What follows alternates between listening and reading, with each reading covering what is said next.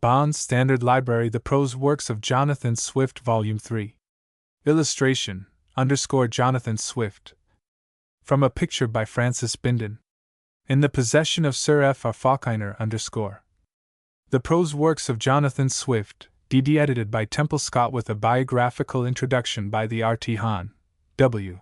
E. H. Lecky, M.P. Vol. 3. 1898. Swift's Writings on Religion and the Church, Volume 1, edited by Temple Scott. 1898. Preface. The inquiry into the religious thought of the 18th century forms one of the most interesting subjects for speculation in the history of the intellectual development of Western nations. It is true that in that history Swift takes no special or distinguished part, but he forms a figure of peculiar interest in a special circle of his own. Swift had no natural bent for the ministry of a church. His instincts, his temperament, his intellect, were of that order which fitted him for leadership and administration. He was a born magistrate and commander of men. It is, therefore, one of the finest compliments we can pay Swift to say that no more faithful, no more devoted, no stauncher servant has that church possessed, for we must remember the proud and haughty temper which attempted to content itself with the humdrum duties of a parish life. Swift entered the service of that church at a time when its need for such a man was great, and in spite of its disdain of his worth, in spite of its failure to recognize and acknowledge his transcendent qualities, he never forgot his oath, and never shook in his allegiance. To anyone, however, who reads carefully his sermons, his Thoughts on Religion, and his Letter to a Young Clergyman, there comes a question whether, for his innermost conscience, Swift found a satisfying conviction in the doctrines of Christianity. "I am not answerable to God," he says, "for the doubts that arise in my own breast, since they are the consequence of that reason which He hath planted in me, if I take care to conceal those doubts from others, if I use my best endeavors to subdue them, and if they have no influence on the conduct of my life." We search in vain, in any of his writings, for any definite expression of doubt or want of faith in these doctrines. When he touches on them, as he does in the Sermon on the Trinity, he seems to avoid of set purpose, rational inquiry, and contents himself with insisting on the necessity for a belief in those mysteries concerning God about which we cannot hope to know anything. "I do not find," he says in his Letter to a Young Clergyman, "that you are anywhere directed in the canons or articles to attempt explaining the mysteries of the Christian religion, and indeed, since Providence intended there should be mysteries, I don't see how it can be agreeable to piety, orthodoxy, or good sense to go about such a work. For to me there seems a manifest dilemma in the case. If you explain them, they are mysteries no longer; if you fail, you have labored to no purpose." It must at once be admitted that Swift had not the metaphysical bent. Philosophy, in our modern sense of the word, was to him only a species of word spinning. That only was valuable which had a practical bearing on life, and Christianity had that. He found in Christianity, as he knew it, in the Church of England, that is to say, an excellent organization, which recognized the frailties of human nature, aimed at making healthier men's souls, and gave mankind a reasonable guidance in the selection of the best motives to action. He himself, as a preacher, made it his principal business, first to tell the people what is their duty, and then to convince them that it is so. He had a profound faith in existing institutions, which to him were founded on the fundamental traits of humanity. The Church of England he considered to be such an institution, and it was, moreover, regulated and settled by order of the state. To follow its teachings would lead men to become good citizens, honest dealers, truthful and cleanly companions, upright friends. What more could be demanded of any religion? The Romish Church led away from the Constitution as by law established. Dissent set up private authority, which could no more be permitted in religious than it was in political matters. It meant dissension, revolution, and the upheaval of tried and trusted associations. Therefore, the Church of Rome and the teachings of dissent were alike dangerous, and against both, whenever they attempted the possession of political power, he waged a fierce and uncompromising war. "Where sects are tolerated in a state," he says in his Sentiments of a Church of England man, "it is fit they should enjoy a full liberty of conscience, and every other privilege of free-born subjects, to which no power is annexed. And to preserve their obedience upon all emergencies, a government cannot give them too much ease, nor trust them with too little power. Swift had no passionate love for ideals. Indeed, he may have thought ideals to be figments of an overheated and, therefore, aberrated imagination. The practically real was the best ideal, and by the real he would understand that power which most capably and most regulatively nursed, guided, and assisted the best instincts of the average man. The average man was but a sorry creature, and required adventitious aids for his development. Gifted as he was with a large sympathy, Swift yet was seemingly incapable of appreciating those thought forms which help us to visualize mentally our religious aspirations and emotions. A mere emotion was but subject matter for his satire. He suspected any zeal which protested too much for truth, and considered it, odds on it being, either petulancy, ambition, or pride. Whatever may have been his private speculations as to the truth of the doctrines of Christianity, they never interfered with his sense of his responsibilities as a clergyman. "I look upon myself," he says, "in the capacity of a clergyman, to be one appointed by Providence for defending a post assigned me, and for gaining over as many enemies as I can. Although I think my cause is just, yet one great motive is my submitting to the pleasure of Providence, and to the laws of my country." If anyone had asked him what was the pleasure of Providence, he would probably have answered that it was plainly shown in the Scriptures, and required not the aid of the expositions of divines who were too curious or too narrow in reducing orthodoxy within the compass of subtleties, niceties, and distinctions. Truth was no abstraction, that was truth which found its expression in the best action, and this explains Swift's acceptance of any organization which made for such expression. He found one ready in the Church of England, and whatever his doubts were, those only moved him which were aroused by action from those who attempted to interfere with the working of that organization.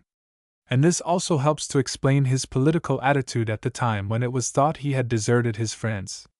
The Church was always his first consideration. He was not a churchman because he was a politician, but a politician because he was a churchman. These, however, are matters which are more fully entered into by Swift himself in the tracts herewith reprinted, and in the notes prefixed to them by the editor. It was originally intended that Swift's writings on religion and the Church should occupy a single volume of this edition of his works. They are, however, so numerous that it has been found more convenient to divide them into 2 volumes, the first including all the tracts, except those relating to the sacramental test, the second containing the test pamphlets and the 12 sermons, with the remarks on Dr. Gibbs's paraphrase of the Psalms, in an appendix. It is hoped that this division, while it entails upon the student the necessity for a double reference, will yet preserve the continuity of form, enabling him to view Swift's religious standpoint and work with as much advantage as he would have obtained by the original plan. The editor again takes the opportunity to thank Colonel F. Grant for the service he has rendered him in placing at his disposal his fine collection of Swift's tracts. The portrait which forms the frontispiece to this volume is one of those painted by Francis Bindon, and was formerly in the possession of Judge Barrick. For permission to photograph and reproduce it here, thanks are due to Sir Frederick R. Falkiner, Recorder of Dublin. Temple Scott. Argument against abolishing Christianity. Project for the advancement of religion. Sentiments of a Church of England. Man remarks upon the rights of the Christian Church. Preface to the Bishop of Sarum's. Introduction. Abstract of Collins's Discourse of Free Thinking. Some thoughts on free thinking. Letter to a young clergyman. Arguments against enlarging the power of bishops and letting leases. Reasons offered to the Archbishop of Dublin on the bill for the clergy's residing on their livings. Considerations upon 2 bills relating to the clergy of Ireland. Reasons against the modus essay on the fates of clergymen concerning that universal hatred which prevails against the clergy. Thoughts on religion. Further thoughts on religion. Prayers for Mrs. Johnson and evening prayer. Observations on Heylyn's History of Presbyterians. An argument to prove that the abolishing of Christianity in England may, as things now stand, be attended with some inconveniences, and perhaps not produce those many good effects proposed thereby. Written in the year 1708. Note. In November 1707, Swift left Dublin in the train of the then Lord Lieutenant, Lord Pembroke. His travelling companion was Sir Andrew Fountaine, who, on landing in England, set out with Lord Pembroke for Wilton, while Swift went on to Leicester to visit his mother. He stayed with her until sometime in December, but by the middle of the same month, he was in London. During this absence from Ireland, Swift corresponded somewhat freely with Archbishop King of Dublin, and with Archdeacon Walls. The letters to the former were first printed in Forster's Life of Swift. For these Forster was indebted to the Rev. Mr. Reeves, Vicar of Lusk, Company Dublin, who discovered them in the record room of the See of Armagh. See Life, page 205 etc. And note. One of Swift's intentions, while in the metropolis, was to push forward the claim of the Irish clergy for the remission of the first fruits and tenths, a grant which had already been conceded to the English clergy, and his letters to King often include requests for the necessary papers by means of which he could lay the matter before either Godolphin or Somers. Walls had written to Swift of the vacancy of the See of Waterford, and from the reply to the Archdeacon, we learn that even at so early a date Swift suffered a grievous disappointment, for in January, 1708, the bishopric, of which Swift had hopes, was presented to Dr. Thomas Millis. In his letter to Walls, Swift confesses that he once had a glimpse that things would have gone otherwise. But let us talk no further on this subject. I am stomach sick of it already. Pray send me an account of some smaller vacancy in the government's gift. It was to Somers, and through him to Lord Halifax, that Swift looked for recognition, either for services rendered, or because of their appreciation of his abilities. But however much he may have been disappointed at their inaction, it may not be argued, as it has been, that Swift's so-called change in his political opinions was the outcome either of spleen or chagrin against the Whigs for their ingratitude towards him. It is, indeed, questionable whether Swift ever changed his political opinions, speaking of these as party opinions. From the day of his entrance, it may be said, into the orders of the Church, his first thought was for it, and on all political questions which touched church matters Swift was neither Whig nor Tory, but churchman. It was because of the attitude of the Whigs towards the Church that Swift left them, and in his writings he does not spare the Tories even when he finds them taking up similar attitudes. On purely political questions Swift was too independent a thinker to be influenced by mere party views. That he wrote for the Tories must be put down to Harley's personal influence, and to his foresight which saw in Swift a man who must be treated as an equal with the highest in the land. Swift's intercourse with the leading men of his day only served to accentuate his consciousness of his superiority, and a party which would permit him the free play of his powers would be the party to which Swift would give his adhesion. Godolphin, Somers, and Walpole either did not recognize the genius of the man, or their own points of view did not permit them to give him the free play they felt he would obtain. Be that as it may, Harley gained not only a splendid party fighter, but a friend on whose affection he could ever rely. In these tracts on religion and the Church, which he wrote in the year 1708, Swift is not a party man, speaking for party purposes. He believed, and sincerely believed, that for such beings as were the men and women of this kingdom, the Church was, if not the highest and noblest instrument for good, yet the worthiest and ablest they had. Swift never lost himself in theories. He was, however, not blind to the dangers which an established religion might engender, but whatever its dangers, these would be inevitable to the most perfect system so long as human nature was as base as it was. The argument is written in a vein of satirical banter, but the Swiftian cynicism permeates every line. It is the first of 4 tracts which forms Swift's most important expression of his thoughts on religion and the Church. Scotwell describes it as one of the most felicitous efforts in our language to engage wit and humor on the side of religion, and Forster speaks of it as having also that indefinable subtlety of style which conveys not the writer's knowledge of the subject only, but his power and superiority over it. I have not been able to find a copy of the original edition of the argument, upon which to base the present text, for that I have gone to the first edition of the Miscellanies, published in 1711, but I have collated this with those given by the Miscellanies, 1728, Faulkner, Hawkesworth, Scott, Morley, and Craik. T.S. An argument against abolishing Christianity. I am very sensible what a weakness and presumption it is, to reason against the general humor and disposition of the world. I remember it was with great justice, and a due regard to the freedom both of the public and the press, forbidden upon several penalties to write, 1. Or discourse, or lay wagers against the Union, even before it was confirmed by Parliament, because that was looked upon as a design to oppose the current of the people, which, besides the folly of it, is a manifest breach of the fundamental law that makes this majority of opinion the voice of God.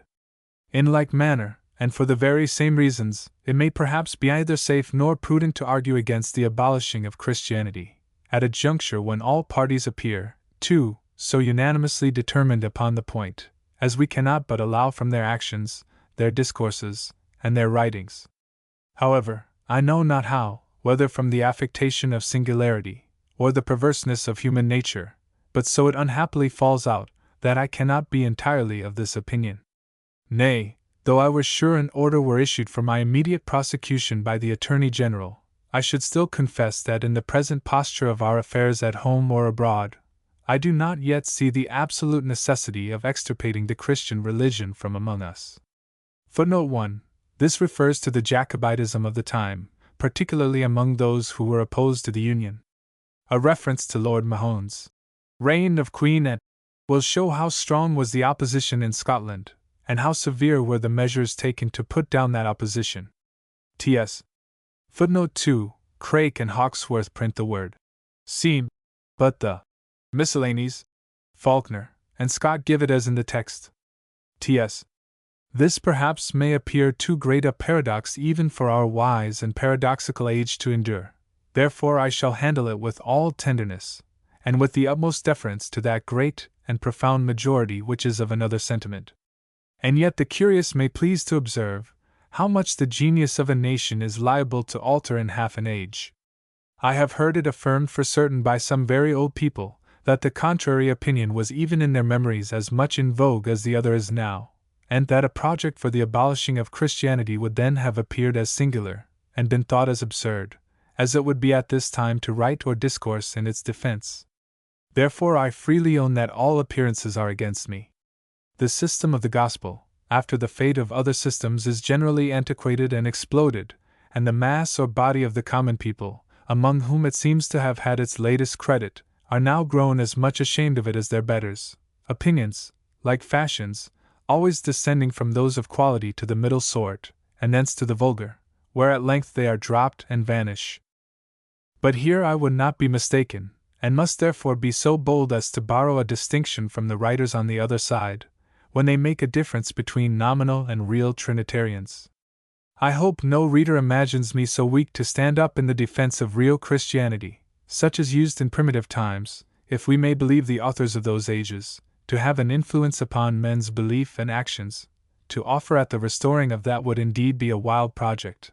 It would be to dig up foundations, to destroy at one blow all the wit and half the learning of the kingdom, to break the entire frame and constitution of things, to ruin trade, extinguish arts and sciences with the professors of them, in short, to turn our courts, exchanges, and shops into deserts, and would be full as absurd as the proposal of Horace 3, where he advises the Romans all in a body to leave their city, and seek a new seat in some remote part of the world, by way of cure for the corruption of their manners. Footnote 3. This proposal is embodied in the 16th Epode, where, in an appeal to the Roman people, Horace advises them to fly the evils of tyranny and civil war by sailing away to the happy land, those islands of the blessed. Nos mene oceanus circumvagus. Arva beata pedimus arva divits et insulas. T.S. Therefore I think this caution was in itself altogether unnecessary, which I have inserted only to prevent all possibility of cavilling, since every candid reader will easily understand my discourse to be intended only in defense of nominal Christianity, the other having been for some time wholly laid aside by general consent, as utterly inconsistent with our present schemes of wealth and power. But why we should therefore cast off the name and title of Christians, although the general opinion and resolution be so violent for it, I confess I cannot, with submission, apprehend the consequence necessary. For, however, since the undertakers propose such wonderful advantages to the nation by this project, and advance many plausible objections against the system of Christianity. I shall briefly consider the strength of both, fairly allow them their greatest weight, and offer such answers as I think most reasonable. After which I will beg leave to shew what inconveniences may possibly happen by such an innovation, in the present posture of our affairs. Footnote 4. I give the reading of the Miscellanies, 1711, Faulkner and Hawkesworth. Scott and Craik print it. I confess I cannot, with submission, apprehend, nor is the consequence necessary. T.S. First, one great advantage proposed by the abolishing of Christianity is, that it would very much enlarge and establish liberty of conscience, that great bulwark of our nation, and of the Protestant religion, which is still too much limited by priestcraft, notwithstanding all the good intentions of the legislature, as we have lately found by a severe instance. For it is confidently reported, that 2 young gentlemen of real hopes, bright wit, and profound judgment, who upon a thorough examination of causes and effects, and by the mere force of natural abilities, without the least tincture of learning, having made a discovery, that there was no God, and generously communicating their thoughts for the good of the public, were some time ago, by an unparalleled severity, and upon I know not what obsolete law, broke for blasphemy. 5. And as it hath been wisely observed, if persecution once begins, no man alive knows how far it may reach, or where it will end. Footnote 5. No record of this breaking has been discovered. T.S. In answer to all which, with deference to wiser judgments, I think this rather shews the necessity of a nominal religion among us. Great wits love to be free with the highest objects, and if they cannot be allowed a God to revile or renounce, they will speak evil of dignities, abuse the government, and reflect upon the ministry, which I am sure few will deny to be of much more pernicious consequence, according to the saying of Tiberius, Deorum offensa dies curi. 6. As to the particular fact related, I think it is not fair to argue from one instance, perhaps another cannot be produced, yet, to the comfort of all those who may be apprehensive of persecution, blasphemy we know is freely spoken 1,000,000 of times in every coffee house and tavern, or wherever else good company meet. It must be allowed indeed, that to break an English free-born officer only for blasphemy, was, to speak the gentlest of such an action, a very high strain of absolute power. Little can be said in excuse for the general. Perhaps he was afraid it might give offense to the allies, among whom, for aught we know, it may be the custom of the country to believe a God. But if he argued, as some have done, upon a mistaken principle, that an officer who is guilty of speaking blasphemy may some time or other proceed so far as to raise a mutiny, the consequence is by no means to be admitted, for, surely the commander of an English army is likely to be but ill obeyed, whose soldiers fear and reverence him as little as they do a deity. Footnote 6. Tacitus. Annals. BKI. C. 73. T.S. It is further objected against the gospel system, that it obliges men to the belief of things too difficult for freethinkers, and such who have shaken off the prejudices that usually cling to a confined education. To which I answer that men should be cautious how they raise objections which reflect upon the wisdom of the nation. Is not everybody freely allowed to believe whatever he pleases, and to publish his belief to the world whenever he thinks fit, especially if it serves to strengthen the party which is in the right? Would any indifferent foreigner, who should read the trumpery lately written by Asgill, Tyndall, Toland, Coward, 7, and 40 more, imagine the gospel to be our rule of faith, and confirmed by parliaments?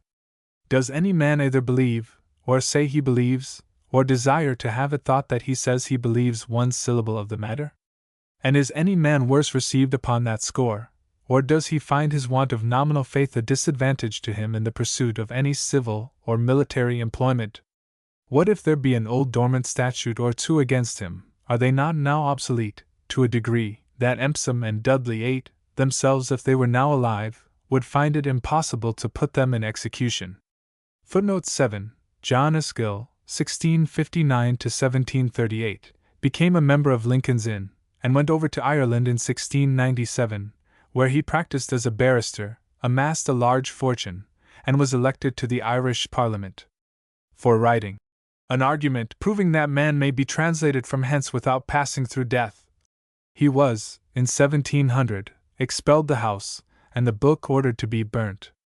On returning to England he was elected to Parliament for Bramber, but suffered a second expulsion in 1712, also on account of this book. He was imprisoned for debt, and remained under the rules of the Fleet and King's Bench for 30 years, during which time he wrote and published various political tracts. His argument attempted to interpret the relations between God and man by the technical rules of English law, and Coleridge thought no little of its power and style. Matthew Tyndall, 1657 to 1733, was born at Bierferrers, in Devonshire. He studied at Oxford, and obtained a fellowship in All Souls. He was made Doctor of Laws in 1685, and although he professed himself a Roman Catholic in James II's reign, he managed to keep his fellowship after that monarch's flight by becoming Protestant again. His most important work was The Rights of the Christian Church Asserted, which the House of Commons in 1710 adjudged fit for burning by the hangman. In 1730 he published anonymously the first part of Christianity as Old as Creation, a work which attacked strongly the authority of the Scriptures. A second volume was never published. John Toland, 1669 to 1722, born near Londonderry, and educated in a Catholic school.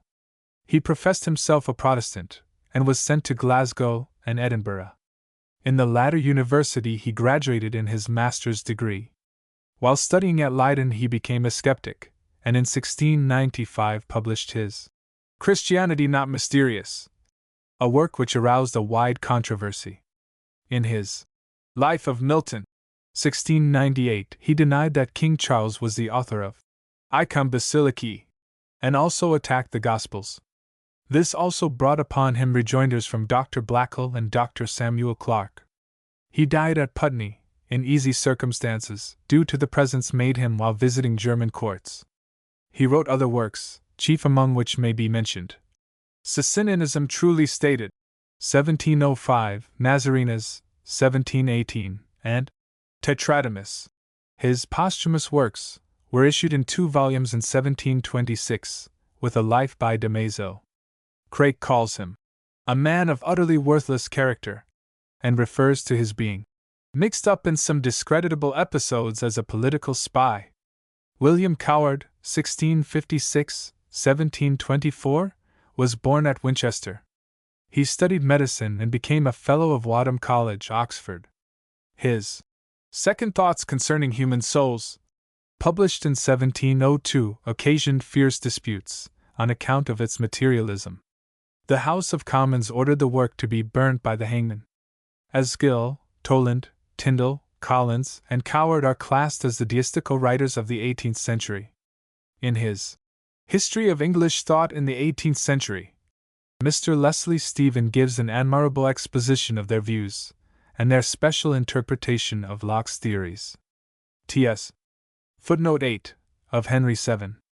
Notoriety, who aided the king, by illegal exactions, to amass his large fortune. They were executed by Henry VIII.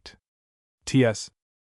It is likewise urged that there are, by computation, in this kingdom, above 10,000 parsons, whose revenues added to those of my lords the bishops, would suffice to maintain at least 200 young gentlemen of wit and pleasure, and free thinking, enemies to priestcraft, narrow principles, pedantry, and prejudices, who might be an ornament to the court and town, and then, again, so great a number of able-bodied divines might be a recruit to our fleet and armies.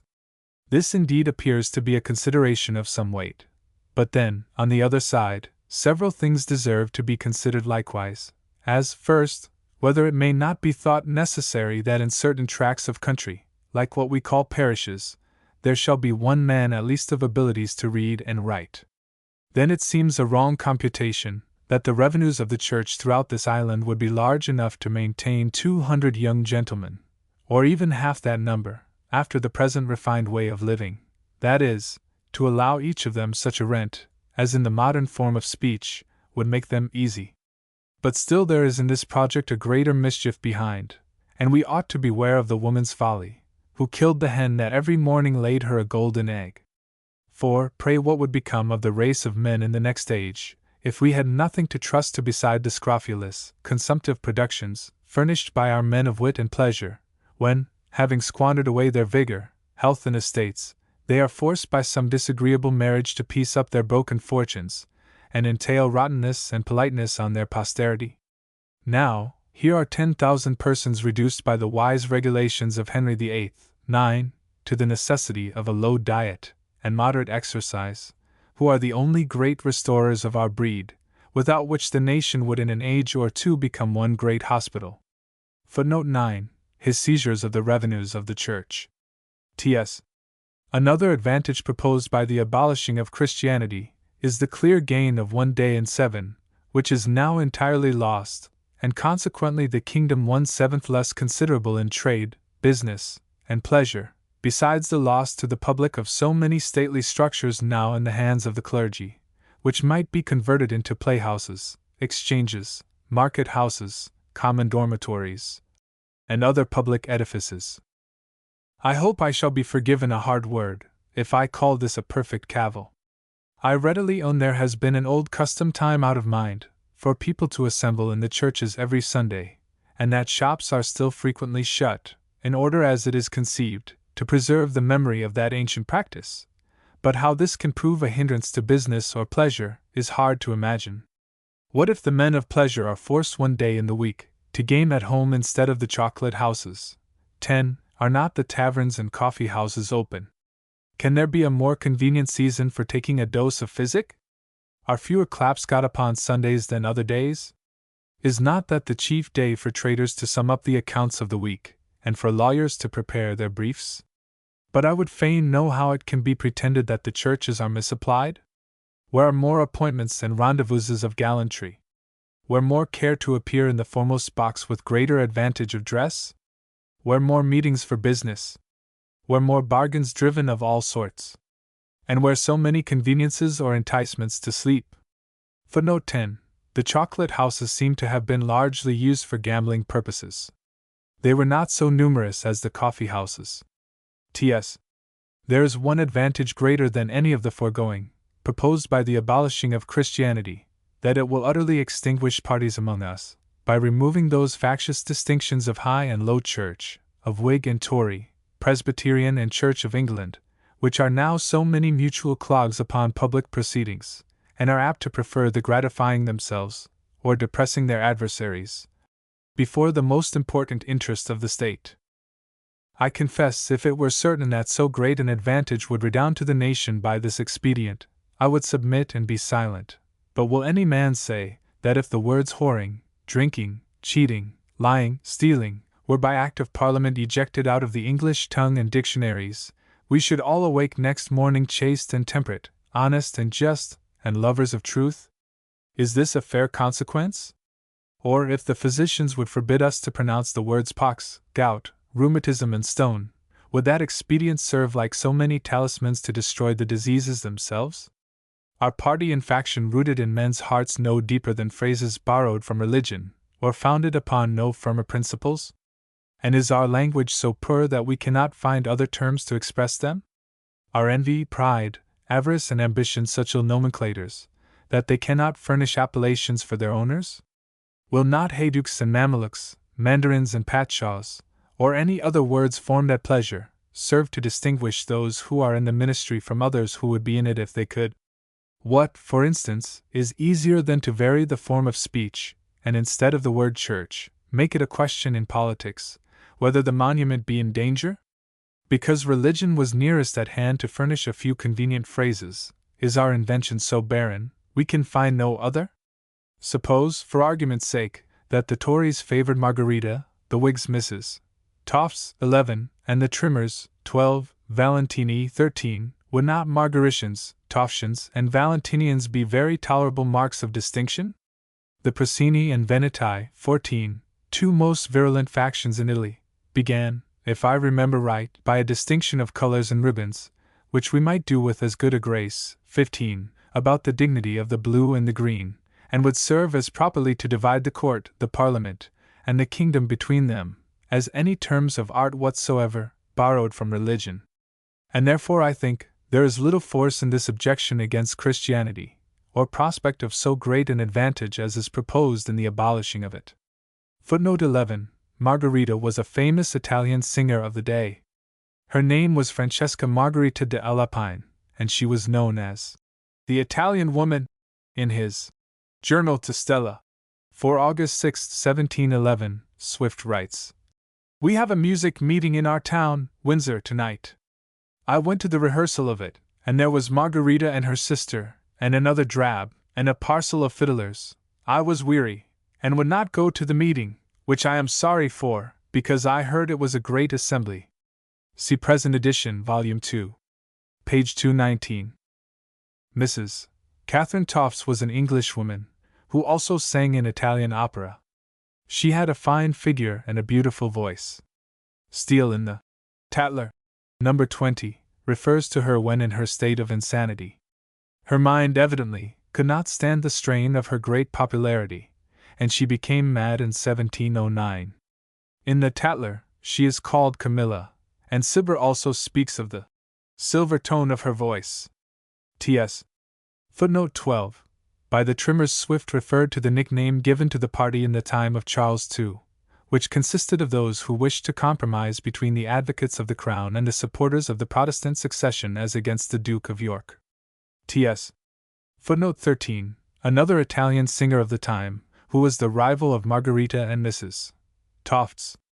T.S. Footnote 14. This refers to the Roman chariot races. They gave rise to the factions called Albatai, Russati, Prasini, and Veneti. The Prasini, green, and Veneti, blue, were the principal, and their rivalry landed the empire, under Justinian, in a civil war. T.S. Footnote 15. Scott has, "And we might contend with as good a grace."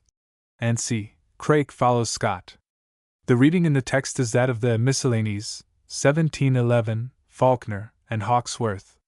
T.S. 'Tis again objected, as a very absurd ridiculous custom, that a set of men should be suffered, much less employed and hired, to bawl one day in 7 against the lawfulness of those methods most in use toward the pursuit of greatness, riches and pleasure, which are the constant practice of all men alive on the other 6. But this objection is, I think, a little unworthy so refined an age as ours. Let us argue this matter calmly.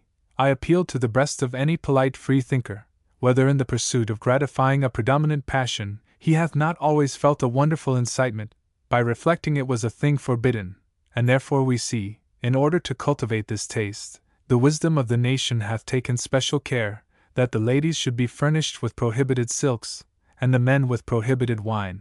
And indeed it were to be wished that some other prohibitions were promoted, in order to improve the pleasures of the town, which, for want of such expedients, begin already, as I am told, to flag and grow languid, giving way daily to cruel inroads from the spleen. 'Tis likewise proposed as a great advantage to the public, that if we once discard the system of the gospel, all religion will of course be banished forever, and consequently, along with it, those grievous prejudices of education, which under the names of virtue, conscience, honor, justice, and the like, are so apt to disturb the peace of human minds, and the notions whereof are so hard to be eradicated by right reason or free thinking, sometimes during the whole course of our lives. Here first, I observe how difficult it is to get rid of a phrase, which the world is once grown fond of, though the occasion that first produced it be entirely taken away. For several years past, if a man had but an ill-favored nose, the deep thinkers of the age would some way or other contrive to impute the cause to the prejudice of his education. From this fountain were said to be derived all our foolish notions of justice, piety, love of our country, all our opinions of God, or a future state, heaven, hell, and the like, and there might formerly perhaps have been some pretense for this charge. But so effectual care has been taken to remove those prejudices, by an entire change in the methods of education, that, with honor I mention it to our polite innovators, the young gentlemen who are now on the scene, seem to have not the least tincture of those infusions, or string of those weeds, and by consequence, the reason for abolishing nominal Christianity upon that pretext is wholly ceased. For the rest, it may perhaps admit a controversy, whether the banishing of all notions of religion whatsoever, would be convenient for the vulgar. Not that I am in the least of opinion with those who hold religion to have been the invention of politicians, to keep the lower part of the world in awe by the fear of invisible powers, unless mankind were then very different to what it is now, for I look upon the mass or body of our people here in England to be as freethinkers, that is to say, as staunch unbelievers, as any of the highest rank. But I conceive some scattered notions about a superior power to be of singular use for the common people, as furnishing excellent materials to keep children quiet when they grow peevish, and providing topics of amusement in a tedious winter night. Lastly, 'tis proposed as a singular advantage, that the abolishing of Christianity will very much contribute to the uniting of Protestants, by enlarging the terms of communion so as to take in all sorts of dissenters, who are now shut out of the pale upon account of a few ceremonies which all sides confess to be things indifferent, that this alone will effectually answer the great ends of a scheme for comprehension. By opening a large noble gate, at which all bodies may enter, whereas the chaffering with dissenters, and dodging about this or t'other ceremony, is but like opening a few wickets, and leaving them ajar, by which no more than one can get in at a time, and that, not without stooping, and sidling, and squeezing his body. 16. Footnote 16. In this passage, says Scott, the author's high church principles, and jealousy of the dissenters, plainly shew themselves, and it is, perhaps, in special reference to what is here said that he ranks it among the pamphlets he wrote in opposition to the party then in power. T.S. To all this I answer, that there is one darling inclination of mankind, which usually affects to be a retainer to religion, though she be either its parent, its godmother, or its friend. I mean the spirit of opposition, that lived long before Christianity, and can easily subsist without it. Let us, for instance, examine wherein the opposition of sectaries among us consists. We shall find Christianity to have no share in it at all. Does the gospel anywhere prescribe a starched, squeezed countenance, a stiff, formal gait, a singularity of manners and habit, or any affected modes of speech different from the reasonable part of mankind? Yet, if Christianity did not lend its name to stand in the gap, and to employ or divert these humors, they must of necessity be spent in contraventions to the laws of the land, and disturbance of the public peace. There is a portion of enthusiasm assigned to every nation, which, if it hath not proper objects to work on, will burst out, and set all into a flame.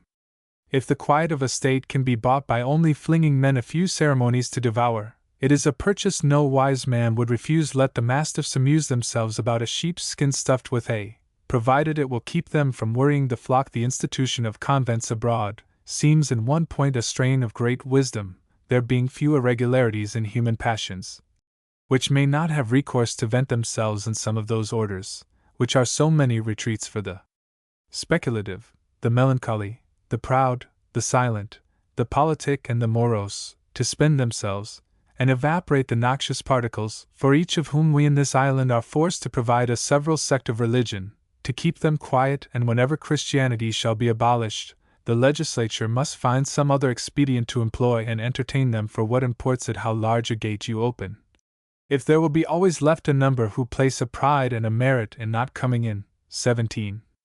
Footnote 17. So the Miscellanies, 1711, and Hawkesworth, Faulkner, Scott, and Craik print. In refusing to enter. T.S. Having thus considered the most important objections against Christianity, and the chief advantages proposed by the abolishing thereof, I shall now, with equal deference and submission to wiser judgments as before, proceed to mention a few inconveniences that may happen, if the gospel should be repealed, which perhaps the projectors may not have sufficiently considered. And first, I am very sensible how much the gentlemen of wit and pleasure are apt to murmur, and be choked, 18, at the sight of so many draggled-tail parsons, that happen to fall in their way, and offend their eyes. But at the same time, these wise reformers do not consider what an advantage and felicity it is, for great wits to be always provided with objects of scorn and contempt, in order to exercise and improve their talents, and divert their spleen from falling on each other or on themselves, especially when all this may be done without the least imaginable danger to their persons. Footnote 18. Shocked Swift's habit when using a word of French origin was to keep the French spelling. T.S. And to urge another argument of a parallel nature. If Christianity were once abolished, how could the freethinkers, the strong reasoners, and the men of profound learning be able to find another subject so calculated in all points whereon to display their abilities? What wonderful productions of wit should we be deprived of, from those whose genius by continual practice hath been wholly turned upon raillery and invectives against religion, and would therefore never be able to shine or distinguish themselves upon any other subject? We are daily complaining of the great decline of wit among us, and would we take away the greatest, perhaps the only topic we have left? Who would ever have suspected Astle for a wit, or Toland for a philosopher, if the inexhaustible stock of Christianity had not been at hand to provide them with materials? What other subject through all art or nature could have produced Tyndall for a profound author, or furnished him with readers? It is the wise choice of the subject that alone adorns and distinguishes the writer. For, had 100 such pens as these been employed on the side of religion, they would have immediately sunk into silence and oblivion. Nor do I think it wholly groundless, or my fears altogether imaginary, that the abolishing of Christianity may perhaps bring the Church into danger, or at least put the Senate to the trouble of another securing vote. I desire I may not be mistaken. I am far from presuming to affirm or think that the Church is in danger at present, or as things now stand, but we know not how soon it may be so when the Christian religion is repealed. As plausible as this project seems, there may a dangerous design lurk under it. Frowny face 19. Nothing can be more notorious than that the atheists, deists, Socinians, anti-Trinitarians, and other subdivisions of freethinkers are persons of little zeal for the present ecclesiastical establishment. Their declared opinion is for repealing the sacramental test. They are very indifferent with regard to ceremonies, nor do they hold the just divinum of episcopacy.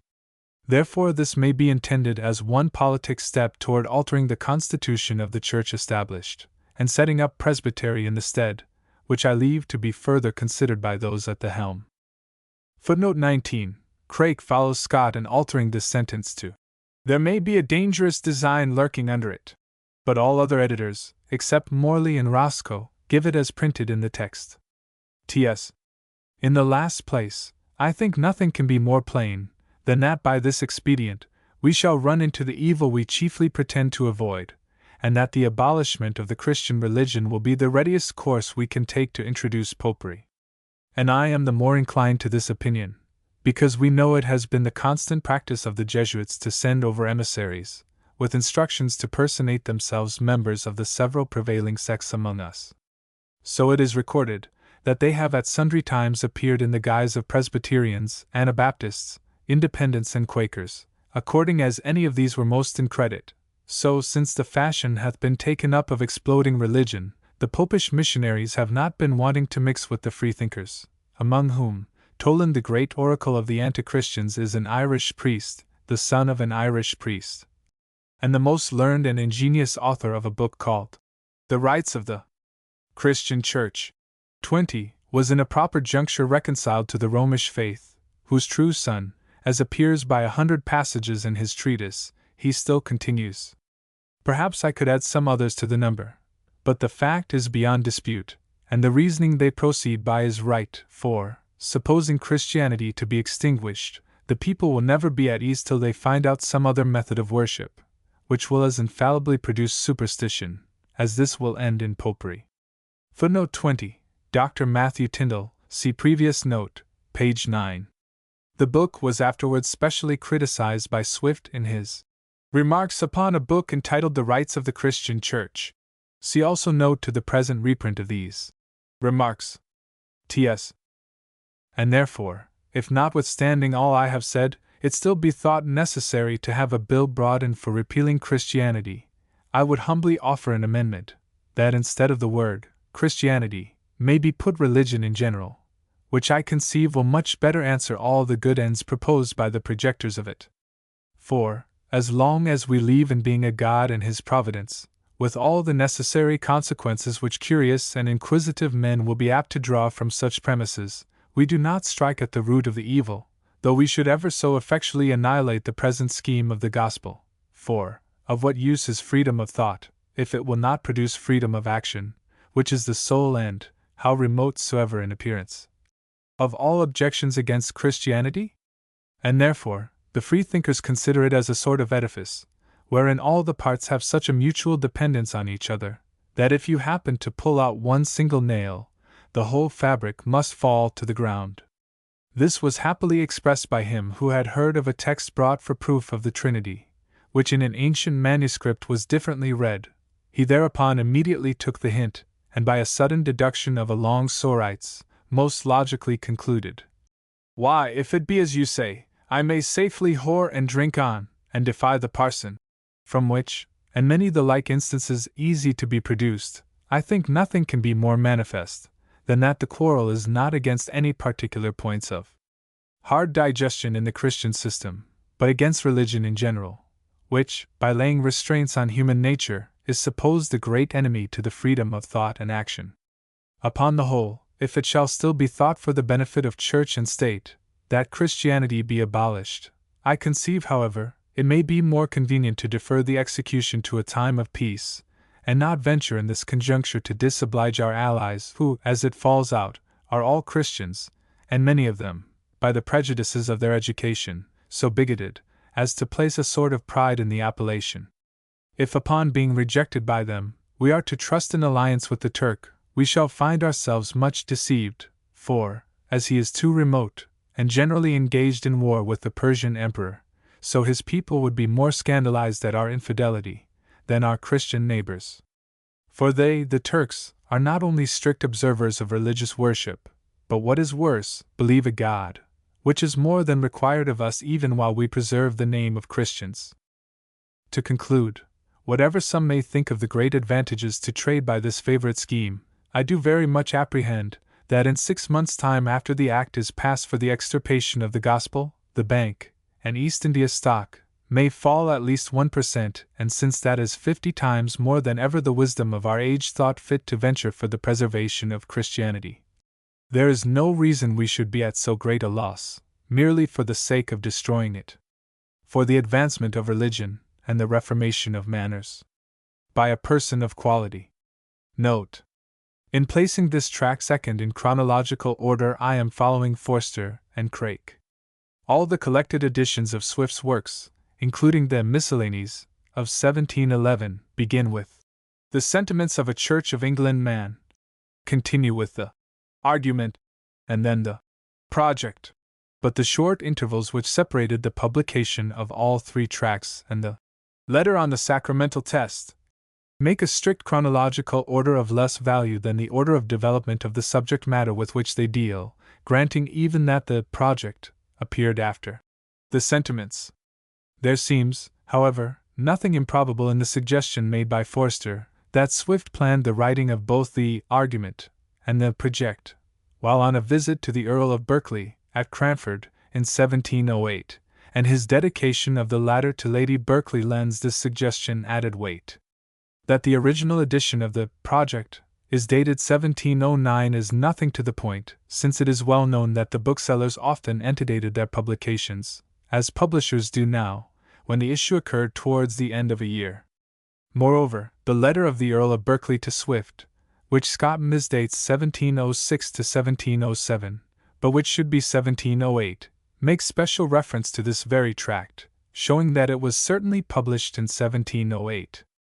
"I earnestly entreat you," writes the Earl, "if you have not done it already, that you would not fail of having your bookseller enable the Archbishop of York, Dr. Sterne, to give a book to the Queen, for, with Mr. Nelson, I am entirely of opinion that Her Majesty's reading of that book on the progress for the increase of morality and piety may be of very great use to that end.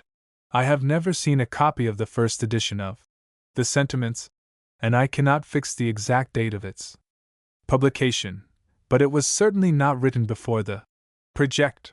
The Project, therefore, must be considered in the light of a preliminary essay to the fuller and more digested statement of the Sentiments of a Church of England Man, and I have, on this account, placed it as the second tract written by Swift in the year 1708.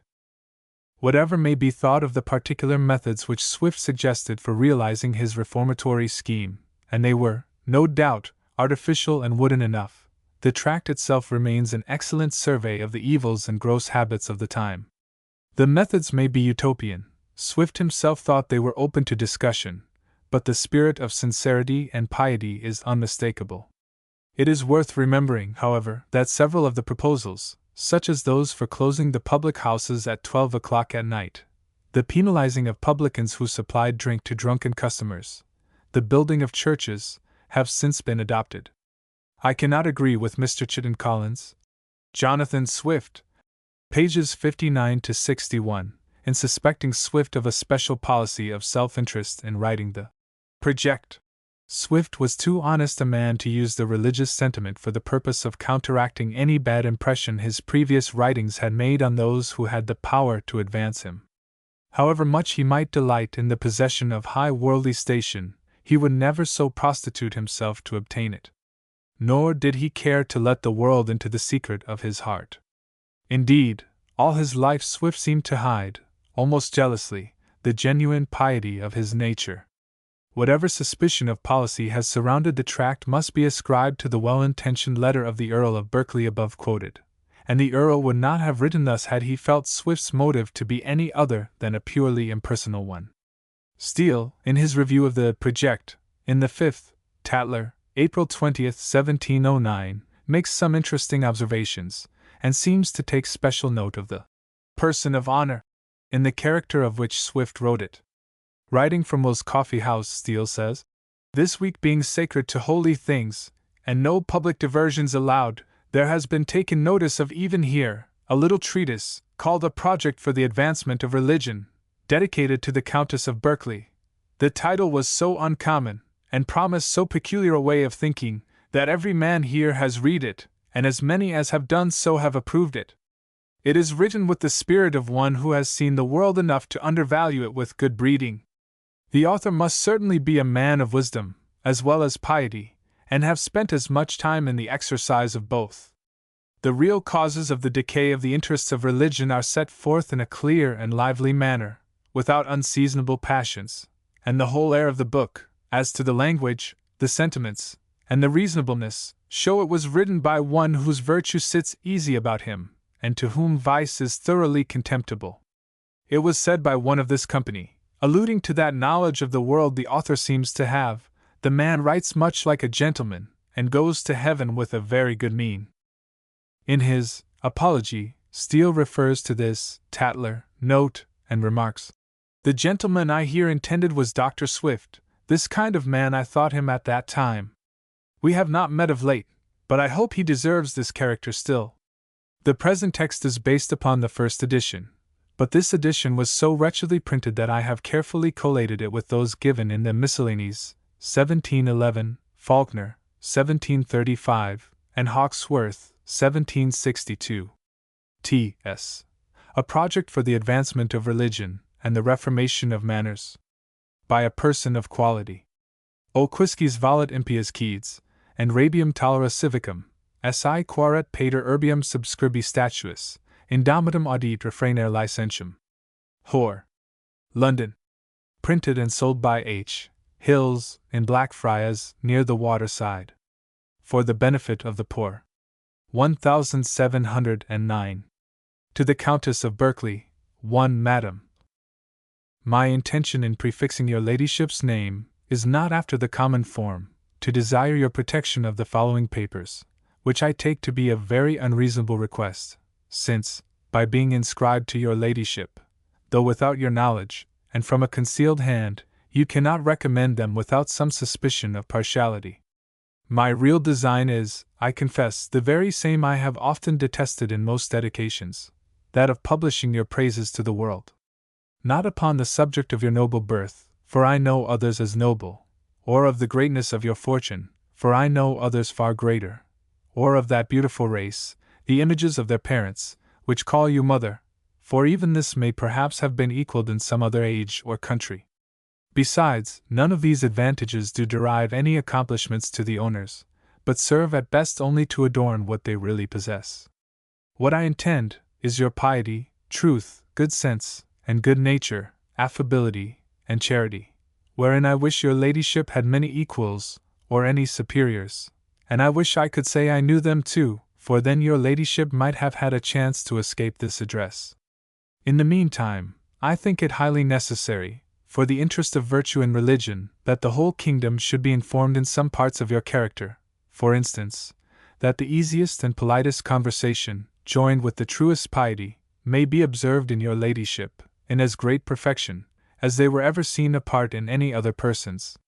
That by your prudence and management under several disadvantages, you have preserved the luster of that most noble family into which you are grafted, and which the immeasurable profusion of ancestors for many generations had too much eclipsed. Then, how happily you perform every office of life to which Providence has called you, in the education of those two incomparable daughters, whose conduct is so universally admired, in every duty of a prudent, complying, affectionate wife, in that care which descends to the meanest of your domestics, and lastly, in that endless bounty to the poor, and discretion where to distribute it. I insist on my opinion that it is of importance for the public to know this and a great deal more of your ladyship. Yet whoever goes about to inform them, shall instead of finding credit, perhaps be censured for a flatterer. To avoid so usual a reproach, I declare this to be no dedication, but properly an introduction to a proposal for the advancement of religion and morals, by tracing, however imperfectly, some few lineaments in the character of a lady, who hath spent all her life in the practice and promotion of both. Footnote 1. This is the same Countess of Berkeley whom Swift hoaxed with his Meditation on a Broomstick. She was the daughter of Viscount Campden and sister to the Earl of Gainsborough. T.S.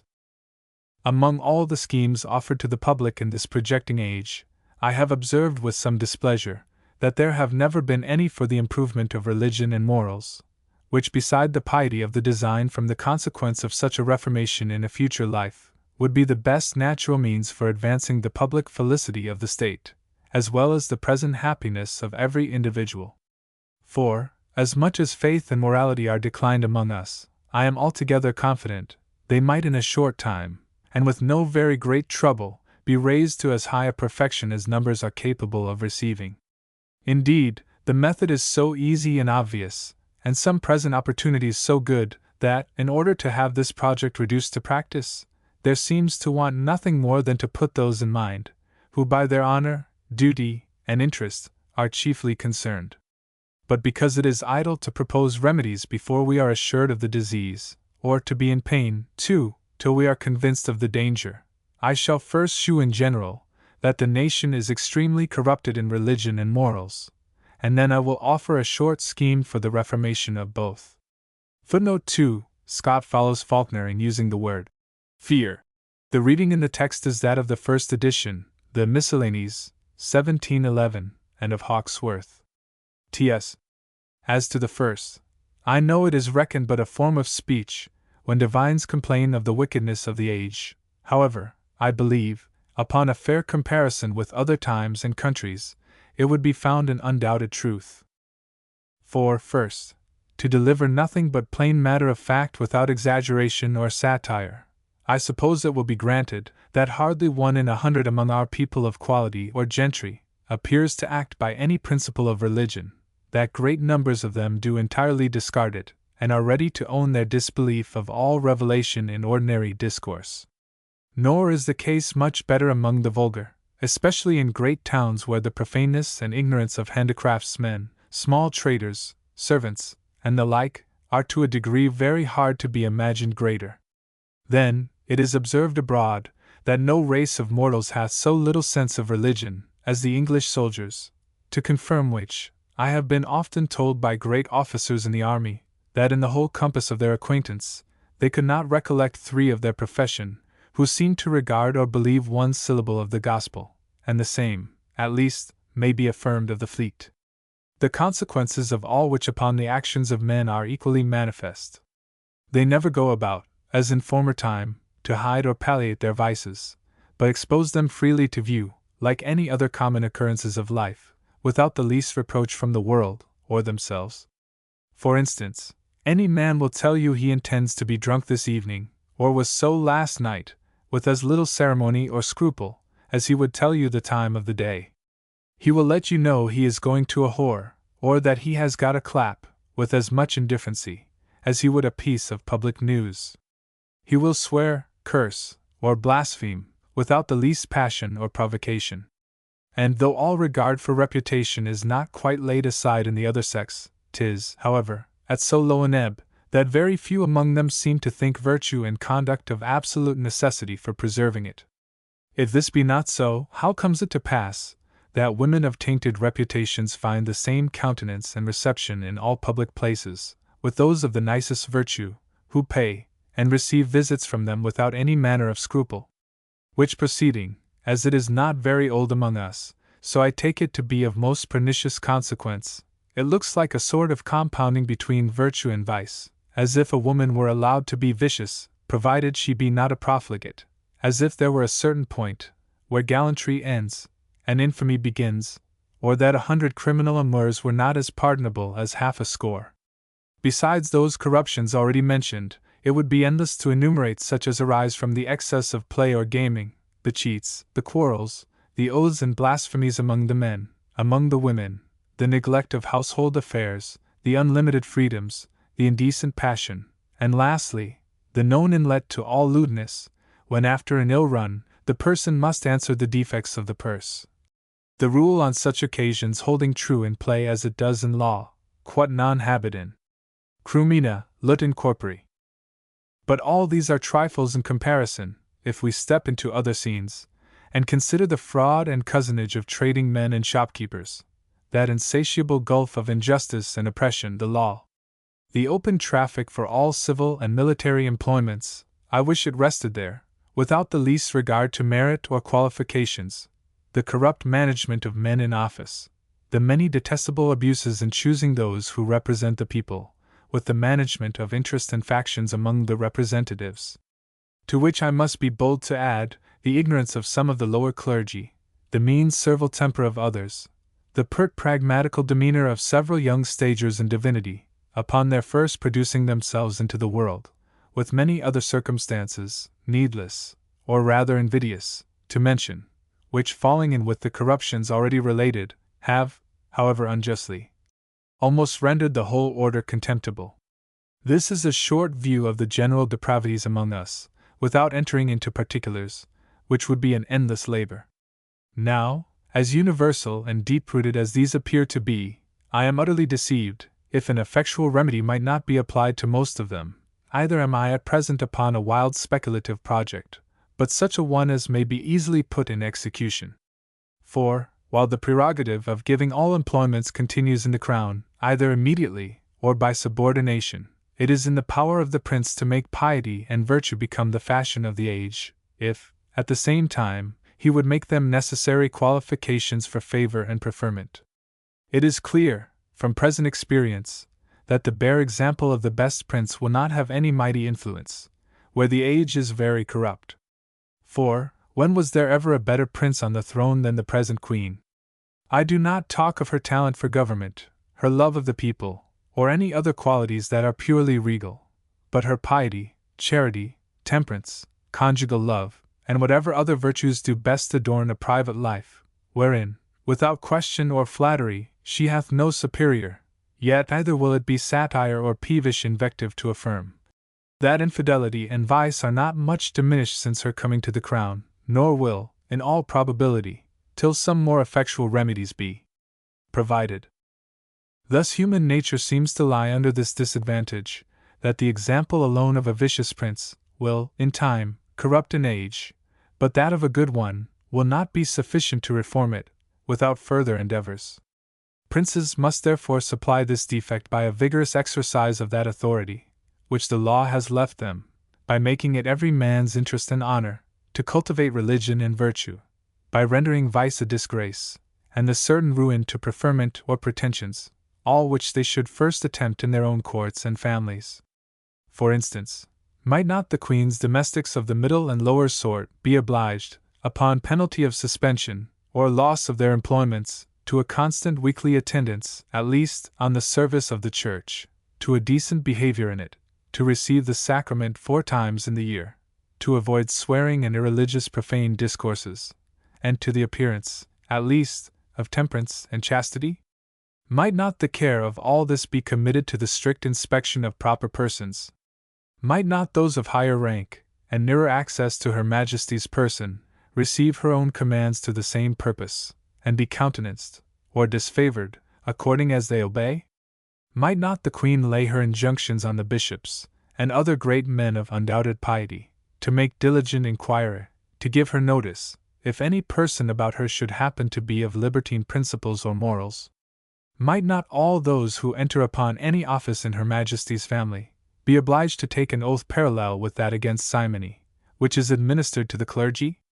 'Tis not to be doubted, but that if these, or the like proceedings, were duly observed, morality and religion would soon become fashionable court virtues, and be taken up as the only methods to get or keep employments there, which alone would have mighty influence upon many of the nobility and principal gentry. But if the like methods were pursued as far as possible, with regard to those who are in the great employments of state, it is hard to conceive how general a reformation they might in time produce among us.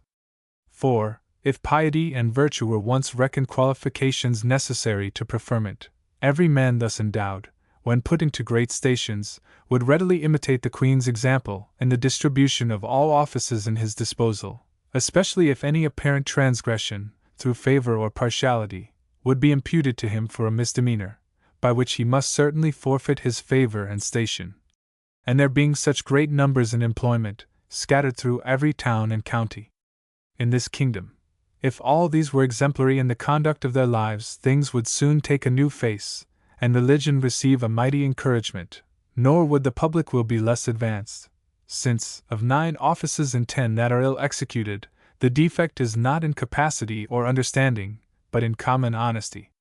I know no employment for which piety disqualifies any man, and if it did, I doubt the objection would not be very seasonably offered at present, because it is perhaps too just a reflection that in the disposal of places, the question whether a person be fit for what he is recommended to is generally the last that is thought on or regarded. I have often imagined that something parallel to the office of censors anciently in Rome would be of mighty use among us, and could be easily limited from running into any exorbitances. The Romans understood liberty at least as well as we, were as jealous of it, and upon every occasion as bold assertors. Yet I do not remember to have read any great complaint of the abuses in that office among them, but many admirable effects of it are left upon record. There are several pernicious vices frequent and notorious among us, that escape or elude the punishment of any law we have yet invented, or have had no law at all against them, such as atheism, drunkenness, fraud, avarice, and several others, which, by this institution, wisely regulated, might be much reformed. Suppose, for instance, that itinerary commissioners were appointed to inspect everywhere throughout the kingdom, into the conduct, at least, of men in office, with respect to their morals and religion, as well as their abilities, to receive the complaints and informations that should be offered against them, and make their report here upon oath, to the court, or the ministry, who should reward or punish accordingly. I avoid entering into the particulars of this, or any other scheme, which, coming from a private hand, might be liable to many defects, but would soon be digested by the wisdom of the nation, and surely £6,000 a year would not be ill laid out among as many commissioners duly qualified, who, in 3 divisions, should be personally obliged to take their yearly circuits for that purpose. But this is beside my present design, which was only to show what degree of reformation is in the power of the Queen, without the interposition of the legislature, and which Her Majesty is, without question, obliged in conscience to endeavor by her authority, as much as she does by her practice. It will be easily granted that the example of this great town hath a mighty influence over the whole kingdom, and it is as manifest that the town is equally influenced by the court, and the ministry, and those who, by their employments, or their hopes, depend upon them.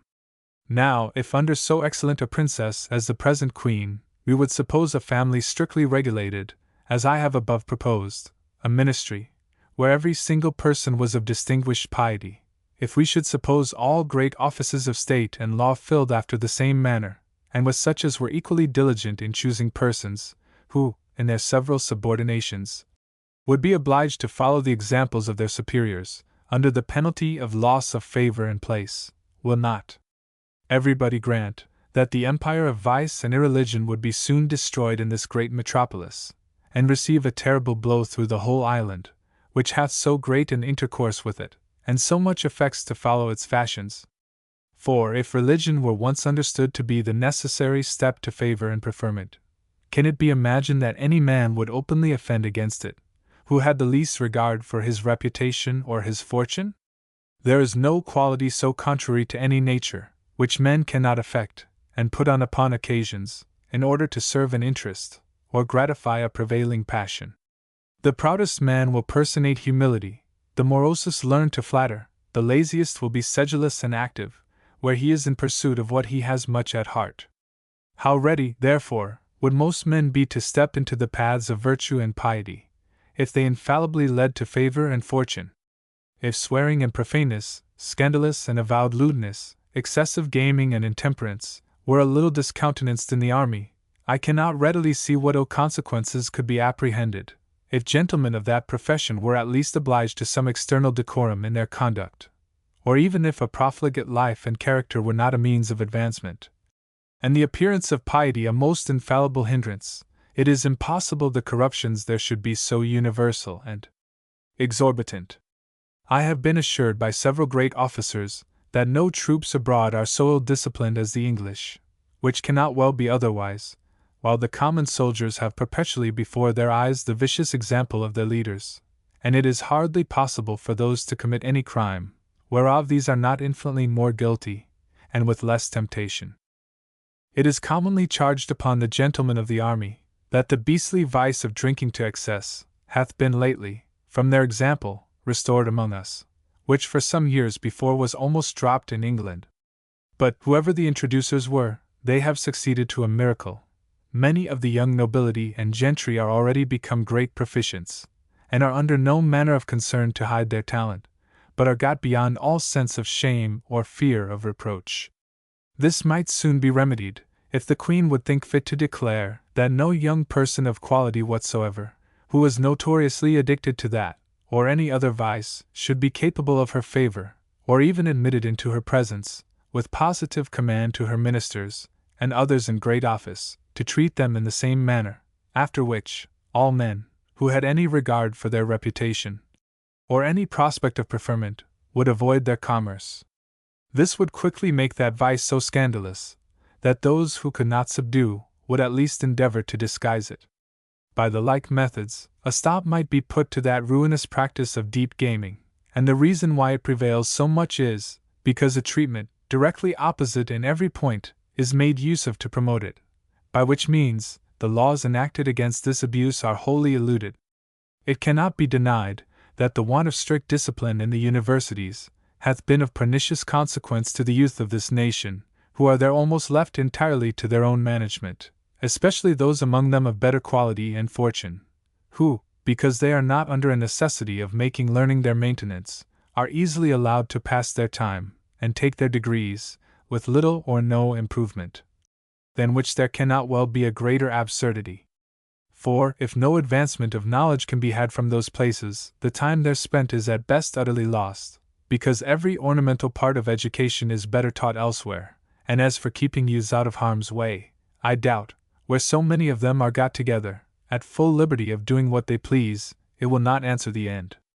But whatever abuses, corruptions, or deviations from statutes, have crept into the universities through neglect, or length of time, they might in a great degree be reformed by strict injunctions from court, upon each particular, to the visitors and heads of houses, besides the peculiar authority the Queen may have in several colleges, whereof her predecessors were the founders.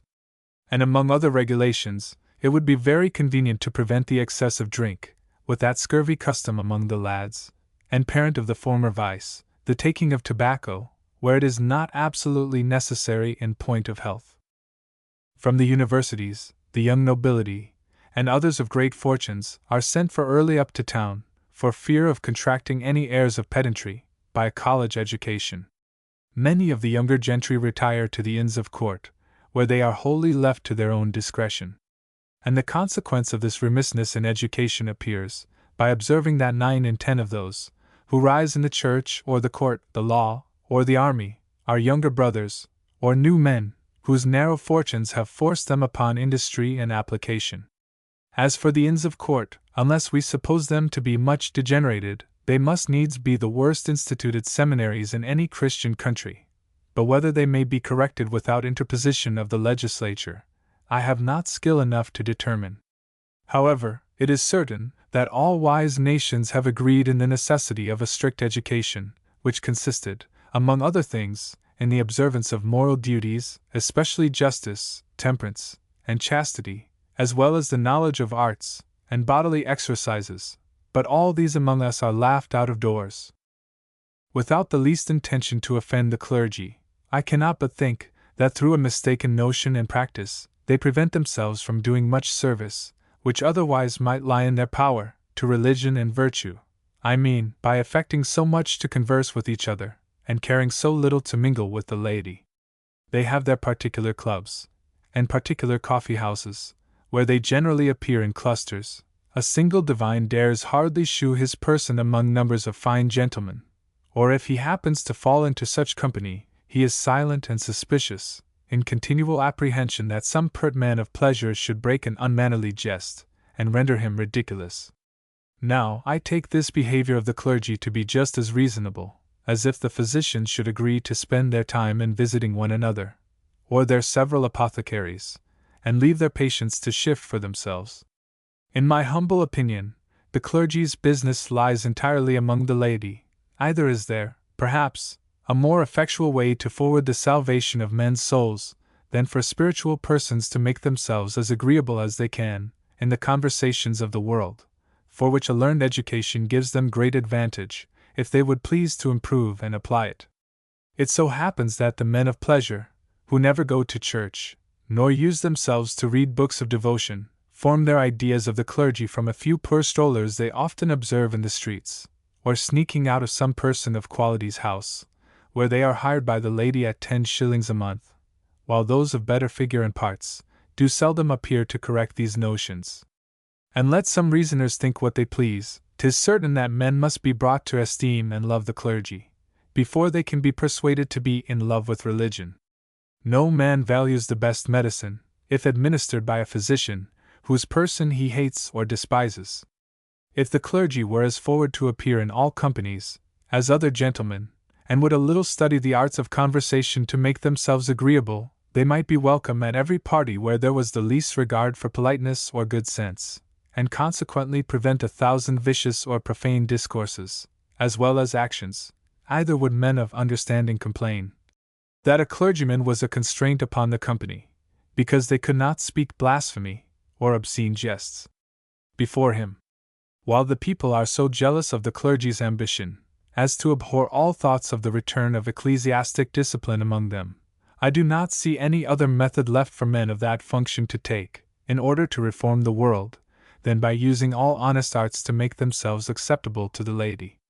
This, no doubt, is part of that wisdom of the serpent, which the author of Christianity directs, and is the very method used by St. Paul, who became all things to all men, to the Jews a Jew, and a Greek to the Greeks.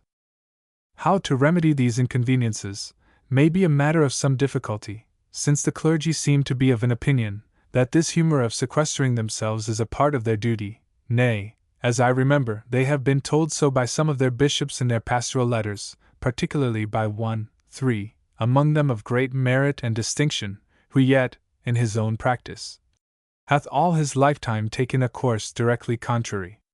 But I am deceived, if an awkward shame and fear of ill usage from the laity have not a greater share in this mistaken conduct than their own inclinations. However, if the outward profession of religion and virtue were once in practice and countenance at court, as well as among all men in office, or who have any hopes or dependence for preferment, a good treatment of the clergy would be the necessary consequence of such a reformation, and they would soon be wise enough to see their own duty and interest in qualifying themselves for lay conversation, when once they were out of fear of being chocked by ribaldry or profaneness. Footnote 3. Bishop Burnet of Salisbury. See Swift's Remarks on the Bishop of Sarum's Introduction. T.S. There is one further circumstance upon this occasion, which I know not whether it will be very orthodox to mention. The clergy are the only set of men among us who constantly wear a distinct habit from others, the consequence of which, not in reason but in fact, is this, that as long as any scandalous persons appear in that dress, it will continue in some degree a general mark of contempt. Whoever happens to see a scoundrel in a gown, reeling home at midnight, a sight neither frequent nor miraculous, is apt to entertain an ill idea of the whole order, and at the same time to be extremely comforted in his own vices. Some remedy might be put to this, if those straggling gentlemen, who come up to town to seek their fortunes, were fairly dismissed to the West Indies, where there is work enough, and where some better provision should be made for them than I doubt there is at present. Or what if no person were allowed to wear the habit, who had not some preferment in the church, or at least some temporal fortune sufficient to keep him out of contempt? Though, in my opinion, it were infinitely better, if all the clergy, except the bishops, were permitted to appear like other men of the graver sort, unless at those seasons when they are doing the business of their function. There is one abuse in this town, which wonderfully contributes to the promotion of vice, that such men are often put into the commission of the peace, whose interest it is, that virtue should be utterly banished from among us, who maintain, or at least enrich themselves, by encouraging the grossest immoralities, to whom all the bawds of the ward pay contribution, for shelter and protection from the laws. Thus these worthy magistrates, instead of lessening enormities, are the occasion of just twice as much debauchery as there would be without them. For those infamous women are forced upon doubling their work and industry, to answer double charges, of paying the justice, and supporting themselves, like thieves who escape the gallows, and are let out to steal, in order to discharge the jailer's fees. It is not to be questioned, but the Queen and Ministry might easily redress this abominable grievance, by enlarging the number of justices of the peace, by endeavoring to choose men of virtuous principles, by admitting none who have not considerable fortunes, perhaps, by receiving into the number some of the most eminent clergy. Then, by forcing all of them, upon severe penalties, to act when there is occasion, and not permitting any who are offered to refuse the commission, but in these two last cases, which are very material, I doubt there will be need of the legislature. The reformation of the stage is entirely in the power of the Queen, and in the consequences it hath upon the minds of the younger people, does very well deserve the strictest care.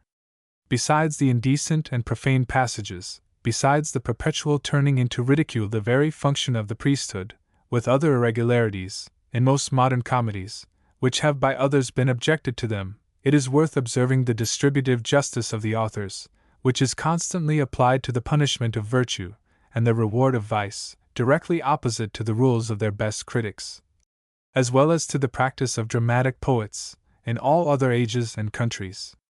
For example, a country squire, who is represented with no other vice but that of being a clown, and having the provincial accent upon his tongue, which is neither a fault, nor in his power to remedy, must be condemned to marry a cast wench, or a cracked chambermaid.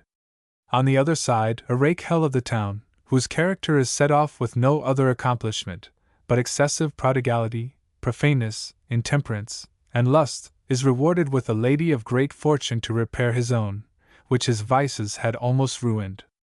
And as in a tragedy, the hero is represented to have obtained many victories in order to raise his character in the minds of the spectators, so the hero of a comedy is represented to have been victorious in all his intrigues, for the same reason. I do not remember that our English poets ever suffered a criminal amour to succeed upon the stage, till the reign of King Charles II. Ever since that time, the alderman is made a cuckold, the deluded virgin is debauched, and adultery and fornication are supposed to be committed behind the scenes, as part of the action. These and many more corruptions of the theatre, peculiar to our age and nation, need continue no longer than while the court is content to connive at or neglect them. Surely a pension would not be ill employed on some men of wit, learning, and virtue, who might have power to strike out every offensive or unbecoming passage, from plays already written, as well as those that may be offered to the stage for the future. By which, and other wise regulations, the theatre might become a very innocent and useful diversion, instead of being a scandal and reproach to our religion and country. The proposals I have hitherto made for the advancement of religion and morality are such as come within reach of the administration, such as a pious active prince, with a steady resolution, might soon bring to effect. neither am I aware of any objections to be raised against what I have advanced, unless it should be thought that making religion a necessary step to interest and favor might increase hypocrisy among us, and I readily believe it would. But if 1 in 20 should be brought over to true piety by this, or the like methods, and the other 19 be only hypocrites, the advantage would still be great. Besides, hypocrisy is much more eligible than open infidelity and vice. It wears the livery of religion, it acknowledges her authority, and is cautious of giving scandal. Nay, a long-continued disguise is too great a constraint upon human nature, especially in English disposition. Men would leave off their vices out of mere weariness, rather than undergo the toil and hazard, and perhaps expense, of practicing them perpetually in private. And I believe it is often with religion, as it is with love, which, by much dissembling, at last grows real. All other projects to this great end have proved hitherto ineffectual. Laws against immorality have not been executed, and proclamations occasionally issued out to enforce them are wholly unregarded as things of form. Religious societies, though begun with excellent intention, and by persons of true piety, have dwindled into factious clubs, and grown a trade to enrich little knavish informers of the meanest rank, such as common constables, and broken shopkeepers. Footnote 4. The original edition omits here the words, "are said, I know not whether truly or not." All other editions give these words. T.S. And that some effectual attempt should be made towards such a reformation, is perhaps more necessary than people commonly apprehend, because the ruin of a state is generally preceded by a universal degeneracy of manners, and contempt of religion, which is entirely our case at present. Disti minorem quot juris imperas. Hor. 5. Footnote 5. Carmina. 3. 6. 5. Neither is this a matter to be deferred till a more convenient time of peace and leisure, because a reformation in men's faith and morals is the best natural, as well as religious means, to bring the war to a good conclusion. For if men in trust performed their duty for conscience' sake, affairs would not suffer through fraud, falsehood, and neglect, as they now perpetually do. And if they believed a God, and His providence, and acted accordingly, they might reasonably hope for His divine assistance, in so just a cause as ours. Nor could the majesty of the English crown appear, upon any occasion, in a greater lustre, either to foreigners or subjects, than by an administration, which, producing such great effects, would discover so much power. And power being the natural appetite of princes, a limited monarch cannot so well gratify it in anything, as a strict execution of the laws. Besides, all parties would be obliged to close with so good a work as this, for their own reputation, either is any expedient more likely to unite them.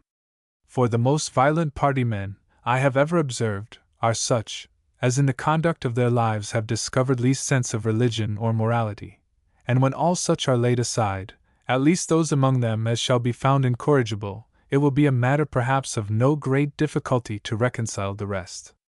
The many corruptions at present in every branch of business are almost inconceivable. I have heard it computed by skillful persons, that of 6 millions raised every year for the service of the public, 1/3, at least, is sunk and intercepted through the several classes and subordinations of artful men in office, before the remainder is applied to the proper use. This is an accidental ill effect of our freedom.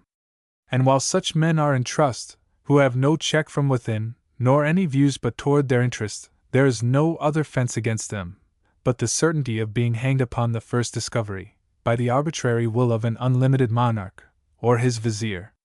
Among us, the only danger to be apprehended is the loss of an employment, and that danger is to be eluded 1,000 ways. Besides, when fraud is great, it furnishes weapons to defend itself, and at worst, if the crimes be so flagrant, that a man is laid aside out of perfect shame, which rarely happens, he retires loaded with the spoils of the nation, et fructer dies iratus. I could name a commission, where several persons, out of a salary of £500, without other visible revenues, have always lived at the rate of 2,000, and laid out 40 or 50,000 upon purchases of lands or annuities. 100 other instances of the same kind might easily be produced. What remedy, therefore, can be found against such grievances, in a constitution like ours, but to bring religion into countenance, and encourage those, who, from the hope of future reward, and dread of future punishment, will be moved to act with justice and integrity. This is not to be accomplished any other way, but by introducing religion, as much as possible, to be the turn and fashion of the age, which only lies in the power of the administration, the prince with utmost strictness regulating the court, the ministry, and other persons in great employment, and these, by their example and authority, reforming all who have dependence on them.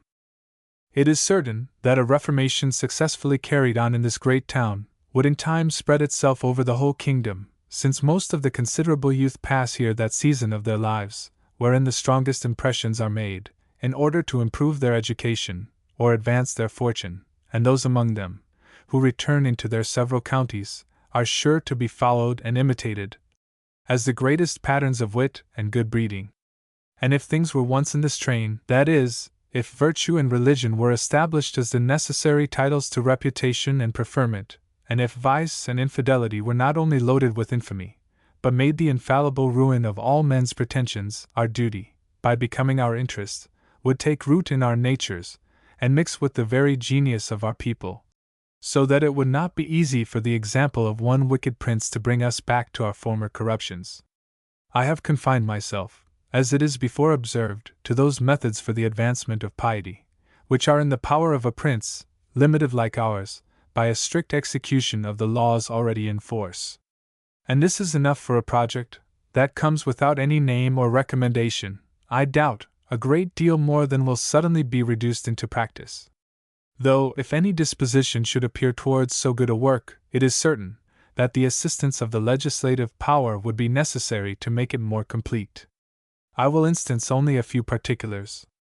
In order to reform the vices of this town, which, as we have said, hath so mighty an influence on the whole kingdom, it would be very instrumental to have a law made, that all taverns and alehouses should be obliged to dismiss their company at 12 at night, and shut up their doors, and that no woman should be suffered to enter any tavern or alehouse, upon any pretense whatsoever.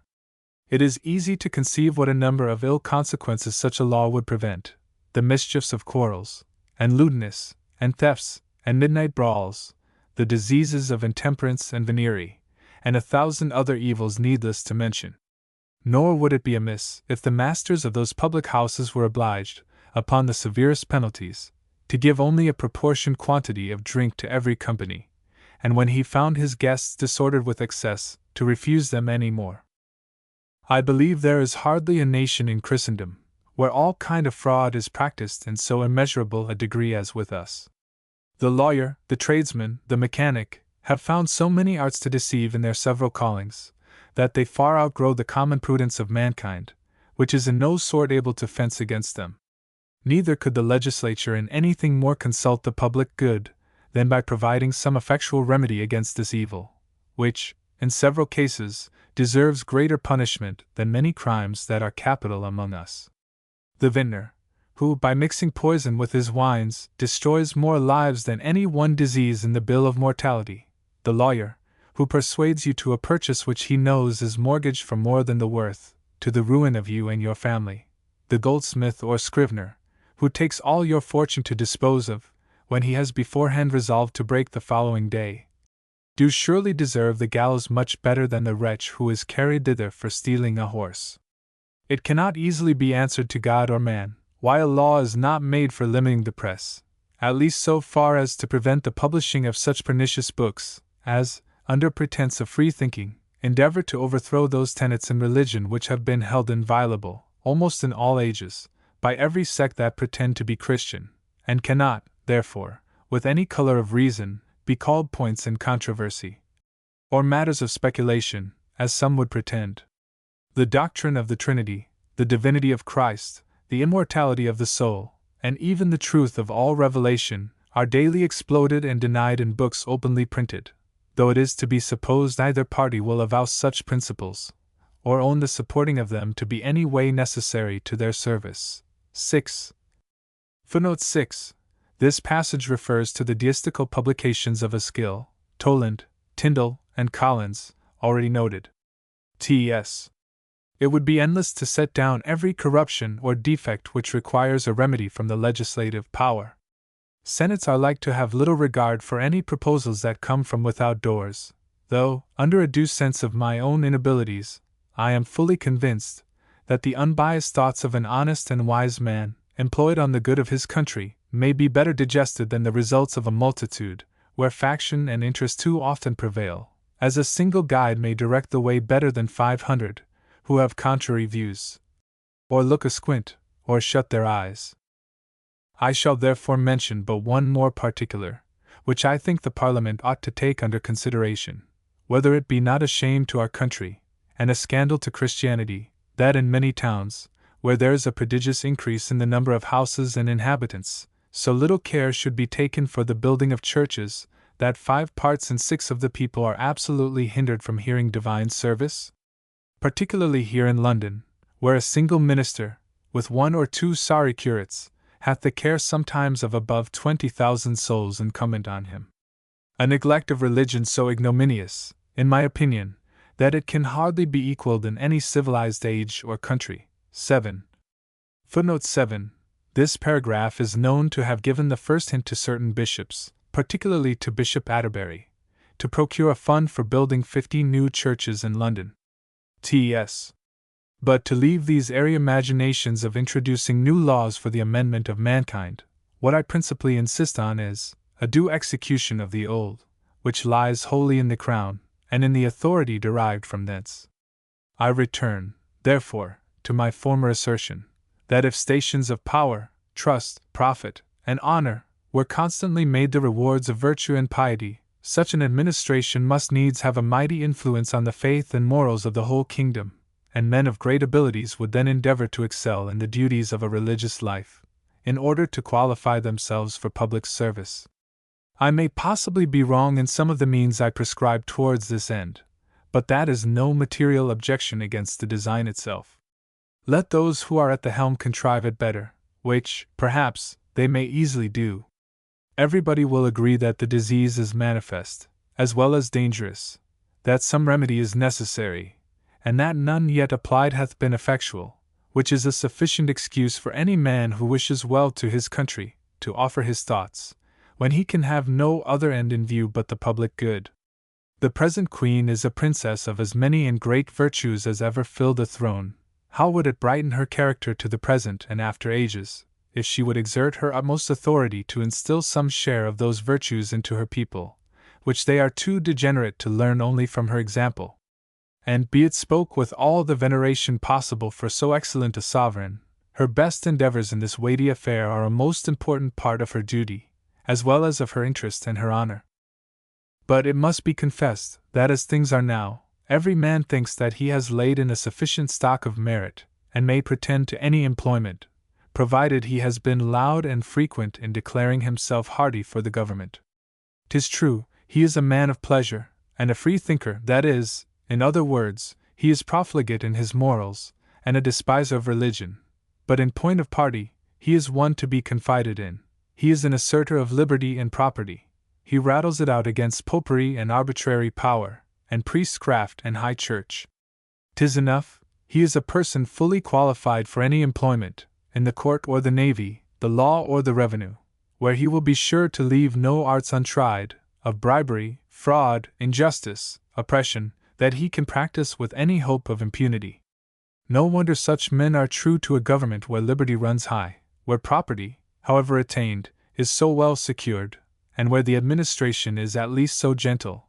'Tis impossible they could choose any other constitution, without changing to their loss. Fidelity to a present establishment is indeed the principal means to defend it from a foreign enemy, but without other qualifications, will not prevent corruptions from within, and states are more often ruined by these than the other. To conclude, whether the proposals I have offered toward a reformation be such as are most prudent and convenient, may probably be a question, but it is none at all, whether some reformation be absolutely necessary, because the nature of things is such, that if abuses be not remedied, they will certainly increase, nor ever stop, till they end in the subversion of a commonwealth. As there must always of necessity be some corruptions, so, in a well-instituted state, the executive power will be always contending against them, by reducing things, as Mike Evil speaks, to their first principles, never letting abuses grow inveterate, or multiply so far that it will be hard to find remedies, and perhaps impossible to apply them. As he that would keep his house in repair, must attend every little breach or flaw, and supply it immediately, else time alone will bring all to ruin, how much more the common accidents of storms and rain. He must live in perpetual danger of his house falling about his ears, and will find it cheaper to throw it quite down, and build it again from the ground, perhaps upon a new foundation, or at least in a new form, which may either be so safe, nor so convenient, as the old.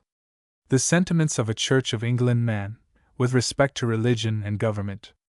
Written in the year 1708. Note: the writing of this tract, as has been already observed, placed Swift in a position where allegiance to party was not easy to maintain. It amounted to a warning to Whigs as well as Tories. To the former he urged that the Church of England was wide enough for the highest principles of civil liberty. To the latter he tried to show that to be a religious and God-fearing man it was not absolutely necessary to be a Tory in politics. Whoever has examined the conduct and proceedings of both parties for some years past, whether in or out of power, cannot well conceive it possible to go far towards the extremes of either, without offering some violence to his integrity or understanding. It is true that Whiggism and fanatical genius were almost synonymous terms for Swift, but that was because the Church was of prime consideration with him, and the Whigs numbered in their ranks the great army of dissent. Swift, in his famous letter to Pope, dated Dublin, January 10, 1720-21, reviews his political opinions of 1708 to justify himself against the misrepresentations of the virulence of libellers, whose malice has taken the same train in both, by fathering dangerous principles in government upon me, which I never maintained, and insipid productions, which I am not capable of writing. That review is but a summary of what is given fully in this tract. No appeal was ever better intentioned. I only wish, he says to Pope, my endeavors had succeeded better in the great point I had at heart, which was that of reconciling the ministers to each other. But High Church and Low Church were cries which had divided politicians as if they did not belong to one nation. To Swift it was easy enough to be a staunch churchman and at the same time expose the fallacies underlying the faith in the sovereign power. But then Swift was here no party fanatic who would use the "Church in danger" cry for party purposes. If others, he writes 12 years later, who had more concern and more influence, would have acted their parts, his appeal had not been made in vain. As it was, it failed in its intended purpose, and Swift lost what hold he had on Somers, Godolphin, and the rest. It remains, however, to testify to Swift's principles in a manner least expected by those who have set him down as intemperate and inconsistent. Certainly, no principles were ever more moderately expressed, and assuredly, no expression of principles found fitter realization in conduct. The text of this edition is based on that given in the Miscellanies of 1711. I have not succeeded in obtaining a copy of the original issue, but I have collated the various texts given in the reissues by Faulkner, Hawkesworth, Scott, and the Miscellanies of 1728, Volume 1, and 1747, Volume 1. T.S. The Sentiments of a Church of England Man, with respect to religion and government. Whosoever hath examined the conduct and proceedings of both parties for some years past, whether in or out of power, cannot well conceive it possible to go far towards the extremes of either, without offering some violence to his integrity or understanding. A wise and a good man may indeed be sometimes induced to comply with a number whose opinion he generally approves, though it be perhaps against his own. But this liberty should be made use of upon very few occasions, and those of small importance, and then only with a view of bringing over his own side another time to something of greater and more public moment. But to sacrifice the innocency of a friend, the good of our country, or our own conscience to the humor, or passion, or interest of a party, plainly shews that either our heads or our hearts are not as they should be. Yet this very practice is the fundamental law of each faction among us, as may be obvious to any who will impartially, and without engagement, be at the pains to examine their actions. Which, however, is not so easy a task, for it seems a principle in human nature to incline one way more than another, even in matters where we are wholly unconcerned. And it is a common observation that in reading a history of facts done 1,000 years ago, or standing by a play among those who are perfect strangers to us, we are apt to find our hopes and wishes engaged on a sudden in favor of one side more than another. No wonder, then, we are all so ready to interest ourselves in the course of public affairs, where the most inconsiderable have some real share, and by the wonderful importance which every man is of to himself, a very great imaginary one. And indeed, when the two parties that divide the whole commonwealth come once to a rupture, without any hopes left of forming a third with better principles to balance the others, it seems every man's duty to choose a side, one, though he cannot entirely approve of either, and all pretenses to neutrality are justly exploded by both, being too stale and obvious, only intending the safety and ease of a few individuals while the public is embroiled. This was the opinion and practice of the latter Cato, whom I esteem to have been the wisest and best of all the Romans. But before things proceed to open violence, the truest service a private man may hope to do his country is, by unbiasing his mind as much as possible, and then endeavoring to moderate between the rival powers, which must needs be owned a fair proceeding with the world, because it is of all others the least consistent with the common design of making a fortune by the merit of an opinion. Footnote 1. Faulkner and Scott have one of the two sides. T.S. I have gone as far as I am able in qualifying myself to be such a moderator. I believe I am no bigot in religion, and I am sure I am none in government. I converse in full freedom with many considerable men of both parties, and if not in equal number, it is purely accidental and personal, as happening to be near the court, and to have made acquaintance there, more under one ministry than another.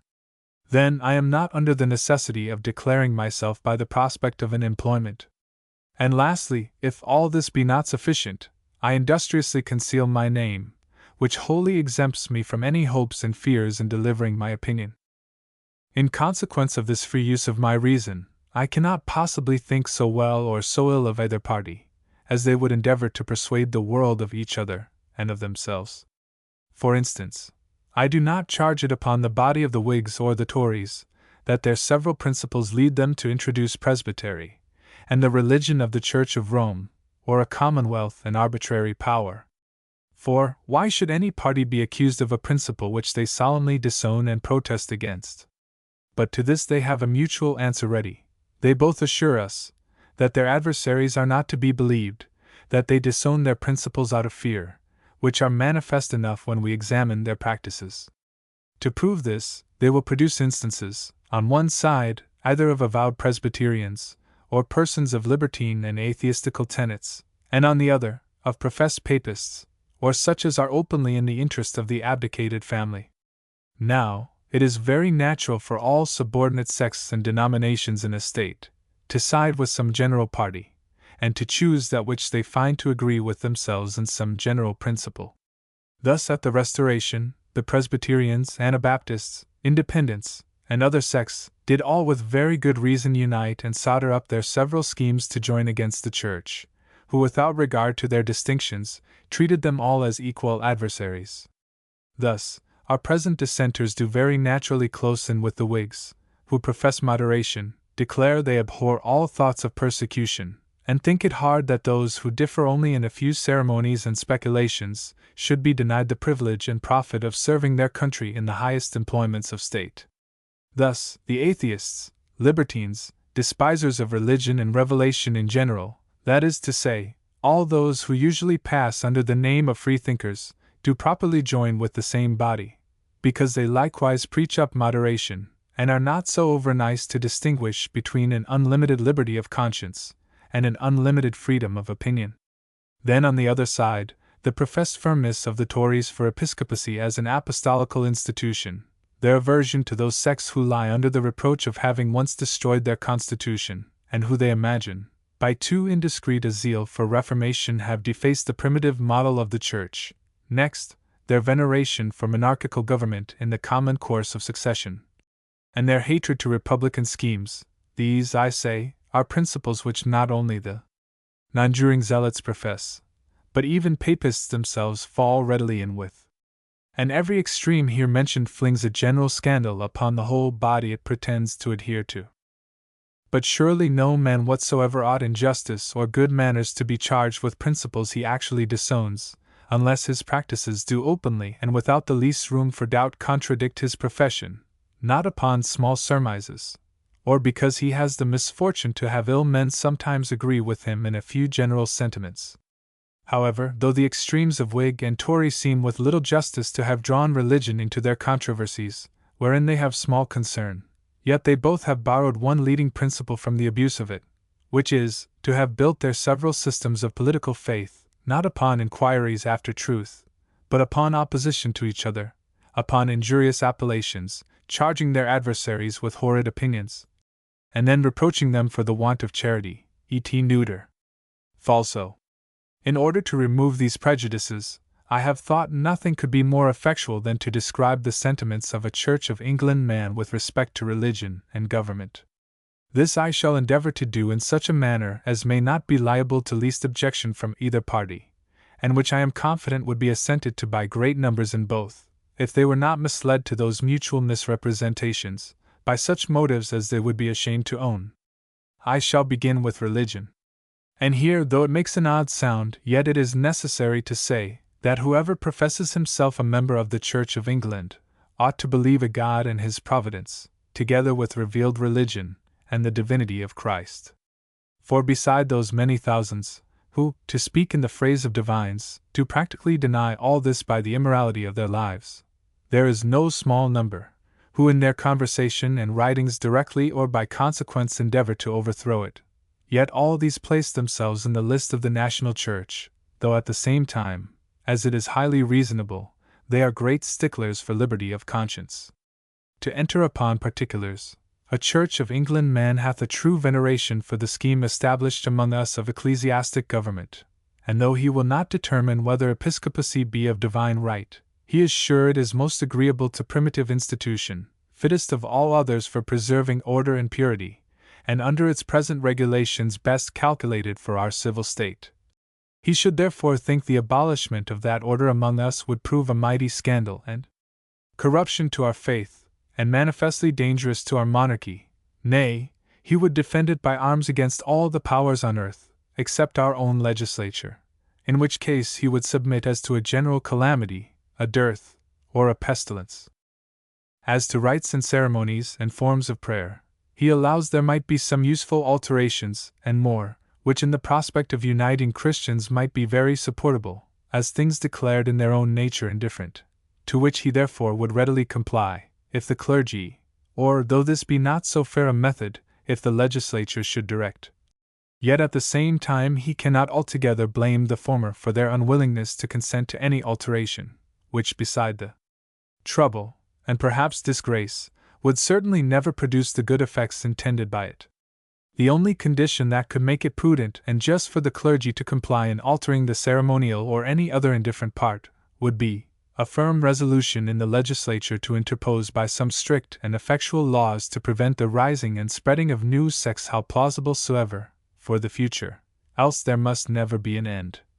And it would be to act like a man who should pull down and change the ornaments of his house, in compliance to every one who was disposed to find fault as he passed by, which besides the perpetual trouble and expense, would very much damage, and perhaps in time destroy the building. Sects and estates seem only tolerated with any reason because they are already spread, and because it would not be agreeable with so mild a government, or so pure a religion as ours, to use violent methods against great numbers of mistaken people, while they do not manifestly endanger the constitution of either. But the greatest advocates for general liberty of conscience will allow that they ought to be checked in their beginnings, if they will allow them to be an evil at all, or which is the same thing, if they will only grant, it were better for the peace of the state, that there should be none. But while the clergy consider the natural temper of mankind in general, or of our own country in particular, what assurances can they have, that any compliances they shall make, will remove the evil of dissension, while the liberty still continues of professing whatever new opinion we please? Or how can it be imagined that the body of dissenting teachers, who must be all undone by such a revolution, will not cast about for some new objections to withhold their flocks, and draw in fresh proselytes by some further innovations or refinements. Upon these reasons he is for tolerating such different forms in religious worship as are already admitted, but by no means for leaving it in the power of those who are tolerated, to advance their own models upon the ruin of what is already established, which it is natural for all sects to desire, and which they cannot justify by any consistent principles if they do not endeavor, and yet which they cannot succeed in without the utmost danger to the public peace. To prevent these inconveniences, he thinks it highly just that all rewards of trust, profit, or dignity, which the state leaves in the disposal of the administration, should be given only to those whose principles direct them to preserve the Constitution in all its parts. In the late affair of occasional conformity, the general argument of those who were against it was not to deny it an evil in itself, but that the remedy proposed was violent, untimely, and improper, which is the Bishop of Salisbury's opinion in the speech he made and published against the bill. But, however just their fears or complaints might have been upon that score, he thinks it a little too gross and precipitate to employ their writers already in arguments for repealing the sacramental test, upon no wiser a maxim than that no man should on the account of conscience be deprived the liberty of serving his country, a topic which may be equally applied to admit papists, atheists, Mahometans, heathens, and Jews. If the Church wants members of its own to employ in the service of the public, or be so unhappily contrived as to exclude from its communion such persons who are likeliest to have great abilities, it is time it should be altered and reduced into some more perfect, or at least more popular form. But in the meanwhile, it is not altogether improbable that when those who dislike the Constitution are so very zealous in their offers for the service of their country, they are not wholly unmindful of their party or of themselves.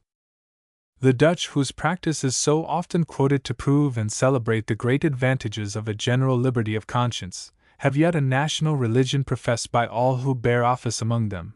But why should they be a precedent for us either in religion or government? Our country differs from theirs, as well in situation, soil, and productions of nature, as in the genius and complexion of inhabitants. They are a commonwealth founded on a sudden by a desperate attempt in a desperate condition, not formed or digested into a regular system by mature thought and reason, but huddled up under the pressure of sudden exigencies, calculated for no long duration, and hitherto subsisting by accident in the midst of contending powers, who cannot yet agree about sharing it among them. These difficulties do indeed preserve them from any great corruptions, which their crazy constitution would extremely subject them to in a long peace.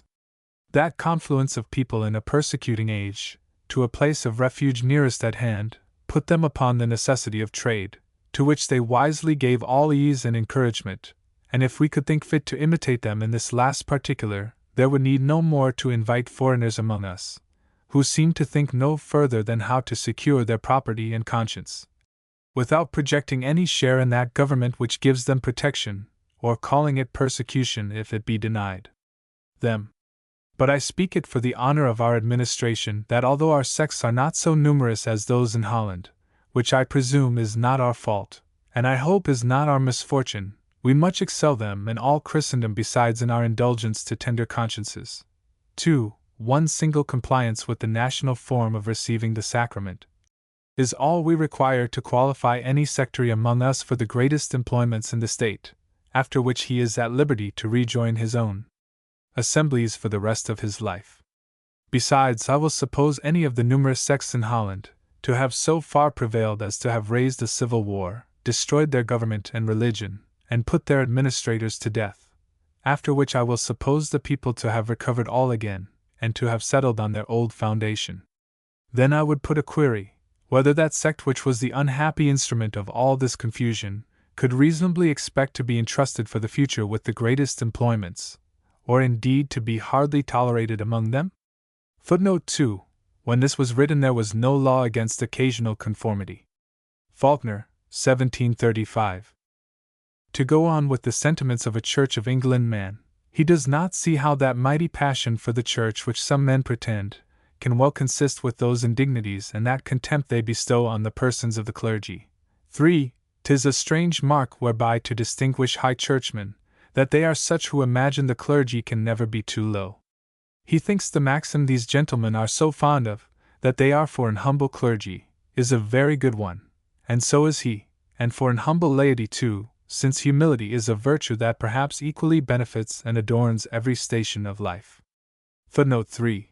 I observed very well with what insolence and haughtiness some lords of the High Church party treated, not only their own chaplains, but all other clergy whatsoever, and thought this was sufficiently recompensed by their professions of zeal to the Church.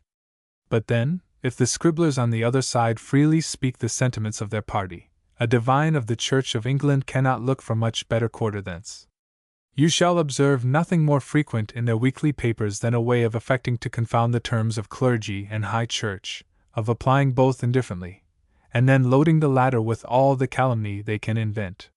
They will tell you they honor a clergyman, but talk, at the same time, as if there were not three in the kingdom, who could fall in with their definition, for, after the like manner they insult the universities, as poison fountains, and corrupters of youth.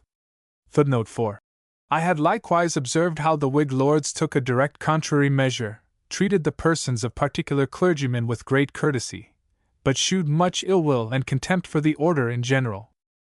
Now, it seems clear to me, that the Whigs might easily have procured and maintained a majority among the clergy, and perhaps in the universities, if they had not too much encouraged or connived at this intemperance of speech and virulence of pen, in the worst and most prostitute of their party, among whom there has been for some years past such a perpetual clamor against the ambition, the implacable temper, and the covetousness of the priesthood, such a cant of high church, and persecution, and, being priest-ridden, so many reproaches about narrow principles, or terms of communion, then such scandalous reflections on the universities, for infecting the youth of the nation with arbitrary and Jacobite principles, that it was natural for those, who had the care of religion and education, to apprehend some general design of altering the constitution of both.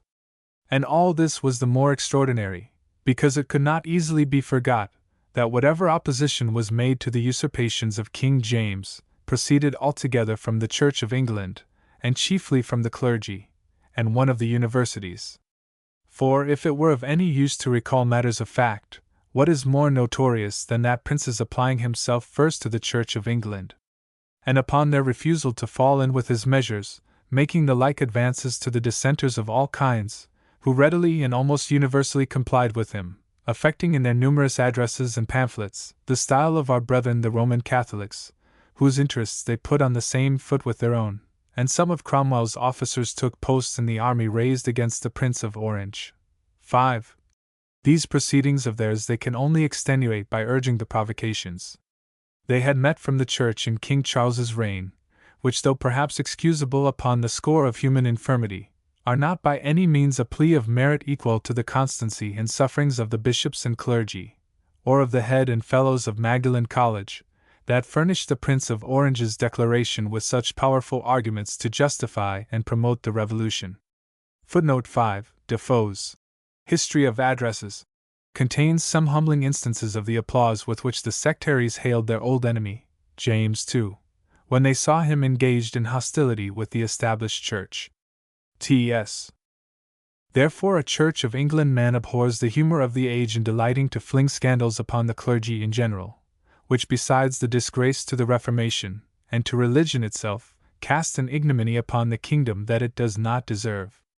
We have no better materials to compound the priesthood of, than the mass of mankind, which corrupted as it is, those who receive orders must have some vices to leave behind them when they enter into the Church, and if a few do still adhere, it is no wonder, but rather a great one that they are no worse. Therefore he cannot think ambition, or love of power more justly laid to their charge than to other men, because that would be to make religion itself, or at least the best constitution of church government, answerable for the errors and depravity of human nature. Within these last 200 years all sorts of temporal power have been wrested from the clergy, and much of their ecclesiastic, the reason or justice of which proceeding I shall not examine, but that the remedies were a little too violent with respect to their possessions, the legislature hath lately confessed by the remission of their first fruits.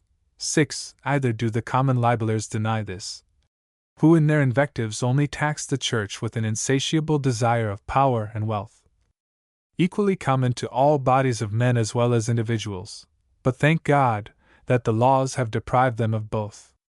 However, it is worth observing the justice of parties. The sects among us are apt to complain, and think it hard usage to be reproached now after 50 years for overturning the state, for the murder of a king, and the indignity of a usurpation. Yet these very men and their partisans are continually reproaching the clergy, and laying to their charge the pride, the avarice, the luxury, the ignorance, and superstition of popish times for 1,000 years past. Footnote 6. The first fruits were the first year's income of ecclesiastical benefices. In the Middle Ages they were taken by the Pope as a right, but were handed over to the English crown in 1534, and in 1703 gave them back to the Church by letters patent, an act confirmed by Parliament in 1704. The bounty of Queen Anne, however, did not extend to Ireland, and one of Swift's missions in London was to obtain this remission of the first fruits for the Irish clergy also. T.S. He thinks it a scandal to government that such an unlimited liberty should be allowed of publishing books against those doctrines in religion, wherein all Christians have agreed, much more to connive at such tracts as reject all revelation, and by their consequences often deny the very being of a God. Surely 'tis not a sufficient atonement for the writers, that they profess much loyalty to the present government, and sprinkle up and down some arguments in favor of the dissenters, that they dispute as strenuously as they can for liberty of conscience, and inveigh largely against all ecclesiastics, under the name of High Church, and, in short, under the shelter of some popular principles in politics and religion, undermine the foundations of all piety and virtue. As he doth not reckon every schism of that damnable nature which some would represent, so he is very far from closing with the new opinion of those who would make it no crime at all, and argue at a wild rate, that God Almighty is delighted with the variety of faith and worship, as he is with the varieties of nature. To such absurdities are men carried by the affectation of free thinking, and removing the prejudices of education, under which head they have for some time begun to list morality and religion. It is certain that before the rebellion in 1642, though the number of Puritans, as they were then called, was as great as it is with us, and though they affected to follow pastors of that denomination, yet those pastors had episcopal ordination, possessed preferments in the church, and were sometimes promoted to bishoprics themselves. 7. But a breach in the general form of worship was in those days reckoned so dangerous and sinful in itself, and so offensive to Roman Catholics at home and abroad, and that it was too unpopular to be attempted. Either, I believe, was the expedient then found out of maintaining separate pastors out of private purses. Footnote 7. In the reign of Elizabeth, and even in that of James, the Puritans were not, properly speaking, dissenters, but on the contrary, formed a sort of low church party in the national establishment. Archbishop Abbott himself has been considered as a Puritan. T.S. When a schism is once spread in a nation, there grows at length a dispute which are the schismatics. Without entering on the arguments used by both sides among us, to fix the guilt on each other, 'tis certain that, in the sense of the law, the schism lies on that side which opposes itself to the religion of the state. I leave it among the divines to dilate upon the danger of schism, as a spiritual evil, but I would consider it only as a temporal one. And I think it clear that any great separation from the established worship, though to a new one that is more pure and perfect, may be an occasion of endangering the public peace, because it will compose a body always in reserve, prepared to follow any discontented heads upon the plausible pretext of advancing true religion, and opposing error, superstition, or idolatry. For this reason Plato lays it down as a maxim, that men ought to worship the gods according to the laws of the country, and he introduces Socrates in his last discourse utterly disowning the crime laid to his charge, of teaching new divinities or methods of worship. Thus the poor Huguenots of France were engaged in a civil war, by the specious pretenses of some, who under the guise of religion sacrificed so many thousand lives to their own ambition and revenge. Thus was the whole body of Puritans in England drawn to be instruments, or abettors of all manner of villainy, by the artifices of a few men whose 8 designs from the first were levelled to destroy the constitution both of religion and government. And thus, even in Holland itself, where it is pretended that the variety of sects live so amicably together, and in such perfect obedience to the magistrate, it is notorious how a turbulent party joining with the Arminians did in the memory of our fathers attempt to destroy the liberty of that republic.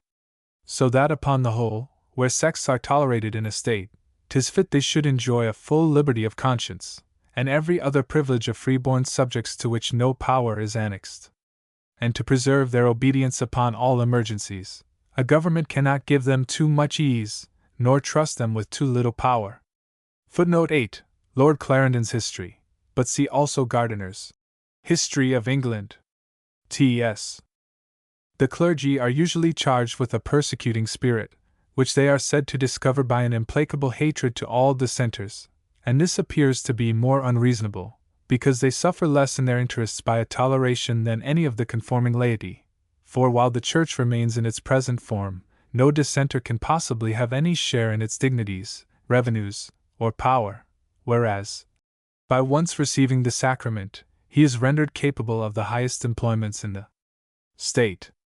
And it is very possible that a narrow education, together with a mixture of human infirmity, may help to beget among some of the clergy in possession such an aversion and contempt for all innovators, as physicians are apt to have for empirics, or lawyers for pettifoggers, or merchants for peddlers. But since the number of sectaries doth not concern the clergy either in point of interest or conscience, it being an evil not in their power to remedy, 'tis more fair and reasonable to suppose their dislike proceeds from the dangers they apprehend to the peace of the commonwealth, in the ruin whereof they must expect to be the first and greatest sufferers. To conclude this section, it must be observed, there is a very good word, which hath of late suffered much by both parties, and that is, moderation, which the one side very justly disowns, and the other as unjustly pretends to. Beside what passeth every day in conversation, any man who reads the papers published by Mr. Leslie, 9, and others of his stamp, must needs conclude, that if this author could make the nation see his adversaries under the colors he paints them in, we have nothing else to do, but rise as one man and destroy such wretches from the face of the earth. On the other side, how shall we excuse the advocates for moderation, among whom I could appeal to 100 papers of universal approbation by the cause they were writ for, which lay such principles to the whole body of the Tories, as, if they were true, and believed, our next business should in prudence be, to erect gibbets in every parish, and hang them out of the way. But I suppose it is presumed, the common people understand raillery, or at least, rhetoric, and will not take hyperboles in too literal a sense, which however in some junctures might prove a desperate experiment. Footnote 9. This was Charles Leslie, the second son of the Bishop of Clogher, 1650 to 1722.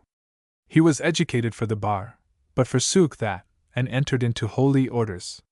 In his zeal for the established church he persecuted the Catholics, but this did not interfere with his adhesion to Jacobite political principles.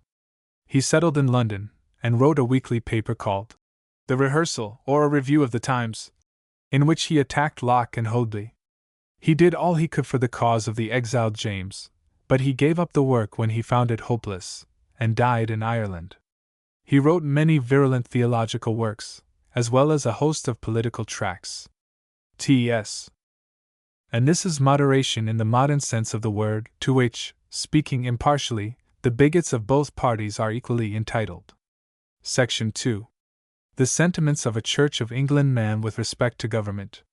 We look upon it as a very just reproach, though we cannot agree where to fix it, that there should be so much violence and hatred in religious matters, among men who agree in all fundamentals, and only differ in some ceremonies, or at most mere speculative points.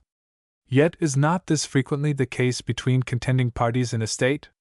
For instance, do not the generality of Whigs and Tories among us profess to agree in the same fundamentals, their loyalty to the Queen, their abjuration of the Pretender, the settlement of the Crown in the Protestant line, and a revolution principle? Their affection to the Church established, with toleration of dissenters? Nay, sometimes they go further, and pass over into each other's principles. The Whigs become great assertors of the prerogative, and the Tories of the people's liberty, these crying down almost the whole set of bishops, and those defending them, so that the differences fairly stated would be much of a sort with those in religion among us, and amount to little more than who should take place or go in and out first, or kiss the Queen's hand. And what are these but a few court ceremonies? Or, who should be in the ministry? And what is that to the body of the nation, but a mere speculative point? Yet I think it must be allowed that no religious sects ever carried their aversions for each other to greater heights than our state parties have done, who the more to inflame their passions have mixed religious and civil animosities together, borrowing one of their appellations from the Church, with the addition of high and low, how little soever their disputes relate to the term as it is generally understood. I now proceed to deliver the sentiments of a Church of England man with respect to government. He doth not think the Church of England so narrowly calculated that it cannot fall in with any regular species of government, nor does he think any one regular species of government more acceptable to God than another. The three generally received in the schools have all of them their several perfections, and are subject to their several deprivations. However, few states are ruined by any defect in their institution, but generally by the corruption of manners, against which the best institution is no long security, and without which a very ill one may subsist and flourish, whereof there are two pregnant instances now in Europe. The first is the aristocracy of Venice, which, founded upon the wisest maxims, and digested by a great length of time, hath in our age admitted so many abuses through the degeneracy of the nobles, that the period of its duration seems to approach.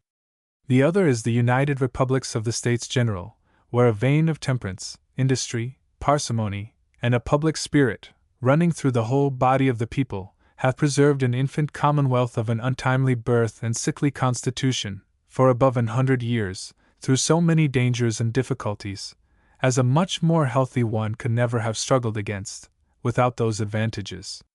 Where security of person and property are preserved by laws which none but the whole can repeal, there the great ends of government are provided for, whether the administration be in the hands of one, or of many. Where any one person or body of men, who do not represent the whole, seize into their hands the power in the last resort, there is properly no longer a government, but what Aristotle and his followers call the abuse and corruption of one. This distinction excludes arbitrary power in whatever numbers, which, notwithstanding all that Hobbes, Filmer, Taine, and others have said to its advantage, I look upon as a greater evil than anarchy itself, as much as a savage is in a happier state of life than a slave at the oar. Footnote 10. Hobbes, Thomas, 1588–1679, the English philosopher, and author of De Civ. 1642. Treatise on Human Nature, 1650. De Corpore Politico, 1650, Leviathan, 1651, and other works. Swift is here combating Hobbes's advocacy for a sovereign power, as vested in a single person.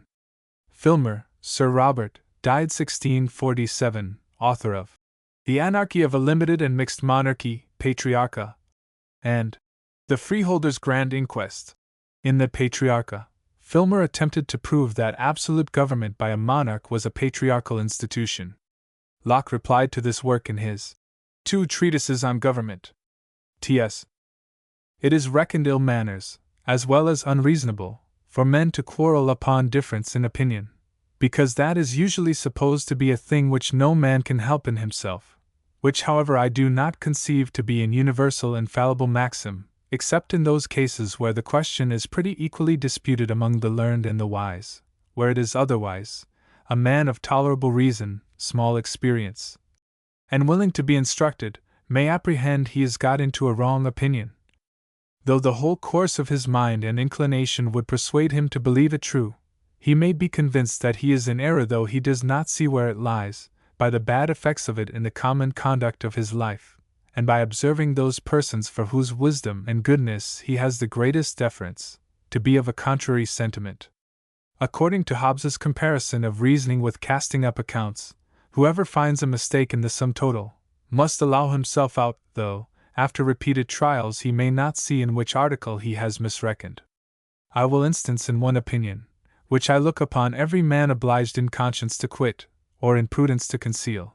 I mean, that whoever argues in defense of absolute power in a single person, though he offers the old plausible plea, that it is his opinion, which he cannot help unless he be convinced, ought, in all free states, to be treated as the common enemy of mankind.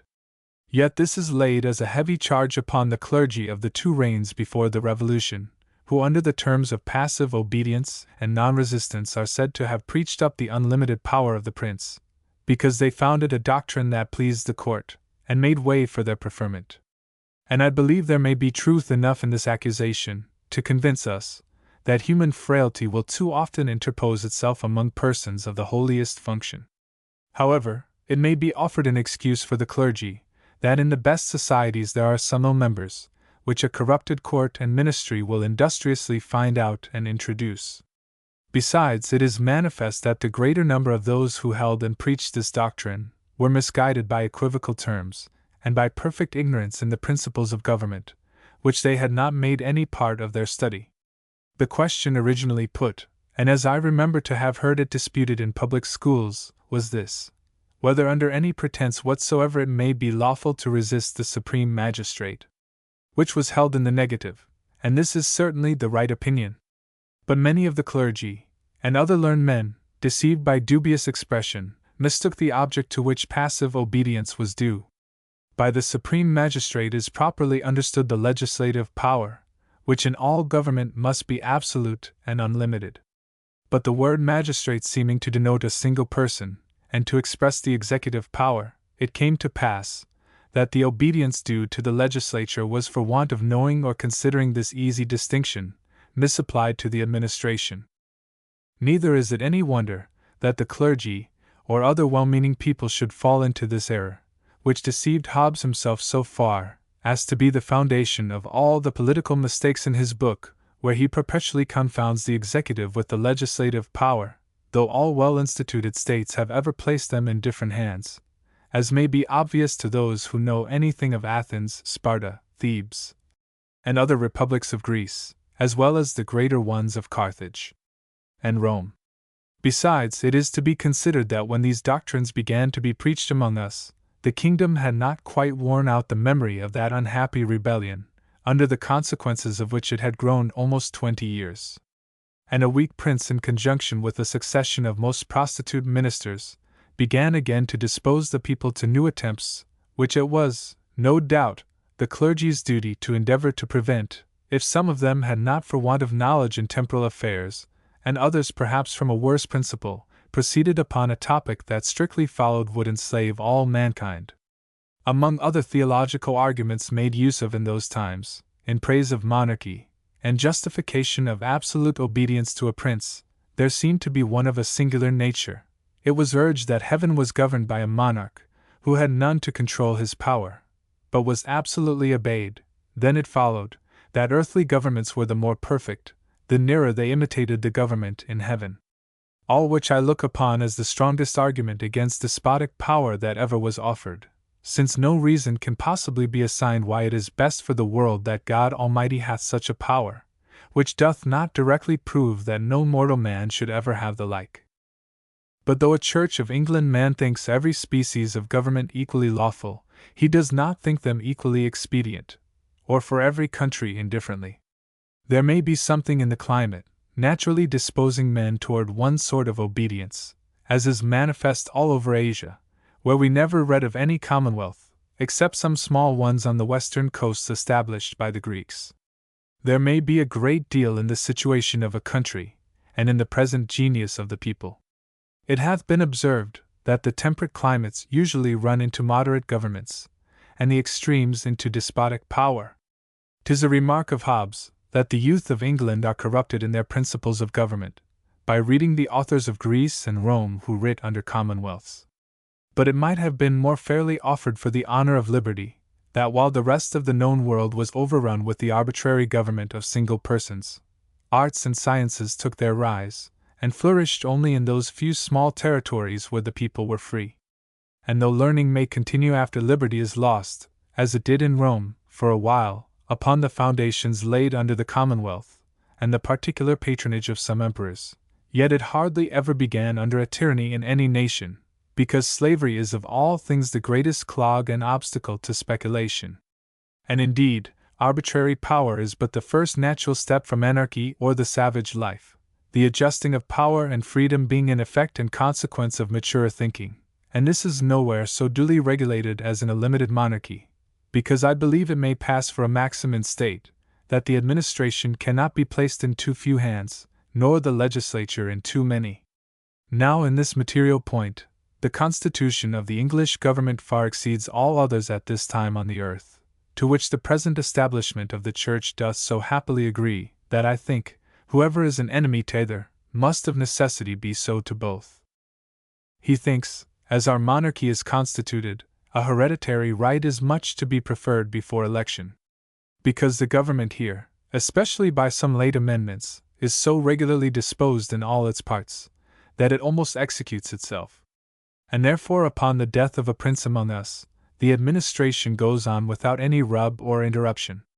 For the same reasons we have little to apprehend from the weakness or fury of our monarchs, who have such wise counsels to guide the first, and laws to restrain the other. And therefore this hereditary right should be kept so sacred, as never to break the succession, unless where the preserving of it may endanger the constitution, which is not from any intrinsic merit, or unalienable right in a particular family, but to avoid the consequences that usually attend the ambition of competitors, to which elective kingdoms are exposed, and which is the only obstacle to hinder them from arriving at the greatest perfection that government can possibly reach. Hence appears the absurdity of that distinction between a king de facto and one de jure, with respect to us. For every limited monarch is a king de jure, because he governs by the consent of the whole, which is authority sufficient to abolish all precedent right. If a king come in by conquest, he is no longer a limited monarch. If he afterward consent to limitations, he becomes immediately king de jure for the same reason. The great advocates for succession, who affirm it ought not to be violated upon any regard or consideration whatsoever, do insist much upon one argument that seems to carry little weight. They would have it, that a crown is a prince's birthright, and ought at least to be as well secured to him and his posterity as the inheritance of any private man. In short, that he has the same title to his kingdom which every individual has to his property. Now the consequence of this doctrine must be, that as a man may find several ways to waste, misspend, or abuse his patrimony, without being answerable to the laws, so a king may in like manner do what he will with his own, that is, he may squander and misapply his revenues, and even alienate the crown, without being called to an account by his subjects. They allow such a prince to be guilty indeed of much folly and wickedness, but for those he is to answer to God, as every private man must do that is guilty of mismanagement in his own concerns. Now the folly of this reasoning will best appear, by applying it in a parallel case. Should any man argue, that a physician is supposed to understand his own art best, that the law protects and encourages his profession, and therefore although he should manifestly prescribe poison to all his patients, whereof they should immediately die, he cannot be justly punished, but is answerable only to God, or should the same be offered in behalf of a divine, who would preach against religion and moral duties? In either of these two cases everybody would find out the sophistry, and presently answer that although common men are not exactly skilled in the composition or application of medicines, or in prescribing the limits of duty, yet the difference between poisons and remedies is easily known by their effects, and common reason soon distinguishes between virtue and vice, and it must be necessary to forbid both these the further practice of their professions, because their crimes are not purely personal to the physician or the divine, but destructive to the public. All which is infinitely stronger in respect to a prince, with whose good or ill conduct the happiness or misery of a whole nation is included, whereas it is of small consequence to the public, farther than examples, how any private person manages his property. But granting that the right of a lineal successor to a crown were upon the same foot with the property of a subject, still it may at any time be transferred by the legislative power, as other properties frequently are. The supreme power in a state can do no wrong, because whatever that doth, is the action of all, and when the lawyers apply this maxim to the king, they must understand it only in that sense as he is administrator of the supreme power, otherwise it is not universally true, but may be controlled in several instances easy to produce. And these are the topics we must proceed upon to justify our exclusion of the young pretender in France, that of his suspected birth being merely popular, and therefore not made use of as I remember, since the Revolution in any speech, vote, or proclamation where there was occasion to mention him. As to the abdication of King James, which the advocates on that side look upon to have been forcible and unjust, and consequently void in itself, I think a man may observe every article of the English Church, without being in much pain about it. 'Tis not unlikely that all doors were laid open for his departure, and perhaps not without the privity of the Prince of Orange, as reasonably concluding that the kingdom might be settled in his absence. But to affirm he had any cause to apprehend the same treatment with his father is an improbable scandal flung upon the nation by a few bigot French scribblers, or the invidious assertion of a ruined party at home, in the bitterness of their souls, not one material circumstance agreeing with those in 1648, and the greatest part of the nation having preserved the utmost horror for that ignominious murder. But whether his removal were caused by his own fears or other men's artifices, 'tis manifest to me, that supposing the throne to be vacant, which was the foot they went upon, the body of the people were thereupon left at liberty, to choose what form of government they pleased, by themselves or their representatives. The only difficulty of any weight against the proceedings at the Revolution is an obvious objection, to which the writers upon that subject have not yet given a direct or sufficient answer, as if they were in pain at some consequences which they apprehend those of the contrary opinion might draw from it. I will repeat this objection as it was offered me some time ago, with all its advantages, by a very pious, learned, and worthy gentleman, 11, of the non-juring party. Footnote 11. Mr. Nelson, author of The Feasts and Fasts of the Church of England. The force of his argument turned upon this, that the laws made by the supreme power cannot otherwise than by the supreme power be annulled, that this consisting in England of a king, lords, and commons, whereof each have a negative voice, no two of them can repeal or enact a law without consent of the third, much less may any one of them be entirely excluded from its part of the legislature by a vote of the other two. That all these maxims were openly violated at the Revolution, where an assembly of the nobles and people, not summoned by the king's writ, which was an essential part of the Constitution, and consequently no lawful meeting, did merely upon their own authority declare the king to have abdicated, the throne vacant, and gave the crown by a vote to a nephew, when there were 3 children to inherit, though by the fundamental laws of the realm the next heir is immediately to succeed.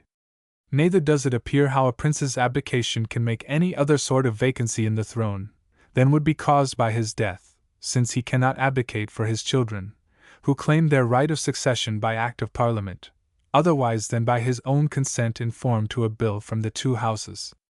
And this is the difficulty that seems chiefly to stick with the most reasonable of those, who from a mere scruple of conscience refuse to join with us upon the Revolution principle, but for the rest, are I believe as far from loving arbitrary government, as any others can be, who are born under a free constitution, and are allowed to have the least share of common good sense. In this objection there are 2 questions included. First, whether upon the foot of our Constitution, as it stood in the reign of the late King James, a king of England may be deposed? The second is, whether the people of England convened by their own authority, after the king had withdrawn himself in the manner he did, had power to alter the succession? As for the first, it is a point I shall not presume to determine, and shall therefore only say, that to any man who holds the negative, I would demand the liberty of putting the case as strongly as I please. I will suppose a prince limited by laws like ours, yet running into 1,000 caprices of cruelty like Nero or Caligula. I will suppose him to murder his mother and his wife, to commit incest, to ravish matrons, to blow up the Senate, and burn his metropolis, openly to renounce God and Christ, and worship the devil. These and the like exorbitances are in the power of a single person to commit without the advice of a ministry, or assistance of an army. And if such a king as I have described cannot be deposed but by his own consent in Parliament, I do not well see how he can be resisted, or what can be meant by a limited monarchy, or what signifies the people's consent in making and repealing laws, if the person who administers hath no tie but conscience, and is answerable to none but God. I desire no stronger proof that an opinion must be false, than to find very great absurdities annexed to it, and there cannot be greater than in the present case, for it is not a bare speculation that kings may run into such enormities as are above mentioned, The practice may be proved by examples not only drawn from the first Caesars or later emperors, but many modern princes of Europe, such as Peter the Cruel, Philip II of Spain, John Basilovitz, 12, of Muscovy, and in our own nation, King John, Richard III, and Henry VIII. But there cannot be equal absurdities supposed in maintaining the contrary opinion, because it is certain that princes have it in their power to keep a majority on their side, by any tolerable administration, till provoked by continual oppressions. No man indeed can then answer where the madness of the people will stop. Footnote 12. Peter the Cruel is Pedro of Castile. Ivan Basilovitz was the first emperor of Russia who assumed the title of Tsar. He was born in 1529, and died in 1584. As to the second part of the objection, whether the people of England convened by their own authority, upon King James's precipitate departure, had power to alter the succession? In answer to this, I think it is manifest from the practice of the wisest nations, and who seem to have had the truest notions of freedom, that when a prince was laid aside for maladministration, the nobles and people, if they thought it necessary for the public weal, did resume the administration of the supreme power, the power itself having been always in them, and did not only alter the succession, but often the very form of government too, because they believed there was no natural right in one man to govern another, but that all was by institution, force, or consent. Thus, the cities of Greece, when they drove out their tyrannical kings, either chose others from a new family, or abolished the kingly government, and became free states. Thus the Romans, upon the expulsion of Tarquin, found it inconvenient for them to be subject any longer to the pride, the lust, the cruelty and arbitrary will of single persons, and therefore by general consent entirely altered the whole frame of their government. Nor do I find the proceedings of either, in this point, to have been condemned by any historian of the succeeding ages. But a great deal hath been already said by other writers upon this invidious and beaten subject, therefore I shall let it fall, though the point is commonly mistaken, especially by the lawyers, who of all others seem least to understand the nature of government in general, like underworkmen, who are expert enough at making a single wheel in a clock, but are utterly ignorant how to adjust the several parts, or regulate the movements. To return therefore from this digression, it is a Church of England man's opinion, that the freedom of a nation consists in an absolute unlimited legislative power, wherein the whole body of the people are fairly represented, and in an executive duly limited, because on this side likewise there may be dangerous degrees, and a very ill extreme. For when two parties in a state are pretty equal in power, pretensions, merit, and virtue, for these two last are with relation to parties and a court, quite different things, it hath been the opinion of the best writers upon government, that a prince ought not in any sort to be under the guidance or influence of either, because he declines by this means from his office of presiding over the whole, to be the head of a party, which besides the indignity, renders him answerable for all public mismanagements and the consequences of them, and in whatever state this happens, there must either be a weakness in the prince or ministry, or else the former is too much restrained by the legislature. 1. Footnote 1. This is as given in the Miscellanies, 1711. Scott and Faulkner print. By the nobles, or those who represent the people. T.S. To conclude, a Church of England man may with prudence and a good conscience approve the professed principles of one party more than the other, according as he thinks they best promote the good of Church and State, but he will never be swayed by passion or interest, to advance an opinion merely because it is that of the party he most approves, which one single principle he looks upon as the root of all our civil animosities. To enter into a party as into an order of friars with so resigned an obedience to superiors, is very unsuitable both with the civil and religious liberties we so zealously assert. Thus the understandings of a whole Senate are often enslaved by 3 or 4 leaders on each side, who instead of intending the public weal, have their hearts wholly set upon ways and means how to get or to keep employments. But to speak more at large, how has this spirit of faction mingled itself with the mass of the people, changed their nature and manners, and the very genius of the nation, broke all the laws of charity, neighborhood, alliance, and hospitality, destroyed all ties of friendship, and divided families against themselves. And no wonder it should be so, when in order to find out the character of a person, instead of inquiring whether he be a man of virtue, honor, piety, wit, good sense, or learning, the modern question is only, whether he be a Whig or a Tory, under which terms all good and ill qualities are included. Now, because it is a point of difficulty to choose an exact middle between two ill extremes, it may be worth inquiring in the present case, which of these, a wise and good man would rather seem to avoid, taking therefore their own good and ill characters with due abatements and allowances for partiality and passion. I should think that in order to preserve the Constitution entire in Church and State, whoever has a true value for both would be sure to avoid the extremes of Whig for the sake of the former, and the extremes of Tory on account of the latter. I have now said all that I could think convenient upon so nice a subject, and find I have the ambition common with other reasoners, to wish at least that both parties may think me in the right, which would be of some use to those who have any virtue left, but are blindly drawn into the extravagancies of either, upon false representations, to serve the ambition or malice of designing men, without any prospect of their own. But if that is not to be hoped for, my next wish should be, that both might think me in the wrong, which I would understand as an ample justification of myself, and a sure ground to believe that I have proceeded at least with impartiality, and perhaps with truth. Remarks upon a book entitled The Rights of the Christian Church and c. written in the year 1708, but left unfinished. Note: Dr. Matthew Tyndall, of whom a short account has already been given, see note, page 9, issued his Rights of the Christian Church in 1706. In 1707 it had already gone through 3 editions. The full title of the work is The Rights of the Christian Church Asserted against the Romish and all other priests, who claim an independent power over it, with a preface concerning the government of the Church of England, as by law established. Ostensibly the book was an attack on the Roman Catholic Church, but the attack was so cleverly veiled that it included in its criticisms the Church of England also, and must take its place among the works of the deistical writers of the time who aimed at subverting the foundations of the relationships between the Church and the State. According to Dr. Hicks, who wrote several works in reply to Tyndall's book, Tyndall told a gentleman, who found him at work on it, that he was writing a book which would make the clergy mad. If so, he did not fall short of his intention, for not only the clergy, but even learned laymen became mad.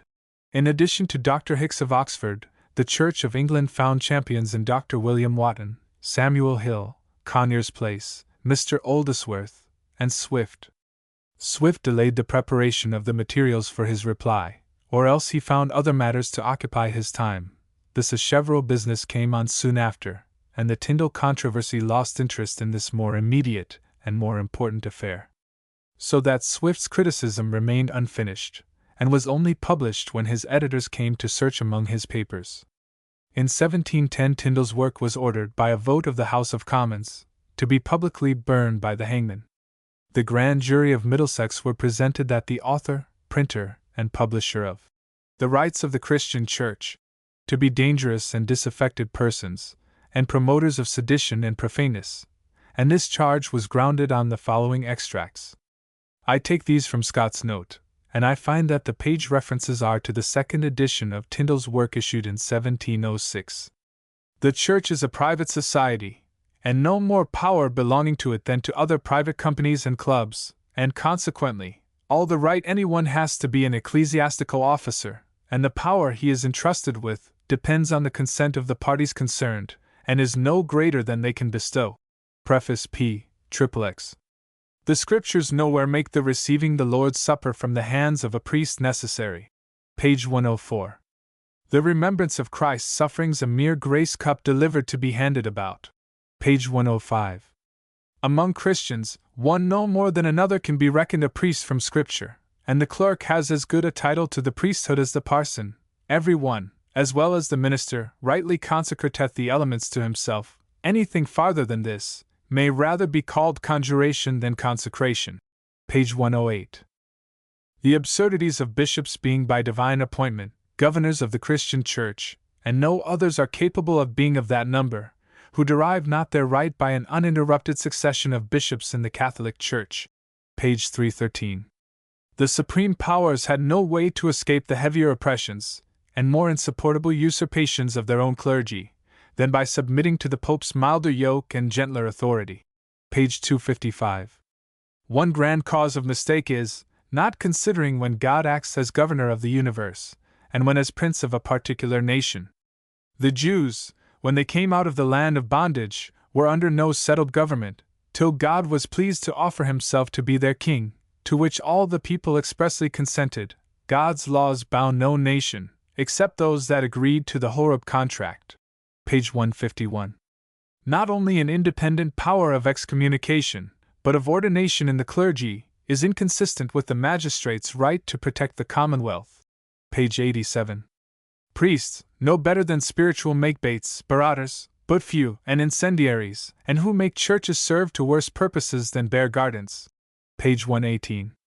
It is a grand mistake to suppose the magistrate's power extends to indifferent things. Men have liberty as they please, and a right to form what clubs, companies, or meetings they think fit, either for business or pleasure, which the magistrate cannot hinder without manifest injustice. Page 15. God interposed not among the Jews until they had chosen him for their king. Page 312. For a full account of Tyndale and his work, see the Memoirs of the Life and Writings of Matthew Tyndale, with the history of the controversies wherein he was engaged. Published in 1733. The text of the present reprint of Swift's Remarks is based on that given in Works, Volume 7, of the 4th edition of 1764. It has also been collated with the 8vo edition of same date, Volume 13, and with that of 1762, Volume 13. T.S. Remarks upon a book entitled The Rights of the Christian Church, and c. Before I enter upon a particular examination of this treatise, it will be convenient to do two things. First, to give some account of the author, together with the motives that might probably engage him in such a work. And, secondly, to discover the nature and tendency in general of the work itself. The first of these, although it hath been objected against, seems highly reasonable, especially in books that instill pernicious principles. For, although a book is not intrinsically much better or worse, according to the stature or complexion of the author, yet, when it happens to make a noise, we are apt, and curious, as in other noises, to look about from whence it cometh. But however, there is something more in the matter. If a theological subject be well handled by a layman, it is better received than if it came from a divine, and that for reasons obvious enough, which, although of little weight in themselves, will ever have a great deal with mankind. But when books are written with ill intentions, to advance dangerous opinions, or destroy foundations, it may be then of real use to know from what quarter they come, and go a good way towards their confutation. For instance, if any man should write a book against the lawfulness of punishing felony with death, and upon inquiry, the author should be found in Newgate under condemnation for robbing a house, his arguments would not very unjustly lose much of their force, from the circumstances he lay under. So, when Milton writ his book of divorces, it was presently rejected as an occasional treatise, because everybody knew he had a shrew for his wife. Neither can there be any reason imagined why he might not, after he was blind, have writ another upon the danger and inconvenience of eyes. But it is a piece of logic which will hardly pass on the world, that because one man hath a sore nose, therefore all the town should put plasters upon theirs. So, if this treatise about the rights of the Church should prove to be the work of a man steady in his principles, of exact morals, and profound learning, a true lover of his country, and a hater of Christianity, as what he really believes to be a cheat upon mankind, whom he would undeceive purely for their good, it might be apt to check unwary men, even of good dispositions towards religion. But if it be found the production of a man soured with age and misfortunes, together with the consciousness of past miscarriages, of one, who, in hopes of preferment, was reconciled to the popish religion wink with a frown one, of one wholly prostitute in life and principles, and only an enemy to religion, because it condemns them, in this case, and this last I find is the universal opinion, he is like to have few proselytes, beside those, who, from a sense of their vicious lives, require to be perpetually supplied by such amusements as this, which served to flatter their wishes and debase their understandings. Footnote 1. Dr. Matthew Tyndall became a convert to the Romish religion during the reign of James II. What share interest had in his conversion may be easily imagined, but it is uncertain whether it was the disappointment of his expectations, or conviction, that, in 1687, induced him to reconcile himself to the Church of England, and become a decided favorer of those doctrines which produced the Revolution. He often sat as a judge in the Court of Delegates, but did not practice much as an advocate in Doctors' Commons.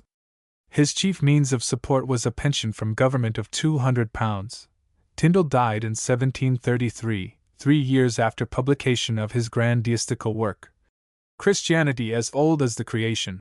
His effects, amounting to £2,000 and upwards, were appropriated by the noted Eustace Budgell, to the prejudice of the heir at law, under a will attended with circumstances of great suspicion.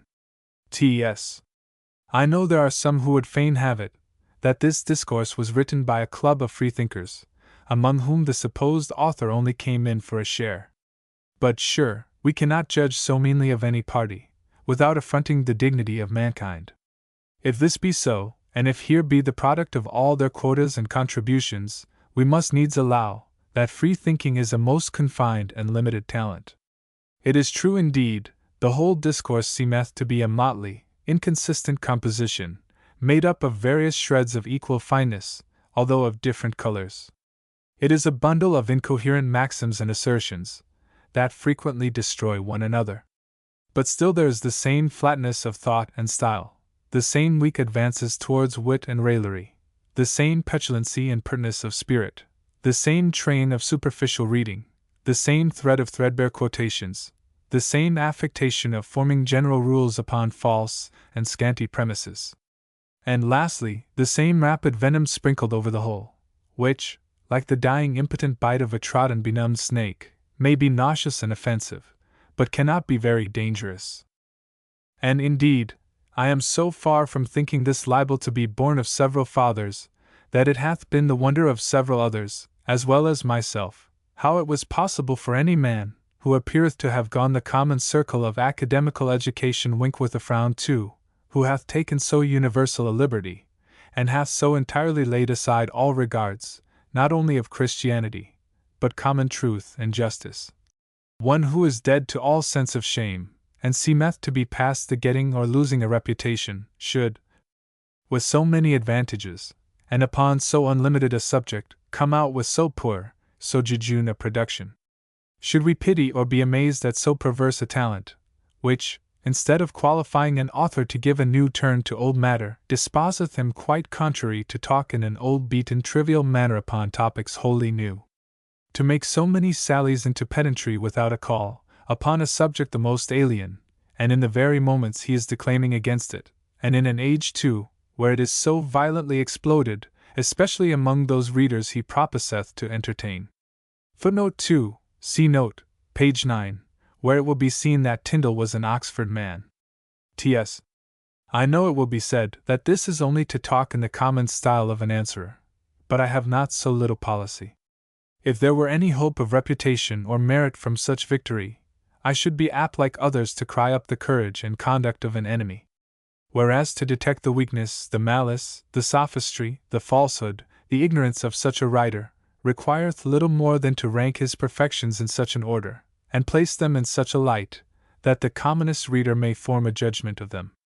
It may still be a wonder how so heavy a book, written upon a subject in appearance so little instructive or diverting, should survive to 3 editions, and consequently find a better reception than is usual with such bulky spiritless volumes, and this, in an age that pretendeth so soon to be nauseated with what is tedious and dull. To which I can only return that, as burning a book by the common hangman is a known expedient to make it sell, so to write a book that deserveth such treatment is another, and a third, perhaps as effectual as either, is to ply an insipid, worthless tract with grave and learned answers, as Dr. Hicks, Dr. Potter, 3, and Mr. Wotton have done. Design and performances, however commendable, have glanced a reputation upon the piece, which oweth its life to the strength of those hands and weapons that were raised to destroy it, like flinging a mountain upon a worm, which, instead of being bruised, by the advantage of its littleness, lodgeth under it unhurt. Footnote 3. George Hicks, D.D., 1642 to 1715, born at Newsham, Yorks, and educated at Oxford. He visited Scotland with his patron, the Duke of Lauderdale, in 1677, and was presented by the St. Andrews University with the degree of Doctor of Laws, became Dean of Worcester in 1683, but lost that office at the Revolution, for not taking the oaths. The non-juring prelates, in 1693, consecrated him Bishop of Thetford. Dr. Hicks was a profound scholar, and well versed in northern literature. Among his works may be named Institutions Grammaticae Anglo-Saxonicae et Mesogothicae, Antiqui Literaturi Septentrionalis Thesaurus. John Potter, D.D., 1674 to 1747, born at Wakefield, and educated at Oxford. In 1707 he published a Discourse on Church Government, and 8 years later became Bishop of Oxford. On the death of Wake, in 1737, he was appointed to the Archbishopric of Canterbury. T.S. But neither is this all. For the subject, as unpromising as it seemeth at first view, is no less than that of Lucretius, to free men's minds from the bondage of religion, and this not by little hints and by piecemeal, after the manner of those little atheistical tracts that steal into the world, but in a thorough wholesale manner, by making religion, church, Christianity, with all their concomitants, a perfect contrivance of the civil power. It is an imputation often charged on this sort of men, that, by their invectives against religion, they can possibly propose no other end than that of fortifying themselves and others against the reproaches of a vicious life, it being necessary for men of libertine practices to embrace libertine principles, or else they cannot act in consistence with any reason, or preserve any peace of mind. Whether such authors have this design, whereof I think they have never gone about to acquit themselves, thus much is certain, that no other use is made of such writings, either did I ever hear this author's book justified by any person, either Whig or Tory, except such who are of that profligate character. And I believe, whoever examineth it, will be of the same opinion, although indeed such wretches are so numerous, that it seemeth rather surprising, why the book hath had no more editions, than why it should have so many. Having thus endeavored to satisfy the curious with some account of this author's character, let us examine what might probably be the motives to engage him in such a work. I shall say nothing of the principal, which is a sum of money, because that is not a mark to distinguish him from any other trader with the press. I will say nothing of revenge and malice, from resentment of the indignities and contempt he hath undergone for his crime of apostasy.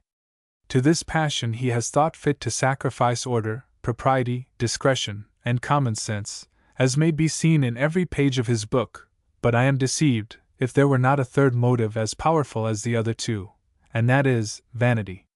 About the latter end of King James's reign he had almost finished a learned discourse in defense of the Church of Rome, and to justify his conversion, all which, upon the Revolution, was quite out of season.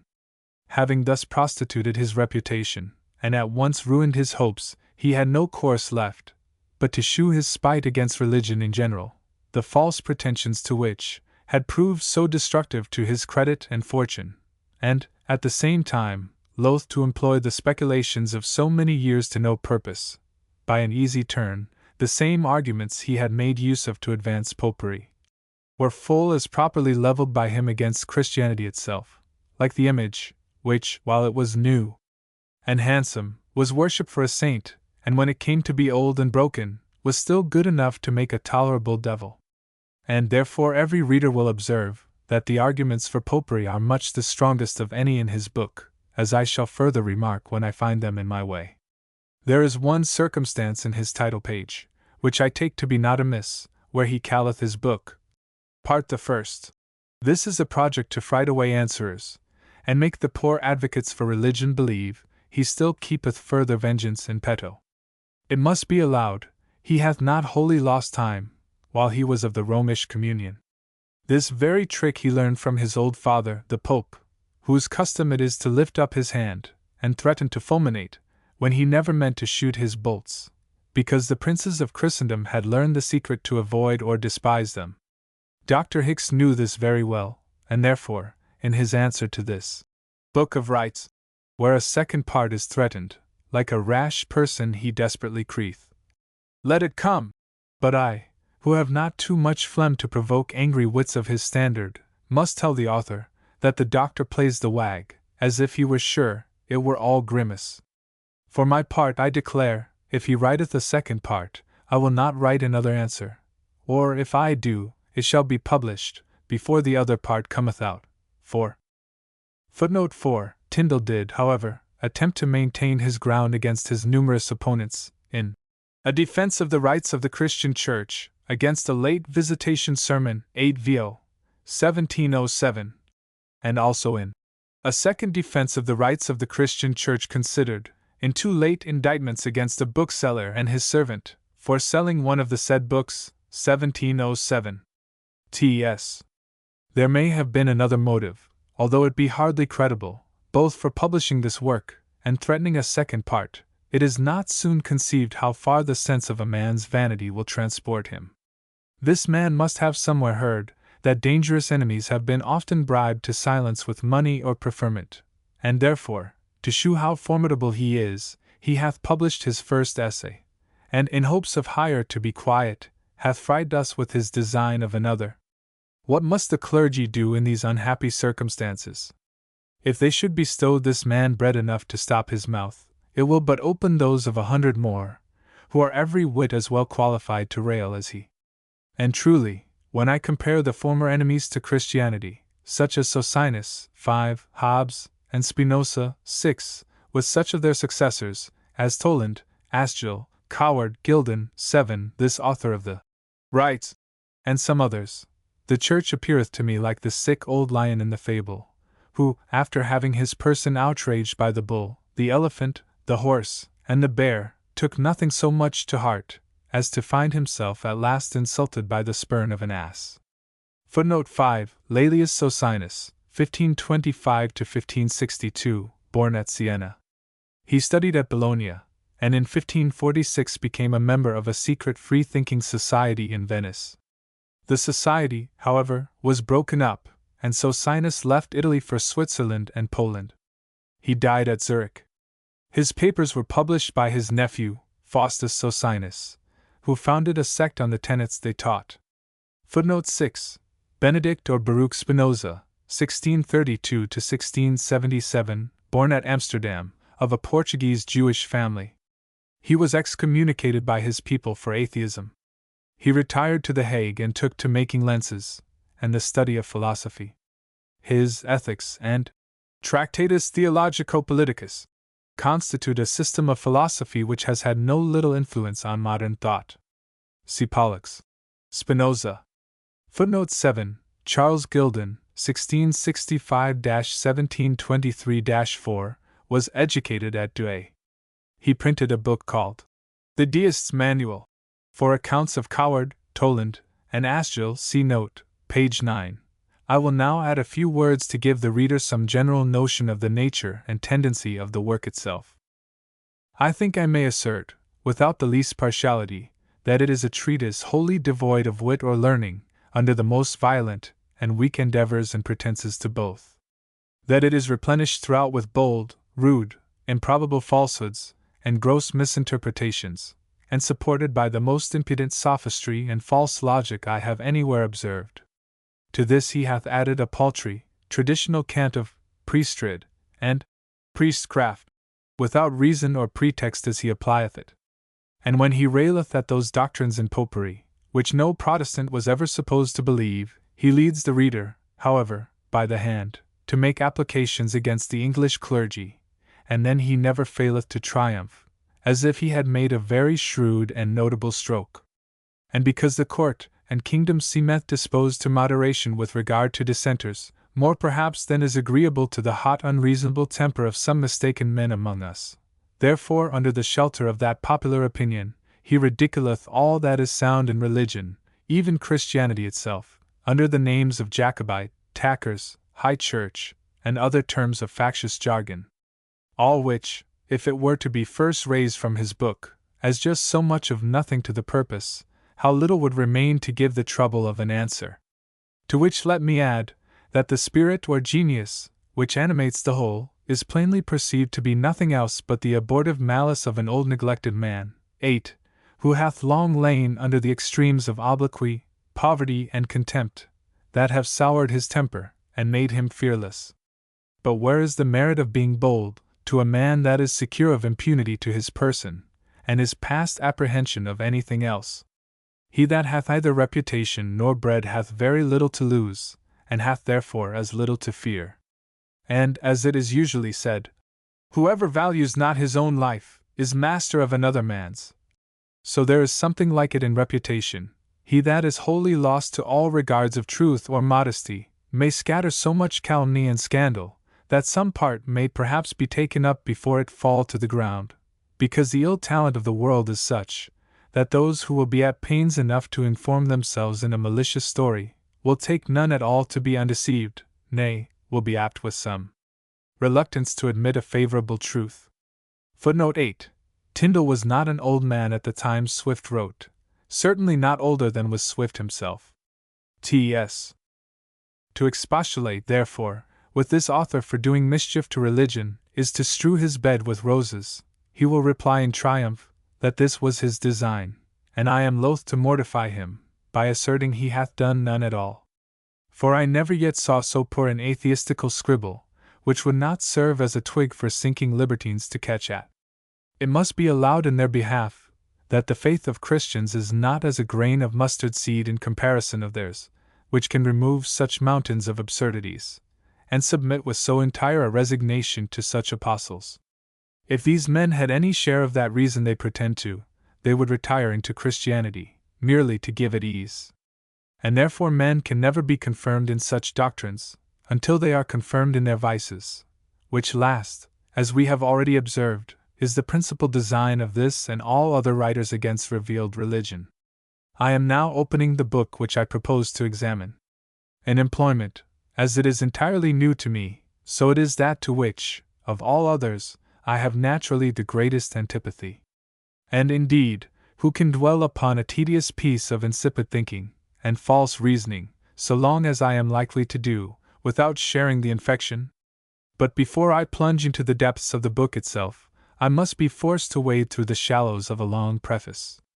This preface, large as we see it, is only made up of such supernumerary arguments against an independent power in the Church, as he could not, without nauseous repetition, scatter into the body of his book, and it is detached, like a forlorn hope, to blunt the enemy's sword that intendeth to attack him.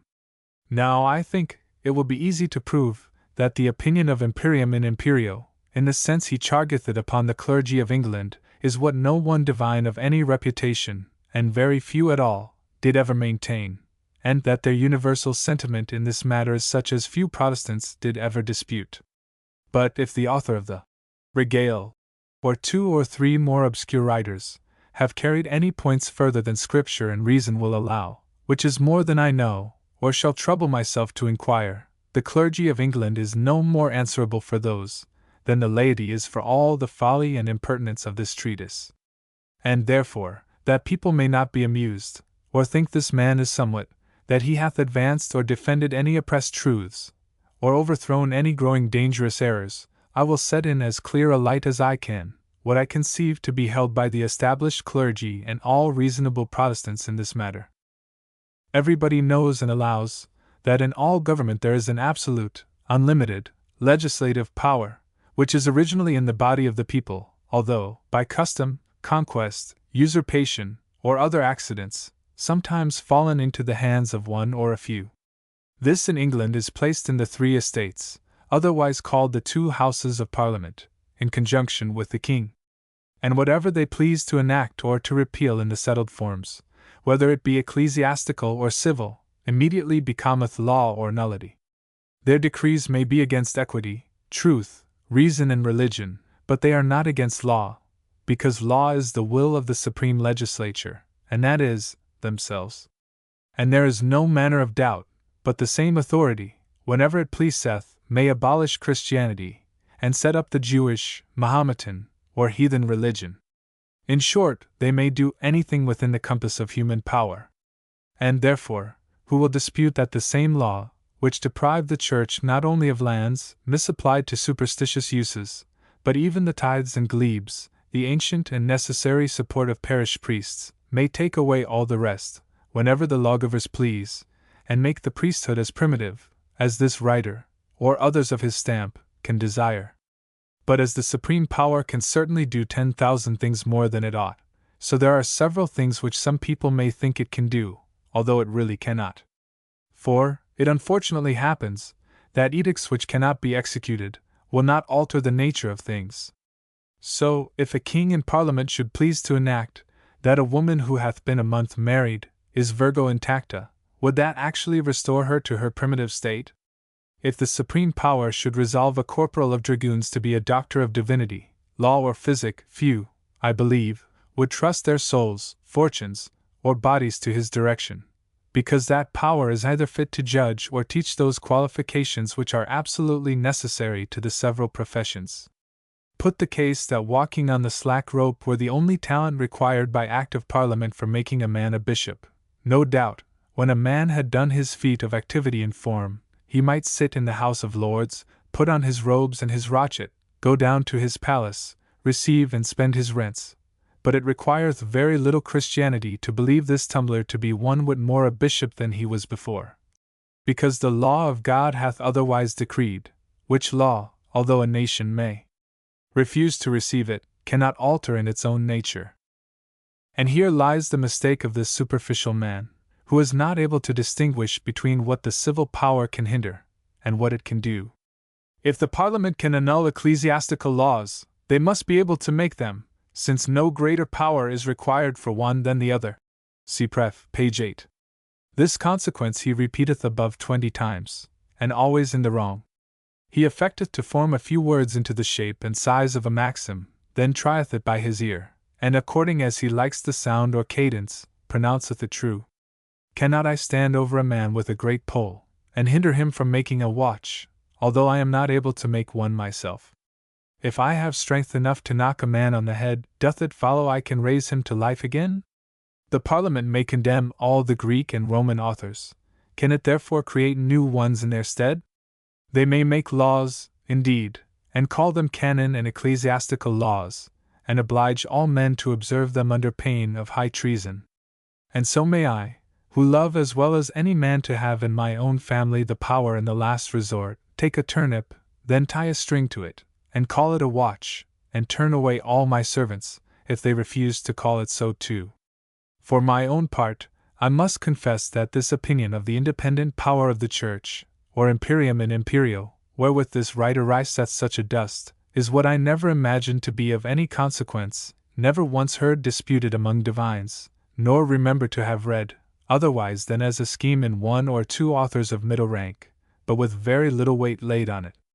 And I dare believe, there is hardly one divine in 10 that ever once thought of this matter.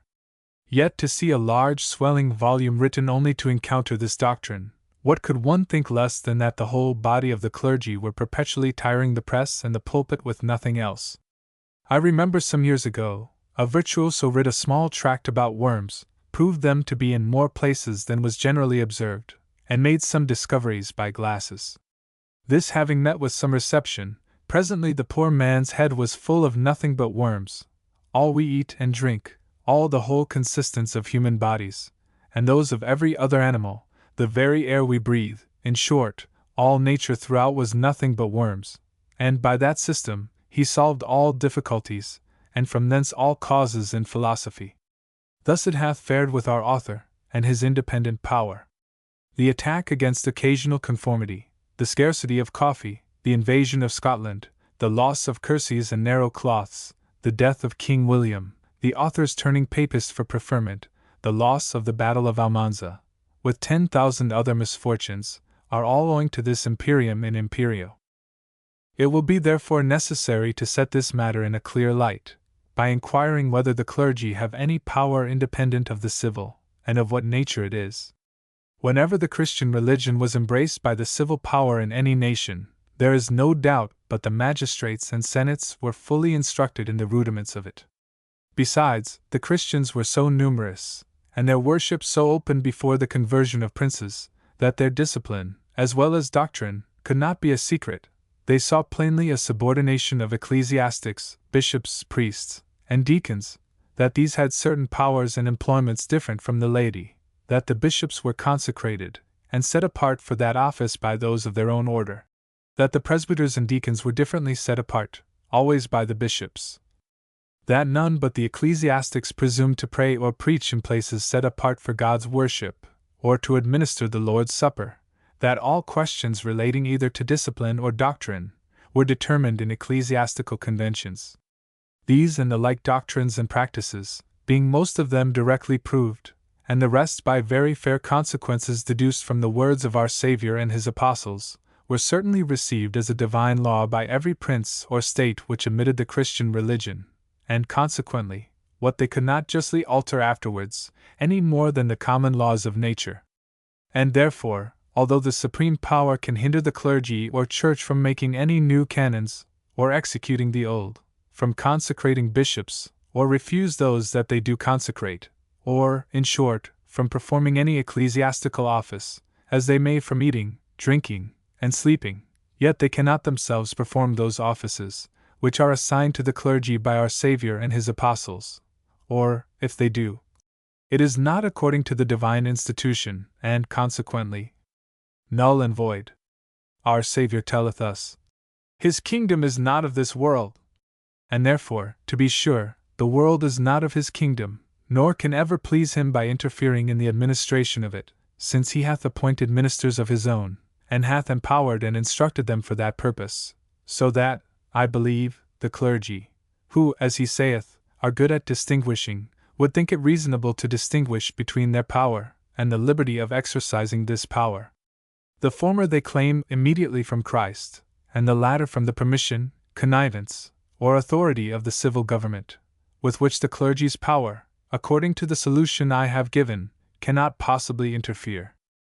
But this writer, setting up to form a system upon stale, scanty topics, and a narrow circle of thought, falleth into 1,000 absurdities. And for a further help, he hath a talent of rattling out phrases, which seem to have sense, but have none at all, the usual fate of those who are ignorant of the force and compass of words, without which it is impossible for a man to write either pertinently or intelligibly upon the most obvious subjects. So, in the beginning of his preface, page 4, he says, "The Church of England being established by Acts of Parliament, is a perfect creature of the civil power, I mean the polity and discipline of it, and it is that which mocketh all the contention, for as to the doctrines expressed in the Articles, I do not find High Church to be in any manner of pain, but they who lay claim to most orthodoxy can distinguish themselves out of them." It is observable in this author, that his style is naturally harsh and ungrateful to the ear, and his expressions mean and trivial, but whenever he goeth about to polish a period, you may be certain of some gross defect in propriety or meaning, so the lines just quoted seem to run easily over the tongue, and upon examination, they are perfect nonsense and blunder, to speak in his own borrowed phrase, what is contained in the idea of established. Surely, not existence. Doth establishment give being to a thing? He might have said the same thing of Christianity in general, or the existence of God, since both are confirmed by Acts of Parliament. But the best is behind, for, in the next line, having named the Church half a dozen times before, he now says, he meaneth only the polity and discipline of it. As if, having spoken praise of the art of physic, a man should explain himself, that he meant only the institution of a college of physicians into a president and fellows. And it will appear, that this author, however versed in the practice, hath grossly transgressed the rules of nonsense, whose property it is neither to affirm nor deny, since every visible assertion gathered from those few lines is absolutely false. For where was the necessity of accepting the doctrines expressed in the Articles, since these are equally creatures of the civil power, having been established by Acts of Parliament, as well as the others? But the Church of England is no creature of the civil power, either as to its polity or doctrines. The fundamentals of both were deduced from Christ and his apostles, and the instructions of the purest and earliest ages, and were received as such by those princes or states who embraced Christianity, whatever prudential additions have been made to the former by human laws, which alone can be justly altered or annulled by them. What I have already said would, I think, be a sufficient answer to his whole preface, and indeed to the greatest part of his book, which is wholly turned upon battering down a sort of independent power in the clergy, which few or none of them ever claimed or defended. But there being certain peculiarities in this preface, that very much set off the wit, the learning, the raillery, reasoning, and sincerity of the author, I shall take notice of some of them, as I pass. But here, I hope, it will not be expected that I should bestow remarks upon every passage in this book that is liable to exception for ignorance, falsehood, dullness, or malice. Where he is so insipid that nothing can be struck out for the reader's entertainment, I shall observe Horace's rule.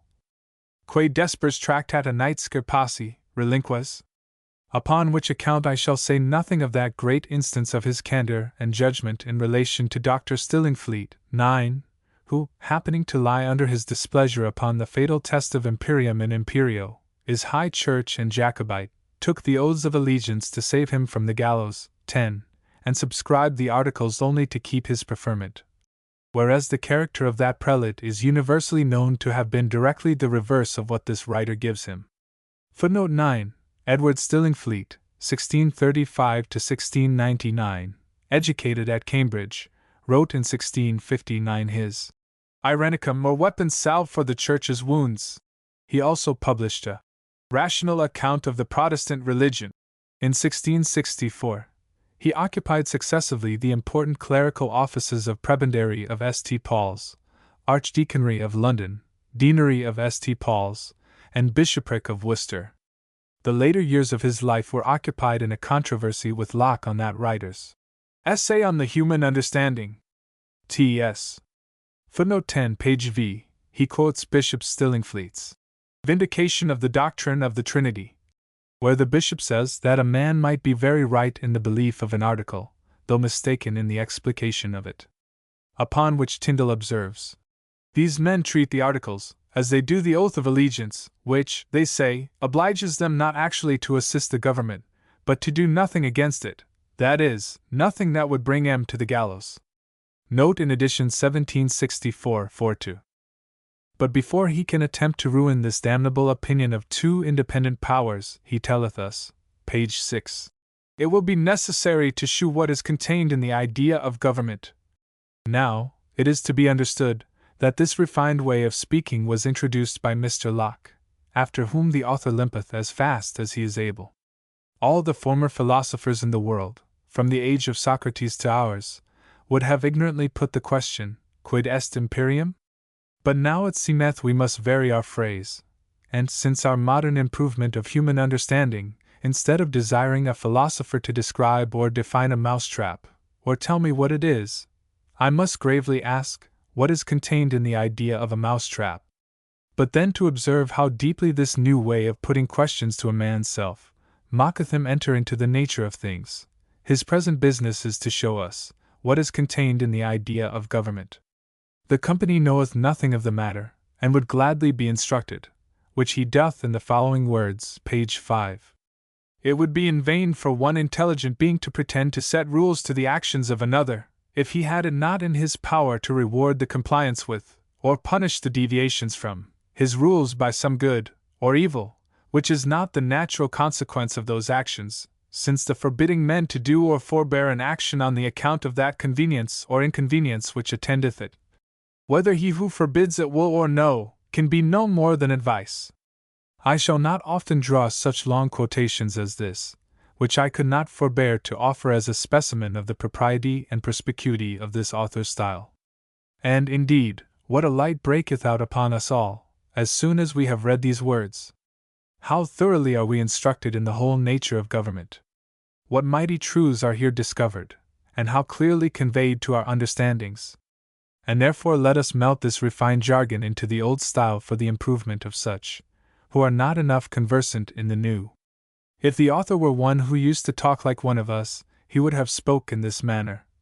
I think it necessary to give a full and perfect definition of government, such as will shew the nature and all the properties of it, and my definition is thus: one man will never cure another of stealing horses, merely by minding him of the pains he hath taken, the cold he hath got, and the shoe leather he hath lost in stealing that horse, nay, to warn him, that the horse may kick or fling him, or cost him more than he is worth in hay and oats, can be no more than advice.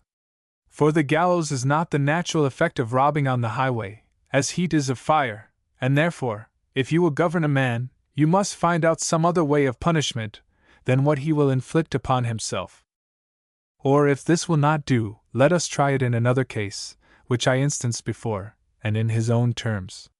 Suppose he had thought it necessary, and I think it was as much so as the other, to shew us what is contained in the idea of a mousetrap, he must have proceeded in these terms.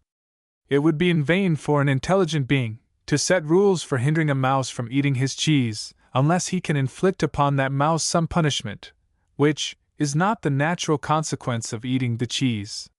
For, to tell her, it may lie heavy on her stomach, that she will grow too big to get back into her hole, and the like, can be no more than advice.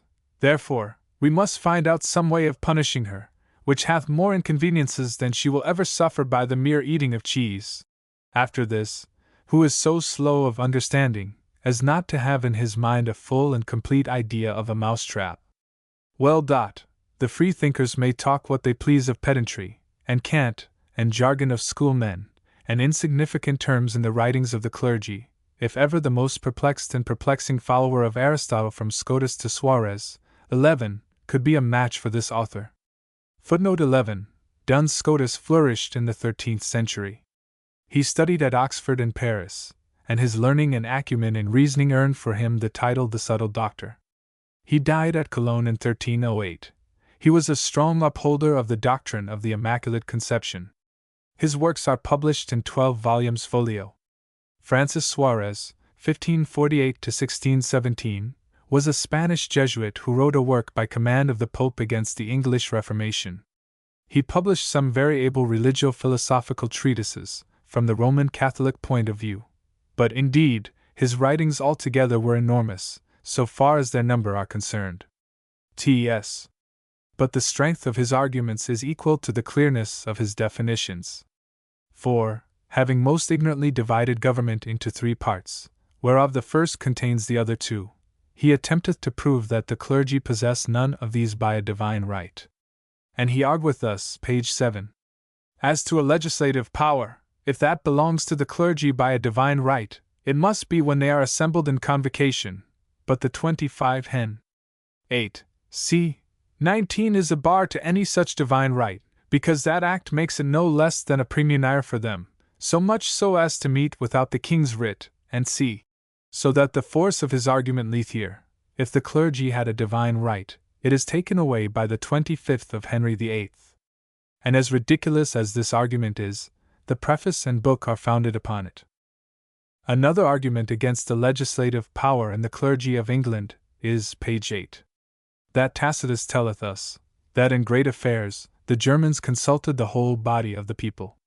De minoribus rebus principes consultant, de majoribus omnes, ida tamen, utea quoque, quorum penis plebum arbitrium est, apud principes pertractentur. Tacitus de moribus et populis Germani. Upon which Tyndall observeth thus: De majoribus omnes was a fundamental amongst our ancestors long before they arrived in Great Britain, and matters of religion were ever reckoned among their majora. See Pref. Page 8. And 9. Now it is plain that our ancestors, the Saxons, came from Germany. It is likewise plain that religion was always reckoned by the heathens among their majora, and it is plain the whole body of the people could not be the clergy, and therefore the clergy of England have no legislative power. Thirdly, page 9. They have no legislative power, because Mr. Washington, in his Observations on the Ecclesiastical Jurisdiction of the Kings of England, sheweth from undeniable authorities, that in the time of William the Conqueror, and several of his successors, there were no laws enacted concerning religion, but by the Great Council of the Kingdom. I hope, likewise, Mr. Washington observeth that this Great Council of the Kingdom, as appeareth by undeniable authorities, was sometimes entirely composed of bishops and clergy, and called the Parliament, and often consulted upon affairs of state, as well as church, as it is agreed by 20 writers of 3 ages, and if Mr. Washington says otherwise, he is an author just fit to be quoted by Bose. Fourthly, but it is endless to pursue this matter any further, in that, it is plain, the clergy have no divine right to make laws, because Henry VIII, Edward VI, and Queen Elizabeth, with their parliaments, will not allow it them. Now, without examining what divine right the clergy have, or how far it extendeth, is it any sort of proof that I have no right, because a stronger power will not let me exercise it?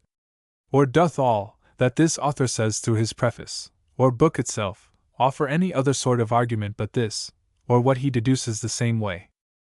But his arguments and definitions are yet more supportable than the grossness of historical remarks, which are scattered so plentifully in his book, that it would be tedious to enumerate, or to shew the fraud and ignorance of them. I beg the reader's leave to take notice of one here just in my way, and the rather, because I design for the future to let hundreds of them pass without further notice. When, says he p.x., by the abolishing of the Pope's power, things were brought back to their ancient channel, the Parliament's right in making ecclesiastical laws revived, of course. What can possibly be meant by this? Ancient channel? Why, the channel that things ran in before the Pope had any power in England, that is to say, before Austin the monk converted England, before which time, it seems, the Parliament had a right to make ecclesiastical laws. And what Parliament could this be? Why, the Lords spiritual and temporal, and the Commons met at Westminster. I cannot here forbear reproving the folly and pedantry of some lawyers, whose opinions this poor creature blindly followeth, and rendereth yet more absurd by his comments. The knowledge of our Constitution can be only attained by consulting the earliest English histories, of which those gentlemen seem utterly ignorant, further than a quotation or an index. They would fain derive our government as now constituted, from antiquity, and because they have seen Tacitus quoted for his Majoribus Omnes, and have read of the Goths' military institution in their progresses and conquests, they presently dream of a parliament.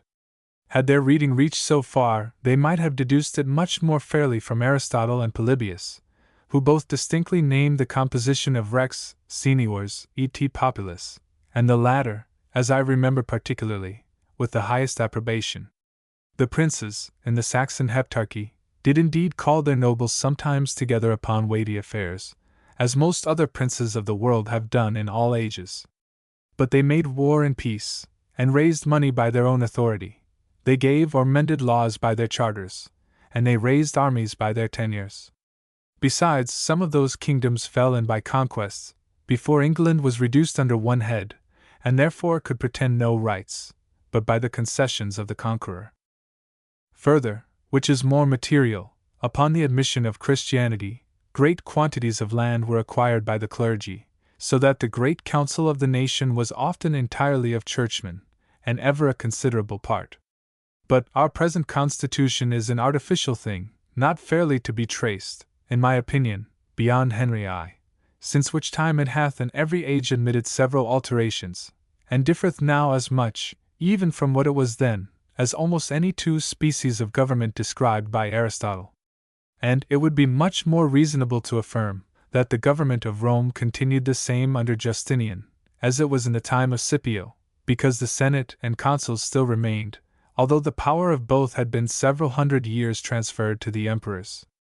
Remarks on the Preface. 12. Footnote 12, references to Tyndall's book, and remarks upon it, which the author left thus indigested, being hints for himself to use in answering the said book. Page 4 v. If men of opposite sentiments can subscribe the same articles, they are as much at liberty as if there were none.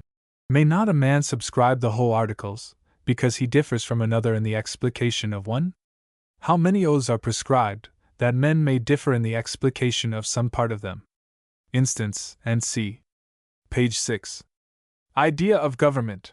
A canting pedantic way, learned from Locke, and how prettily he sheweth it.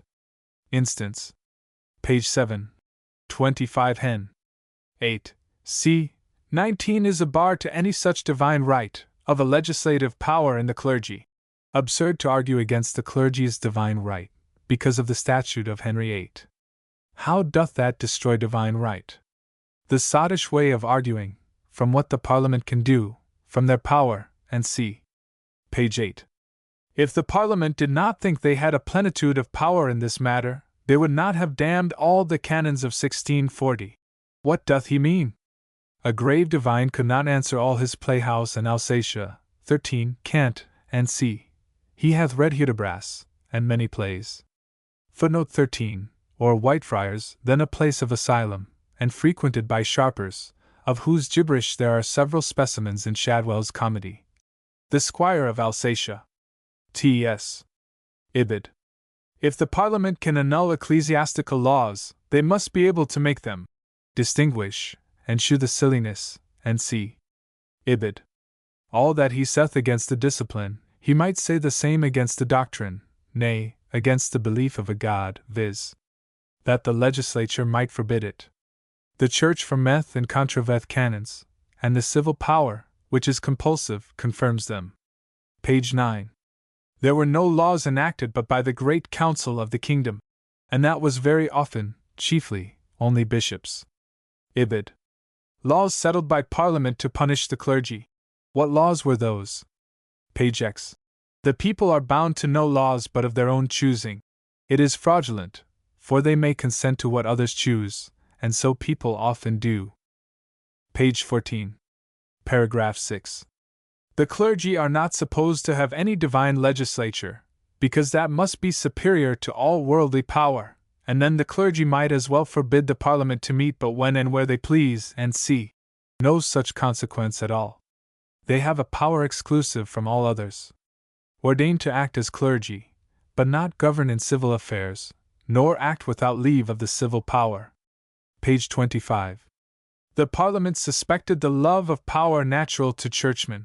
Truly, so is the love of pudding, and most other things desirable in this life, and in that they are like the laity, as in all other things that are not good.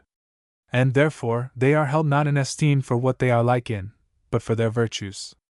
The true way to abuse them with effect is to tell us some faults of theirs, that other men have not, or not so much of as they, and see, might not any man speak full as bad of senates, diets, and parliaments, as he can do about councils, and as bad of princes, as he does of bishops? Page 31.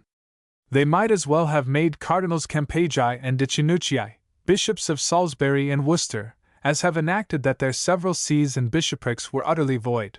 No, the legislature might determine who should not be a bishop there, but not make a bishop. Ibid. Were not a great number deprived by Parliament upon the Restoration? Does he mean presbyters? What signifies that? Ibid. Have they not trusted this power with our princes? Why? But that argueth not right but power. Have they not cut off a king's head, and see, the church must do the best they can, if not what they would. Page 36. If tithes and first fruits are paid to spiritual persons as such, the king or queen is the most spiritual person, and see, as if the first fruits, and see, were paid to the king, as tithes to a spiritual person. Page 43. King Charles II thought fit that the bishops in Scotland should hold their bishoprics during will and pleasure. I do not find that the High Church complained of this as an encroachment, and see, no, but as a pernicious counsel of Lord Locke. 14. Footnote 14. Scott thinks this refers to Lord Lauderdale. T.S. Page 44. The common law judges have a power to determine whether a man has a legal right to the sacrament.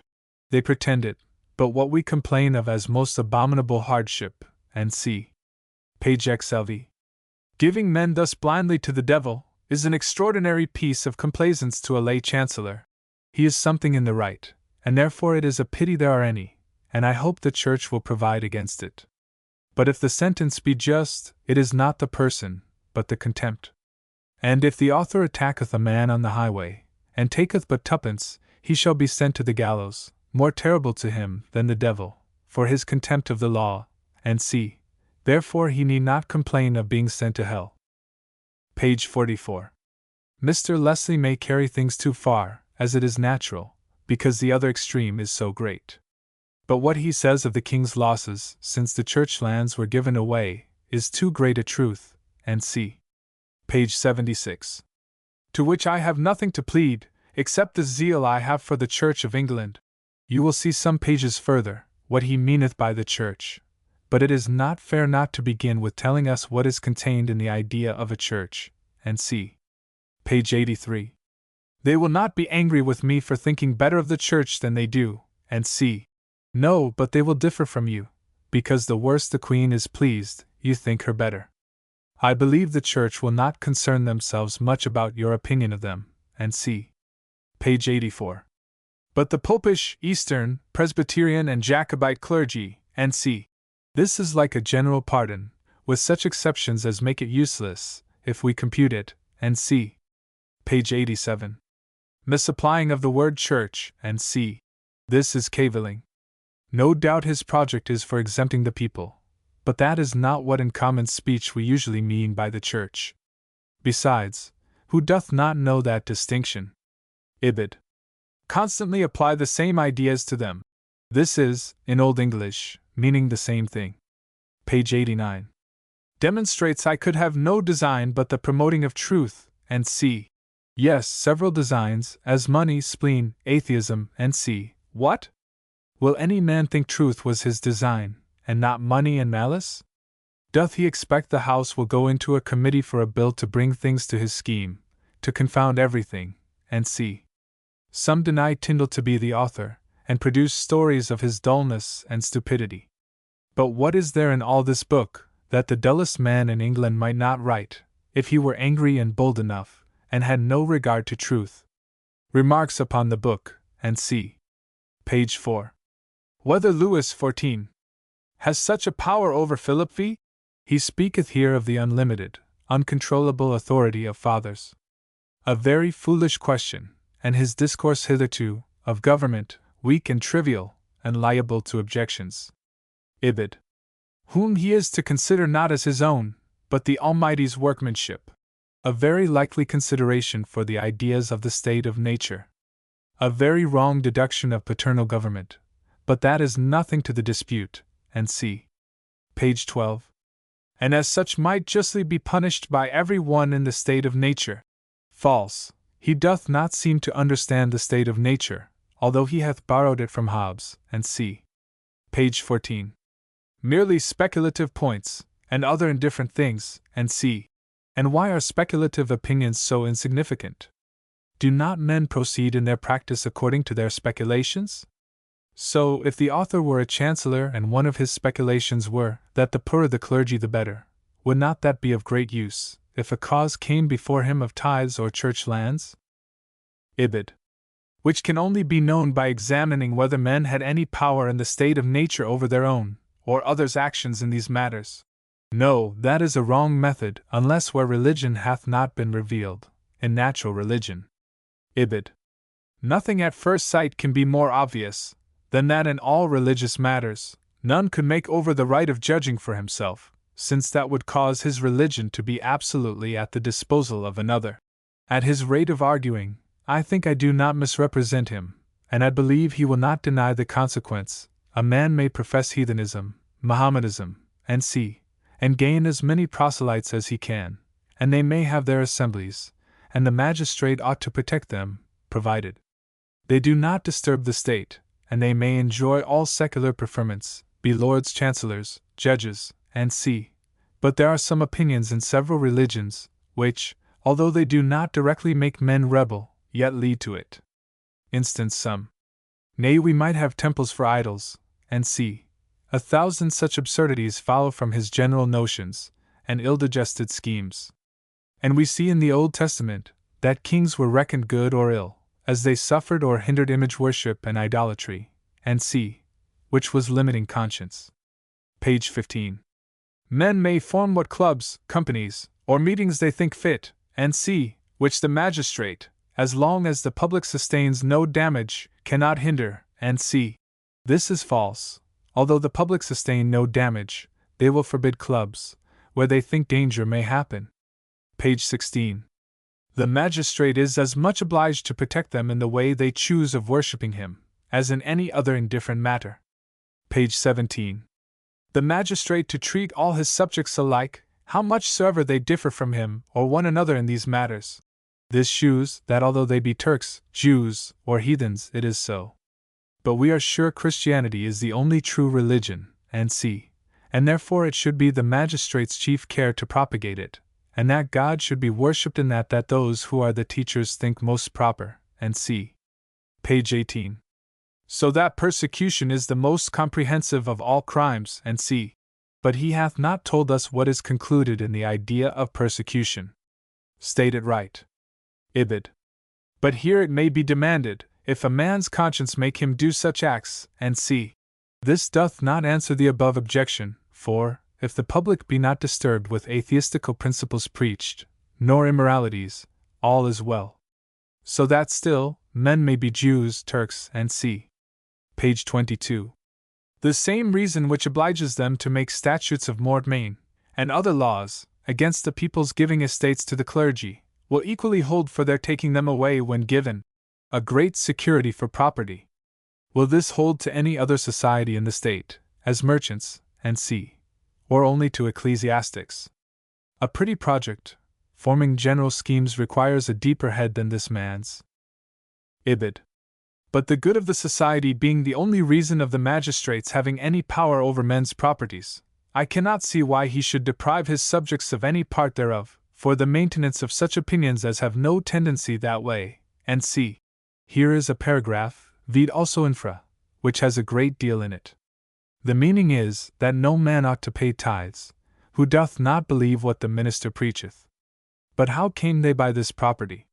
When they purchased the land, they paid only for so much, and the tithes were exempted.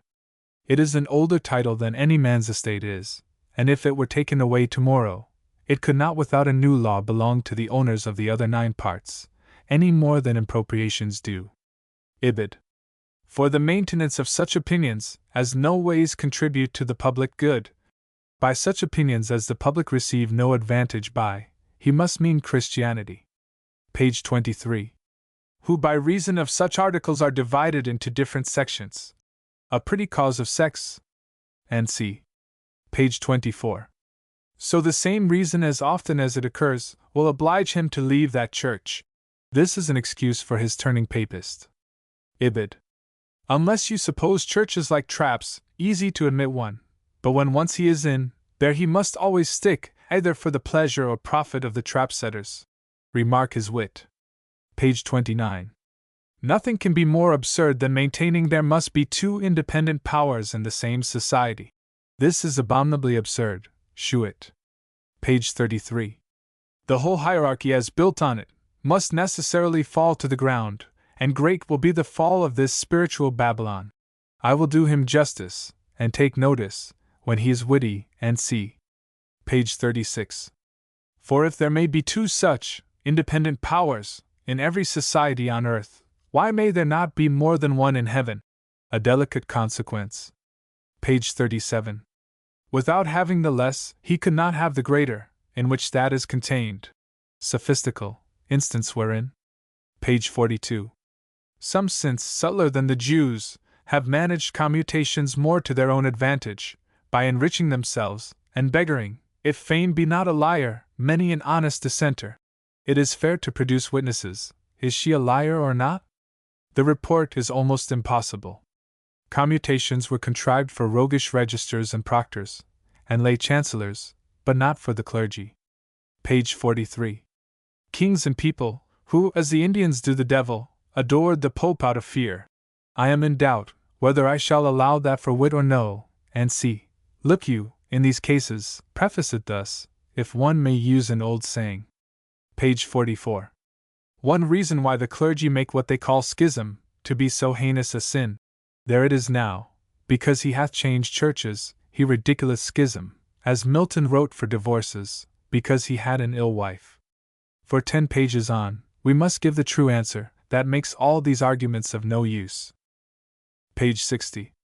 It possibly will be said I have all this while been doing these gentlemen a great deal of wrong. To do him justice, he sets forth the objections of his adversaries with great strength, and much to their advantage. No doubt those are the very objections we would offer. Page 68. Their executioner.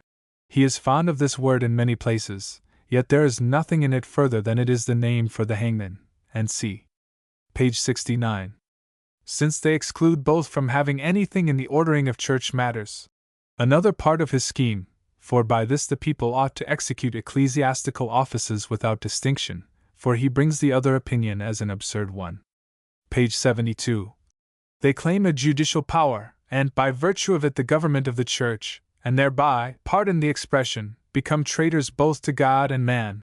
Who doth he desire to pardon him? Or is this meant of the English clergy? So it seemeth. Doth he desire them to pardon him? They do it as Christians. Doth he desire the government to do it? But then how can they make examples? He says the clergy do so, and see, so he means all. Page 74. I would gladly know what they mean by giving the Holy Ghost. Explain what is really meant by giving the Holy Ghost, like a king empowering an ambassador. 15. Footnote 15. See Hooker's Ecclepole, Book V, Section 77. Page 76. The popish clergy make very bold with the three persons of the Trinity. Why then, don't mix them, but we see whom this glanceth on most. As to the Conge d'Eliar, and Nolo Episcopari, not so absurd, and if omitted, why changed? Page 78. But not to digress. Pray, doth he call scurrility upon the clergy a digression? The apology needless, and c. Ibid. A clergyman, it is said, is God's ambassador. But you know an ambassador may have a secretary, and c. Ibid. Call their pulpit speeches the Word of God. That is a mistake. Page 79. Such persons to represent him. Are not they that own his power, fitter to represent him than others? Would the author be a fitter person? Ibid. Puffed up with intolerable pride and insolence. Not at all, for where is the pride to be employed by a prince, whom so few own, and whose being is disputed by such as this author? Ibid. Perhaps from a poor servitor, and c. to be a prime minister in God's kingdom. That is right. God taketh notice of the difference between poor servitors, and c. extremely foolish, shew it. The argument leads strongly against the apostles, poor fishermen, and St. Paul, a tent maker. So gross and idle. Page 80. The formality of laying hand over head on a man. A pun, but an old one. I remember, when Swan, 16, made that pun first, he was severely checked for it. Footnote 16. Captain Swan was a celebrated low humorist and punster who frequented Will's coffee house when it was the fashionable resort of men of wit and pleasure. T.S. Ibid. What more is required to give one a right, and see, here shew what power is in the church, and what in the state to make priests. Page 85. To bring men into, and not turn them out of the ordinary way of salvation. Yes, but as one rotten sheep doth mischief, and do you think it reasonable, that such a one as this author should converse with Christians, and weak ones? Page 86. See his fine account of spiritual punishment. Page 87. The clergy affirm that if they had not the power to exclude men from the church, its unity could not be preserved. So to expel an ill member from a college would be to divide the college, as in All Souls, and c. apply it to him. 17. Footnote 17. Tyndall was a Fellow of All Souls College. T.S. Page 88. I cannot see but it is contrary to the rules of charity, to exclude men from the church, and c. all this turns upon the falsest reasoning in the world. So, if a man be imprisoned for stealing a horse, he is hindered from other duties, and you might argue that a man who doth ill ought to be more diligent in minding other duties, and not to be debarred from them. It is for contumacy and rebellion against that power in the church, which the law hath confirmed. So a man is outlawed for a trifle, upon contumacy. Page 92.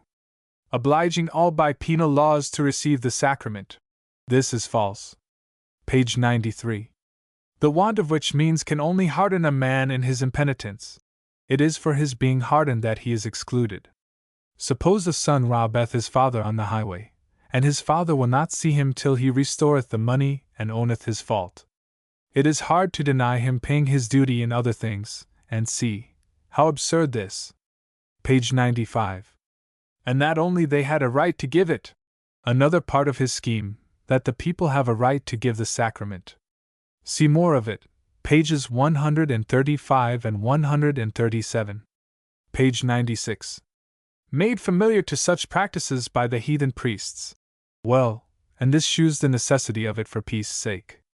A silly objection of this and other enemies to religion, to think to disgrace it by applying heathenism, which only concerns the political part wherein they were as wise as others, and might give rules. Instance in some, and see. Page 98. How differently from this do the great pretenders to primitive practice act, and see. This is a remarkable passage. Doth he condemn or allow this mysterious way? It seems the first, and therefore these words are a little turned, but infallibly stood in the first draft as a great argument for popery. Page 100. They dressed them up in a San Benito. So, now we are to answer for the Inquisition. One thing is, that he makes the fathers guilty of asserting most of the corruptions about the power of priests. Page 104. Some priests assume to themselves an arbitrary power of excluding men from the Lord's Supper. His scheme, that any body may administer the sacraments, women or children, and see. Page 108. One no more than another can be reckoned a priest. See his scheme. Here he disgraces what the law enacts, about the manner of consecrating, and see. Page 118. Churches serve to worse purposes than bare gardens. This from Hudibras. Page 119. In the time of that wise heathen Ammianus Marcellinus. 18. Here he runs down all Christianity in general. Footnote 18. Ammianus Marcellinus, died c. 390, wrote a history of Rome in 31 books, of which Gibbon thought rather highly. The history may be taken as a continuation of Tacitus and Suetonius. T.S. Page 120. I shall, in the following part of my discourse, shew that this doctrine is so far from serving the ends of religion that 1. It prevents the spreading of the gospel, and c. This independent power in the church is like the worms, being the cause of all diseases. Page 124. How easily could the Roman emperors have destroyed the church? Just as if he had said, how easily could Herod kill Christ whilst a child, and c. Page 125. The people were set against bishops by reason of their tyranny. Wrong. For the bishops were no tyrants, their power was swallowed up by the popes, and the people desired they should have more.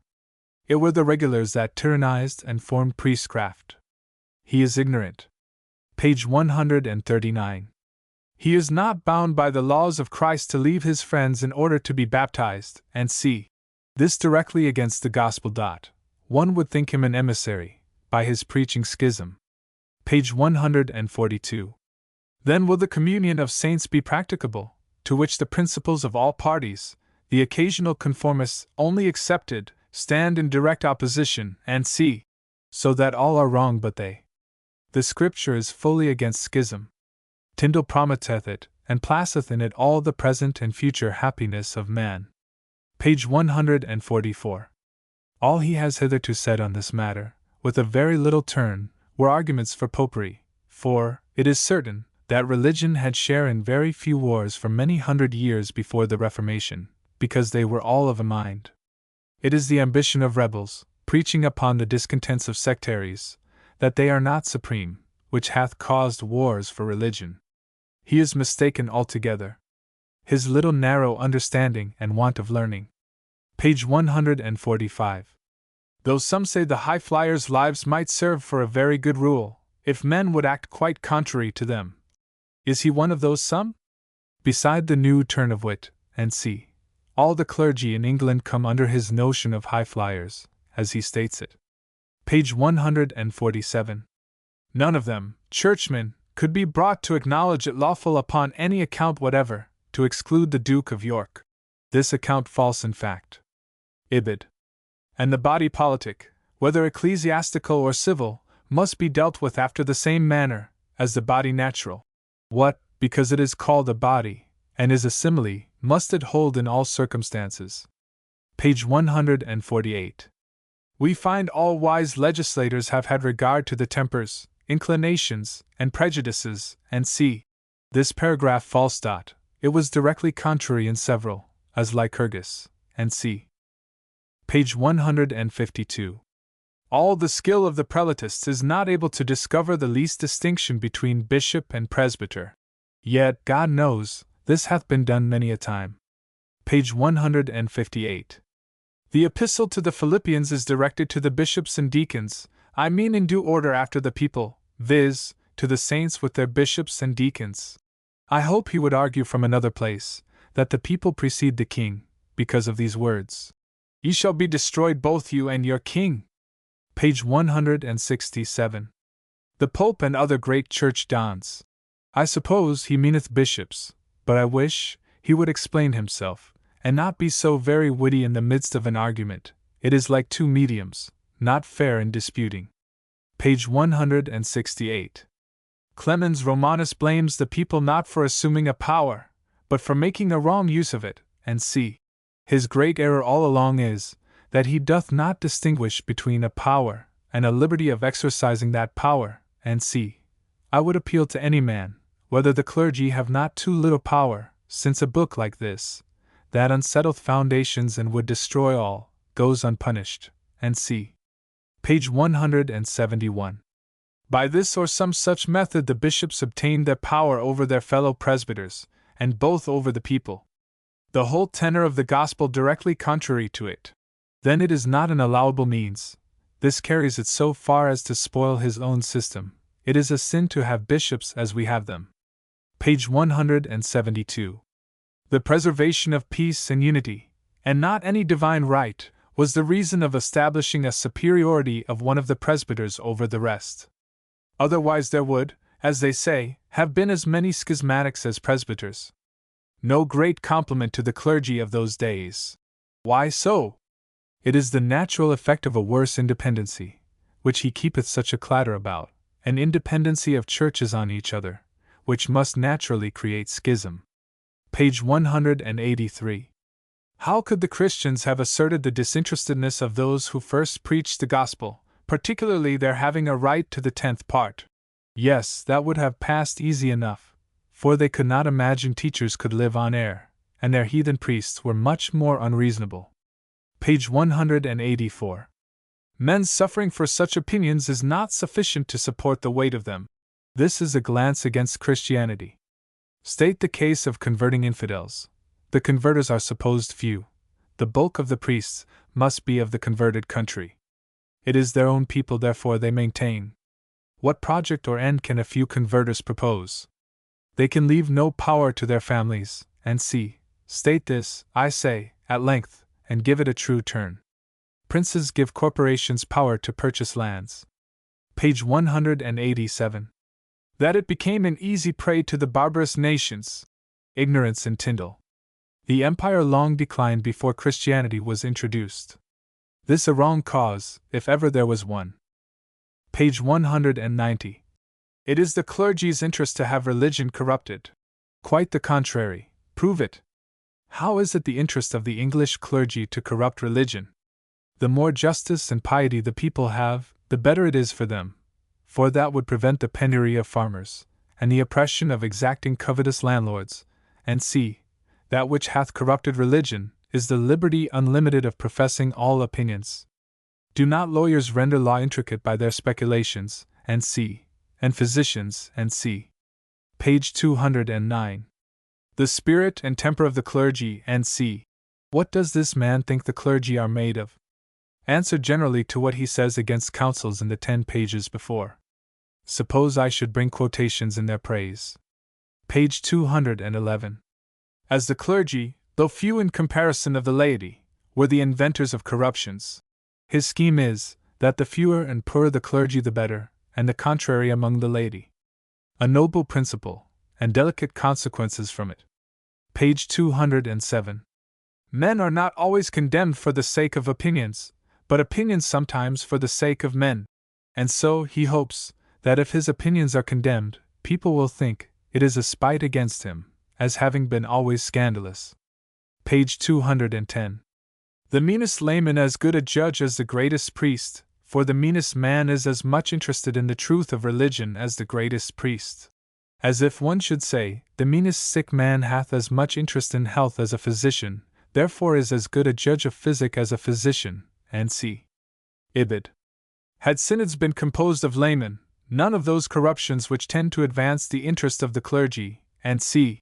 True, but the part the laity had in reforming was little more than plundering. He should understand that the nature of things is this, that the clergy are made of men, and without some encouragement, they will not have the best, but the worst. Page 215. They who gave estates to, rather than they who took them from, the clergy, were guilty of sacrilege. Then the people are the church, and the clergy not, another part of his scheme. Page 219. The clergy, as they subsisted by the alms of the people, and c. This he would have still. Shew the folly of it. Not possible to shew any civilized nation ever did it who would be clergymen then. The absurdity appears by putting the case, that none were to be statesmen, lawyers, or physicians, but who were to subsist by alms. Page 222. These subtle clergymen work their designs, who lately cut out such a tacking job for them, and see. He is mistaken. Everybody was for the bill almost, though not for the tack. The Bishop of Sarum was for it, as appears by his speech against it. But it seems, the tacking is owing to metaphysical speculations. I wonder whether is most perplexed, this author in his style, or the writings of our divines. In the judgment of all people our divines have carried practical preaching and writing to the greatest perfection it ever arrived to, which shews, that we may affirm in general, our clergy is excellent, although this or that man be faulty.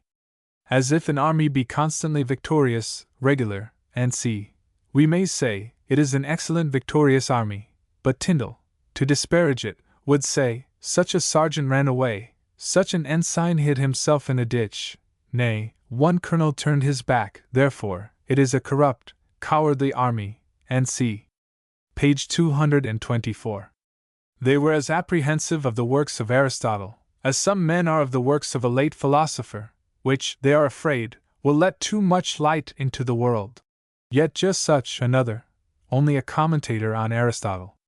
People are likely to improve their understanding much with Locke, it is not his human understanding, but other works that people dislike, although in that there are some dangerous tenets, as that of no innate ideas. Page 226. Could they, like the popish priests, add to this a restraint on the press, their business would be done.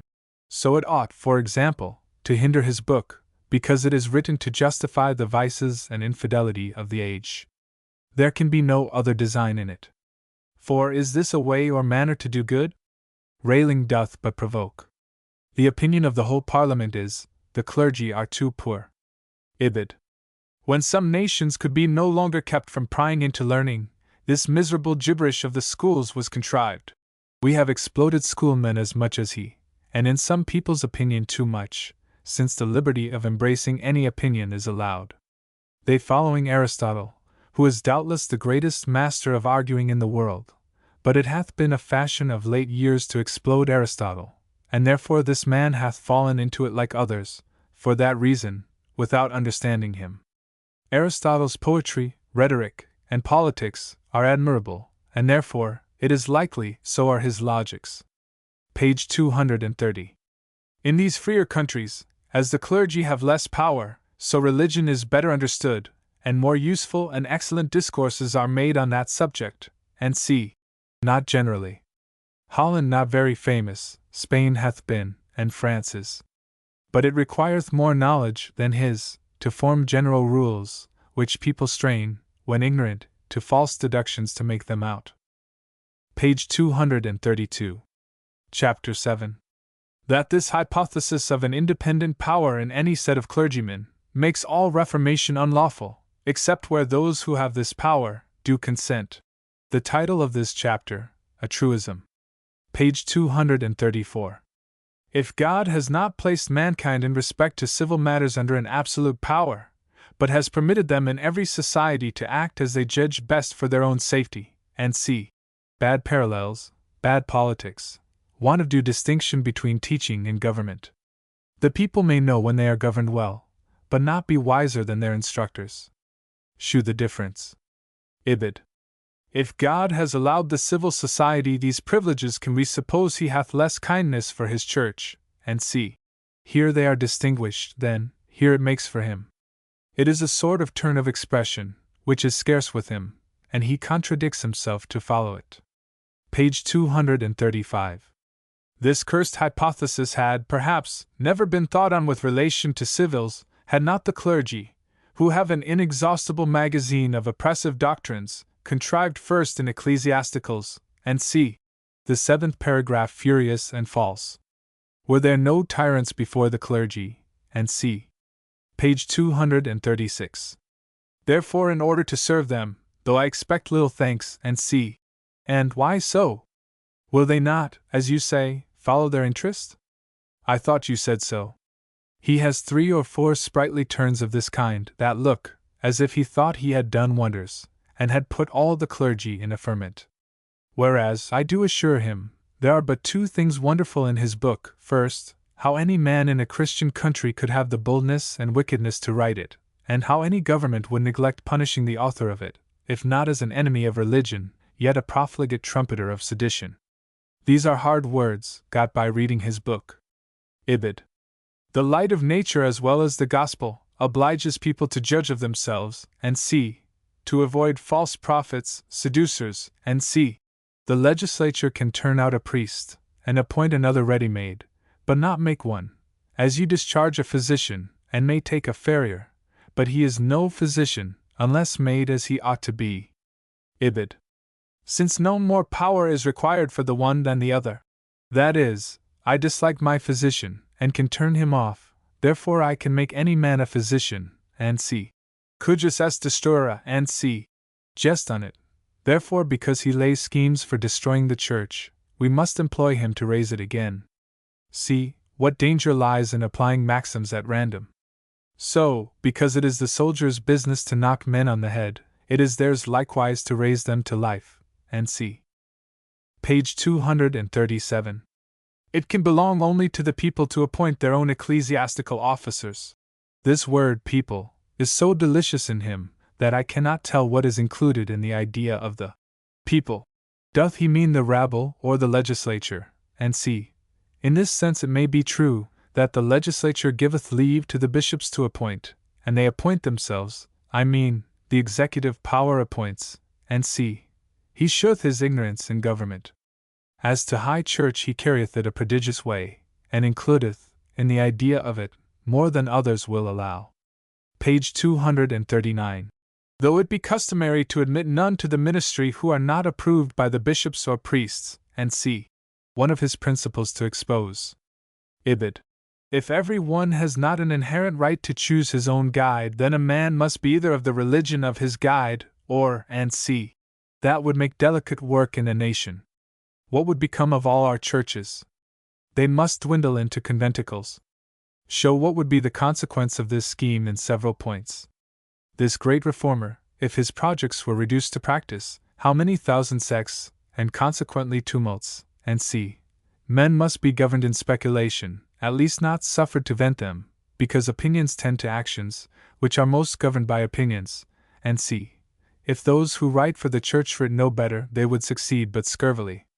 But to see whether he be a good writer, let us see when he hath published his second part. Page 253. An excellent author in his preface to the account of Denmark. This man judgeth and writeth much of a level. Molesworth's preface full of stale profligate topics. That author wrote his book in spite to a nation, as this doth to religion, and both perhaps on poor personal piques. 1. Footnote 19. This was Robert, Viscount Molesworth, 1656 to 1725, who was born in Dublin, and educated at Trinity College there.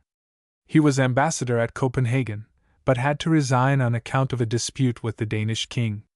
The account of Denmark, which he wrote on his return, was answered by Dr. King. T.S. Ibid. By which means, and not by any difference in speculative matters, they are more rich and populous. As if ever anybody thought that a difference in speculative opinions made men richer or poorer, for example, and c. Page 258.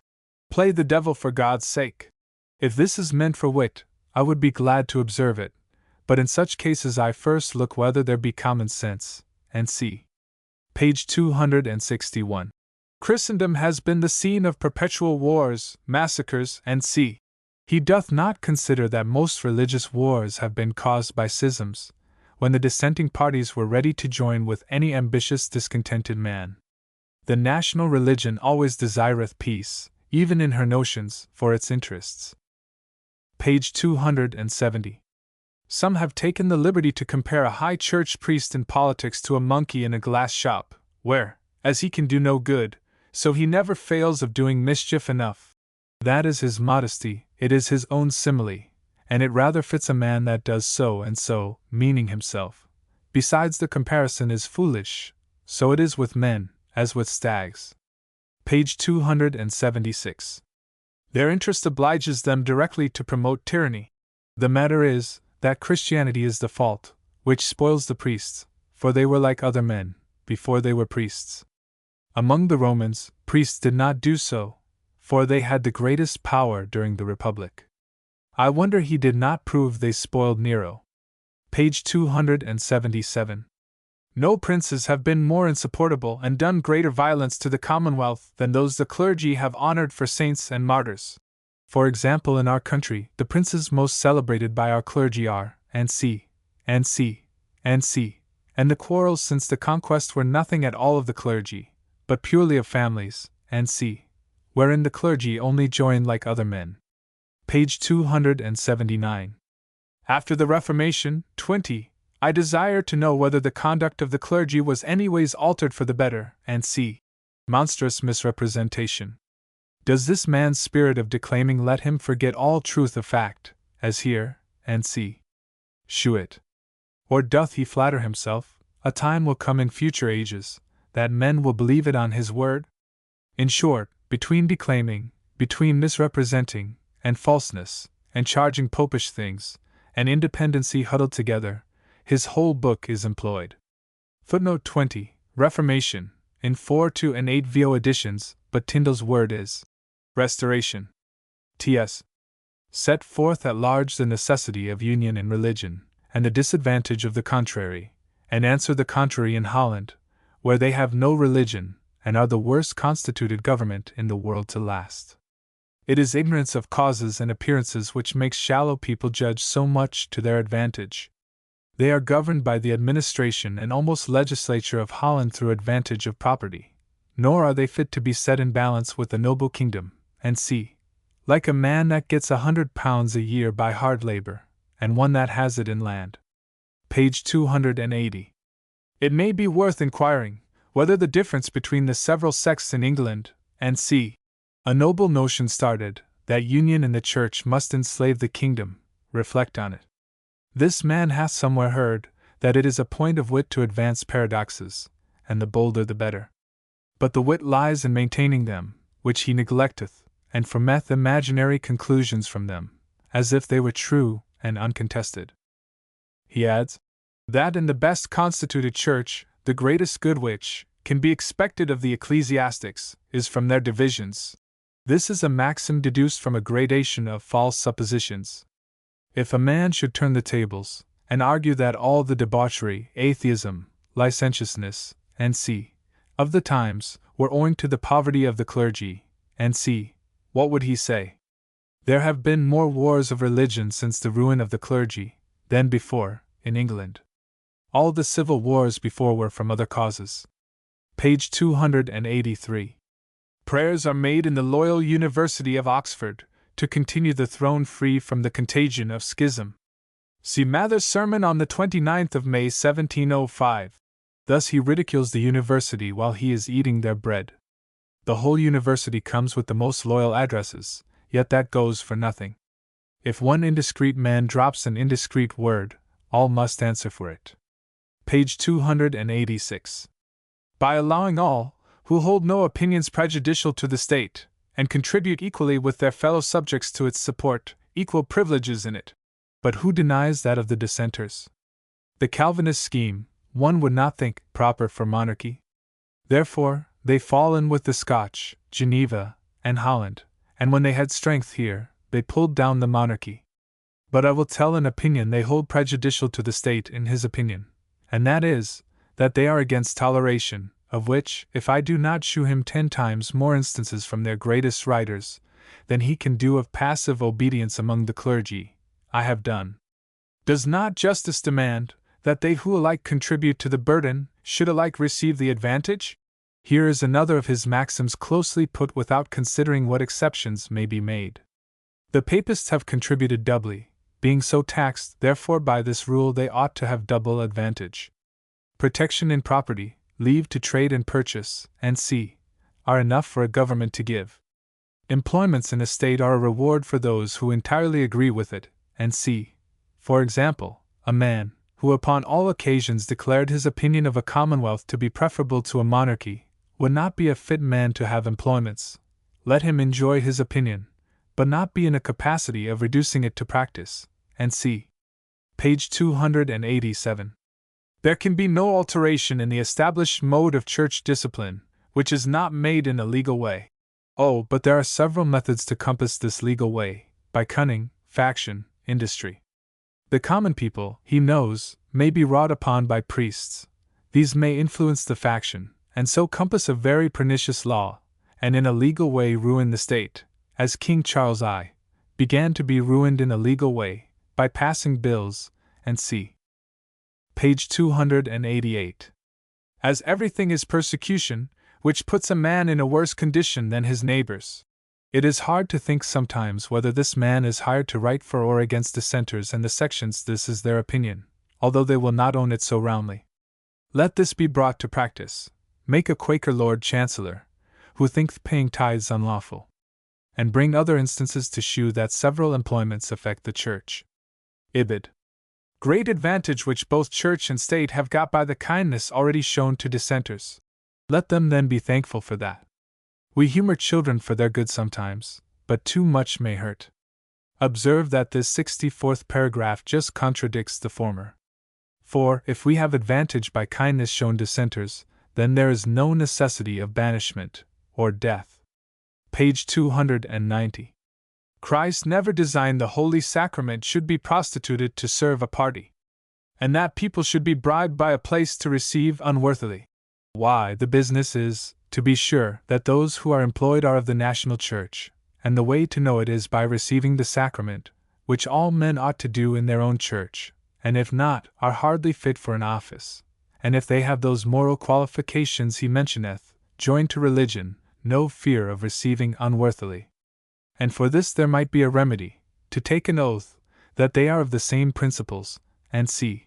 For that is the end of receiving, and that it might be no bribe, the bill against occasional conformity would prevent entirely. Ibid. Preferring men not for their capacity, but their zeal to the Church. The misfortune is, that if we prefer dissenters to great posts, they will have an inclination to make themselves the national church, and so there will be perpetual struggling, which case may be dangerous to the state.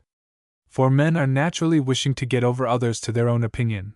Witness this writer, who hath published as singular and absurd notions as possible, yet hath a mighty zeal to bring us over to them, and c. Page 292. Here are 2 pages of scurrilous faction, with a deal of reflections on great persons. Under the notion of high churchmen, he runs down all uniformity and church government. Here is the whole lower house of convocation, which represents the body of the clergy in both universities, treated with rudeness by an obscure, corrupt member, while he is eating their bread. Page 294. The reason why the middle sort of people retain so much of their ancient virtue and c. is because no such pernicious notions are the ingredients of their education, which 'tis a sign are infinitely absurd, when so many of the gentry and nobility can, notwithstanding their prepossession, get clear of them. Now the very same argument lies against religion, morality, honor, and honesty, which are, it seems, but prejudices of education, and too many get clear of them. The middle sort of people have other things to mind than the factions of the age. He always assigneth many causes, and sometimes with reason, since he mocketh imaginary effects. He quarrels at power being lodged in the clergy, when there is no reasonable Protestant, clergy, or laity, who will not readily own the inconveniences by too great power and wealth, in any one body of men, ecclesiastics, or seculars, but on that account to weed up the wheat with the tares, to banish all religion, because it is capable of being corrupted, to give unbounded license to all sects, and c. And if heresies had not been used with some violence in the primitive age, we should have had, instead of true religion, the most corrupt one in the world. Page 316. The Dutch and the rest of our Presbyterian allies, and c. The Dutch will hardly thank him for this appellation. The French Huguenots, and Geneva Protestants themselves, and others, have lamented the want of episcopacy, and approved ours, and c. In this and the next paragraph, the author introduceth the arguments he formerly used, when he turned Papist in King James's time, and loath to lose them, he gives them a new turn, and they are the strongest in his book, at least have most artifice. Page 333. 'Tis plain, all the power the bishops have, is derived from the people, and c. In general the distinction lies here. The permissive power of exercising jurisdiction lies in the people, or legislature, or administrator of a kingdom, but not of making him a bishop. As a physician that commenceth abroad may be suffered to practice in London or be hindered, but they have not the power of creating him a doctor, which is peculiar to a university. This is some illusion, but the thing is plain, as it seemeth to me, and wanteth no subterfuge, and c. Page 338. A journeyman bishop to ordain for him. Doth any man think, that writing at this rate, does the author's cause any service? Is it his wit or his spleen that he cannot govern? Page 364. Can any have a right to an office without having a right to do those things in which the office consists? I answer, the ordination is valid. But a man may prudentially forbid to do some things. As a clergyman may marry without license or bans, the marriage is good, yet he is punishable for it. Page 368. A choice made by persons who have no right to choose is an error of the first concoction. That battered simile again, this is hard.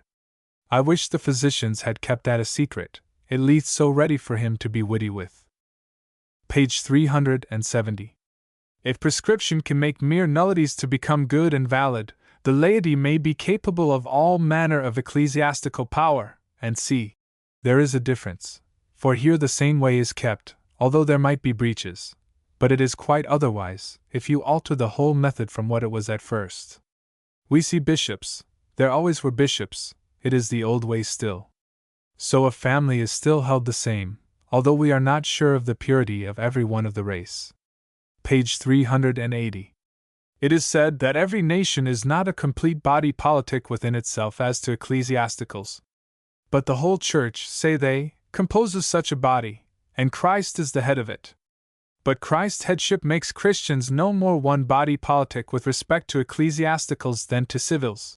Here we must shew the reason and necessity of the church being a corporation all over the world, to avoid heresies, and preserve fundamentals, and hinder corrupting of Scripture, and c.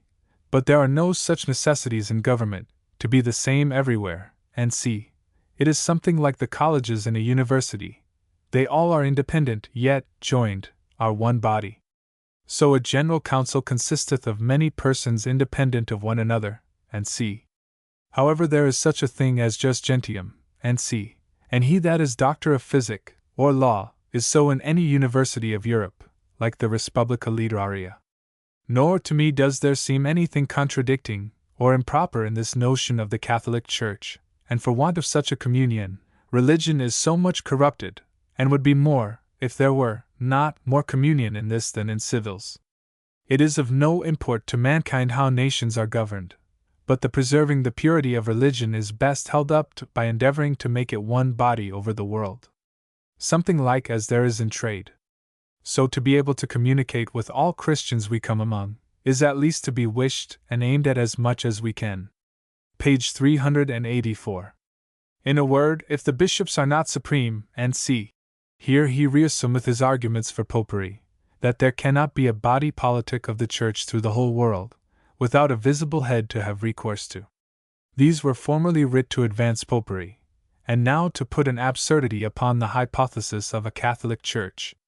As they say in Ireland, in King James's time, they built mass houses, which we make very good barns of. Page 388. Bishops are, under a praemunire, obliged to confirm and consecrate the person named in the Congé d'Élire. This perhaps is complained of. He is permitted to do it. We allow the legislature may hinder if they please, as they may turn out Christianity, if they think fit. Page 389. It is the magistrate who empowers them to do more for other bishops than they can for themselves, since they cannot appoint their own successors. Yes, they could, if the magistrate would let them. Here is an endless splutter, and a parcel of perplexed distinctions upon no occasion. All that the clergy pretend to, is a right of qualifying men for the ministry, something like what a university doth with degrees. This power they claim from God, and that the civil power cannot do it as pleasing to God without them, but they may choose whether they will suffer it or no. A religion cannot be crammed down a nation's throat against their will, but when they receive a religion, it is supposed they receive as their converters give it, and upon that foot, they cannot justly mingle their own methods, that contradict that religion, and see. Page 390. With us the bishops act only ministerially and by virtue of the regal commission, by which the prince firmly enjoins and commands them to proceed in choosing, confirming, and consecrating, and see. Suppose we held it unlawful to do so, how can we help it? But does that make it rightful, if it be not so? Suppose the author lived in a heathen country, where a law would be made to call Christianity idolatrous. Would that be a topic for him to prove it so by, and see? And why do the clergy incur a praemunire? To frighten them, because the law understandeth, that, if they refuse, the chosen cannot be a bishop. But if the clergy had an order to do it otherwise than they have prescribed, they ought, and would incur 100 rather. Page 402. I believe the Catholic Church, and see. Here he ridicules the Apostles' Creed. Another part of his scheme. By what he says in these pages, it is certain, his design is either to run down Christianity, or set up popery. The latter it is more charitable to think, and from his past life highly probable. Page 405. That which gave the papists so great advantage was, clergymen's talking so very inconsistent with themselves, and see. State the difference here between our separation from Rome, and the dissenters from us, and shew the falseness of what he saith. I wish he would tell us what he leaveth for a clergyman to do, if he may not instruct the people in religion, and if they should not receive his instructions. Page 411. The restraint of the press a badge of popery. Why is that a badge of popery? Why not restrain the press to those who would confound religion, as in civil matters? But this toucheth himself. He would starve, perhaps, and see, let him get some honester livelihood then. It is plain, all his arguments against constraint, and see, favor the papists as much as dissenters, for both have opinions that may affect the peace of the state. Page 413. Since this discourse, and see, and must we have another volume on this one subject of independency? Or is it to fright us? I am not of Dr. Hicks's mind, Chuio Venge. I pity the readers, and the clergy that must answer it, be it ever so insipid. Reflect on his sarcastic conclusion, and see.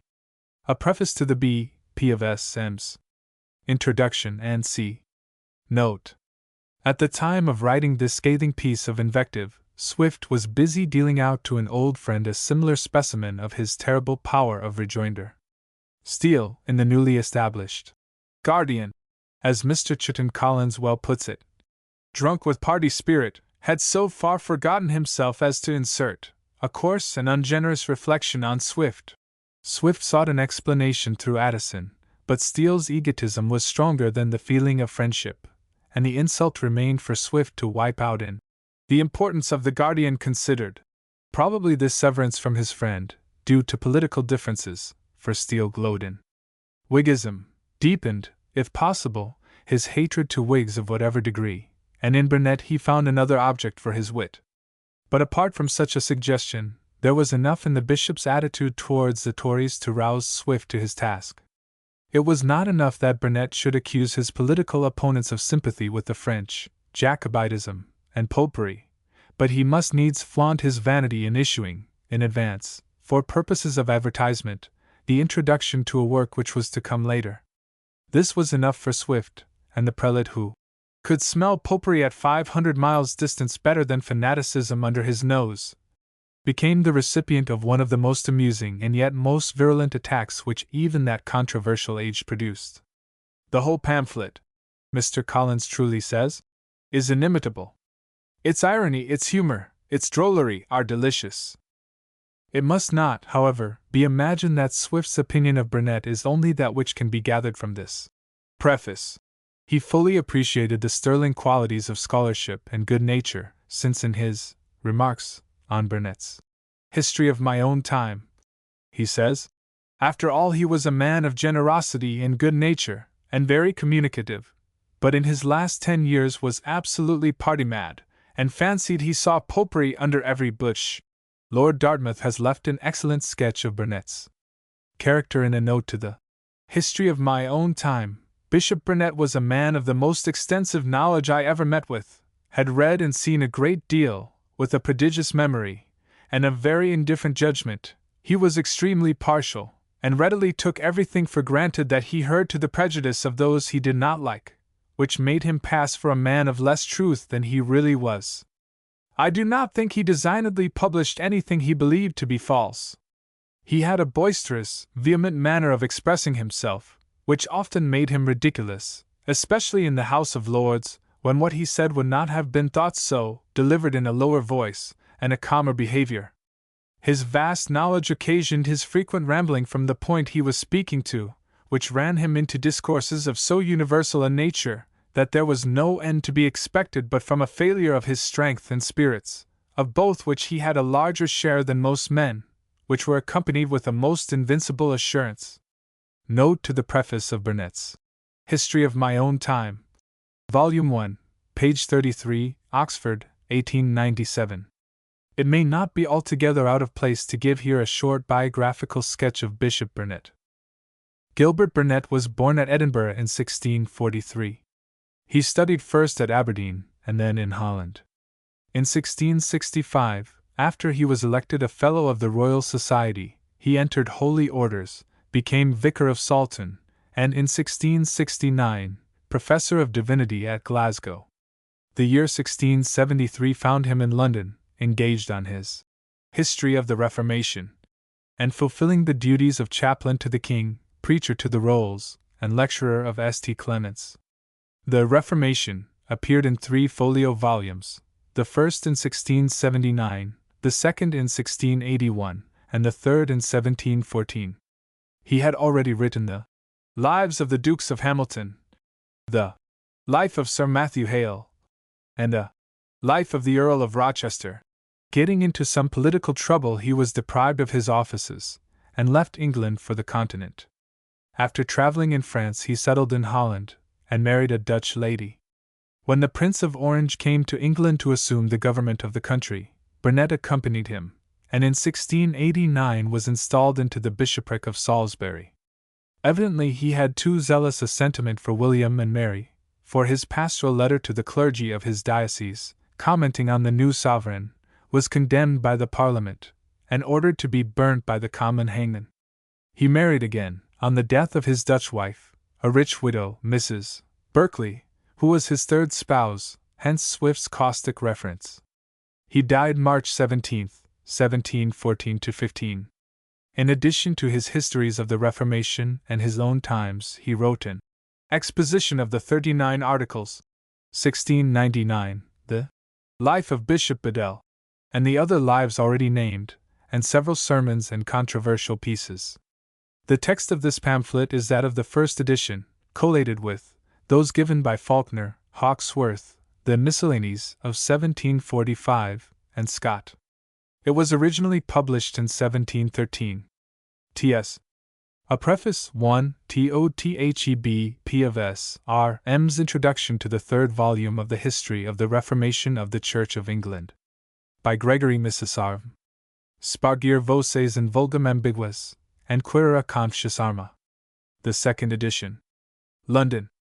Printed for John Morphew, near Stationers' Hall. 1713. Price 6d. The Preface. To Mr. Morphew. your care in putting an advertisement in the Examiner has been of great use to me. I do now send you my preface to the B.P. of S.R.M.'s introduction to his third volume, which I desire you to print in such a form, as in the bookseller's phrase will make a sixpenny touch, hoping it will give such a public notice of my design, that it may come into the hands of those who perhaps look not into the B.P.'s introduction.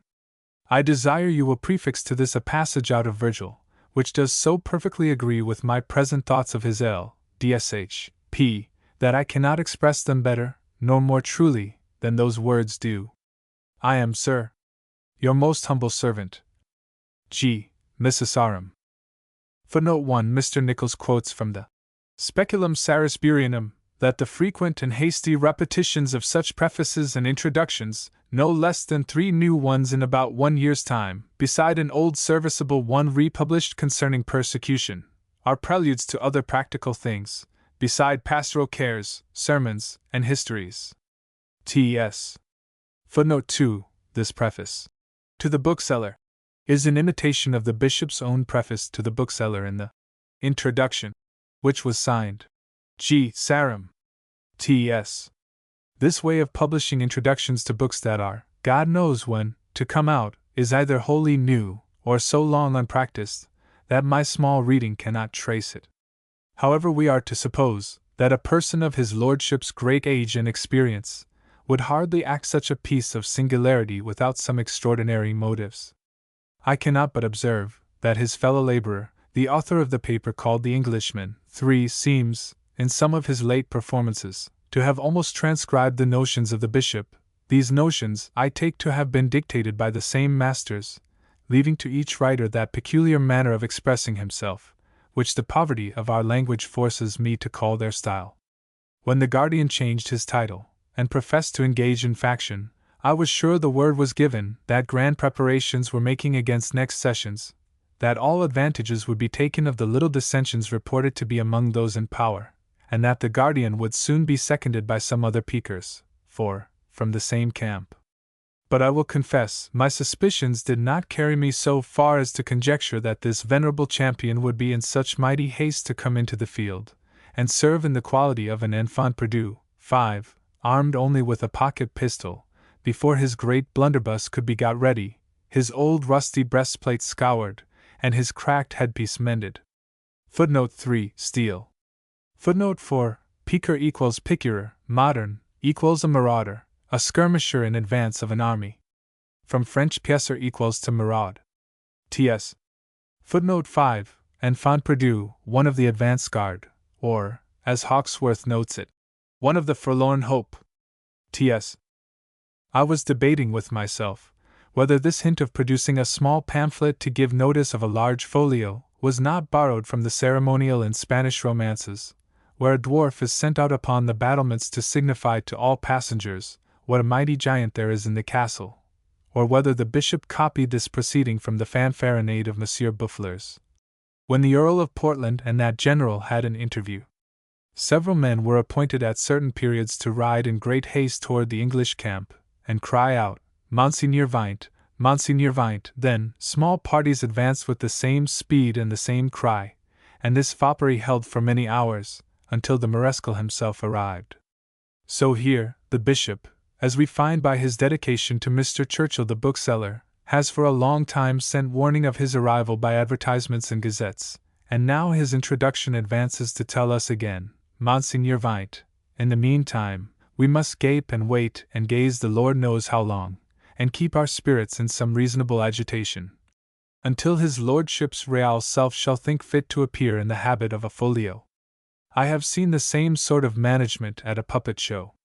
Some puppets of little or no consequence appeared several times at the window to allure the boys and the rabble. The trumpeter sounded often, and the doorkeeper cried 100 times till he was hoarse, that they were just going to begin. Yet after all, we were forced sometimes to wait an hour before Punch himself in person made his entry. But why this ceremony among old acquaintance? The world and he have long known one another. Let him appoint his hour and make his visit, without troubling us all day with a succession of messages from his lacqueys and pages. With submission, these little arts of getting off an edition, do ill become any author above the size of Martin, 6. The surgeon. My Lord tells us that many thousands of the 2 former parts of his history are in the kingdom. 7. And now he perpetually advertises in the Gazette that he intends to publish the 3rd. This is exactly in the method and style of Martin. The 7th edition, many thousands of the former editions having been sold off in a small time, of Mr. Martin's book concerning secret diseases. And c. Footnote 6. This is John Martin, the author of 2 treatises on the gout, and a treatise of all the degrees and symptoms of the venereal disease, 1708-9. His notoriety brought on him the ire of a licensed practitioner in physic and surgery, 1 J. Spink, who, in a pamphlet entitled Quackery Unmasked, 1709, dealt Martin some most uncourteous blows. From the pamphlet, it is difficult to judge whether Spink or Martin were the greater quack. We should judge the former. Certainly Martin deserves our sympathy, if only for Spink's virulence. T.S. Footnote 7, page 26. Does his lordship intend to publish his great volume by subscription, and is this introduction only by way of specimen? I was inclined to think so, because, in the prefixed letter to Mr. Churchill, which introduces this introduction, there are some dubious expressions. He says, the advertisements he published were in order to move people to furnish him with materials, which might help him to finish his work with great advantage. If he means half a guinea upon the subscription, and t'other half at the delivery, why does he not tell us so in plain terms? I am wondering how it came to pass that this diminutive letter to Mr. Churchill should understand the business of introducing better than the introduction itself, or why the bishop did not take it into his head to send the former into the world some months before the latter, which would have been a greater improvement upon the solemnity of the procession.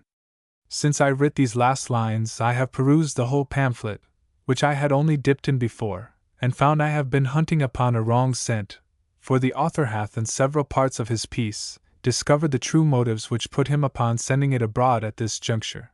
I shall therefore consider them as they come in my way.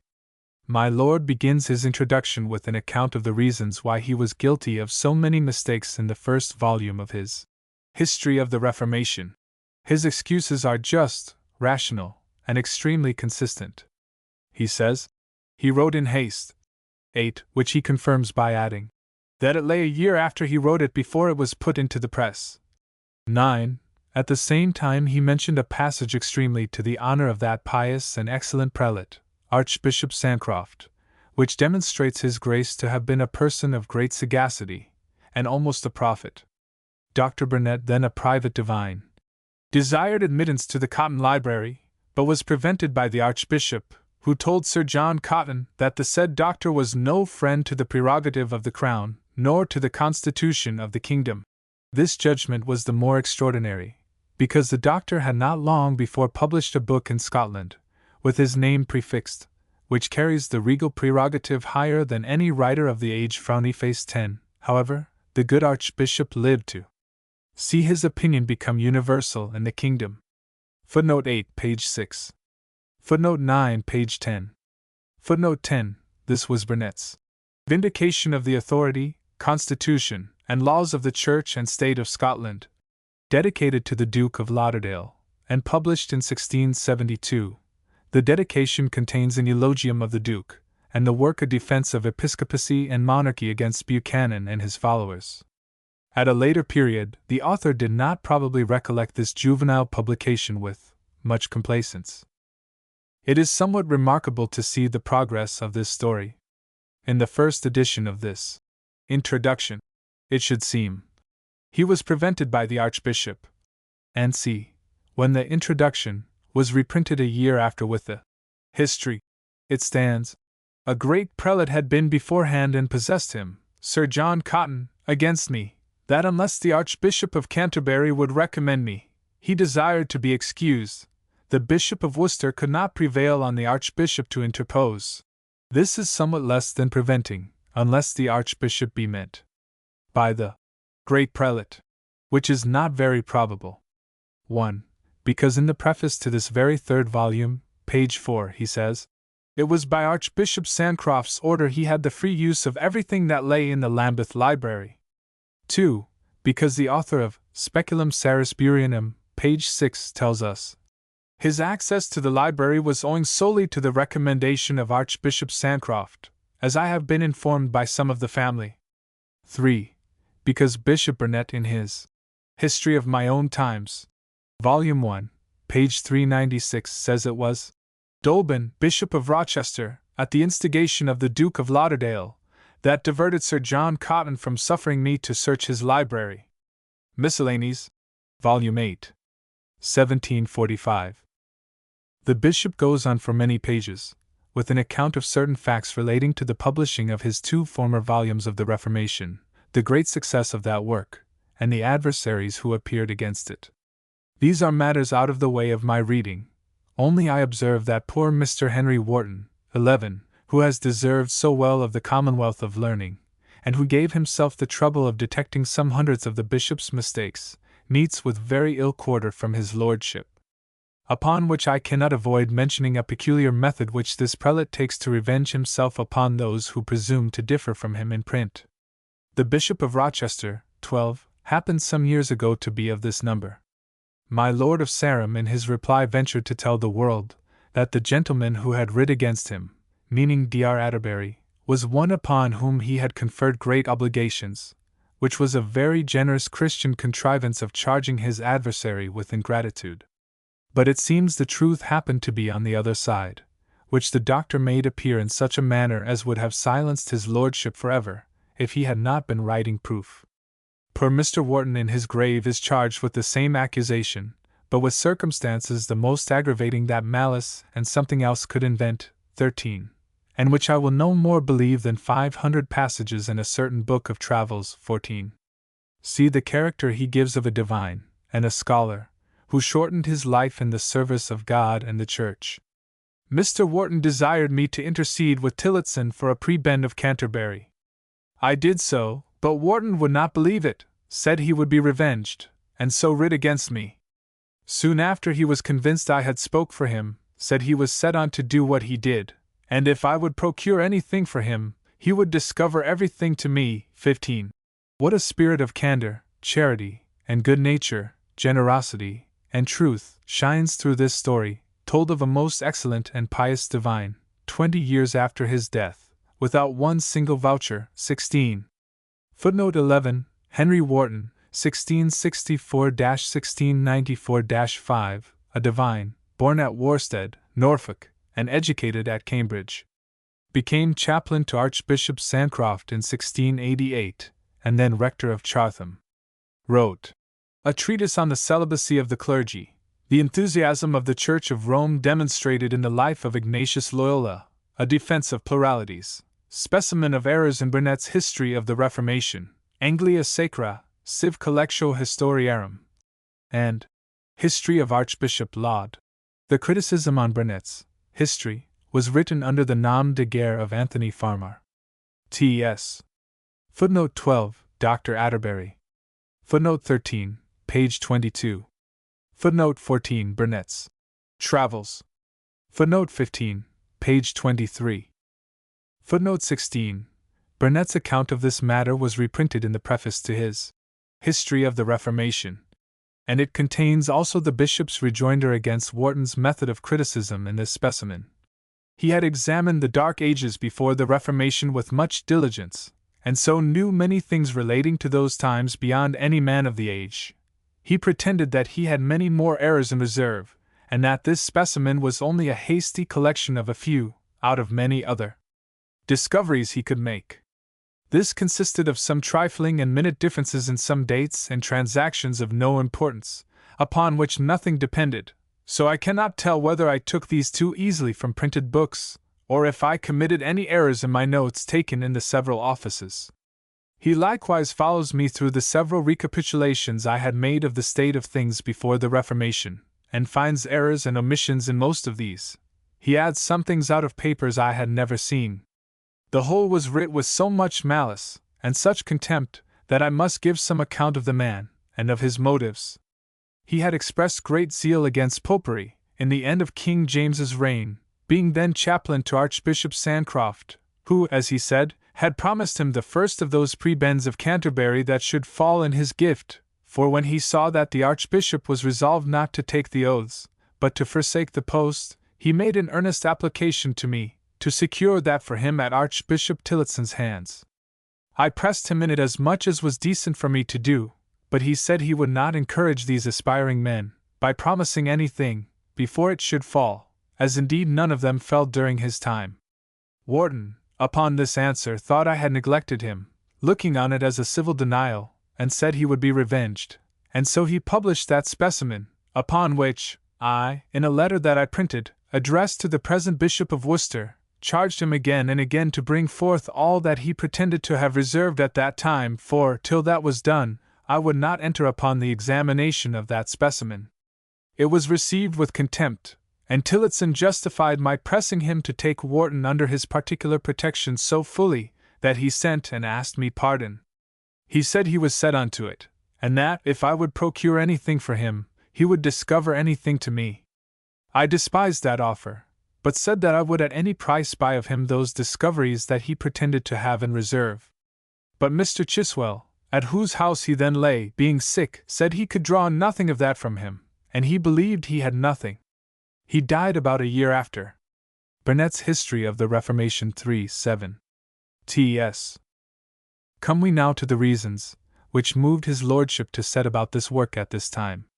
He could delay it no longer, because the reasons of his engaging in it at first seemed to return upon him. 17. He was then frightened with the danger of a popish successor in view, and the dreadful apprehensions of the power of France. England has forgot these dangers, and yet is nearer to them than ever. 18. And therefore he is resolved to awaken them, with his third volume, but in the meantime, sends this introduction to let them know they are asleep. He then goes on in describing the condition of the kingdom. 19. After such a manner as if destruction hung over us by a single hair, as if the Pope, the Devil, the Pretender, and France, were just at our doors. Footnote 17, page 27. Footnote 18, page 28. Footnote 19, page 28. When the bishop published his history, there was a popish plot on foot. The Duke of York, a known papist, was presumptive heir to the crown. The House of Commons would not hear of any expedient for securing their religion under a popish prince, nor would the king or lords consent to a bill of exclusion. The French king was in the height of his grandeur, and the vigor of his age.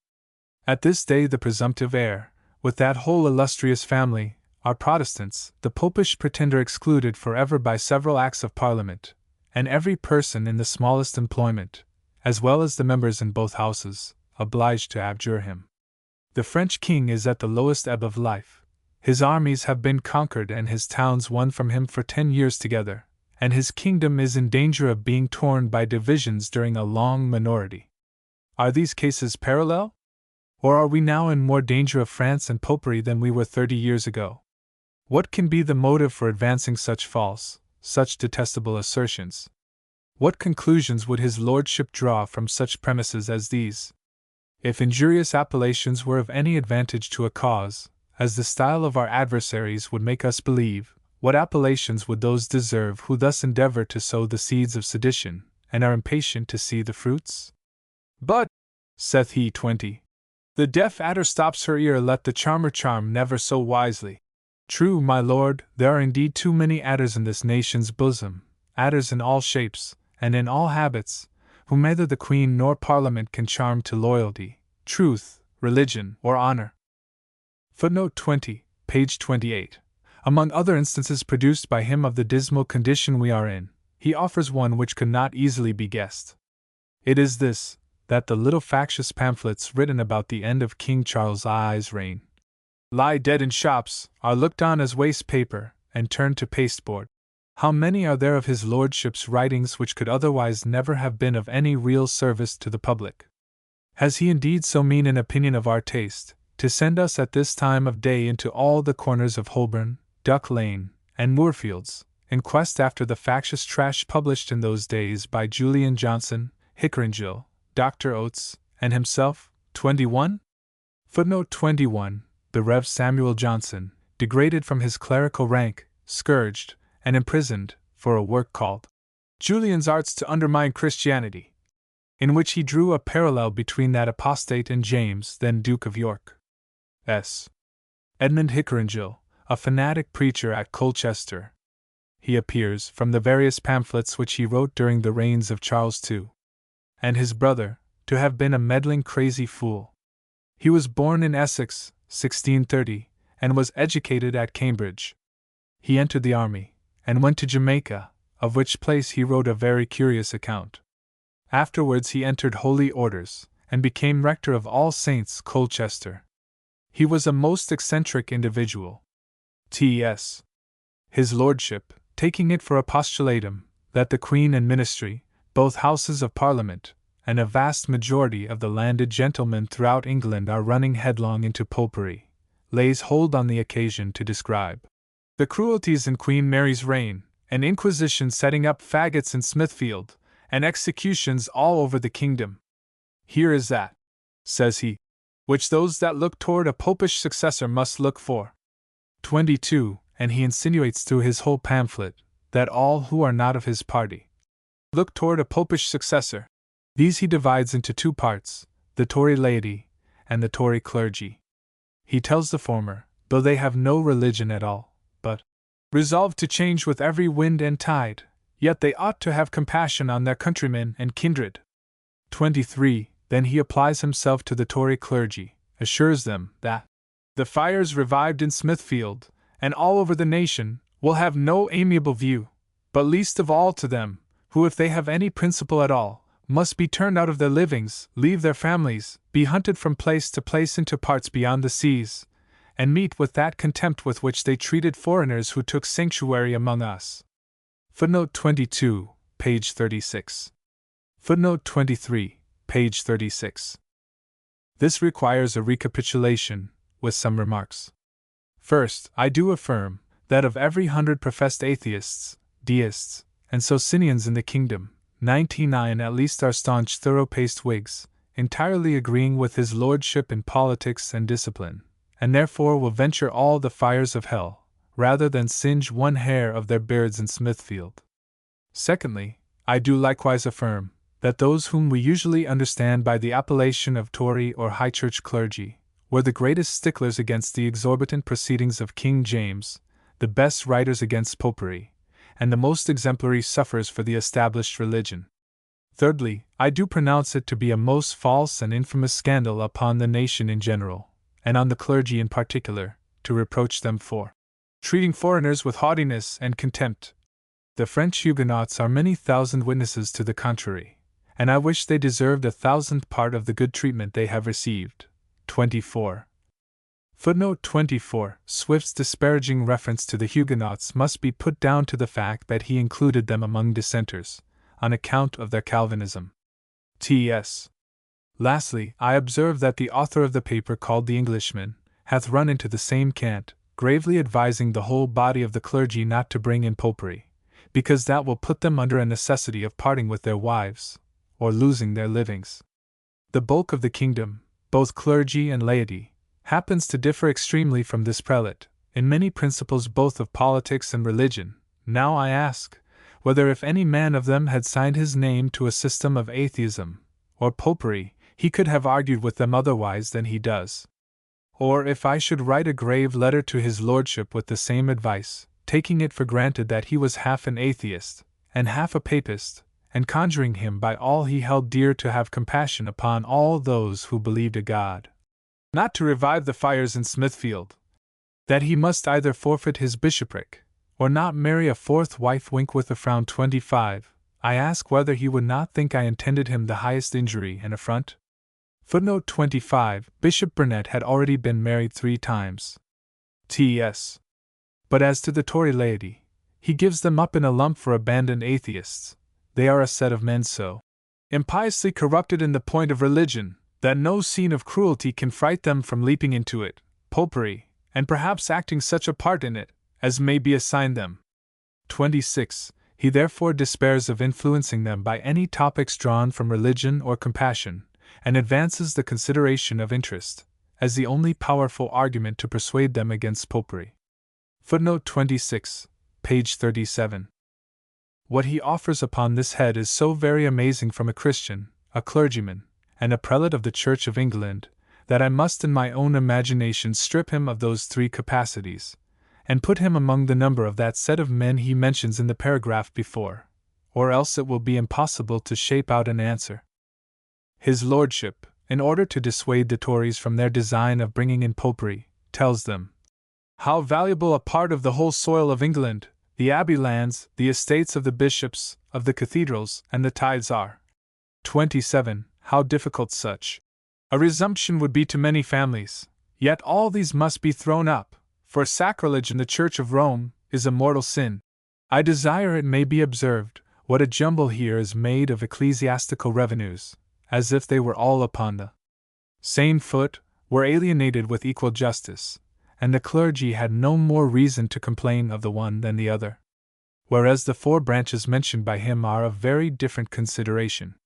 If I might venture to guess the opinion of the clergy upon this matter, I believe they could wish that some small part of the abbey lands had been applied to the augmentation of poor bishoprics, and a very few acres to serve for glebes in those parishes where there are none, after which I think they would not repine that the laity should possess the rest.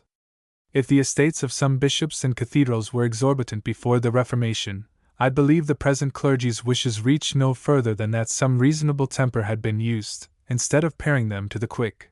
But as to the tithes, without examining whether they be of divine institution, I conceive there is hardly one of that sacred order in England, and very few even among the laity that love the Church, who will not allow the misapplying of those revenues to secular persons to have been at first a most flagrant act of injustice and oppression, though at the same time, God forbid they should be restored any other way than by gradual purchase, by the consent of those who are now the lawful possessors, or by the piety and generosity of such worthy spirits as this nation sometimes protesteth.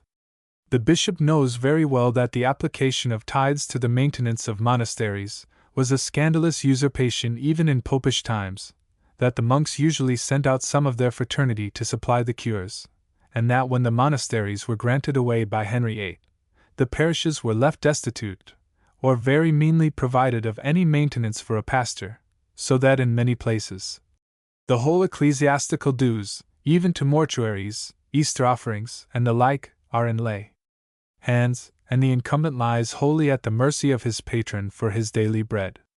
By these means there are several hundred parishes in England under £20 a year, and many under 10.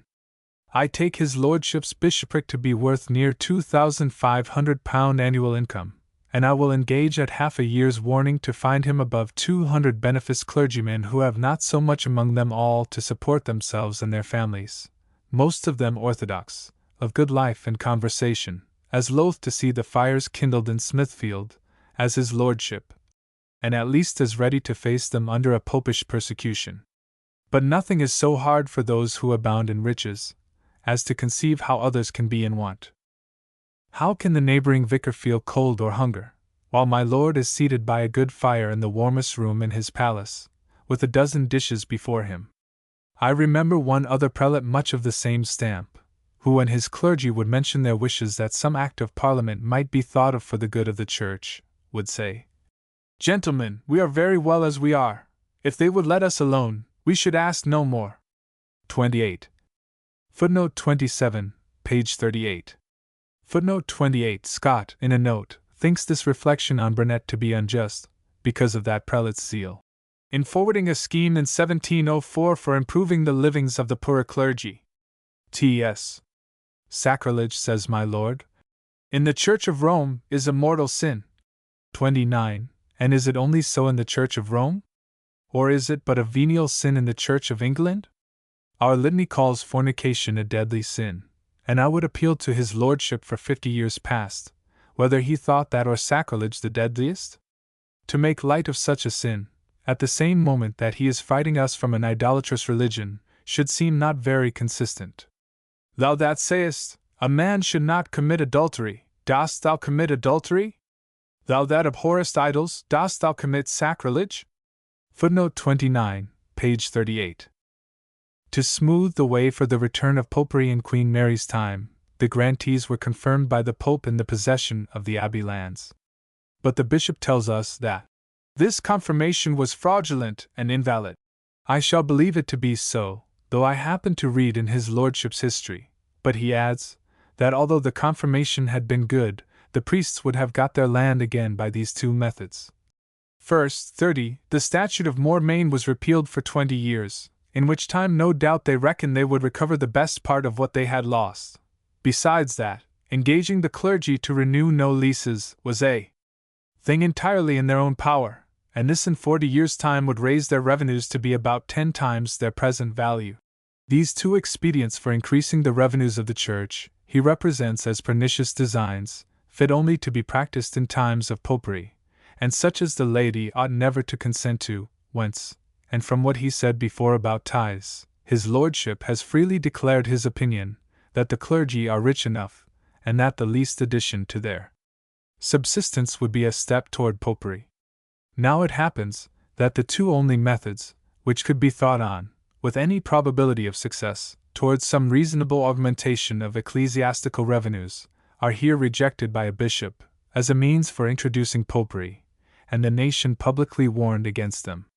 The continuance of the statute of Mortmain in full force, after the Church had been so terribly stripped, appeared to Her Majesty and the kingdom a very unnecessary hardship, upon which account it was at several times relaxed by the legislature.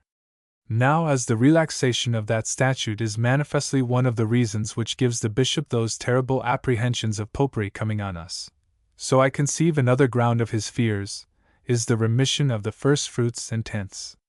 But where the inclination to popery lay, whether in Her Majesty who proposed this benefaction, the Parliament which confirmed, or the clergy who accepted it, his lordship hath not thought fit to determine. Footnote 30, page 39. The other popish expedient for augmenting church revenues is engaging the clergy to renew no leases. 31. Several of the most eminent clergymen have assured me that nothing has been more wished for by good men than a law to prevent, at least, bishops from setting leases for lives.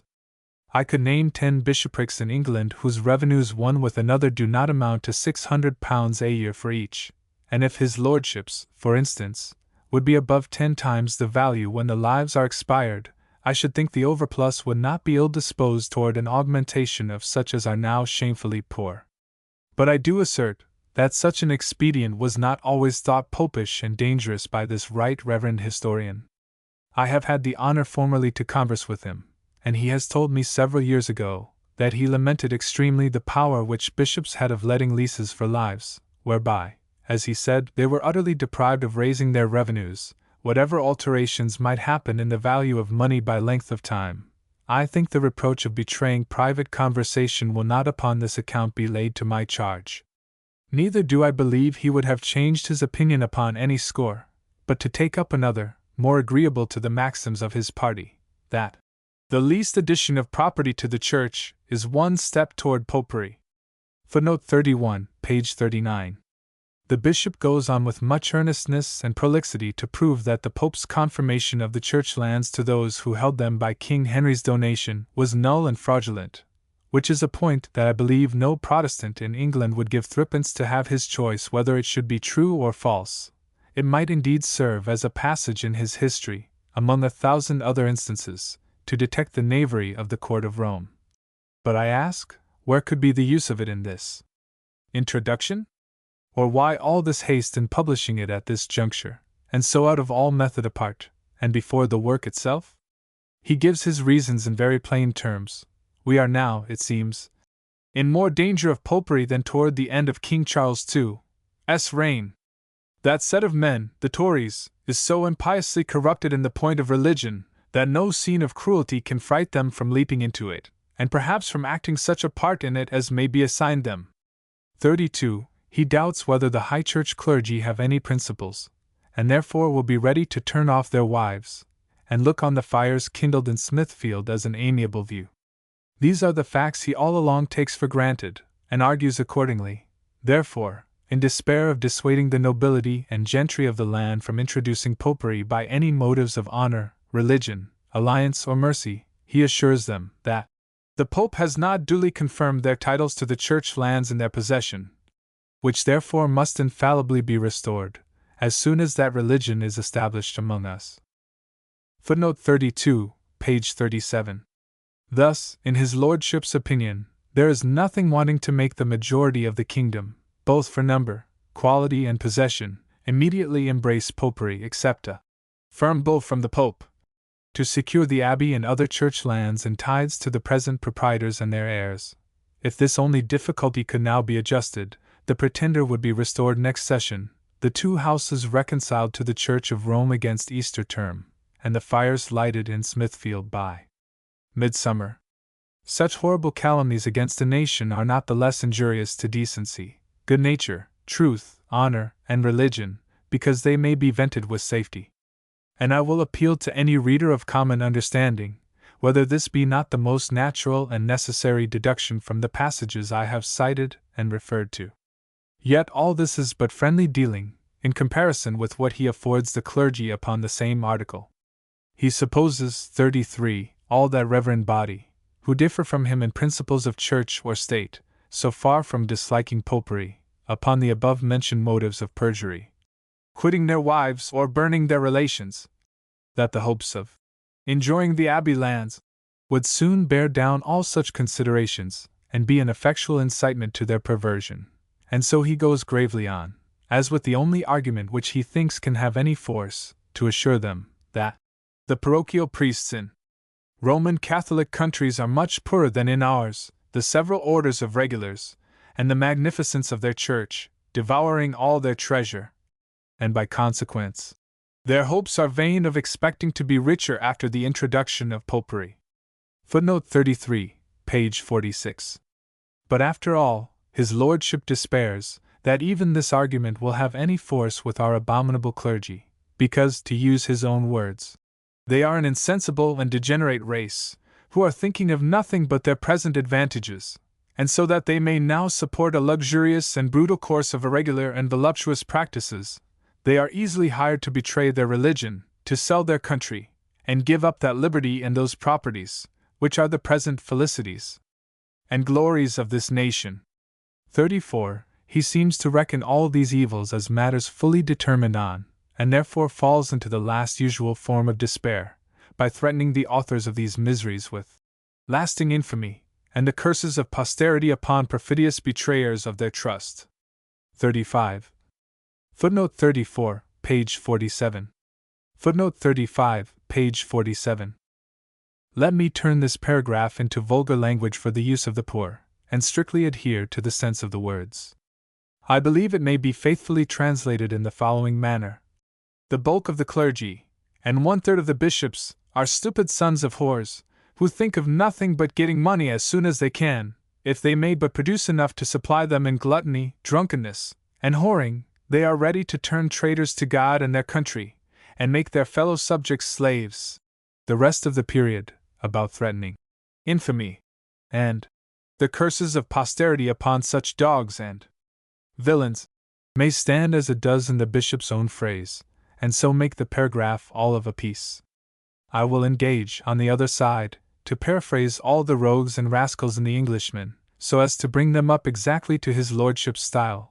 But for my own part, I much prefer the plain Billingsgate way of calling names, because it expresses our meaning full as well, and would save abundance of time which is lost by circumlocution. So, for instance, John Dunton, 36, who is retained on the same side with the bishop, calls my Lord Treasurer and Lord Bolingbroke traitors, whoremasters, and Jacobites, which 3 words cost our right reverend author thrice as many lines to define them.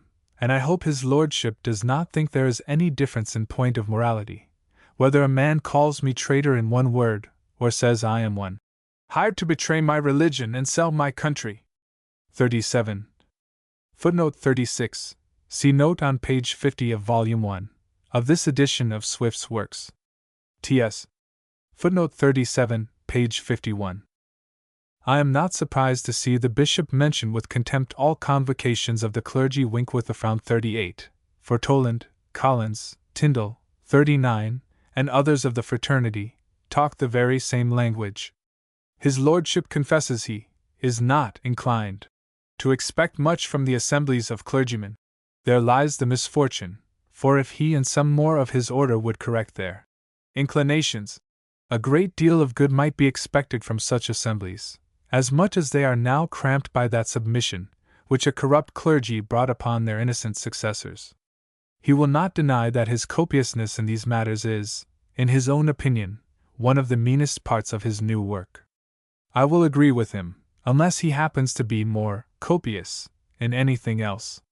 However, it is not easy to conceive why he should be so copious upon a subject he so much despises, unless it were to gratify his talent of railing at the clergy, in the number of whom he disdains to be reckoned, because he is a bishop. For it is a style I observe some prelates have fallen into of late years, to talk of clergymen as if themselves were not of the number. You will read in many of their speeches at Dr. Sacheverell's 40 trial expressions to this or the like effect. My lords, if clergymen be suffered, and see, wherein they seem to have reason, and I am pretty confident that a great majority of the clergy were heartily inclined to disown any relation they had to the managers in lawn. However, it was a confounding argument against presbytery, that those who are most suspected to lean that way, treating their inferior brethren with haughtiness, rigor, and contempt, although, to say the truth, nothing better could be hoped for, because, I believe, it may pass for a universal rule, that in every diocese governed by bishops of the Whig species, the clergy, especially the poorer sort, are under double discipline, and the laity left to themselves.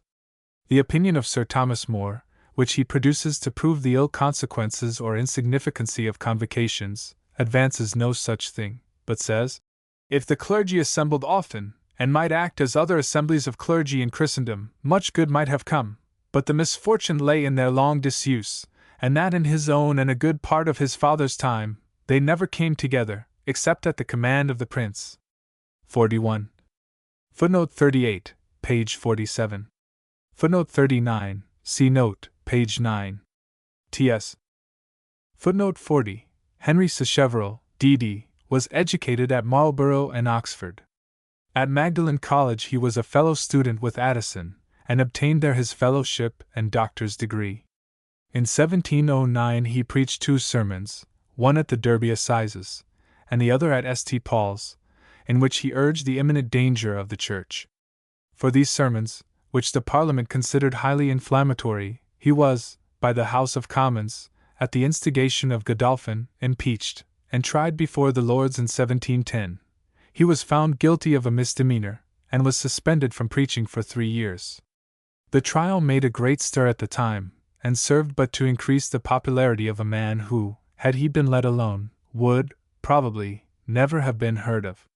He died in 1724, holding the living of St. Andrew, Holborn, to which he was presented after the expiration of his sentence.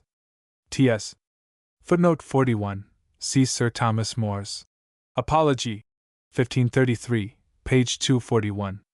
I suppose his lordship thinks there is some original impediment in the study of divinity, or secret incapacity in a gown and cassock without lawn, which disqualifies all inferior clergymen from debating upon subjects of doctrine or discipline in the Church.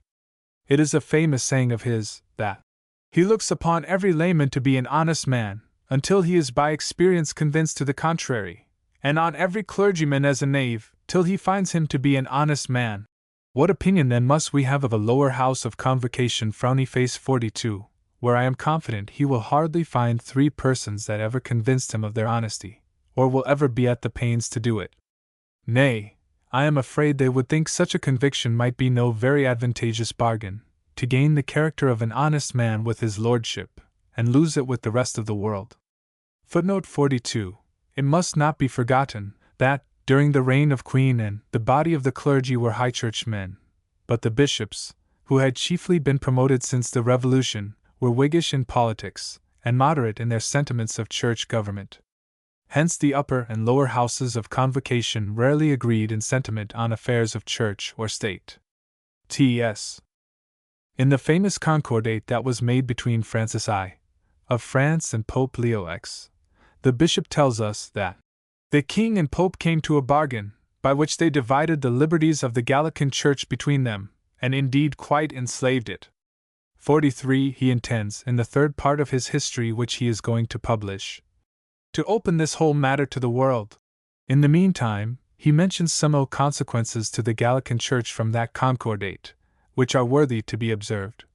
The Church of France became a slave, and this change in their constitution put an end not only to national, but even to provincial synods in that kingdom. The assemblies of the clergy there meet now only to give subsidies. And he says, our nation may see by that proceeding what it is to deliver up the essential liberties of a free constitution to a court. 44. Footnote 43, page 53. Footnote 44, page 53. All I can gather from this matter is that our King Henry made a better bargain than his contemporary Francis, who divided the liberties of the Church between himself and the Pope, while the King of England seized them all to himself. But how comes he to number the want of synods in the Gallican Church among the grievances of that concordate, and as a mark of their slavery, since he reckons all convocations of the clergy in England to be useless and dangerous? Or what difference in point of liberty was there between the Gallican Church under Francis and the English under Harry? For the latter was as much a papist as the former, unless in the point of obedience to the See of Rome, and in every quality of a good man, or a good prince, except personal courage wherein both were equal.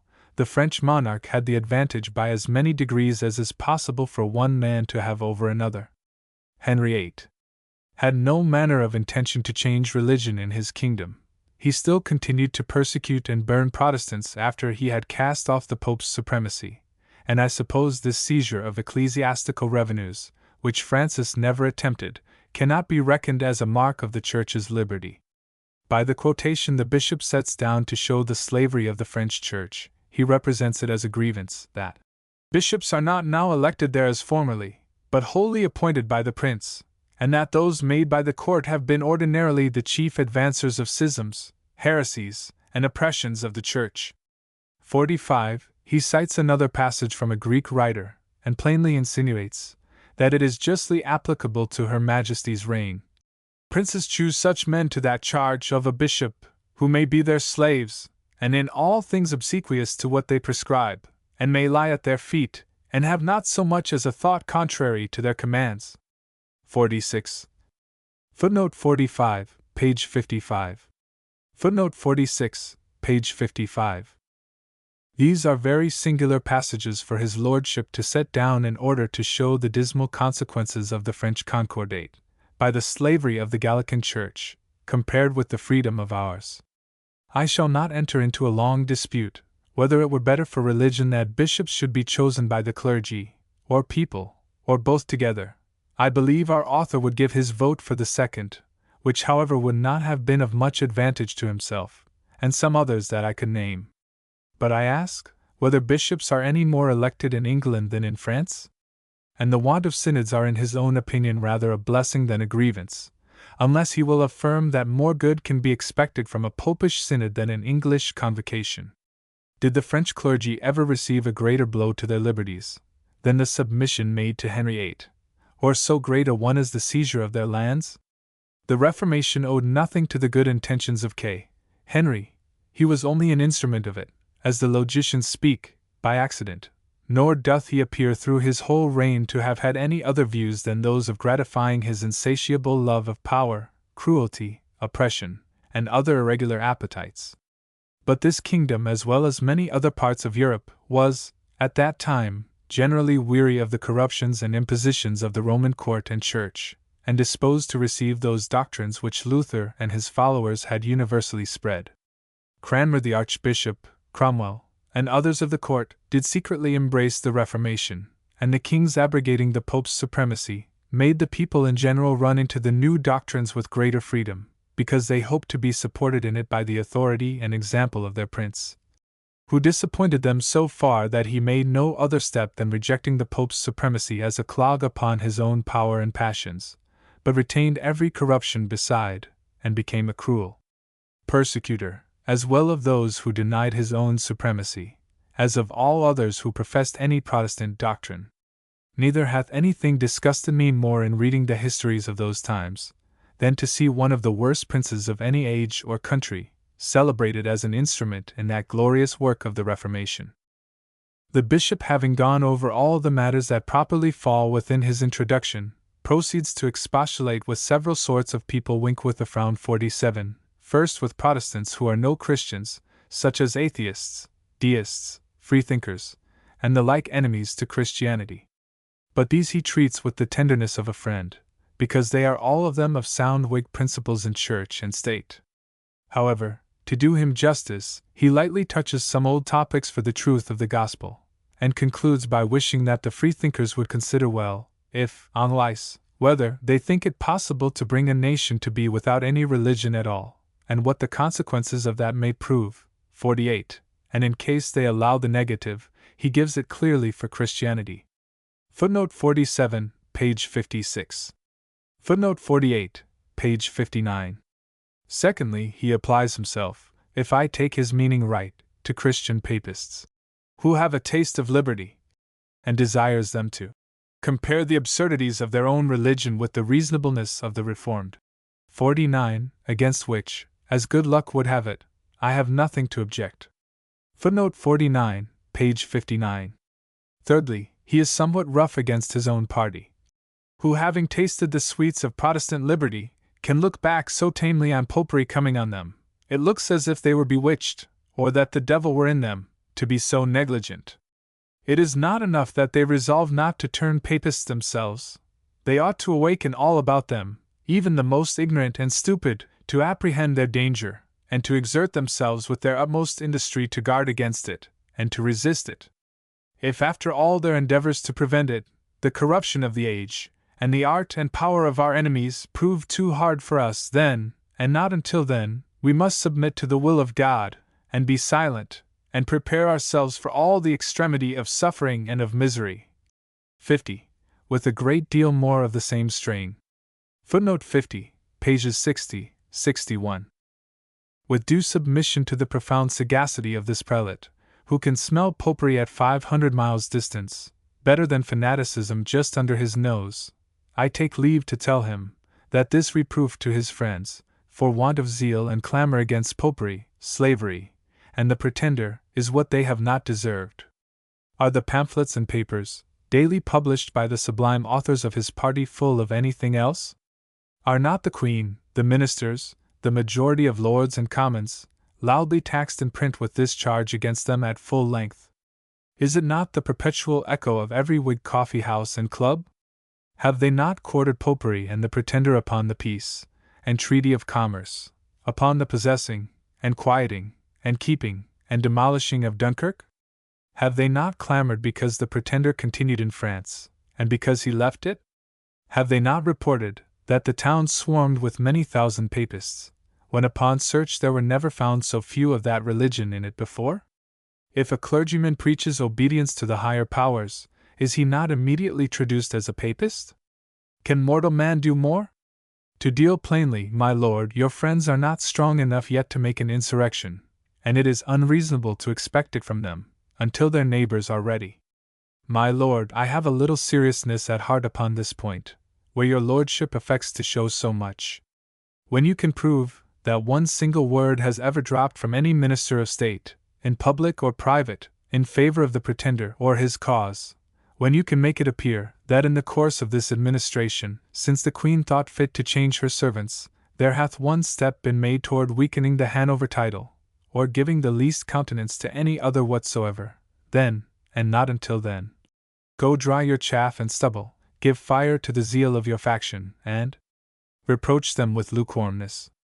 Fourthly, the bishop applies himself to the Tories in general, taking it for granted, after his charitable manner, that they are already prepared to introduce popery.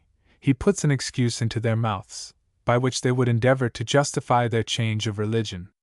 That popery is not what it was before the Reformation, things are now much mended, and further corrections might be expected, if we would enter into a treaty with them. In particular, they see the error of proceeding severely with heretics, so that there is no reason to apprehend the returns of such cruelties as were practiced an age and a half ago.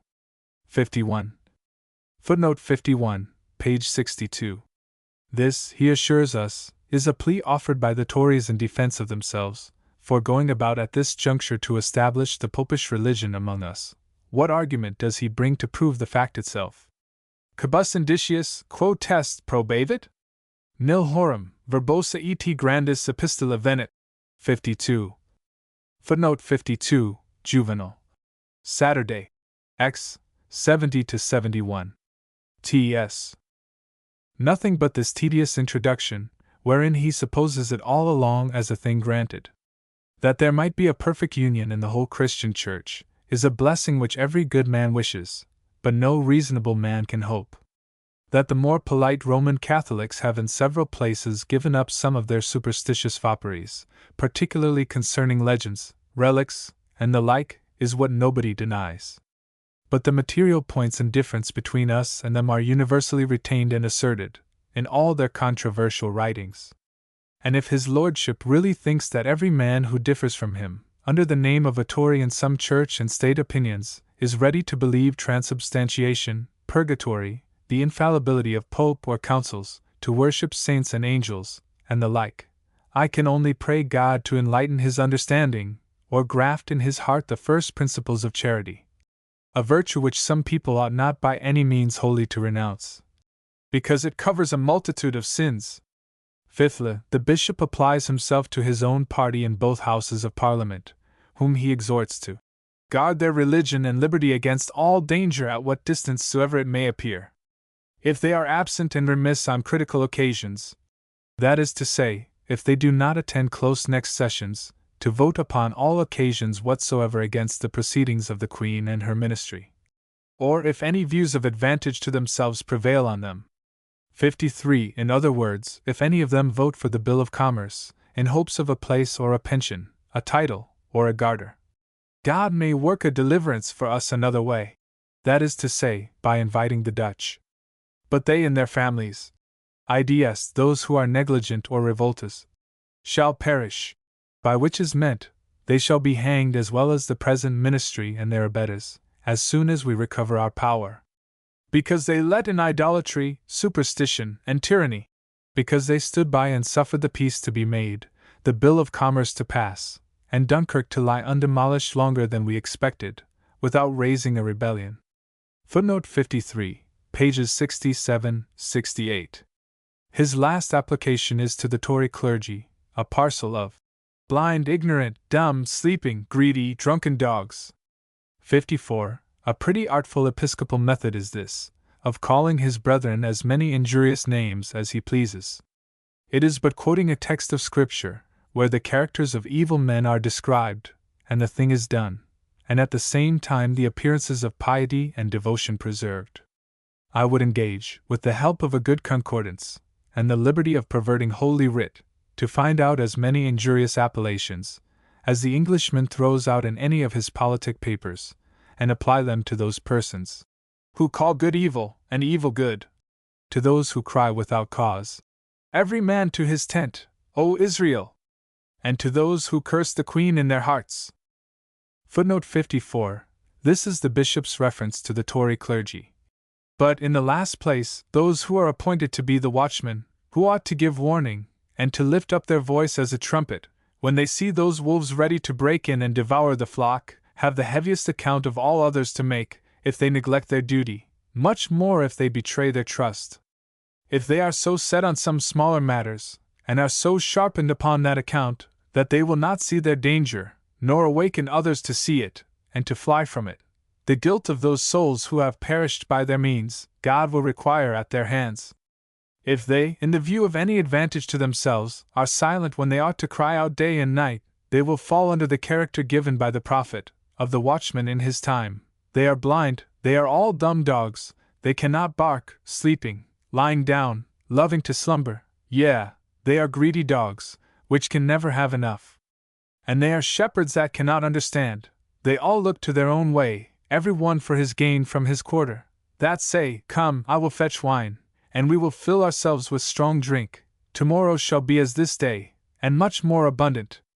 Burnet's History of the Reformation, Volume 3. Page 22. T.S.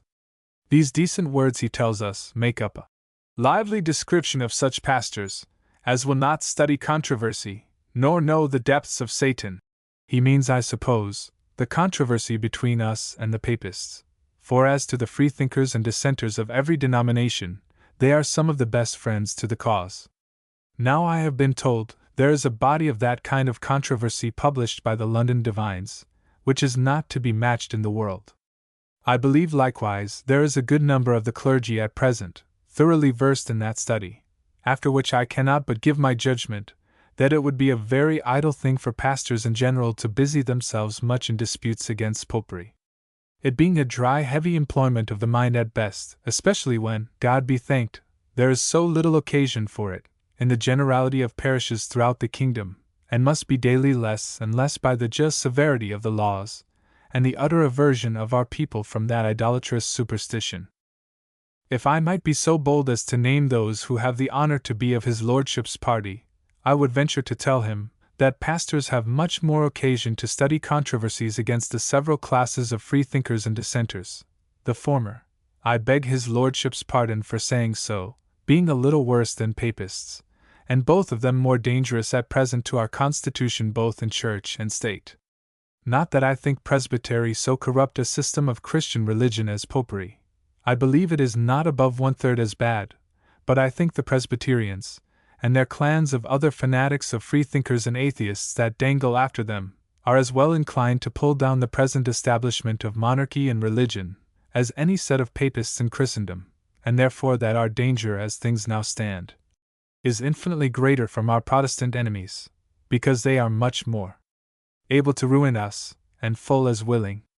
There is no doubt, but presbytery, and a commonwealth, are less formidable evils than popery, slavery, and the pretender, for if the fanatics were in power, I should be in more apprehension of being starved than burned.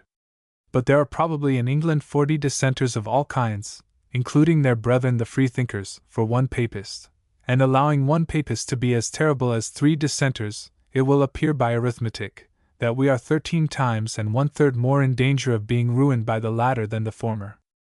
The other qualification necessary for all pastors, if they will not be blind, ignorant, greedy, drunken dogs, and see, is to know the depths of Satan. This is harder than the former, that a poor gentleman ought not to be parson, vicar, or curate of a parish, except he be cunninger than the devil. I am afraid it will be difficult to remedy this defect for one manifest reason, because whoever had only half the cunning of the devil would never take up with a vicarage of £10 a year, to live on at his ease, as my lord expresseth it, but seek out for some better livelihood. His lordship is of a nation very much distinguished for that quality of cunning, though they have a great many better, and I think he was never accused for wanting his share. However, upon a trial of skill I would venture to lay 6-4 on the devil's side, who must be allowed to be at least the older practitioner. Telling truth shames him, and resistance makes him fly, but to attempt outwitting him is to fight him at his own weapon, and consequently no cunning at all. Another thing I would observe is, that a man may be in the depths of Satan, without knowing them all, and such a man may be so far in Satan's depths as to be out of his own. One of the depths of Satan is to counterfeit an angel of light. Another, I believe, is to stir up the people against their governors, by false suggestions of danger. A third is to be a prompter to false brethren, and to send wolves about in sheep's clothing. Sometimes he sends Jesuits about England in the habit and cant of fanatics, at other times he has fanatic missionaries in the habits of. I shall mention but one more of Satan's depths, for I confess I know not the 100th part of them, and that is, to employ his emissaries in crying out against remote imaginary dangers, by which we may be taken off from defending ourselves against those which are real and just at our elbows. But his lordship draws towards a conclusion, and bids us look about to consider the danger we are in, before it is too late. For he assures us, we are already going into some of the worst parts of popery. 55. Like the man who was so much in haste for his new coat, that he put it on the wrong side out. Auricular confession, priestly absolution, and the sacrifice of the Mass have made great progress in England, and nobody has observed it. Several other popish points are carried higher with us than by the papists themselves. 56. And somebody, it seems, had the impudence to propose a union with the Gallican Church.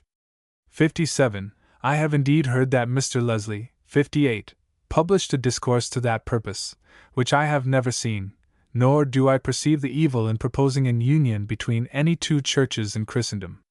Without doubt Mr. Leslie is most unhappily misled in his politics. But if he be the author of the late tract against Popery, 59, he has given the world such a proof of his soundness in religion, as many a bishop ought to be proud of. I never saw the gentleman in my life. I know he is the son of a great and excellent prelate, who upon several accounts was one of the most extraordinary men of his age. Mr. Leslie has written many useful discourses upon several subjects, and has so well deserved of the Christian religion, and the Church of England in particular, that to accuse him of impudence for proposing an union in two very different faiths is a style which I hope few will imitate. I detest Mr. Leslie's political principles as much as his lordship can do for his heart, but I verily believe he acts from a mistaken conscience, and therefore I distinguish between the principles and the person. However, it is some mortification to me, when I see an avowed nonjuror contribute more to the confounding of Popery than could ever be done by 100,000 such introductions as this. Footnote 55, page 70. Footnote 56, page 70. Footnote 57. Swift here disowns a charge loudly urged by the Whigs of the time against the High Churchmen. There were, however, strong symptoms of a nearer approach on their part to the Church of Rome. Hicks, the head of the Jacobite writers, had insinuated that there was a proper sacrifice in the Eucharist.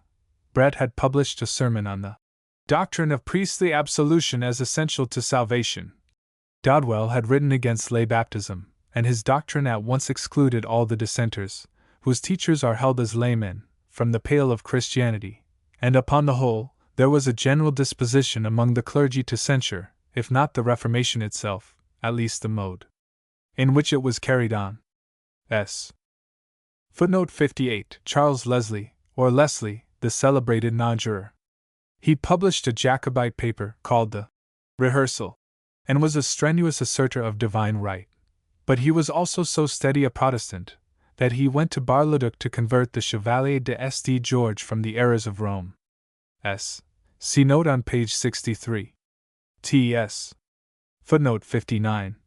The case stated between the Church of Rome and the Church of England. 1713. His lordship ends with discovering a small ray of comfort. God be thanked there are many among us that stand upon the watchtower, and that give faithful warning, that stand in the breach, and make themselves a wall for their church and country, that cry to God day and night, and lie in the dust mourning before Him, to avert those judgments that seem to hasten towards us. They search into the mystery of iniquity that is working among us, and acquaint themselves with that mass of corruption that is in Popery. 60. He prays that the number of these may increase, and that he may be of that number, ready either to die in peace, or to seal that doctrine he has been preaching above 50 years, with his blood. 61. This being his last paragraph, I have made bold to transcribe the most important parts of it. His design is to end after the manner of orators, with leaving the strongest impression possible upon the minds of his hearers. A great breach is made. The mystery of popish iniquity is working among us. May God avert those judgments that are hastening towards us. I am an old man, a preacher above 50 years, and I now expect and am ready to die a martyr for the doctrines I have preached. What an amiable idea does he here leave upon our minds, of Her Majesty and her government. He has been poring so long upon Fox's Book of Martyrs, that he imagines himself living in the reign of Queen Mary, and is resolved to set up for a knight-errant against Popery. Upon the supposition of his being in earnest, which I am sure he is not, it would require but a very little more heat of imagination to make a history of such a knight's adventures. What would he say, to behold the fires kindled in Smithfield, and all over the town, on the 17th of November, to behold the Pope borne in triumph on the shoulders of the people, with the Cardinal on the one side, and the Pretender on the other? He would never believe it was Queen Elizabeth's day, but that of her persecuting sister. In short, how easily might a windmill be taken for the whore of Babylon, and a puppet show for a popish procession. Footnote 60, page 71. Footnote 61, page 72. But enthusiasm is none of his lordship's faculty. I am inclined to believe he might be melancholy enough when he writ this introduction, the despair at his age of seeing a faction restored, to which he hath sacrificed so great a part of his life, the little success he can hope for in case he should resume those high church principles, in defense of which he first employed his pen.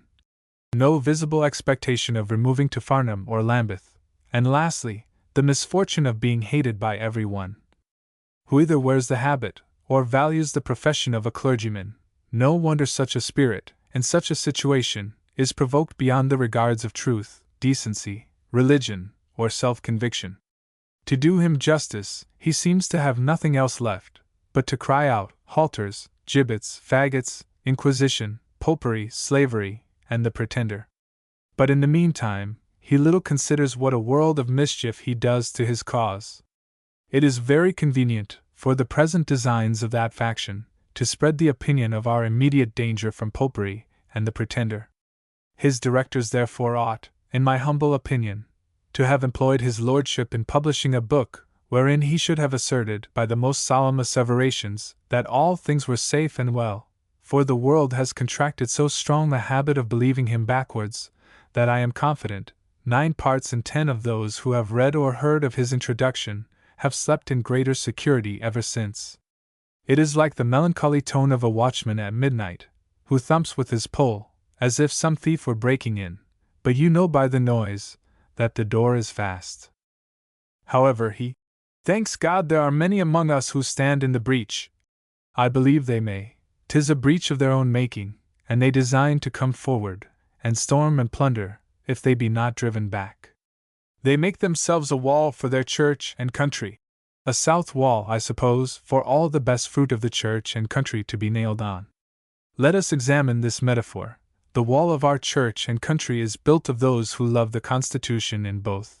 Our domestic enemies undermine some parts of the wall, and place themselves in the breach, and then they cry, "We are the wall!" We do not like such patchwork. They build with untempered mortar, nor can they ever cement with us, till they get better materials and better workmen. God keep us from having our breaches made up with such rubbish. They stand upon the watch-tower. They are indeed pragmatical enough to do so, but who assigned them that post? To give us false intelligence, to alarm us with false dangers, and send us to defend one gate, while their accomplices are breaking in at another? They cry to God, day and night, to avert the judgment of popery which seems to hasten towards us. Then I affirm, they are hypocrites by day, and filthy dreamers by night. When they cry unto him, he will not hear them, for they cry against the plainest dictates of their own conscience, reason, and belief. But lastly, they lie in the dust, mourning before him. Hang me if I believe that, unless it be figuratively spoken. But suppose it to be true, why do they lie in the dust? Because they love to raise it. For what do they mourn? Why, for power, wealth, and places. There let the enemies of the Queen, and monarchy, and the Church, lie, and mourn, and lick the dust, like serpents, till they are truly sensible of their ingratitude, falsehood, disobedience, slander, blasphemy, sedition, and every evil work. I cannot find in my heart to conclude without offering his lordship a little humble advice upon some certain points. First, I would advise him, if it be not too late in his life, to endeavor a little at mending his style, which is mighty defective in the circumstances of grammar, propriety, politeness, and smoothness. Wink with a frown. 62. I fancied at first it might be owing to the prevalence of his passion, as people sputter out nonsense for haste when they are in a rage. And indeed I believe this piece before me has received some additional imperfections from that occasion. But whoever has heard his sermons, or read his other tracts, will find him very unhappy in his choice and disposition of his words, and for want of variety, repeating them, especially the particles, in a manner very grating to an English ear. But I confine myself to this introduction, as his last work, where endeavoring at rhetorical flowers, he gives us only bunches of thistles, of which I could present the reader with a plentiful crop, but I refer him to every page and line of the pamphlet itself. Footnote 62. In Swift's Notes on Burnet's History of his own times, he points out many instances of the deficiency here stated. S. Secondly, I would most humbly advise his lordship to examine a little into the nature of truth, and sometimes to hear what she says. I shall produce 2 instances among 100. When he asserts that we are now in more danger of popery than toward the end of King Charles II's reign, and gives the broadest hints that the Queen, the Ministry, the Parliament, and the clergy are just going to introduce it, I desire to know whether he really thinks truth is of his side, or whether he be not sure she is against him? If the latter, then truth and he will be found in 2 different stories. And which are we to believe?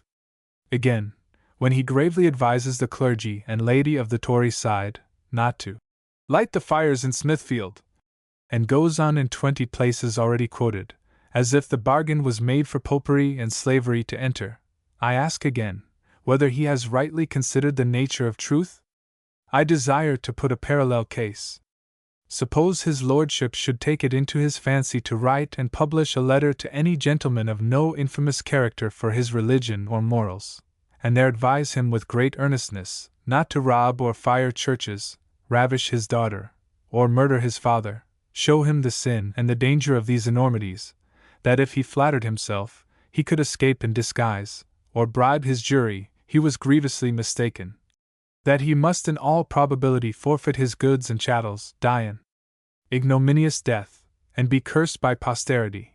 Would not such a gentleman justly think himself highly injured, though his lordship did not affirm that the said gentleman had his picklocks or combustibles ready, that he had attempted his daughter, and drawn his sword against his father in order to stab him?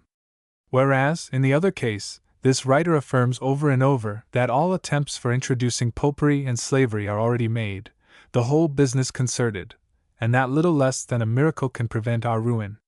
Thirdly, I could heartily wish his lordship would not undertake to charge the opinions of 1 or 2, and those probably non-jurors, upon the whole body of the nation that differs from him. Mr. Leslie writ a proposal for a union with the Gallican Church. Somebody else has carried the necessity of priesthood in the point of baptism farther than popery. A third has asserted the independency of the Church on the State, and in many things arraigned the supremacy of the Crown. Then he speaks in a dubious, insinuating way, as if some other popish tenets had been already advanced, and at last concludes in this affected strain of despondency. What will all these things end in? And on what design are they driven? Alas, it is too visible. 'Tis as clear as the sun that these authors are encouraged by the ministry with a design to bring in popery, and in popery all these things will end. I never was so uncharitable as to believe that the whole party of which his lordship professeth himself a member had a real formed design of establishing atheism among us. The reason why the Whigs have taken the atheists, or freethinkers, into their body, is because they wholly agree in their political schemes, and differ very little in church power and discipline. However, I could turn the argument against his lordship with very great advantage, by quoting passages from 50 pamphlets, wholly made up of Whiggism and atheism, and then conclude. What will all these things end in? And on what design are they driven? Alas, it is too visible. Lastly, I would beg his lordship not to be so exceedingly outrageous upon the memory of the dead, because it is highly probable that, in a very short time, he will be one of the number. He has in plain words given Mr. Wharton the character of a most malicious, revengeful, treacherous, lying, mercenary villain, to which I shall only say, that the direct reverse of this amiable description is what appears from the works of that most learned divine, and from the accounts given me by those who knew him much better than the bishop seems to have done. I meddle not with the moral part of his treatment. God Almighty forgive his lordship this manner of revenging himself, and then there will be but little consequence from an accusation which the dead cannot feel, and which none of the living will believe. Mr. Collins's Discourse of Free Thinking, put into plain English, by way of abstract, for the use of the poor, by a friend of the author. First printed in 1713. Note. Of the deistical writers of the early 18th century, Anthony Collins, 1676 to 1729, is, perhaps, the most celebrated. He was born near Hounslow and educated at Eton and Cambridge. His writings were mainly attacks on Christianity, and in addition to the Discourse on Freethinking, he published Discourse of the Grounds and Reasons of the Christian Religion, Scheme of Literal Prophecy Considered, Priestcraft in Perfection, Historical and Critical Essay on the 39 Articles, and A Philosophical Inquiry Concerning Human Liberty. Most of these writings engaged him in many and violent controversies with some of the ablest divines of his time. Among these, besides Swift, may be named Whiston, Hare, Hoadley, Bentley, and Samuel Clarke. Steele, also, had his fling at Collins, and thought that, if ever man deserved to be denied the common benefits of air and water, it is the author of a Discourse upon Free Thinking, Guardian. No. 3. But then Steele's opinion on such a matter was of no great moment. What was of more, was the fact that the school to which Collins belonged found a decided opponent in Locke, from the writings of whom the members of the school professed to draw their strongest arguments. For a philosophical appreciation of Toland, Collins, and the rest, see Mr. Leslie Stevens. English Thought in the 18th Century. Chaps. 3 and 4. Of Volume 1, 1881. Swift took an entirely different attitude towards Collins from that assumed by the professional controversialists. He refused to take him seriously, and no doubt he felt that ridicule would as effectually serve his purpose as another method. Moreover, he sought to use the opportunity for scoring a point against the Whigs, by insisting on the political side of the matter, and, in the person of an assumed defender of Collins, betrayed undoubted Whig leanings. Swift, at this time, was deep in work, pamphleteering for Harley and St. John. He had already written The Conduct of the Allies, and Some Remarks on the Barrier Treaty, and was soon to write The Public Spirit of the Whigs. The assumed and sarcastic defense of Collins must be taken as a Swiftian dodge to bring odium and suspicion on the opponents of the Tory ministry, by showing that the propounders of the hateful and ridiculous atheism were themselves Whigs. Sir Henry Craik, in a note to his reprint of this tract, Selections from Swift, Oxford, 1893, Volume 2, page 42, agrees with Scott as to the motive which urged Swift in writing it. In this later tract, he says, Swift makes no attempt to cloak his enmity, and he boldly assumes the character of a Whig as the propounder of those atheistical absurdities, which he wished, as a useful political move, but without any scrupulous regard to fairness, to represent as part and parcel of the tenets of that party. What gave color, says Scott, though only a color, to his charge was, that Toland, Tyndall, Collins, and most of those who carried to license their abhorrence of church government, were naturally enough enrolled among that party in politics who professed most attachment to freedom of sentiment. It must not, however, be forgotten that Swift's attachment to his church, as it influenced him against the Whigs, would naturally influence him against the deistical writers also, and that he must be credited, to that extent, with honesty of purpose. That these writers were Whigs was, if one may so put it, an accident, of which it would have been more than a human act for Swift not to take advantage, for party purposes. Curiously enough, none of Swift's more modern biographers have thought this imitation of Collins's discourse worthy of a mention, yet it is, in its way, as fine a performance as his castigation of Bishop Burnet and his introduction. The fooling is admirably carried on, and the intention, as explained in the introduction, is excellently well realized. It frightened Collins into Holland. To appreciate the cleverness with which it has been done, one should read Swift's abstract, side by side with Collins's discourse. The pamphlet was advertised for sale in The Examiner, for Tuesday, January 26, 1712-13. In his Letters to Stella, January 16 and 21, 1712-13, Swift makes the following references to it. I came home at 7, and began a little whim which just came into my head, and will make a 3-penny pamphlet. It shall be finished in a week, and if it succeeds, you shall know what it is, otherwise not. I was today with my printer, to give him a little pamphlet I have written, but not politics. It will be out by Monday. The present text is based on that of the first edition, collated with those given by Nichols, Hawkesworth, and Scott.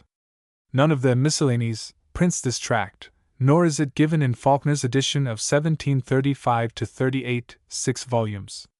It is fully annotated and edited by Nichols in the first volume of his Supplement to Swift's Works, 1779. T.S. Mr. Collins' Discourse of Free Thinking, put into plain English, by way of abstract, for the use of the poor. By a friend of the author. 1713. Introduction. Our party having failed, by all their political arguments, to re-establish their power, the wise leaders have determined that the last and principal remedy should be made use of, for opening the eyes of this blinded nation, and that a short, but perfect, system of their divinity should be published, to which we are all of us ready to subscribe, and which we laid down as a model, bearing a close analogy to our schemes in religion. Crafty, designing men that they might keep the world in awe have, in their several forms of government, placed a supreme power on earth, to keep humankind in fear of being hanged, and a supreme power in heaven, for fear of being damned. In order to cure men's apprehensions of the former, several of our learned members have written many profound treatises on anarchy, but a brief complete body of atheology seemed yet wanting, till this irrefragable discourse appeared. However, it so happens that our ablest brethren, in their elaborate disquisitions upon this subject, have written with so much caution that ignorant unbelievers have edified very little by them. I grant that those daring spirits, who first adventured to write against the direct rules of the gospel, the current of antiquity, the religion of the magistrate, and the laws of the land, had some measures to keep, and particularly when they railed at religion, were in the right to use little artful disguises, by which a jury could only find them guilty of abusing heathenism or popery. But the mystery is now revealed, that there is no such thing as mystery or revelation, and though our friends are out of place and power, yet we may have so much confidence in the present ministry, to be secure, that those who suffer so many free speeches against their sovereign and themselves, to pass unpunished, will never resent our expressing the freest thoughts against their religion, but think with Tiberius, that if there be a God, he is able enough to revenge any injuries done to himself, without expecting the civil power to interpose. 1. Footnote 1. Swift was evidently very fond of this reference, since he uses it several times in his writings. T.S. By these reflections I was brought to think that the most ingenious author of the Discourse upon Freethinking, in a letter to somebody Esq., although he hath used less reserve than any of his predecessors, might yet have been more free and open. I considered that several well-witters to infidelity might be discouraged by a show of logic, and a multiplicity of quotations scattered through his book, which to understandings of that size might carry an appearance of something like book learning, and consequently fright them from reading for their improvement. I could see no reason why these great discoveries should be hid from our youth of quality, who frequent White's and Tom's. Why they should not be adapted to the capacities of the Kit Kat and Hanover clubs, too, who might then be able to read lectures on them to their several toasts, and it will be allowed on all hands that nothing can sooner help to restore our abdicated cause than a firm universal belief of the principles laid down by this sublime author. Footnote 2. These were chocolate houses of the time, supported mainly by the aristocracy and the gamblers. White's is still in existence, and has had the honor of having had a special history written about it. Tom's was in Russell Street, and so called after its landlord, Tom West. The Kit Kat Club was the resort of the Whig wits of the day, and the Hanover Club of those who favored the Hanover succession. T.S. For I am sensible that nothing would more contribute to the continuance of the war, and the restoration of the late ministry, than to have the doctrines delivered in this treatise well infused into the people. I have therefore compiled them into the following abstract, wherein I have adhered to the very words of our author, only adding some few explanations of my own, where the terms happen to be too learned, and consequently a little beyond the comprehension of those for whom the work was principally intended, I mean the nobility and gentry of our party. After which I hope it will be impossible for the malice of a Jacobite, high-flying, priest-ridden faction to misrepresent us. The few additions I have made are for no other use than to help the transition, which could not otherwise be kept in an abstract. But I have not presumed to advance anything of my own, which besides would be needless to an author who hath so fully handled and demonstrated every particular. I shall only add that though this writer, when he speaks of priests, desires chiefly to be understood to mean the English clergy, yet he includes all priests whatsoever, except the ancient and modern heathens, the Turks, Quakers, and Socinians. The letter. Sir, I send you this apology for free thinking, 3, without the least hopes of doing good, but purely to comply with your request, for those truths which nobody can deny, will do no good to those who deny them. The clergy, who are so impudent to teach the people the doctrines of faith, are all either cunning knaves or mad fools, for none but artificial, designing men, and crack-brained enthusiasts, presume to be guides to others in matters of speculation, which all the doctrines of Christianity are, and whoever has a mind to learn the Christian religion, naturally chooses such knaves and fools to teach them. Now the Bible, which contains the precepts of the priest's religion, is the most difficult book in the world to be understood. It requires a thorough knowledge in natural, civil, ecclesiastical history, law, husbandry, sailing, physic, pharmacy, mathematics, metaphysics, ethics, and everything else that can be named, and everybody who believes it ought to understand it, and must do so by force of his own free thinking, without any guide or instructor. Footnote 3. The chief strain of Collins's discourse is an eulogium upon the necessity and advantage of free thinking, in which it is more than insinuated that the advocates of revealed religion are enemies to the progress of enlightened inquiry. This insidious position is ridiculed in the following parody. S. How can a man think at all, if he does not think freely? A man who does not eat and drink freely, does not eat and drink at all. Why may not I be denied the liberty of free seeing, as well as free thinking? Yet nobody pretends that the first is unlawful, for a cat may look on a king, though you be nearsighted, or have weak or sore eyes, or are blind, you may be a free seer. You ought to see for yourself, and not trust to a guide to choose the color of your stockings, or save you from falling into a ditch. In like manner, there ought to be no restraint at all on thinking freely upon any proposition, however impious or absurd. There is not the least hurt in the wickedest thoughts, provided they be free, nor in telling those thoughts to everybody, and endeavoring to convince the world of them, for all this is included in the doctrine of free thinking, as I shall plainly show you in what follows, and therefore you are all along to understand the word free thinking in this sense. If you are apt to be afraid of the devil, think freely of him, and you destroy him and his kingdom. Free thinking has done him more mischief than all the clergy in the world ever could do. They believe in the devil, they have an interest in him, and therefore are the great supports of his kingdom. The devil was in the States General before they began to be freethinkers. For England and Holland, were formerly the Christian territories of the devil. I told you how he left Holland, and free thinking and the Revolution banished him from England. I defy all the clergy to shew me when they ever had such success against him. My meaning is, that to think freely of the devil, is to think there is no devil at all, and he that thinks so, the devil's in him if he be afraid of the devil.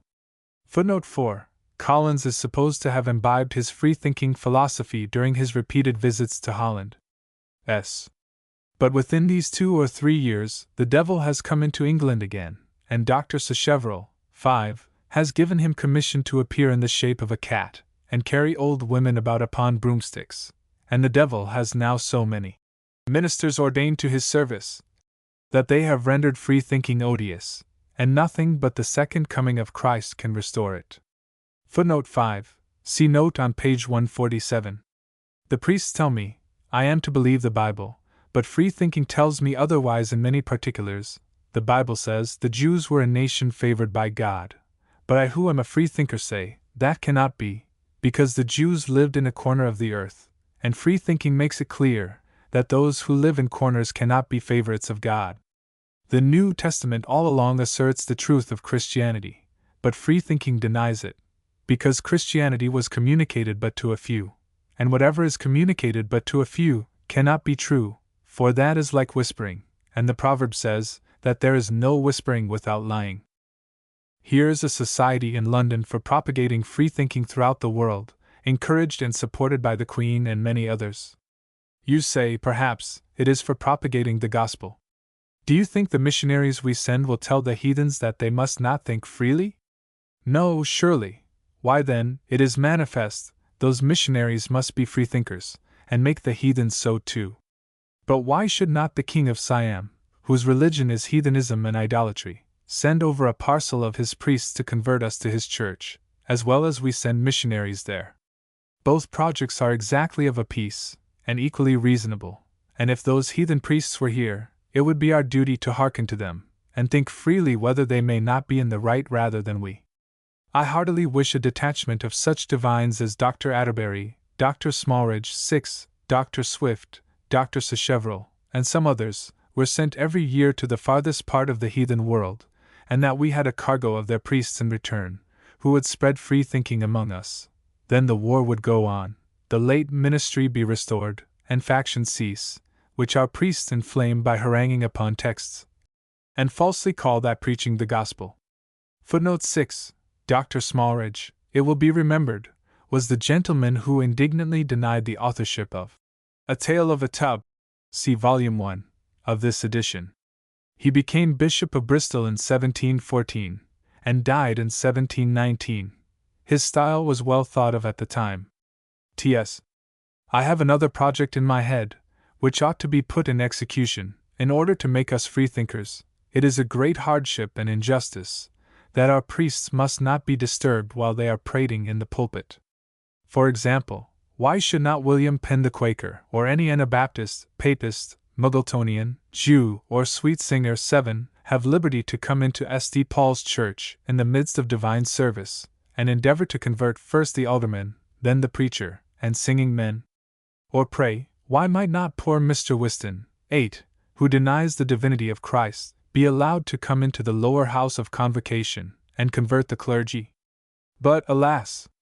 We are overrun with such false notions that, if Penn or Whiston should do their duty, they would be reckoned fanatics, and disturbers of the Holy Synod, although they have as good a title to it as St. Paul had to go into the synagogues of the Jews, and their authority is full as divine as his.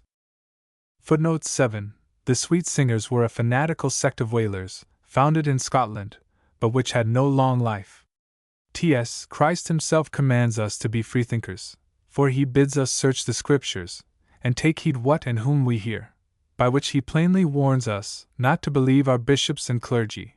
For Jesus Christ, when he considered that all the Jewish and heathen priests, whose religion he came to abolish, were his enemies, rightly concluded that those appointed by him to preach his own gospel would probably be so too, and could not be secure that any set of priests of the faith he delivered would ever be otherwise. Therefore it is fully demonstrated that the clergy of the Church of England are mortal enemies to Christ, and ought not to be believed. Footnote 8. Yet Whiston, who receives this side cut, was himself an anxious combatant of Collins, in his Reflections on an anonymous pamphlet, entitled, A Defense of Free Thinking, 1713, s. But without the privilege of free thinking, how is it possible to know which is the right Scripture? Here are perhaps 20 sorts of Scriptures in the several parts of the world, and every set of priests contend that their Scripture is the true one. The Indian Brahmins have a book of Scripture called the Shastra. The Persas their Zundavasto wink with a frown 9. The Bonzes in China have theirs, written by the disciples of Fohi, whom they call God and Savior of the world, who was born to teach the way of salvation, and to give satisfaction for all men's sins, which, you see, is directly the same with what our priests pretend of Christ. And must we not think freely, to find out which are in the right, whether the bishops or the bonzes? But the Talipans, or heathen clergy of Siam, approach yet nearer to the system of our priests. They have a book of Scripture written by Samanokodam, who, the Siamese say, was born of a virgin, and was the God expected by the universe. Just as our priests tell us that Jesus Christ was born of the Virgin Mary, and was the Messiah so long expected. The Turkish priests, or dervises, have their scripture which they call the Alcoran. The Jews have the Old Testament for their scripture, and the Christians have both the Old and the New. Now among all these scriptures, there cannot above one be right, and how is it possible to know which is that, without reading them all, and then thinking freely, every one of us for ourselves, without following the advice or instruction of any guide, before we venture to choose? The Parliament ought to be at the charge of finding a sufficient number of these scriptures, for every one of Her Majesty's subjects, for there are 20 to 1 against us, that we may be in the wrong. But a great deal of free thinking will at last set us all right, and every one will adhere to the scripture he likes best, by which means religion, peace, and wealth will be forever secured in Her Majesty's realms. Footnote 9. Swift means here, of course, the Zendavesta, the commentaries on the sacred books of the Parsis. Not that Swift could have known much of these Oriental religions, but the names were good enough for his purpose. T.S. And it is the more necessary that the good people of England should have liberty to choose some other scripture, because all Christian priests differ so much about the copies of theirs, and about the various readings of the several manuscripts, which quite destroys the authority of the Bible. For what authority can a book pretend to, where there are various readings? 10. And for this reason, it is manifest that no man can know the opinions of Aristotle or Plato, or believe the facts related by Thucydides or Livy, or be pleased with the poetry of Homer and Virgil, all which books are utterly useless, upon account of their various readings.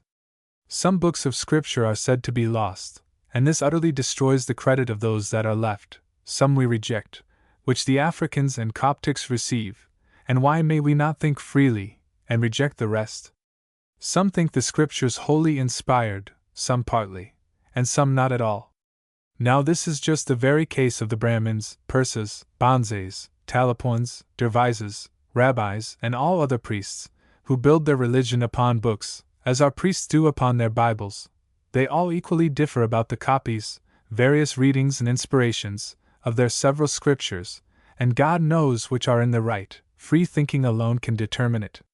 Footnote 10. In the Discourse on Free Thinking, page 80, Collins insists much on a passage in Victor of Tunis, from which he infers that the Gospels were corrected and altered in the 4th century.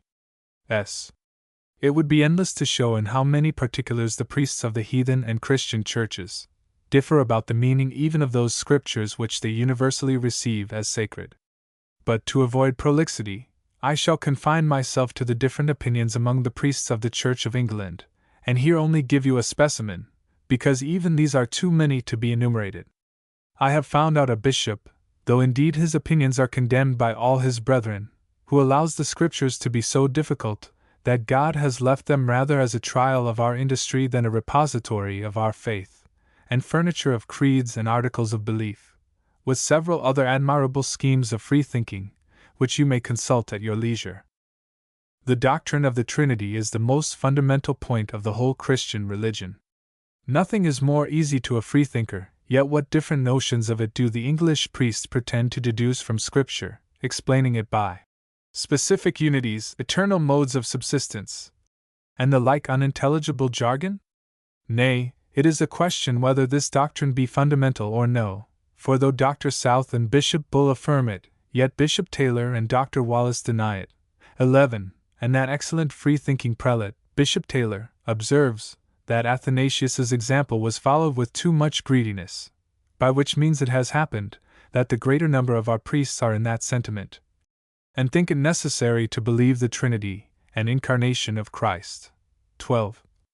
Footnote 11. Dr. Robert South, 1633–1716, rector of Islip.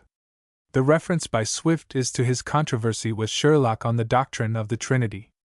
The two disputants got into such depths that both were charged with heresy. Dr. George Bull, 1634–1710, Bishop of St. David's, wrote the Defensio Fidei Nicene. For his exposition of the necessity for the belief in the divinity of the Son of God he received the thanks of Bossuet. Dr. Jeremy Taylor, Bishop of Down and Connor, 1613–1667, and author of Holy Living and Holy Dying, wrote also Unum Necessarium, or the Doctrine and Practice of Repentance. His treatment, in this work, of the doctrine of original sin was considered heterodox by Bishop Warner and Dr. Sanderson, and a controversy ensued, in the course of which Taylor was imprisoned in Chepstow Castle on a charge of being concerned in a royalist insurrection. Dr. John Wallace, 1616–1703, here referred to, is the famous mathematician and divine, and one of the original members of the Royal Society. He is mentioned in the text by Swift because of a work he published on the Trinity, which brought him into collision with the Arians. But the doctor seems to have been addicted to views of a controversial nature, for his opinions on infant baptism and the keeping of the Sabbath found many objectors. He was Savilian professor of geometry at Oxford in 1648. T.S. Footnote 12. See Swift's opinion of controversies on this subject in his Sermon upon the Trinity. S. Our priests likewise dispute several circumstances about the resurrection of the dead, the nature of our bodies after the resurrection, and in what manner they shall be united to our souls. They also attack one another, very weakly with great vigor, about predestination. And it is certainly true, for Bishop Taylor and Mr. Whiston the Socinian say so, that all churches in prosperity alter their doctrines every age, and are either satisfied with themselves, nor their own confessions, either does any clergyman of sense believe the 39 Articles. Our priests differ about the eternity of hell torments. The famous Dr. Henry Moore, 13, and the most pious and rational of all priests, Dr. Tillotson, 14, both freethinkers, believe them to be not eternal. They differ about keeping the Sabbath, the divine right of episcopacy, and the doctrine of original sin, which is the foundation of the whole Christian religion, for if men are not liable to be damned for Adam's sin, the Christian religion is an imposture, yet this is now disputed among them. So is lay baptism, so was formerly the lawfulness of usury, but now the priests are common stock jobbers, attorneys, and scriveners. In short, there is no end of disputing among priests, and therefore I conclude that there ought to be no such thing in the world as priests, teachers, or guides, for instructing ignorant people in religion, but that every man ought to think freely for himself. Footnote 13. Dr. Henry Moore, 1614–1687, the Platonist theologian, wrote a philosophical poem entitled Psychozoia, or the Life of the Soul, 1640. T.S. Footnote 14. Dr. John Tillotson, 1630–1694, succeeded Bancroft as Archbishop of Canterbury. He published some eloquent sermons and several controversial tracts against Catholicism. T.S. I will tell you the meaning in all this. The priests dispute every point in the Christian religion, as well as almost every text in the Bible, and the force of my argument lies here, that whatever point is disputed by one or two divines, however condemned by the Church, not only that particular point, but the whole article to which it relates, may lawfully be received or rejected by any free thinker. For instance, suppose Moore and Tillotson deny the eternity of hell torments, a free thinker may deny all future punishments whatsoever. The priests dispute about explaining the Trinity, therefore a free thinker may reject one or two, or the whole three persons. At least he may reject Christianity, because the Trinity is the most fundamental doctrine of that religion. So I affirm original sin, and that men are now liable to be damned for Adam's sin, to be the foundation of the whole Christian religion. But this point was formerly, and is now disputed, therefore, a freethinker may deny the whole. And I cannot help giving you one farther direction, how I insinuate all along, that the wisest freethinking priests, whom you may distinguish by the epithets I bestow them, were those who differed most from the generality of their brethren. But besides, the conduct of our priests in many other points makes freethinking unavoidable, for some of them own that the doctrines of the Church are contradictory to one another, as well as to reason, which I thus prove. Dr. Sacheverell says in his speech at his trial, that by abandoning passive obedience we must render ourselves the most inconsistent church in the world. Now 'tis plain that one inconsistency could not make the most inconsistent church in the world, ergo, there must have been a great many inconsistencies and contradictory doctrines in the church before. Dr. South describes the incarnation of Christ as an astonishing mystery, impossible to be conceived by man's reason, ergo, it is contradictory to itself, and to reason, and ought to be exploded by all freethinkers. Another instance of the priest's conduct, which multiplies freethinkers, is their acknowledgement of abuses, defects, and false doctrines in the Church, particularly that of eating black pudding, 15, which is so plainly forbid in the Old and New Testament, that I wonder those who pretend to believe a syllable in either will presume to taste it. Why should I mention the want of discipline, and of a sideboard at the altar, with complaints of other great abuses and defects made by some of the priests, which no man can think on without free thinking, and consequently rejecting Christianity. Footnote 15. Collins in his pamphlet quotes a Dr. Grabe, who, following the Jewish code of rules as regards food, considered the eating of blood one of the points on which the Church did not insist against. In the text, Swift ridicules this in the reference to black pudding. T.S. When I see an honest, free-thinking bishop endeavor to destroy the power and privileges of the Church, and Dr. Atterbury angry with him for it, and calling it dirty work, what can I conclude, by virtue of being a free-thinker, but that Christianity is all a cheat? Mr. Whiston has published several tracts, wherein he absolutely denies the divinity of Christ. A bishop tells him, "Sir, in any matter where you have the Church's judgment against you, you should be careful not to break the peace of the Church, by writing against it, though you are sure you are in the right." 16. Now my opinion is directly contrary, and I affirm, that if 10,000 freethinkers thought differently from the received doctrine, and from each other, they would be all in duty bound to publish their thoughts, provided they were all sure of being in the right, though it broke the peace of the Church and state 10,000 times. Footnote 16. Swift's Sermon on the Trinity, as well as a passage in his Thoughts upon Religion, shews the weight which he attached to this important argument. S. And here I must take leave to tell you, although you cannot but have perceived it from what I have already said, and shall be still more amply convinced by what is to follow, that free thinking signifies nothing without free speaking and free writing. It is the indispensable duty of a free thinker to endeavor forcing all the world to think as he does, and by that means make them free thinkers too.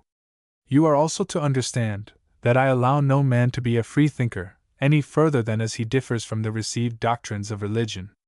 Where a man falls in, though by perfect chance, with what is generally believed, he is in that point a confined and limited thinker, and you shall see by and by that I celebrate those for the noblest freethinkers in every age, who differed from the religion of their countries in the most fundamental points, and especially in those which bear any analogy to the chief fundamentals of religion among us. Another trick of the priests is to charge all men with atheism, who have more wit than themselves, which therefore I expect will be my case for writing this discourse. This is what makes them so implacable against Mr. Gilden, Dr. Tyndall, Mr. Toland, 17, and myself, and when they call us wits, atheists, it provokes us to be freethinkers. Footnote 17. See notes on pages 9, 79, 80, 82. Again, the priests cannot agree when their scripture was written. They differ about the number of canonical books, and the various readings. Now those few among us who understand Latin are careful to tell this to our disciples, who presently fall a free-thinking, that the Bible is a book not to be depended upon in anything at all. There is another thing that mightily spreads free-thinking, which I believe you would hardly guess. The priests have got a way of late of writing books against free-thinking, I mean treatises in dialogue, where they introduce atheists, deists, skeptics, and Socinians offering their several arguments. Now these freethinkers are too hard for the priests themselves in their own books, and how can it be otherwise? For if the arguments usually offered by atheists are fairly represented in these books, they must needs convert everybody that reads them, because atheists, deists, skeptics, and Socinians have certainly better arguments to maintain their opinions than any the priests can produce to maintain the contrary. Mr. Creech, 18, a priest, translated Lucretius into English, which is a complete system of atheism, and several young students, who were afterwards priests, wrote verses in praise of this translation. The arguments against providence in that book are so strong that they have added mightily to the number of freethinkers. Footnote 18. This is Thomas Creech, the translator of Horace, to whom Swift refers in The Battle of the Books. See Volume 1, page 180. The translation of Lucretius was published in English verse in 1682. T.S. Why should I mention the pious cheats of the priests, who in the New Testament translate the word ecclesia sometimes the church, and sometimes the congregation, and episcopus, sometimes a bishop, and sometimes an overseer? A priest, 19, translating a book, left out a whole passage that reflected on the king, by which he was an enemy to political free-thinking, a most considerable branch of our system. Another priest, translating a book of travels, 20, left out a lying miracle, out of mere malice, to conceal an argument for free thinking. In short, these frauds are very common in all books which are published by priests, but however, I love to excuse them whenever I can, and as to this accusation, they may plead the authority of the ancient fathers of the Church, for forgery, corruption, and mangling of authors, with more reason than for any of their articles of faith. St. Jerome, St. Hilary, Eusebius Vercellensis, Victorinus, 21, and several others, were all guilty of arrant forgery and corruption, for when they translated the works of several freethinkers, whom they called heretics, they omitted all their heresies or free thinkings, and had the impudence to own it to the world. Footnote 19. Collins refers to the Rev. Mr. Brown, who translated Father Paul's letters, and omitted the words, "If the King of England, James I, were not more a doctor than a king." Footnote 20. Baumgarten's Travels. T.S. Footnote 21. Jerome, or St. Hieronymus, circa 340 to 420, wrote the Latin Vulgate translation of the Scriptures. Is accepted as one of the fathers of the Church. St. Hilary, another accepted father, was Bishop of Poitiers. He died 367 or 368. The Eusebius here named was Bishop of Vercelli, a city of Liguria. He flourished about AD 360, and distinguished himself at the Council of Milan in AD 355, for his attacks against Arianism. He was exiled to Upper Thebais, with several other bishops who refused to subscribe to the condemnation of Athanasius, but was recalled with Lucifer, Bishop of Cagliari, Sardinia. In conjunction with Athanasius, he attended an Alexandrian synod which declared the Trinity consubstantial. He traveled much, in the eastern provinces and Italy, engaging in missionary work. He died about AD 373. Fabius Marius Victorinus was born in Africa, and died at Rome in 370. He was a distinguished orator, grammarian, and rhetorician. His chief work was a treatise entitled De Orthographia. He also wrote many theological books. T.S. From these many notorious instances of the priest's conduct, I conclude they are not to be relied on in any one thing relating to religion, but that every man must think freely for himself. But to this it may be objected, that the bulk of mankind is as well qualified for flying as thinking, and if every man thought it his duty to think freely, and trouble his neighbor with his thoughts, which is an essential part of free thinking, it would make wild work in the world. I answer, whoever cannot think freely, may let it alone if he pleases, by virtue of his right to think freely, that is to say, if such a man freely thinks that he cannot think freely, of which every man is a sufficient judge, why, then, he need not think freely, unless he thinks fit. Besides, if the bulk of mankind cannot think freely in matters of speculation, as the being of a god, the immortality of the soul, and see, why then, free thinking is indeed no duty.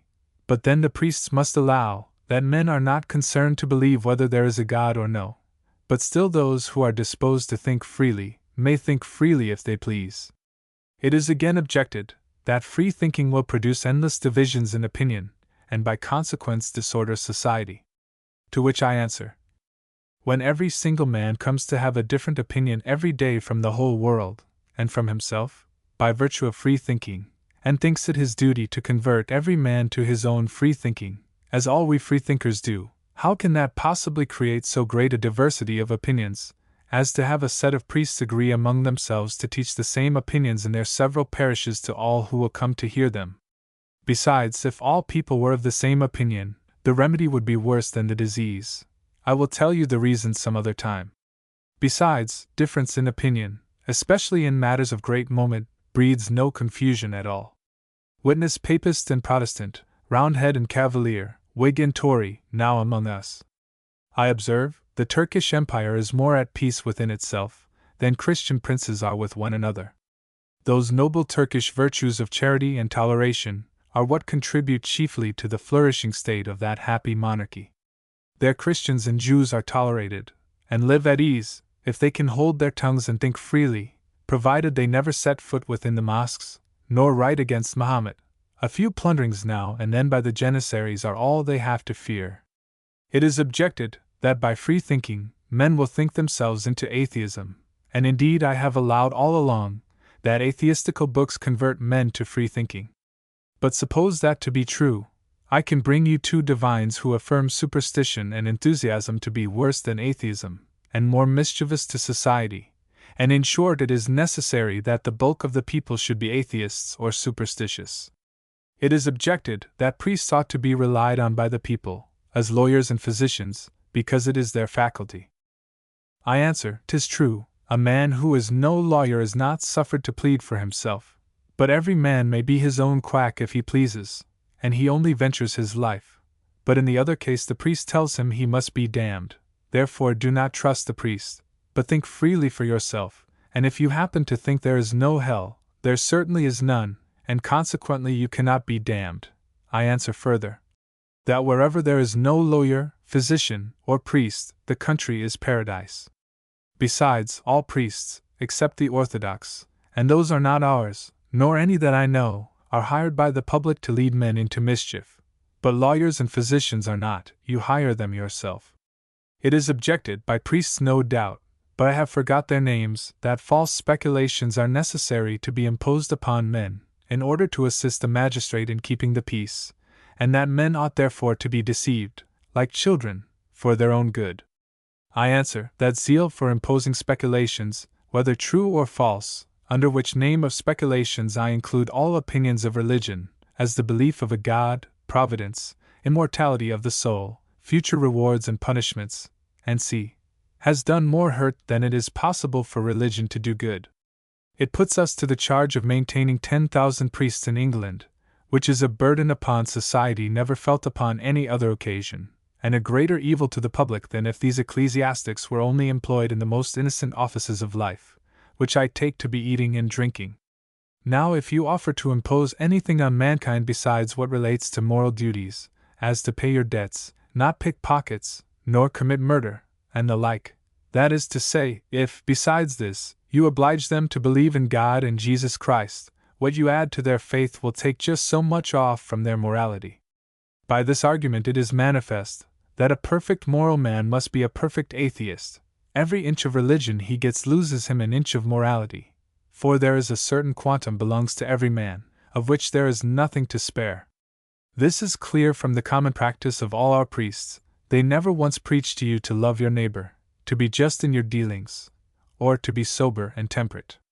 The streets of London are full of common whores, publicly tolerated in their wickedness, yet the priests make no complaints against this enormity, either from the pulpit or the press. I can affirm that neither you nor I, sir, have ever heard one sermon against whoring since we were boys. No, the priests allow all these vices, and love us the better for them, provided we will promise not to harangue upon a text, nor to sprinkle a little water in a child's face, which they call baptizing, and would engross it all to themselves. Besides, the priests engage all the rogues, villains, and fools in their party, in order to make it as large as they can. By this means they seduced Constantine the Great, 22, over to their religion, who was the first Christian emperor, and so horrible a villain, that the heathen priests told him they could not expiate his crimes in their church. So he was at a loss to know what to do, till an Egyptian bishop assured him that there was no villainy so great, but was to be expiated by the sacraments of the Christian religion, upon which he became a Christian, and to him that religion owes its first settlement. Footnote 22. The reference here is to the luminous cross which Constantine said he saw in the heavens, and which influenced him to embrace Christianity. T.S. It is objected that freethinkers themselves are the most infamous, wicked, and senseless of all mankind. I answer, first, we say the same of priests and other believers. But the truth is, men of all sects are equally good and bad, for no religion whatsoever contributes in the least to men's lives. I answer, secondly, that freethinkers use their understanding, but those who have religion do not. Therefore the first have more understanding than the others. Witness Toland, Tyndall, Gilden, 23, Clendon, Coward, and myself. 4. Use legs and have legs. Footnote 23. John Clendon, of the Middle Temple, published in 1709 to 1710. Tractatus Philosophico-Theologicus de Persona, or A Treatise of the Word Person. This singular book appears to have been written principally to prove that the doctrine of the Trinity was very well explained by an Act of Parliament, 9 and 10 Will. 3. It was complained of in the House of Commons, March 25, 1710, and was judged to be a scandalous, seditious, and blasphemous libel, and was burnt by the common hangman at the same time with Tyndall's rights. N. I answer, thirdly, that freethinkers are the most virtuous persons in the world, for all freethinkers must certainly differ from the priests, and from 999 of 1,000 of those among whom they live, and are therefore virtuous of course, because everybody hates them. I answer, fourthly, that the most virtuous people in all ages have been freethinkers, of which I shall produce several instances. 24. Footnote 24. What follows is in ridicule of a long list of freethinkers, as he calls them, with which Collins has graced his discourse, in which he includes not only the ancient philosophers, but the inspired prophets, and even King Solomon the Wise. S.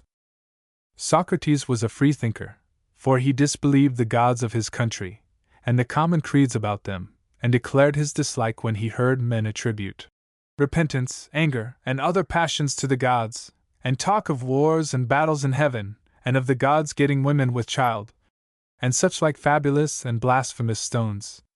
I pick out these particulars, because they are the very same with what the priests have in their Bibles, where repentance and anger are attributed to God, where it is said there was war in heaven, and that the Virgin Mary was with child by the Holy Ghost, whom the priests call God, all fabulous and blasphemous stories. Now, I affirm Socrates to have been a true Christian. You will ask, perhaps, how that can be, since he lived 300 or 400 years before Christ? I answer, with Justin Martyr, that Christ is nothing else but reason, and I hope you do not think Socrates lived before reason. Now, this true Christian Socrates never made notions, speculations, or mysteries any part of his religion, but demonstrated all men to be fools who troubled themselves with inquiries into heavenly things. Lastly, 'tis plain that Socrates was a freethinker, because he was calumniated for an atheist, as freethinkers generally are, only because he was an enemy to all speculations and inquiries into heavenly things. For I argue thus, that if I never trouble myself to think whether there be a God or no, and forbid others to do it, I am a freethinker, but not an atheist. Plato was a freethinker, and his notions are so like some in the Gospel, that a heathen charged Christ with borrowing his doctrine from Plato. But Origen, 25, defends Christ very well against this charge, by saying he did not understand Greek, and therefore could not borrow his doctrine from Plato. However, their two religions agreed so well, that it was common for Christians to turn Platonists, and Platonists Christians. When the Christians found out this, one of their zealous priests, worse than any atheist, forged several things under Plato's name, but conformable to Christianity, by which the heathens were fraudulently converted. Footnote 25. Origen, a father of the Church, was born about 185.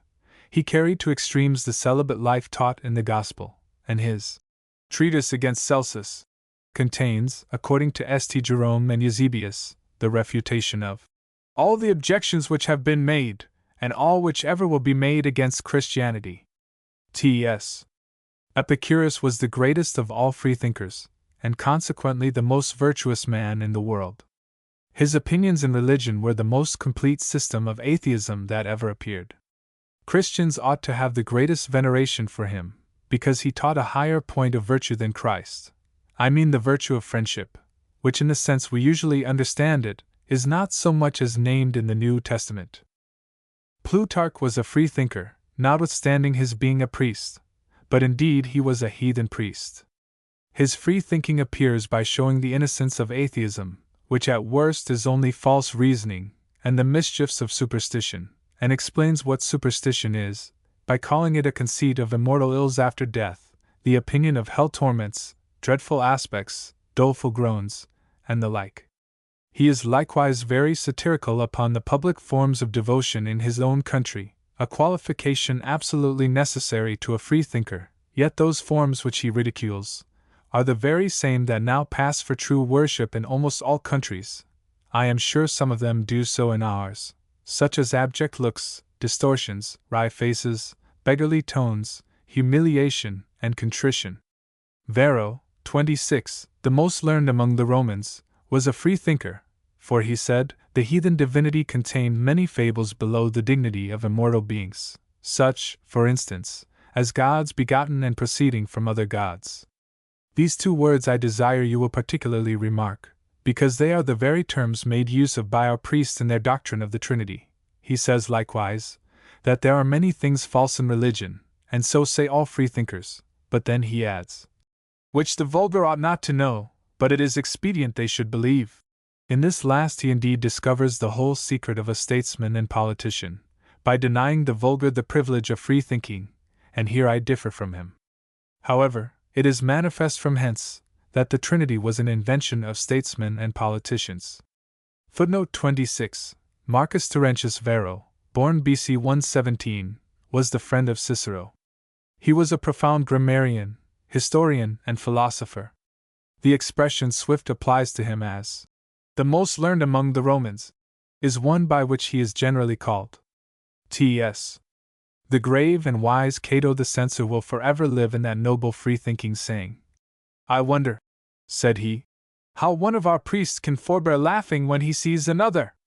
For contempt of priests is another grand characteristic of a freethinker. This shews that Cato understood the whole mystery of the Roman religion, as by law established. I beg you, sir, not to overlook these last words. Religion as by law established. I translate Hannisfax into the general word priest. Thus I apply the sentence to our priests in England, and when Dr. Smallridge sees Dr. Atterbury, I wonder how either of them can forbear laughing at the cheat they put upon the people, by making them believe their religion as by law established. Cicero, that consummate philosopher and noble patriot, though he was a priest, and consequently more likely to be a knave, gave the greatest proofs of his free thinking. First, he professed the skeptic philosophy, which doubts of everything.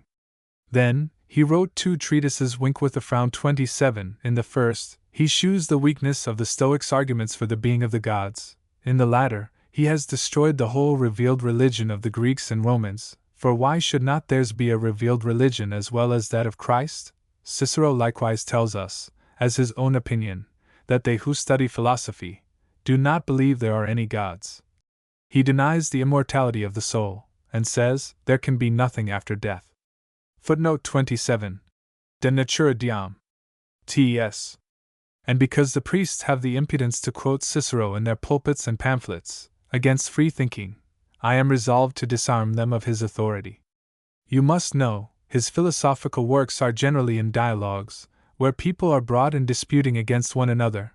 Now the priests, when they see an argument to prove a god, offered perhaps by a Stoic, are such knaves or blockheads, to quote it as if it were Cicero's own, whereas Cicero was so noble a free thinker, that he believed nothing at all of the matter, nor ever shews the least inclination to favor superstition, or the belief of a god, and the immortality of the soul, unless what he throws out sometimes to save himself from danger, in his speeches to the Roman mob, whose religion was, however, much more innocent and less absurd than that of popery at least, and I could say more, but you understand me.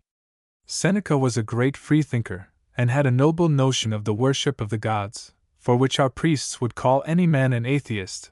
He laughs at morning devotions, or worshipping upon Sabbath days. He says God has no need of ministers and servants, because he himself serves mankind. This religious man, like his religious brethren the Stoics, denies the immortality of the soul, and says, all that is feigned to be so terrible in hell is but a fable. Death puts an end to all our misery, and see. Yet the priests were anciently so fond of Seneca, that they forged a correspondence of letters between him and St. Paul. Solomon himself, whose writings are called the Word of God, was such a freethinker that if he were now alive, nothing but his building of churches could have kept our priests from calling him an atheist. He affirms the eternity of the world almost in the same manner with Manilius, 28, the heathen philosophical poet, which opinion entirely overthrows the history of the creation by Moses, and all the New Testament he denies the immortality of the soul, assures us that men die like beasts, and that both go to one place. Footnote 28. Marcus Manilius, who probably flourished under Theodosius the Great, was a Latin poet, who wrote a poem entitled Astronomica. T.S. The prophets of the Old Testament were generally freethinkers. You must understand that their way of learning to prophesy was by music and drinking.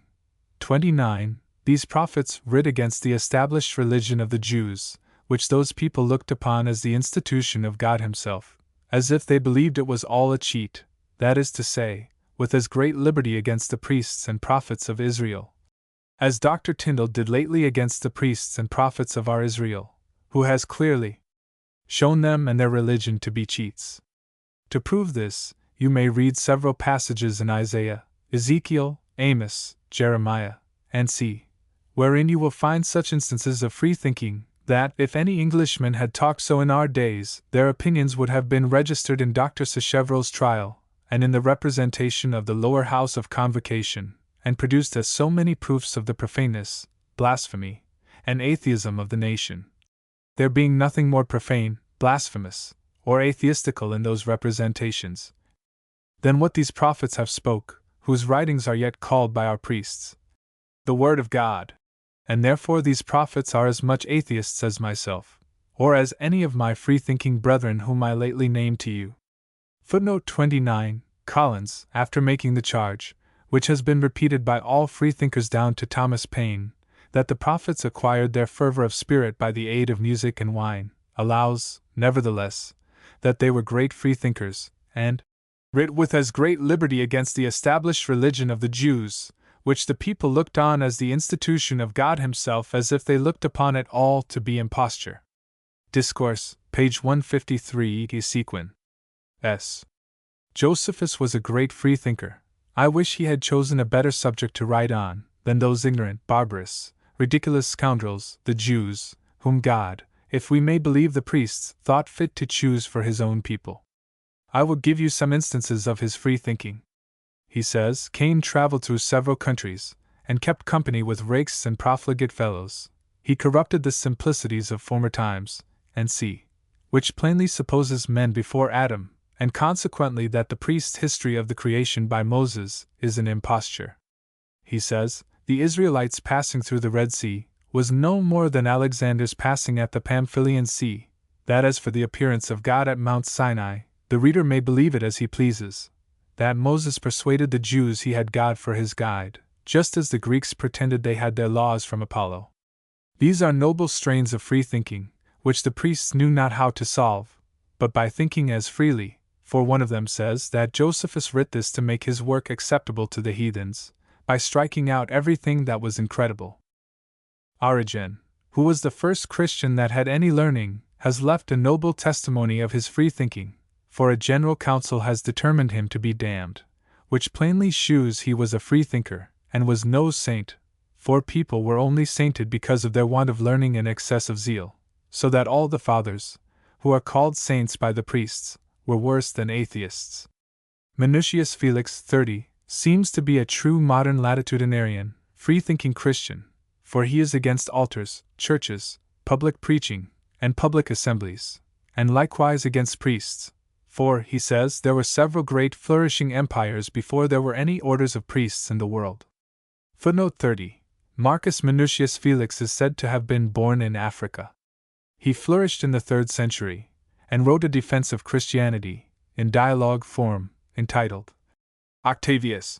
The work has been translated into English by Lord Hylles. T.S. Synesius, 31, who had too much learning and too little zeal for a saint, was for some time a great freethinker. He could not believe the resurrection till he was made a bishop, and then pretended to be convinced by a lying miracle. Footnote 31. Synesius of Cyrene, born 379, is the Platonic philosopher who became Bishop of Ptolemy. T.S.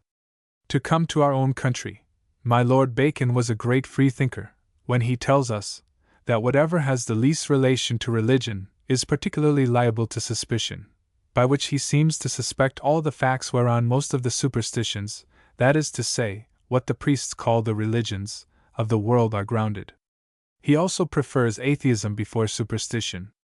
Mr. Hobbes was a person of great learning, virtue, and free thinking, except in the high church politics. But Archbishop Tillotson is the person whom all English freethinkers own as their head, and his virtue is indisputable for this manifest reason, that Dr. Hicks, a priest, calls him an atheist, says he caused several to turn atheists, and to ridicule the priesthood and religion. These must be allowed to be noble effects of free thinking. This great prelate assures us that all the duties of the Christian religion, with respect to God, are no other but what natural light prompts men to, accept the two sacraments, and praying to God in the name and mediation of Christ. As a priest and prelate, he was obliged to say something of Christianity, but pray observe, sir, how he brings himself off. He justly affirms that even these things are of less moment than natural duties, and because mothers nursing their children is a natural duty, it is of more moment than the two sacraments, or than praying to God in the name and by the mediation of Christ. This free-thinking archbishop could not allow a miracle sufficient to give credit to a prophet who taught anything contrary to our natural notions, by which it is plain he rejected at once all the mysteries of Christianity. I could name 21 more great men, who were all freethinkers, but that I fear to be tedious, for 'tis certain that all men of sense depart from the opinions commonly received, and are consequently more or less men of sense, according as they depart more or less from the opinions commonly received. Either can you name an enemy to free thinking, however he be dignified or distinguished, whether archbishop, bishop, priest, or deacon, who has not been either a crack-brained enthusiast, a diabolical villain, or a most profound ignorant brute? Thus, sir, I have endeavored to execute your commands, and you may print this letter, if you please, but I would have you conceal my name. For my opinion of virtue is, that we ought not to venture doing ourselves harm, by endeavoring to do good. I am yours, N.C. I have here given the public a brief, but faithful abstract of this most excellent essay, wherein I have all along religiously adhered to our author's notions, and generally to his words, without any other addition than that of explaining a few necessary consequences, for the sake of ignorant readers, for, to those who have the least degree of learning, I own they will be wholly useless. I hope I have not, in any single instance, misrepresented the thoughts of this admirable writer. If I have happened to mistake through inadvertency, I entreat he will condescend to inform me, and point out the place, upon which I will immediately beg pardon both of him and the world. The design of his piece is to recommend free thinking, and one chief motive is the example of many excellent men who were of that sect. He produces as the principal points of their free thinking, that they denied the being of a God, the torments of hell, the immortality of the soul, the Trinity, incarnation, the history of the creation by Moses, with many other such fabulous and blasphemous stories, as he judiciously calls them, and he asserts that whoever denies the most of these is the completest free thinker, and consequently the wisest and most virtuous man. The author, sensible of the prejudices of the age, does not directly affirm himself an atheist. He goes no further than to pronounce that atheism is the most perfect degree of free thinking, and leaves the reader to form the conclusion. However, he seems to allow that a man may be a tolerable free thinker though he does believe a God, provided he utterly rejects Providence, Revelation, the Old and New Testament, future rewards and punishments, the immortality of the soul, and other the like impossible absurdities. Which mark of superabundant caution, sacrificing truth to the superstition of priests, may perhaps be forgiven, but ought not to be imitated by any who would arrive, even in this author's judgment, at the true perfection of free thinking. Some thoughts on free thinking. Written in England, but left unfinished. Discoursing one day with a prelate of the Kingdom of Ireland, who is a person of excellent wit and learning, he offered a notion applicable to the subject we were then upon, which I took to be altogether new and right. He said that the difference betwixt a man and one in his wits, in what related to speech, consisted in this, that the former spoke out whatever came into his mind, and just in the confused manner as his imagination presented the ideas. The latter only expressed such thoughts as his judgment directed him to choose, leaving the rest to die away in his memory, and that, if the wisest man would, at any time, utter his thoughts in the crude indigested manner as they come into his head, he would be looked upon as raving mad. And indeed, when we consider our thoughts, as they are the seeds of words and actions, we cannot but agree that they ought to be kept under the strictest regulation, and that in the great multiplicity of ideas which one's mind is apt to form, there is nothing more difficult than to select those which are most proper for the conduct of life. So that I cannot imagine what is meant by the mighty zeal in some people for asserting the freedom of thinking, because, if such thinkers keep their thoughts within their own breasts, they can be of no consequence, farther than to themselves. If they publish them to the world, they ought to be answerable for the effects their thoughts produce upon others. There are thousands in this kingdom, who, in their thoughts, prefer a republic, or absolute power of a prince, before a limited monarchy. Yet, if any of these should publish their opinions, and go about, by writing or discourse, to persuade the people to innovations in government, they would be liable to the severest punishments the law can inflict, and therefore they are usually so wise as to keep their sentiments to themselves. But with respect to religion, the matter is quite otherwise, and the public, at least here in England, seems to be of opinion with Tiberius, that deorum injurii dies curi. They leave it to God Almighty to vindicate the injuries done to himself, who is no doubt sufficiently able, by perpetual miracles, to revenge the affronts of impious men. And it should seem, that is what princes expect from him, though I cannot readily conceive the grounds they go upon, nor why, since they are God's vicegerents, they do not think themselves at least equally obliged to preserve their master's honor as their own, since this is what they expect from those they depute, and since they never fail to represent the disobedience of their subjects as offenses against God. It is true, the visible reason of this neglect is obvious enough. The consequences of atheistical opinions, published to the world, are not so immediate, or so sensible, as doctrines of rebellion and sedition, spread in a proper season. However, I cannot but think the same consequences are as natural and probable from the former, though more remote, and whether these have not been in view among our great planters of infidelity in England, I shall hereafter examine. A letter to a young clergyman, lately entered into holy orders. 1719-20. Note. No stronger proof could be adduced of Swift's genuine and earnest belief in the dignity of a clergyman of the Church than this letter. In spite of the sarcasms which here and there are leveled against the mediocre members of the class, it is evident Swift felt that these might be made worthy teachers and preachers of the doctrines of an institution founded, in his opinion, for the best regulation of mankind. The letter serves also to present us with an outline of a picture of the clergyman of his day, and if this picture be not flattering, it seems faithfully to reflect the social conditions which we know to have prevailed at the time. The letter was written in the years of quiet which Swift enjoyed between the pamphleteering crusade against the Whigs, when Harley and St. John were in power, and the famous social and political troubles which began with Wood's halfpence.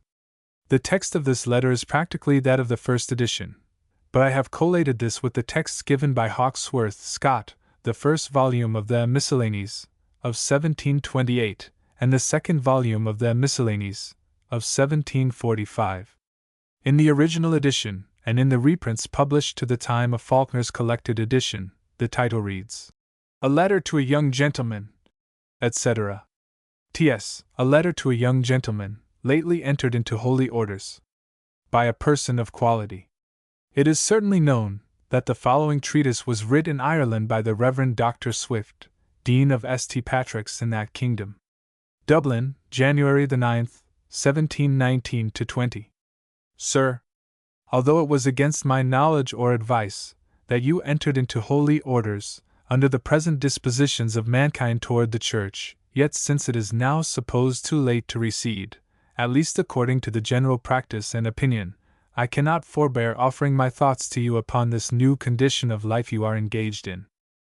I could heartily wish that the circumstances of your fortune had enabled you to have continued some years longer in the university, at least till you were 10 years standing, to have laid in a competent stock of human learning, and some knowledge in divinity, before you attempted to appear in the world, for I cannot but lament the common course, which at least 9 in 10 of those who enter into the ministry are obliged to run, when they have taken a degree, and are consequently grown a burden to their friends, who now think themselves fully discharged, they get into orders as soon as they can, upon which I shall make no remarks, first solicit a readership, and if they be very fortunate, arrive in time to a curacy here in town, or else are sent to be assistants in the country, where they probably continue several years, many of them their whole lives, with 30 or 40 pounds a year for their support, till some bishop, who happens to be not overstocked with relations, or attached to favourites, or is content to supply his diocese without colonies from England,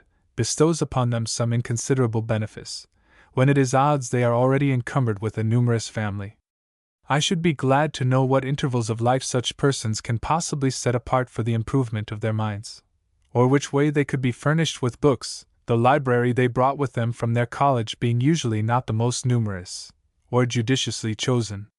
If such gentlemen arrive to be great scholars, it must, I think, be either by means supernatural, or by a method altogether out of any road yet known to the learned. But I conceive the fact directly otherwise, and that many of them lose the greatest part of the small pittance they receive at the university. I take it for granted that you intend to pursue the beaten track, and are already desirous to be seen in a pulpit, only I hope you will think it proper to pass your quarantine among some of the desolate churches 5 miles round this town, where you may at least learn to read and to speak before you venture to expose your parts in a city congregation. Not that these are better judges, but because, if a man must needs expose his folly, it is more safe and discreet to do so before few witnesses, and in a scattered neighborhood.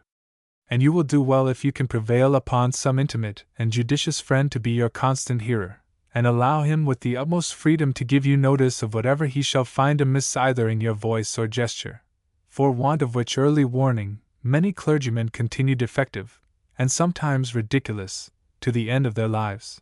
Either is it rare to observe among excellent and learned divines a certain ungracious manner, or an unhappy tone of voice, which they never have been able to shake off. I should likewise have been glad if you had applied yourself a little more to the study of the English language than I fear you have done, the neglect whereof is one of the most general defects among the scholars of this kingdom, who seem not to have the least conception of a style, but run on in a flat kind of phraseology, often mingled with barbarous terms and expressions, peculiar to the nation. Neither do I perceive that any person either finds or acknowledges his wants upon this head, or in the least desires to have them supplied. Proper words in proper places make the true definition of a style. But this would require too ample a disquisition to be now dwelt on. However, I shall venture to name 1 or 2 faults, which are easy to be remedied, with a very small portion of abilities. The first is the frequent use of obscure terms, which by the women are called hard words, and by the better sort of vulgar, fine language, than which I do not know a more universal, inexcusable, and unnecessary mistake, among the clergy of all distinctions, but especially the younger practitioners. I have been curious enough to take a list of several hundred words in a sermon of a new beginner, which not one of his hearers among 100 could possibly understand. Either can I easily call to mind any clergyman of my own acquaintance who is wholly exempt from this error, although many of them agree with me in the dislike of the thing.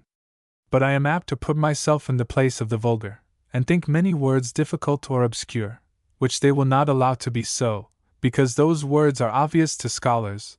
I believe the method observed by the famous Lord Falkland, 1, in some of his writings, would not be an ill one for young divines. I was assured by an old person of quality who knew him well, that when he doubted whether a word was perfectly intelligible or no, he used to consult one of his ladies' chambermaids, not the waiting woman, because it was possible she might be conversant in romances, and by her judgment was guided whether to receive or reject it. And if that great person thought such a caution necessary in treatises offered to the learned world, it will be sure at least as proper in sermons, where the meanest hearer is supposed to be concerned, and where very often a lady's chambermaid may be allowed to equal half the congregation, both as to quality and understanding.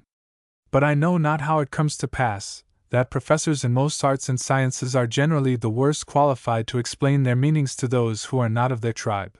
A common farmer shall make you understand in 3 words that his foot is out of joint, or his collarbone broken, wherein a surgeon, after 100 terms of art, if you are not a scholar, shall leave you to seek. It is frequently the same case in law, physic, and even many of the meaner arts.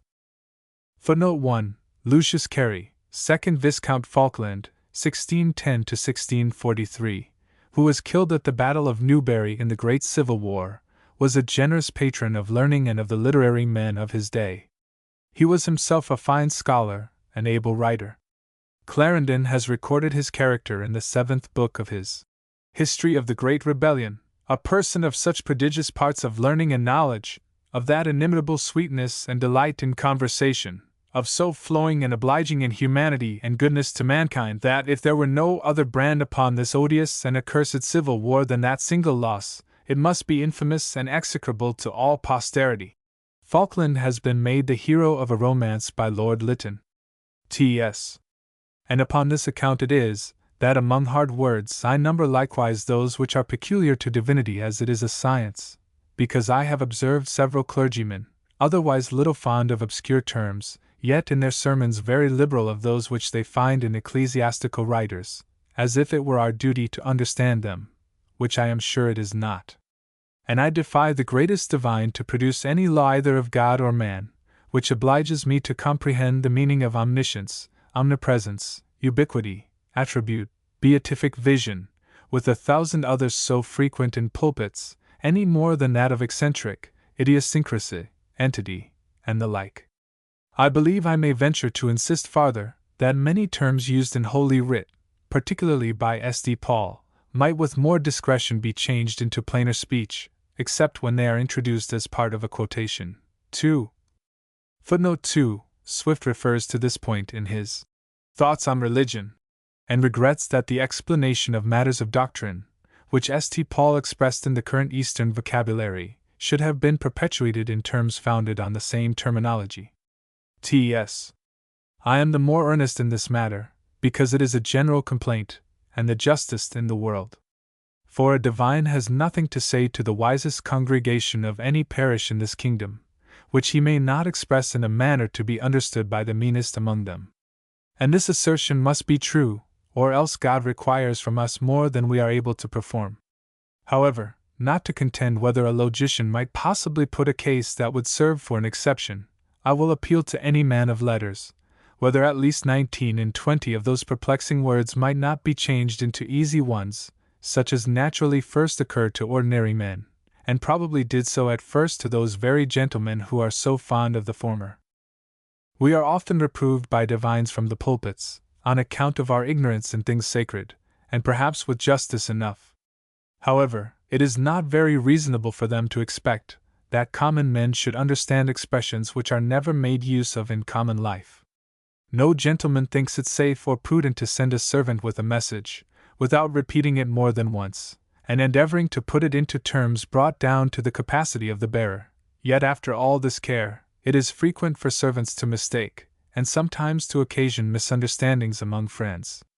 Although the common domestics in some gentlemen's families have more opportunities of improving their minds than the ordinary sort of tradesmen, it is usual for clergymen who are taxed with this learned defect, to quote Dr. Tillotson, and other famous divines, in their defense, without considering the difference between elaborate discourses upon important occasions, delivered to princes or parliaments, written with a view of being made public, and a plain sermon intended for the middle or lower size of people. Neither do they seem to remember the many alterations, additions, and expungings made by great authors in those treatises which they prepare for the public. Besides, that excellent prelate above mentioned was known to preach after a much more popular manner in the city congregations, and if in those parts of his works he be anywhere too obscure for the understandings of many who may be supposed to have been his hearers, it ought to be numbered among his omissions. The fear of being thought pedants hath been of pernicious consequence to young divines. This hath wholly taken many of them off from their severer studies in the university, which they have exchanged for plays, poems, and pamphlets, in order to qualify them for tea-tables and coffee-houses. This they usually call polite conversation, knowing the world, and reading men instead of books. These accomplishments, when applied to the pulpit, appear by a quaint, terse, florid style, rounded into periods and cadences, commonly without either propriety or meaning. I have listened with my utmost attention for half an hour to an orator of this species, without being able to understand, much less to carry away one single sentence out of a whole sermon. Others, to shew that their studies have not been confined to sciences, or ancient authors, will talk in the style of a gaming ordinary, and white friars. 3. When I suppose the hearers can be little edified by the terms palming, shuffling, biting, bamboozling, and the like, if they have not been sometimes conversant among pickpockets and sharpers. And truly, as they say, a man is known by his company, so it should seem that a man's company may be known by his manner of expressing himself, either in public assemblies or private conversation. Footnote 3. See note on Alsatia, page 100. T.S. It would be endless to run over the several defects of style among us. I shall therefore say nothing of the mean and paltry, which are usually attended by the fustian, much less of the slovenly or indecent. 2 things I will just warn you against. The first is the frequency of flat unnecessary epithets, and the other is the folly of using old threadbare phrases, which will often make you go out of your way to find and apply them, are nauseous to rational hearers, and will seldom express your meaning as well as your own natural words. Although, as I have already observed, our English tongue is too little cultivated in this kingdom, yet the faults are 9 in 10 owing to affectation, and not to the want of understanding. When a man's thoughts are clear, the properest words will generally offer themselves first, and his own judgment will direct him in what order to place them, so as they may be best understood. Where men err against this method, it is usually on purpose, and to shew their learning, their oratory, their politeness, or their knowledge of the world. In short, that simplicity without which no human performance can arrive to any great perfection, is nowhere more eminently useful than in this. I have been considering that part of oratory which relates to the moving of the passions. This I observe is in esteem and practice among some church divines, as well as among all the preachers and hearers of the fanatic or enthusiastic strain. I will here deliver to you, perhaps with more freedom than prudence, my opinion upon the point. The 2 great orators of Greece and Rome, Demosthenes and Cicero, though each of them a leader, or as the Greeks call it a demagogue, in a popular state, yet seem to differ in their practice upon this branch of their art. The former, who had to deal with a people of much more politeness, learning, and wit, laid the greatest weight of his oratory upon the strength of his arguments, offered to their understanding and reason. Whereas Tully considered the dispositions of a sincere, more ignorant, and less mercurial nation, by dwelling almost entirely on the pathetic part. But the principal thing to be remembered is, that the constant design of both these orators in all their speeches was to drive some one particular point, either the condemnation or acquittal of an accused person, a persuasive to war, the enforcing of a law, and the like, which was determined upon the spot, according as the orators on either side prevailed. And here it was often found of absolute necessity to inflame or cool the passions of the audience, especially at Rome where Tully spoke, and with whose writings young divines, I mean those among them who read old authors, are more conversant than with those of Demosthenes, who by many degrees excelled the other at least as an orator. But I do not see how this talent of moving the passions can be of any great use toward directing Christian men in the conduct of their lives, at least in these northern climates, where I am confident the strongest eloquence of that kind will leave few impressions upon any of our spirits deep enough to last till the next morning, or rather to the next meal. 4. Footnote 4. Swift's own sermons rarely appealed to the emotions. They were, in his own phrase, political pamphlets, and aimed at convincing the reason. T.S. But what hath chiefly put me out of conceit with this moving manner of preaching, is the frequent disappointment it meets with. I know a gentleman, who made it a rule in reading, to skip over all sentences where he spied a note of admiration at the end. I believe those preachers who abound in epiphonemas, 5, if they look about them, would find one part of their congregation out of countenance, and the other asleep, except perhaps an old female beggar or 2 in the aisles, who, if they be sincere, may probably groan at the sound. Footnote 5. Epiphonema is a figure in rhetoric, signifying a sententious kind of exclamation. S. Nor is it a wonder that this expedient should so often miscarry, which requires so much art and genius to arrive at any perfection in it, as any man will find, much sooner than learn by consulting Cicero himself. I therefore entreat you to make use of this faculty, if you ever be so unfortunate as to think you have it, as seldom, and with as much caution as you can, else I may probably have occasion to say of you as a great person said of another upon this very subject. A lady asked him coming out of church, whether it were not a very moving discourse? Yes, said he. I was extremely sorry, for the man is my friend. If in company you offer something for a jest, and nobody second you in your own laughter, nor seems to relish what you said, you may condemn their taste, if you please, and appeal to better judgments. But in the meantime, it must be agreed you make a very indifferent figure, and it is at least equally ridiculous to be disappointed in endeavoring to make other folks grieve, as to make them laugh. A plain convincing reason may possibly operate upon the mind both of a learned and ignorant hearer as long as they live, and will edify 1,000 times more than the art of wetting the handkerchiefs of a whole congregation, if you are sure to attain it. If your arguments be strong, in God's name offer them in as moving a manner as the nature of the subject will properly admit, wherein reason and good advice will be your safest guides, but beware of letting the pathetic part swallow up the rational, for I suppose, philosophers have long agreed, that passion should never prevail over reason. As I take it, the two principal branches of preaching are first to tell the people what is their duty, and then to convince them that it is so. The topics for both these, we know, are brought from Scripture and reason. Upon this first, I wish it were often practiced to instruct the hearers in the limits, extent, and compass of every duty, which requires a good deal of skill and judgment. The other branch is, I think, not so difficult. But what I would offer them both is this, that it seems to be in the power of a reasonable clergyman, if he will be at the pains, to make the most ignorant man comprehend what is his duty, and to convince him by argument drawn to the level of his understanding, that he ought to perform it. But I must remember that my design in this paper was not so much to instruct you in your business either as a clergyman or a preacher, as to warn you against some mistakes which are obvious to the generality of mankind as well as to me, and we who are hearers may be allowed to have some opportunities in the quality of being standers by. Only perhaps I may now again transgress by desiring you to express the heads of your divisions in as few and clear words as you possibly can, otherwise, I and many thousand others will never be able to retain them, nor consequently to carry away a syllable of the sermon.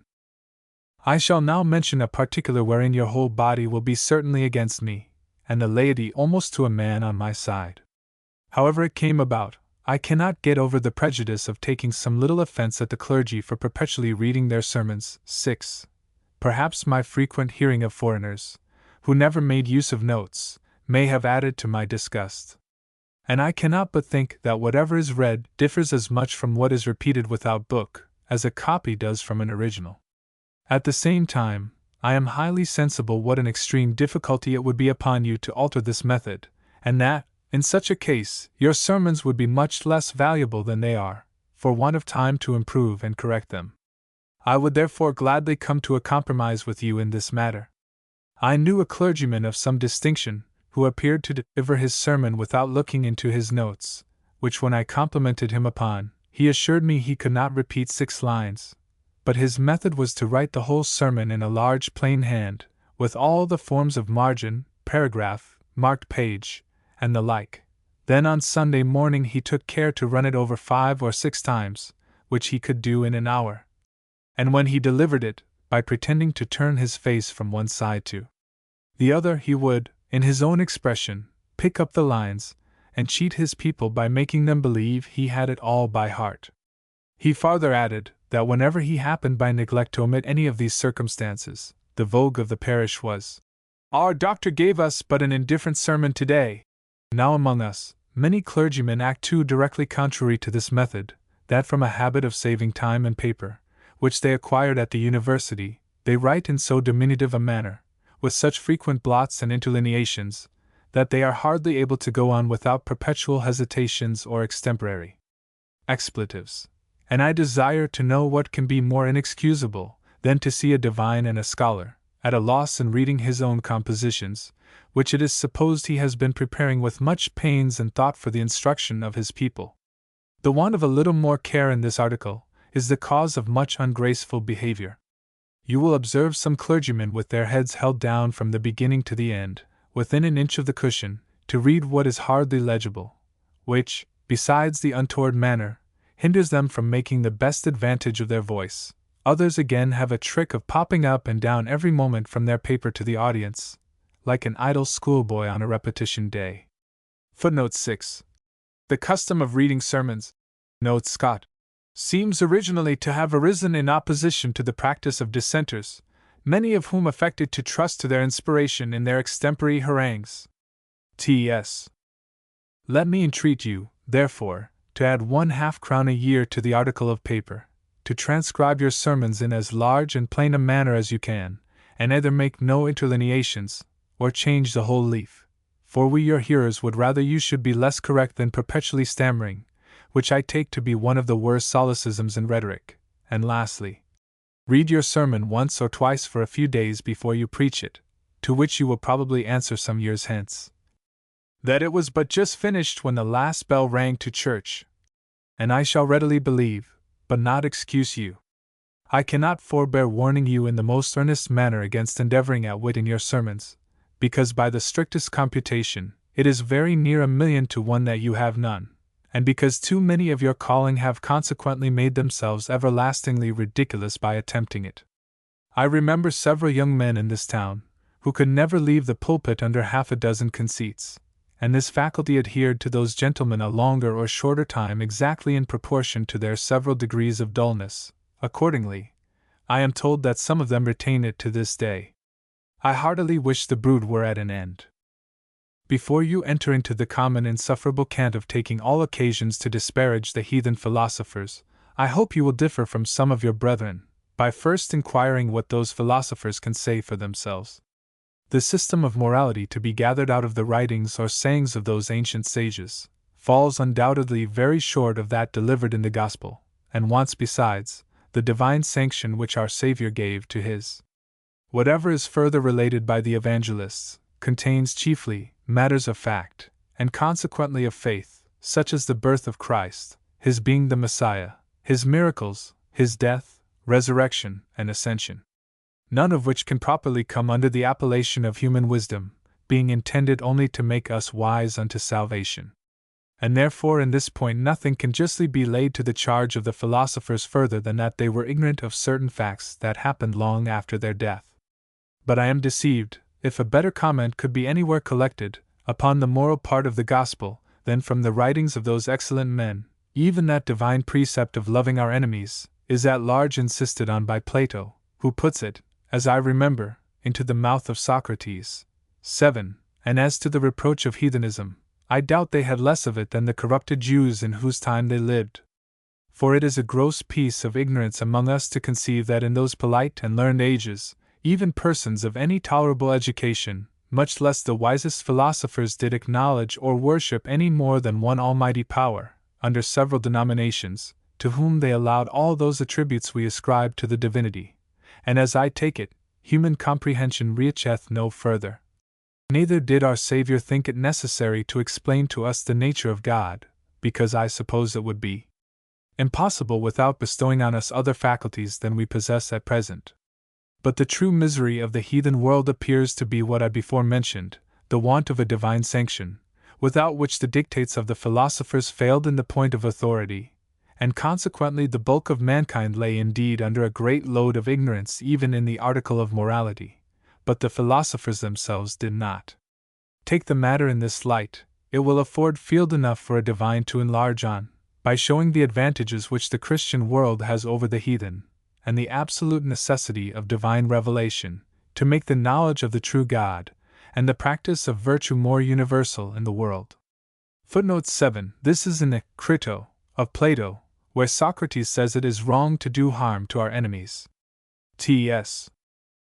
I am not ignorant how much I differ in this opinion from some ancient fathers in the Church, who, arguing against the heathens, made it a principal topic to decry their philosophy as much as they could, which, I hope, is not altogether our present case. Besides, it is to be considered that those fathers lived in the decline of literature, and in my judgment, who should be unwilling to give the least offense, appear to be rather most excellent, holy persons, than of transcendent genius and learning. Their genuine writings, for many of them have extremely suffered by spurious editions, are of admirable use for confirming the truth of ancient doctrines and discipline, by shewing the state and practice of the primitive church. But among such of them as have fallen in my way, I do not remember any whose manner of arguing or exhorting I could heartily recommend to the imitation of a young divine when he is to speak from the pulpit. Perhaps I judge too hastily, there being several of them in whose writings I have made very little progress, and in others none at all. For I perused only such as were recommended to me, at a time when I had more leisure and a better disposition to read, than have since fallen to my share. 8. Footnote 8. Swift must refer here to the years he spent at Moor Park, in the house of Sir William Temple. The Tale of a Tub, however, shows that he had not idled his time, and that his acquaintance with the writings of the Fathers was fairly intimate. T.S. To return then to the heathen philosophers, I hope you will not only give them quarter, but make their works a considerable part of your study.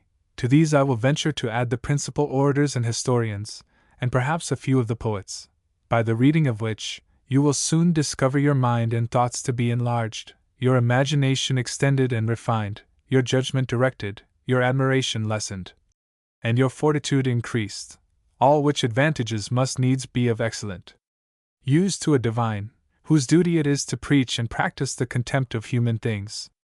I would say something concerning quotations, wherein I think you cannot be too sparing, except from Scripture and the primitive writers of the Church. As to the former, when you offer a text as a proof of an illustration, we your hearers expect to be fairly used, and sometimes think we have reason to complain, especially of ye younger divines, which makes us fear that some of you conceive you have no more to do than to turn over a concordance, and there having found the principal word, introduce as much of the verse as will serve your turn, though in reality it makes nothing for you.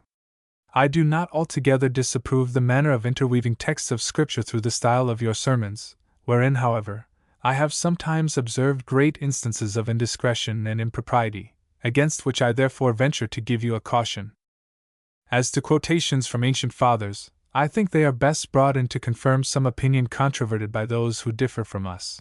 In other cases we give you full power to adopt the sentence for your own, rather than tell us. As St. Austin excellently observes, but to mention modern writers by name, or use the phrase of a late excellent prelate of our church, and the like, is altogether intolerable, and for what reason I know not, makes every rational hearer ashamed. Of no better a stamp is your heathen philosopher, and famous poet, and Roman historian, at least in common congregations, who will rather believe you on your own word, than on that of Plato or Homer. I have lived to see Greek and Latin almost entirely driven out of the pulpit, for which I am heartily glad. The frequent use of the latter was certainly a remnant of popery which never admitted Scripture in the vulgar language, and I wonder that practice was never accordingly objected to us by the fanatics. The mention of quotations puts me in mind of commonplace books, which have been long in use by industrious young divines, and I hear do still continue so. I know they are very beneficial to lawyers and physicians, because they are collections of facts or cases, whereupon a great part of their several faculties depend. Of these I have seen several, but never yet any written by a clergyman. Only from what I am informed, they generally are extracts of theological and moral sentences drawn from ecclesiastical and other authors, reduced under proper heads, usually begun, and perhaps finished, while the collectors were young in the church, as being intended for materials or nurseries to stock future sermons. You will observe the wise editors of ancient authors, when they meet a sentence worthy of being distinguished, take special care to have the first word printed in capital letters, that you may not overlook it, such, for example, as the inconstancy of fortune, the goodness of peace, the excellency of wisdom, the certainty of death, that prosperity makes men insolent, and adversity humble, and the like eternal truths, which every plowman knows well enough before Aristotle or Plato were born. 9. If theological commonplace books be no better filled, I think they had better be laid aside, and I could wish that men of tolerable intellectuals would rather trust their own natural reason, improved by a general conversation with books, to enlarge on points which they are supposed already to understand. If a rational man reads an excellent author with just application, he shall find himself extremely improved, and perhaps insensibly led to imitate that author's perfections, although in a little time he should not remember one word in the book, nor even the subject it handled, for books give the same turn to our thoughts and way of reasoning that good and ill company do to our behavior and conversation, without either loading our memories, or making us even sensible of the change. And particularly I have observed in preaching, that no men succeed better than those who trust entirely to the stock or fund of their own reason, advanced indeed, but not overlaid by commerce with books. Whoever only reads in order to transcribe wise and shining remarks, without entering into the genius and spirit of the author, as it is probable he will make no very judicious extract, so he will be apt to trust to that collection in all his compositions, and be misled out of the regular way of thinking, in order to introduce those materials which he has been at the pains to gather, and the product of all this will be found a manifest incoherent piece of patchwork. Footnote 9. Thus in first edition, Scott and Hawkesworth have, though he never heard of Aristotle or Plato, T.S. Some gentlemen abounding in their university erudition are apt to fill their sermons with philosophical terms and notions of the metaphysical or abstracted kind, which generally have one advantage, to be equally understood by the wise, the vulgar, and the preacher himself. I have been better entertained, and more informed by a chapter 10 in the Pilgrim's Progress, than by a long discourse upon the will and the intellect, and simple or complex ideas. Others, again, are fond of dilating on matter and motion, talk of the fortuitous concourse of atoms, of theories, and phenomena, directly against the advice of S.D. Paul, who yet appears to have been conversant enough in those kinds of studies. Footnote 10. Thus in first edition, Scott and Hawkesworth have a few pages, instead of a chapter tes. I do not find that you are anywhere directed in the canons or articles to attempt explaining the mysteries of the Christian religion. And indeed, since Providence intended there should be mysteries, I do not see how it can be agreeable to piety, orthodoxy, or good sense to go about such a work. For, to me, there seems to be a manifest dilemma in the case. If you explain them, they are mysteries no longer; if you fail, you have labored to no purpose.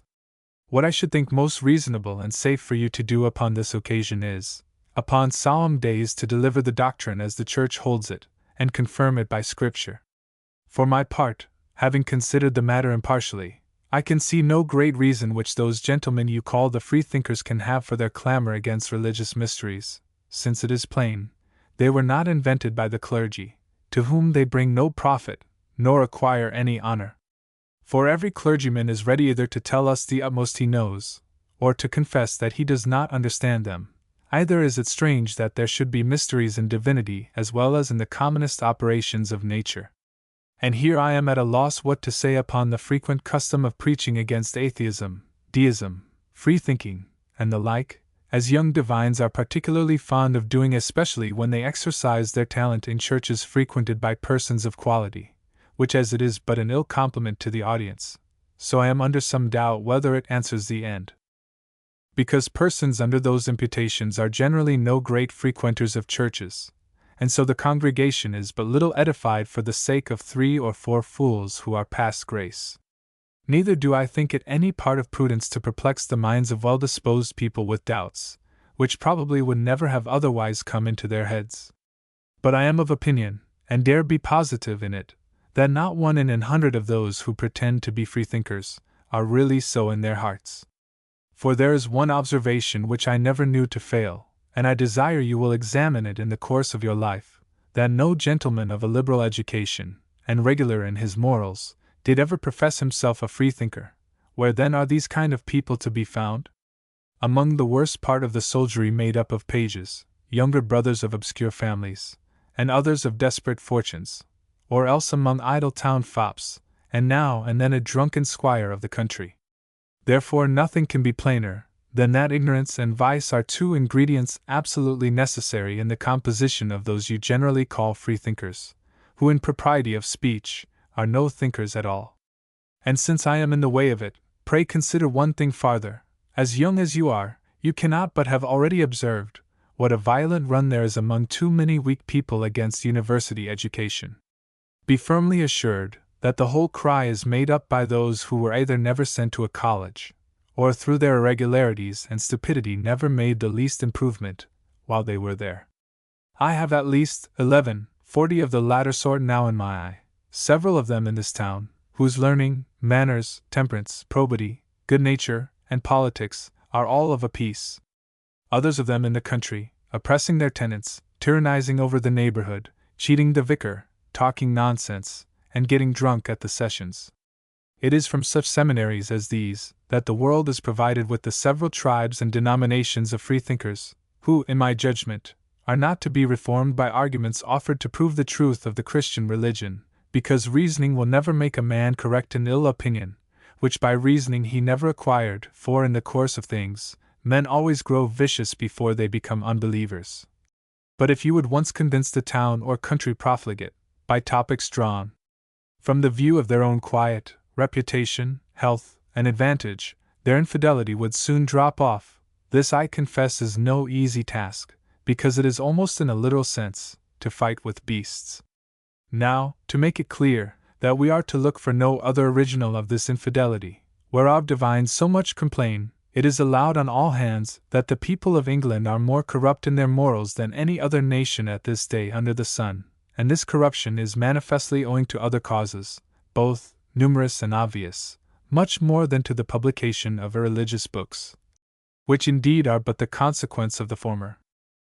For all the writers against Christianity since the Revolution have been of the lowest rank among men in regard to literature, wit, and good sense, and upon that account wholly unqualified to propagate heresies, unless among a people already abandoned. Footnote 11, Scott and Hawkesworth print. Above 40. T.S. In an age where everything disliked by those who think with the majority is called disaffection, it may perhaps be ill interpreted when I venture to tell you that this universal deprivation of manners is owing to the perpetual bandying of factions among us for 30 years past, when without weighing the motives of justice, law, conscience, or honor, every man adjusts his principles to those of the party he hath chosen, and among whom he may best find his own account, but by reason of our frequent vicissitudes, men who are impatient of being out of play, have been forced to recant, or at least to reconcile their former tenets with every new system of administration.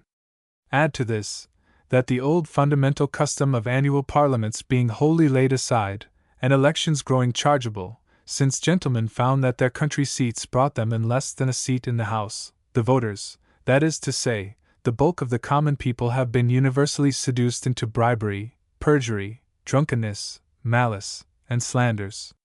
Not to be further tedious, or rather invidious, these are a few among other causes which have contributed to the ruin of our morals, and consequently to the contempt of religion, for imagine to yourself, if you please, a landed youth, whom his mother would never suffer to look into a book for fear of spoiling his eyes, got into Parliament, and observing all enemies to the clergy heard with the utmost applause. What notions he must imbibe, how readily he will join in the cry, what an esteem he will conceive of himself, and what a contempt he must entertain, not only for his vicar at home, but for the whole order.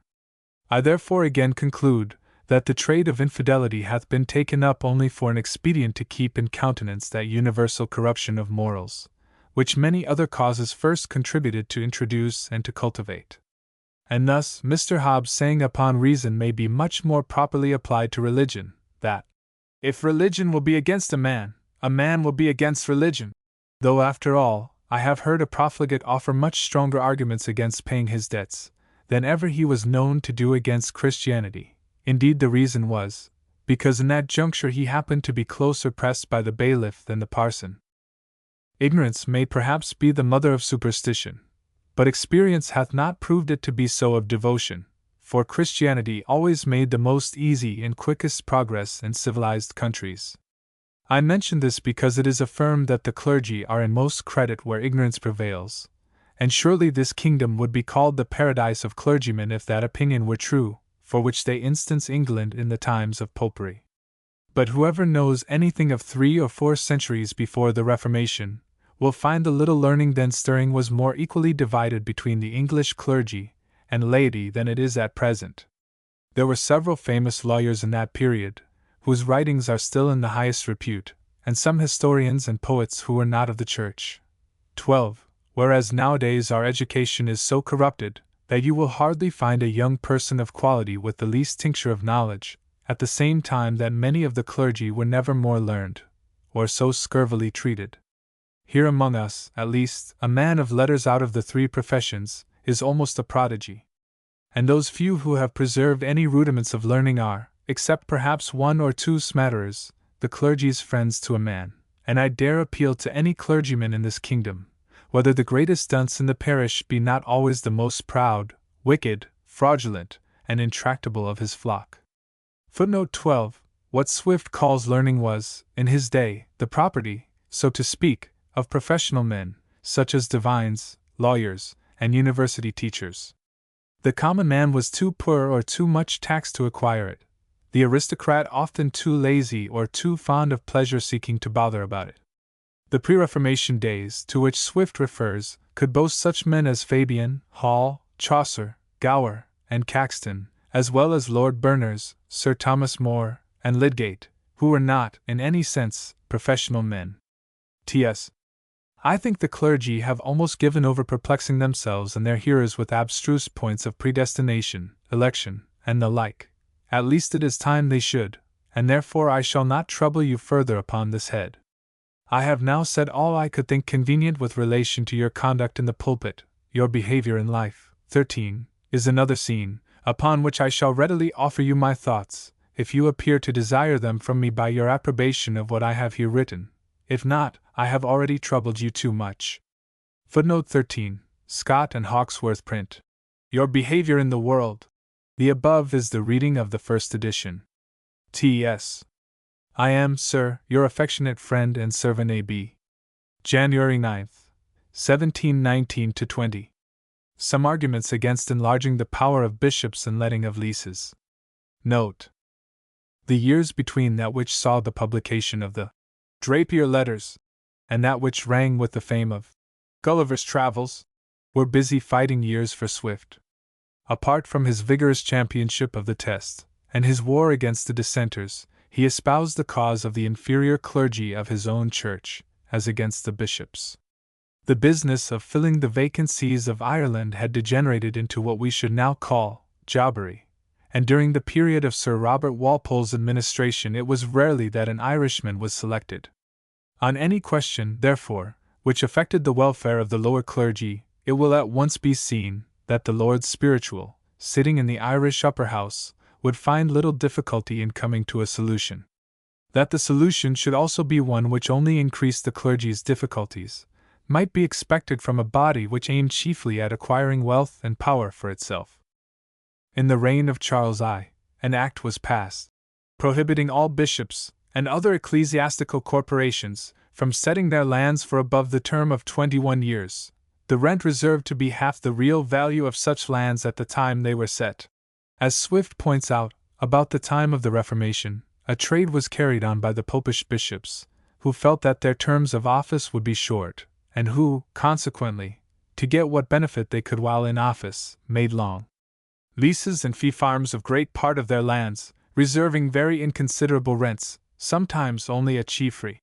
It was owing to a continuance in this traffic by the bishops when they became Protestants, and to a recognition of the injustice of such alienation, that the legislature passed the act. In 1723, however, an attempt was made for its repeal.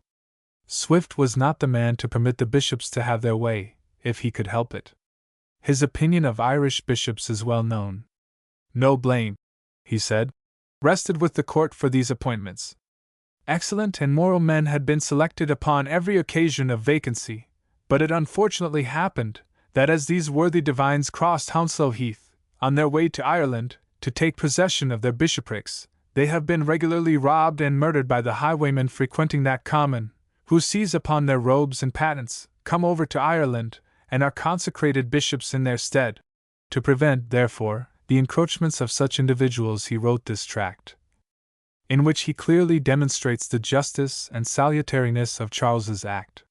His contention, as Monk Mason points out, History of St. Patrick's Cathedral, page 392, note 1, is confirmed by all writers upon the subject, and quotes from Cart's Life of James, Duke of Ormond, where it is stated that the bishoprics in Ireland had, the greatest part of them, been depauperated in the change of religion by absolute grants and long leases, made generally by the popish bishops that conformed, some of them not able to maintain a bishop, several were, by these means, reduced to £50 a year, as Waterford, Kilfenora, and others, and some to 5 marks, as Cloyne and Kilmacduagh.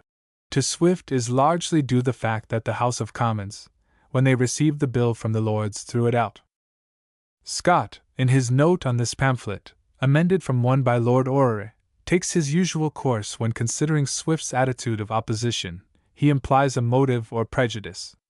In his opinion, Swift considered the bill for the repeal of Charles's Act an indirect mode of gratifying the existing bishops, whom he did not regard with peculiar respect or complacency, at the expense of the church establishment, and that, therefore, the spirit of his opposition is, in this instance, peculiarly caustic.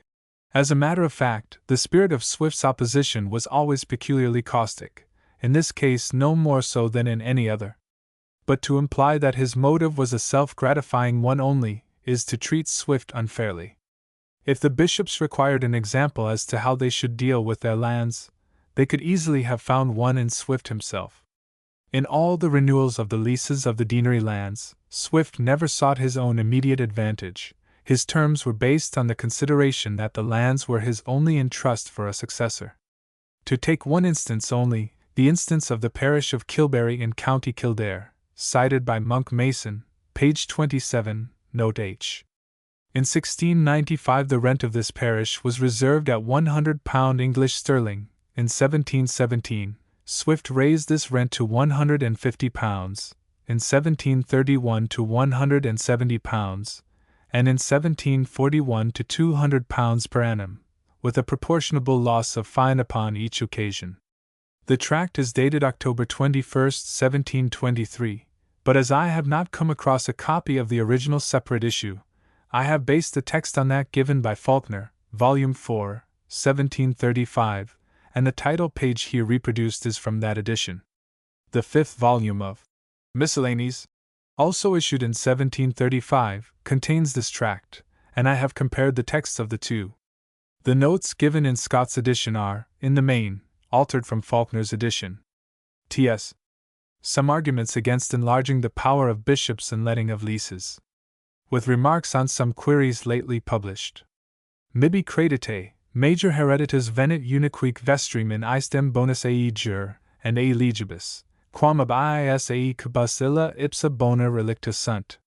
Cicero pro a. Caecina. Written in the year 1723. Printed in the year MXCI. In handling this subject, I shall proceed wholly upon the supposition that those of our party, who profess themselves members of the Church established, and under the apostolical government of bishops, do desire the continuance and transmission of it to posterity, at least, in as good a condition as it is at present. Because, as this discourse is not calculated for dissenters of any kind, so either will it suit the talk or sentiments of those persons, who, with the denomination of churchmen, are oppressors of the inferior clergy, and perpetually quarreling at the great incomes of the bishops, which is a traditional cant delivered down from former times, and continued with great reason, although it be now near 200 years since almost 3 parts in 4 of the church revenues have been taken from the clergy. Besides the spoils that have been gradually made ever since, of glebes and other lands, by the confusion of times, the fraud of encroaching neighbors, or the power of oppressors, too great to be encountered. About the time of the Reformation, many popish bishops of this kingdom, knowing they must have been soon ejected, if they would not change their religion, made long leases and fee-farms of great part of their lands, reserving very inconsiderable rents, sometimes only a chiefry, by a power they assumed, directly contrary to many ancient canons, yet consistent enough with the common law. This trade held on for many years after the bishops became Protestants, and some of their names are still remembered with infamy, on account of enriching their families by such sacrilegious alienations. By these means, episcopal revenues were so low reduced, that 3 or 4 sees were often united to make a tolerable competency. for some remedy to this evil, King James I, by a bounty that became a good Christian prince, bestowed several forfeited lands on the northern bishoprics. But in all other parts of the kingdom, the Church continued still in the same distress and poverty, some of the sees hardly possessing enough to maintain a country vicar. About the middle of King Charles I's reign, the legislature here thought fit to put a stop, at least, to any farther alienations, and so a law was enacted, prohibiting all bishops, and other ecclesiastical corporations, from setting their lands for above the term of 21 years, the rent reserved to be 1/2 of the real value of such lands at the time they were set, without which condition the lease to be void. Soon after the restoration of King Charles II, the Parliament taking into consideration the miserable estate of the Church, certain lands, by way of augmentation, were granted to 8 bishops in the Act of Settlement, and confirmed in the Act of Explanation, of which bounty, as I remember, 3 sees were, in a great measure, defeated, but by what accidents, it is not here of any importance to relate. This, at present, is the condition of the Church in Ireland, with regard to episcopal revenues, which I have thus briefly, and perhaps imperfectly, deduced for some information to those whose thoughts do not lead them to such considerations. By virtue of the statute, already mentioned, under King Charles I, limiting ecclesiastical bodies to the term of 21 years, under the reserved rent of half real value, the bishops have had some share in the gradual rise of lands, without which they could not have been supported, with any common decency that might become their station. It is above 80 years since the passing of that act. The see of Meath, one of the best in the kingdom, was then worth about £400 per annum, the poorer ones in the same proportion. If this were their present condition, I cannot conceive how they would have been able to pay for their patents, or buy their robes, but this will certainly be the condition of their successors, if such a bill should pass, as they say is now intended, which I will suppose, and believe, many persons, who may give a vote for it, are not aware of. However, this is the act which is now attempted to be repealed, or, at least, eluded. Some are for giving bishops leave to let fee farms, others would allow them to let leases for lives, and the most moderate would repeal that clause, by which the bishops are bound to let their lands at half value. The reasons for the rise of value in lands are of 2 kinds. Of the first kind are long peace and settlement after the devastations of war, plantations, improvements of bad soil, recovery of bogs and marshes, advancement of trade and manufactures, increase of inhabitants, encouragement of agriculture, and the like. But there is another reason for the rise of land, more gradual, constant, and certain, which will have its effects in countries that are very far from flourishing in any of the advantages I have just mentioned. I mean the perpetual decrease in the value of gold and silver. I shall discourse upon these 2 different kinds, with a view towards the bill now attempted. As to the first, I cannot see how this kingdom is at any height of improvement, while 4 parts in 5 of the plantations for 30 years past have been real disimprovements, 9 in 10 of the quickset hedges being ruined for want of care or skill. And as to forest trees, they being often taken out of woods, and planted in single rows on the tops of ditches, it is impossible they should grow to be of use, beauty, or shelter. Neither can it be said that the soil of Ireland is improved to its full height, while so much lies all winter under water, and the bogs made almost desperate by the ill cutting of the turf. There hath, indeed, been some little improvement in the manufactures of linen and woolen, although very short of perfection, but our trade was never in so low a condition, and as to agriculture, of which all wise nations have been so tender, the desolation made in the country by engrossing graziers, and the great yearly importation of corn from England, are lamentable instances under what discouragement it lies. But notwithstanding all these mortifications, I suppose there is no well-wisher to his country, without a little hope, that in time the kingdom may be on a better foot in some of the articles above mentioned. But it would be hard, if ecclesiastical bodies should be the only persons excluded from any share in public advantages, which yet can never happen, without a greater share of profit to their tenants, if God sends rain equally upon the just and the unjust. Why should those who wait at his altars, and are instructors of the people, be cut off from partaking in the general benefits of law, or of nature? But, as this way of reasoning may seem to bear a more favorable eye to the clergy, than perhaps will suit with the present disposition, or fashion of the age, I shall, therefore, dwell more largely upon the second reason for the rise of land, which is the perpetual decrease of the value of gold and silver. This may be observed from the course of the Roman history, above 2,000 years before those inexhaustible silver mines of Potosi were known. The value of an obelisk, and of every other coin between the time of Romulus and that of Augustus, gradually sunk about 5 parts in 6, as appears by several passages out of the best authors. And yet the prodigious wealth of that state did not arise from the increase of bullion in the world by the discovery of new mines, but from a much more accidental cause, which was the spreading of their conquests, and thereby importing into Rome and Italy the riches of the East and West. When the seat of empire was removed to Constantinople, the tide of money flowed that way, without ever returning, and was scattered in Asia. But when that mighty empire was overthrown by the northern people, such a stop was put to all trade and commerce, that vast sums of money were buried, to escape the plundering of the conquerors, and what remained was carried off by those ravagers.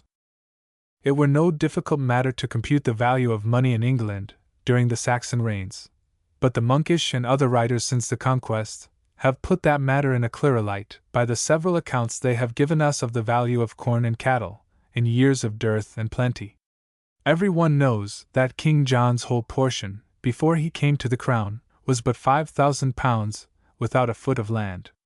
I have likewise seen the steward's accounts of an ancient noble family in England, written in Latin, between 300 and 400 years ago, with the several prices of wine and victuals, to confirm my observations. I have been at the trouble of computing, as others have done, the different values of money for about 400 years past. Henry, Duke of Lancaster, who lived about that period, founded an hospital in Leicester for a certain number of old men, charging his lands with a groat a week to each for their maintenance, which is to this day duly paid them.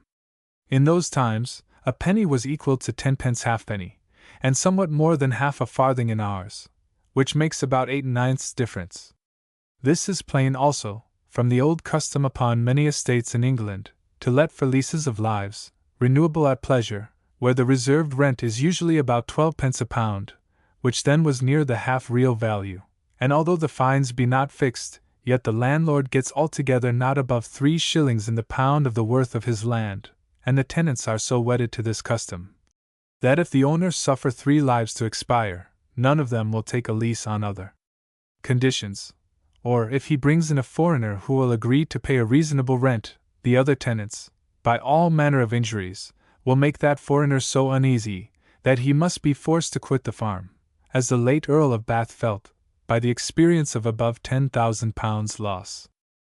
The gradual decrease for about 200 years after was not considerable, and therefore I do not rely on the account given by some historians, that Harry VII left behind him £1,800,000, for although the West Indies were discovered before his death, and although he had the best talents and instruments for exacting of money, ever possessed by any prince since the time of Vespasian, whom he resembled in many particulars, yet I conceive that in his days the whole coin of England could hardly amount to such a sum.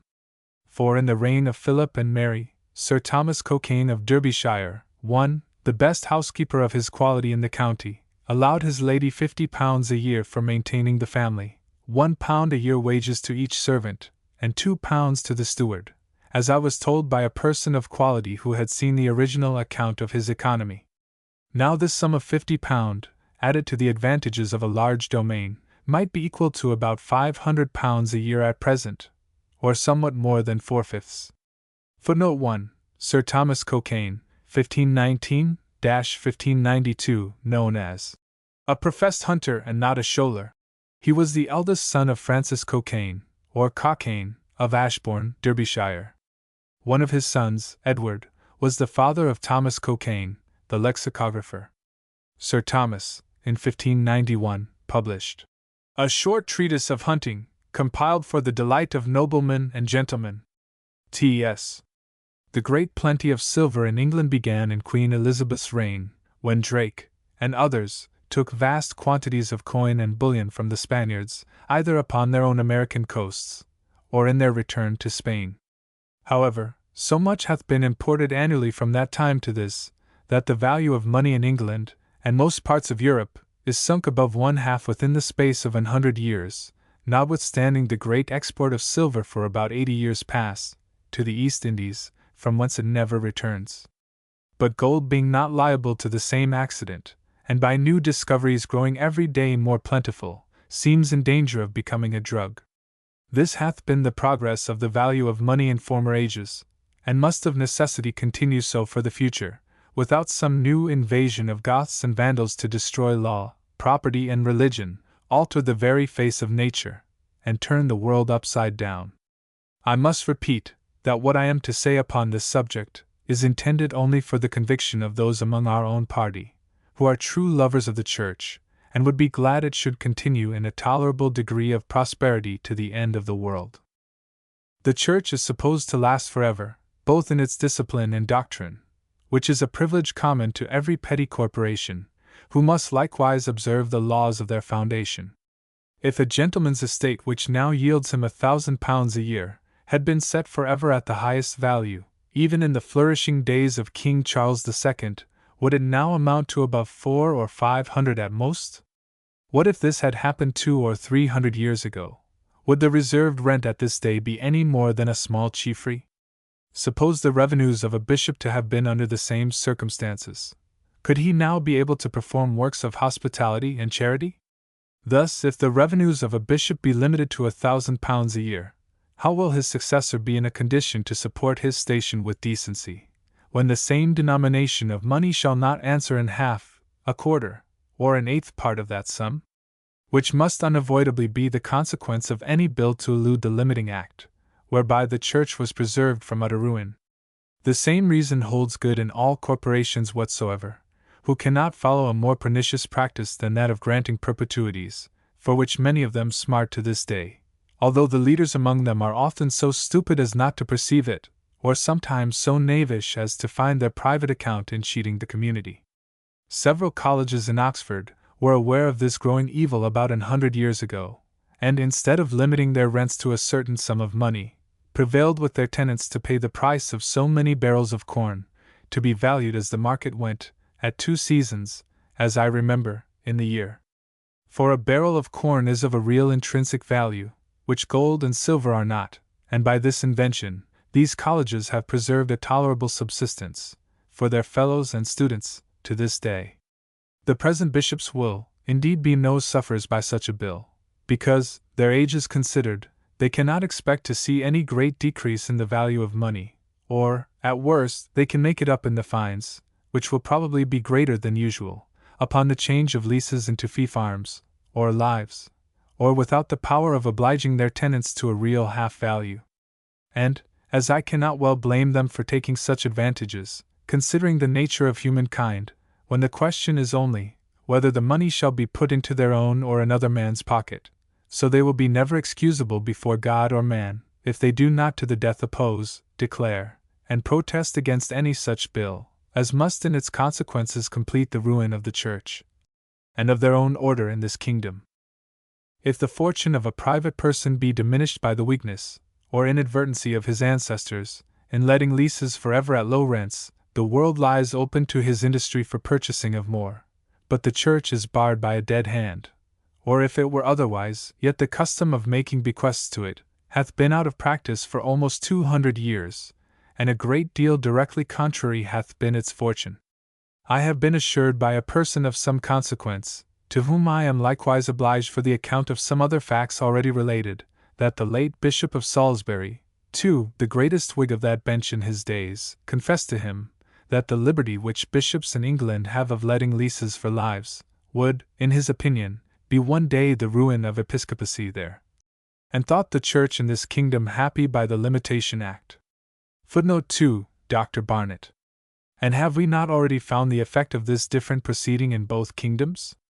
Have not 2 English prelates quitted their peerage and seats in Parliament, in a nation of freedom, for the sake of a more ample revenue, even in this unhappy kingdom, rather than lie under the mortification of living below their dignity at home?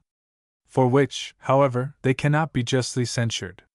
I know indeed some persons, who offer, as an argument for repealing the limiting bill, that it may in future ages prevent the practice of providing this kingdom with bishops from England, when the only temptation will be removed.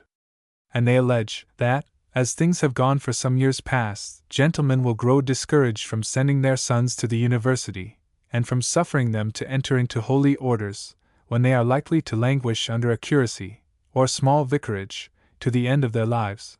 But this is all a vain imagination, for the decrease in the value of money will equally affect both kingdoms, and besides, when bishoprics here grow too small to invite over men of credit and consequence, they will be left more fully to the disposal of a chief governor, who can never fail of some worthless illiterate chaplain, fond of a title and precedence. Thus will that whole bench, in an age or two, be composed of mean, ignorant, fawning gownmen, humble suppliants and dependents upon the court for a morsel of bread, and ready to serve every turn that shall be demanded from them, in hopes of getting some commendam tacked to their sees, which must then be the trade, as it is now too much in England, to the great discouragement of the inferior clergy. Neither is that practice without example among us. It is now about 85 years since the passing of that limiting act, and there is but one instance, in the memory of man, of a bishop's lease broken upon the plea of not being statutable, which, in everybody's opinion, could have been lost by no other person than he who was then tenant, and happened to be very ungracious in his county. In the present Bishop of Meath's case, that plea did not avail, although the lease were notoriously unstatutable, the rent reserved being, as I have been told, not a seventh part of the real value, yet the jury, upon their oaths, very gravely found it to be according to the statute, and one of them was heard to say, that he would eat his shoes before he would give a verdict for the bishop. A very few more have made the same attempt with as little success. Every bishop, and other ecclesiastical body, reckon £40 in an hundred to be a reasonable half value, or if it be only a third part, it seldom, or never, breeds any difference between landlord and tenant.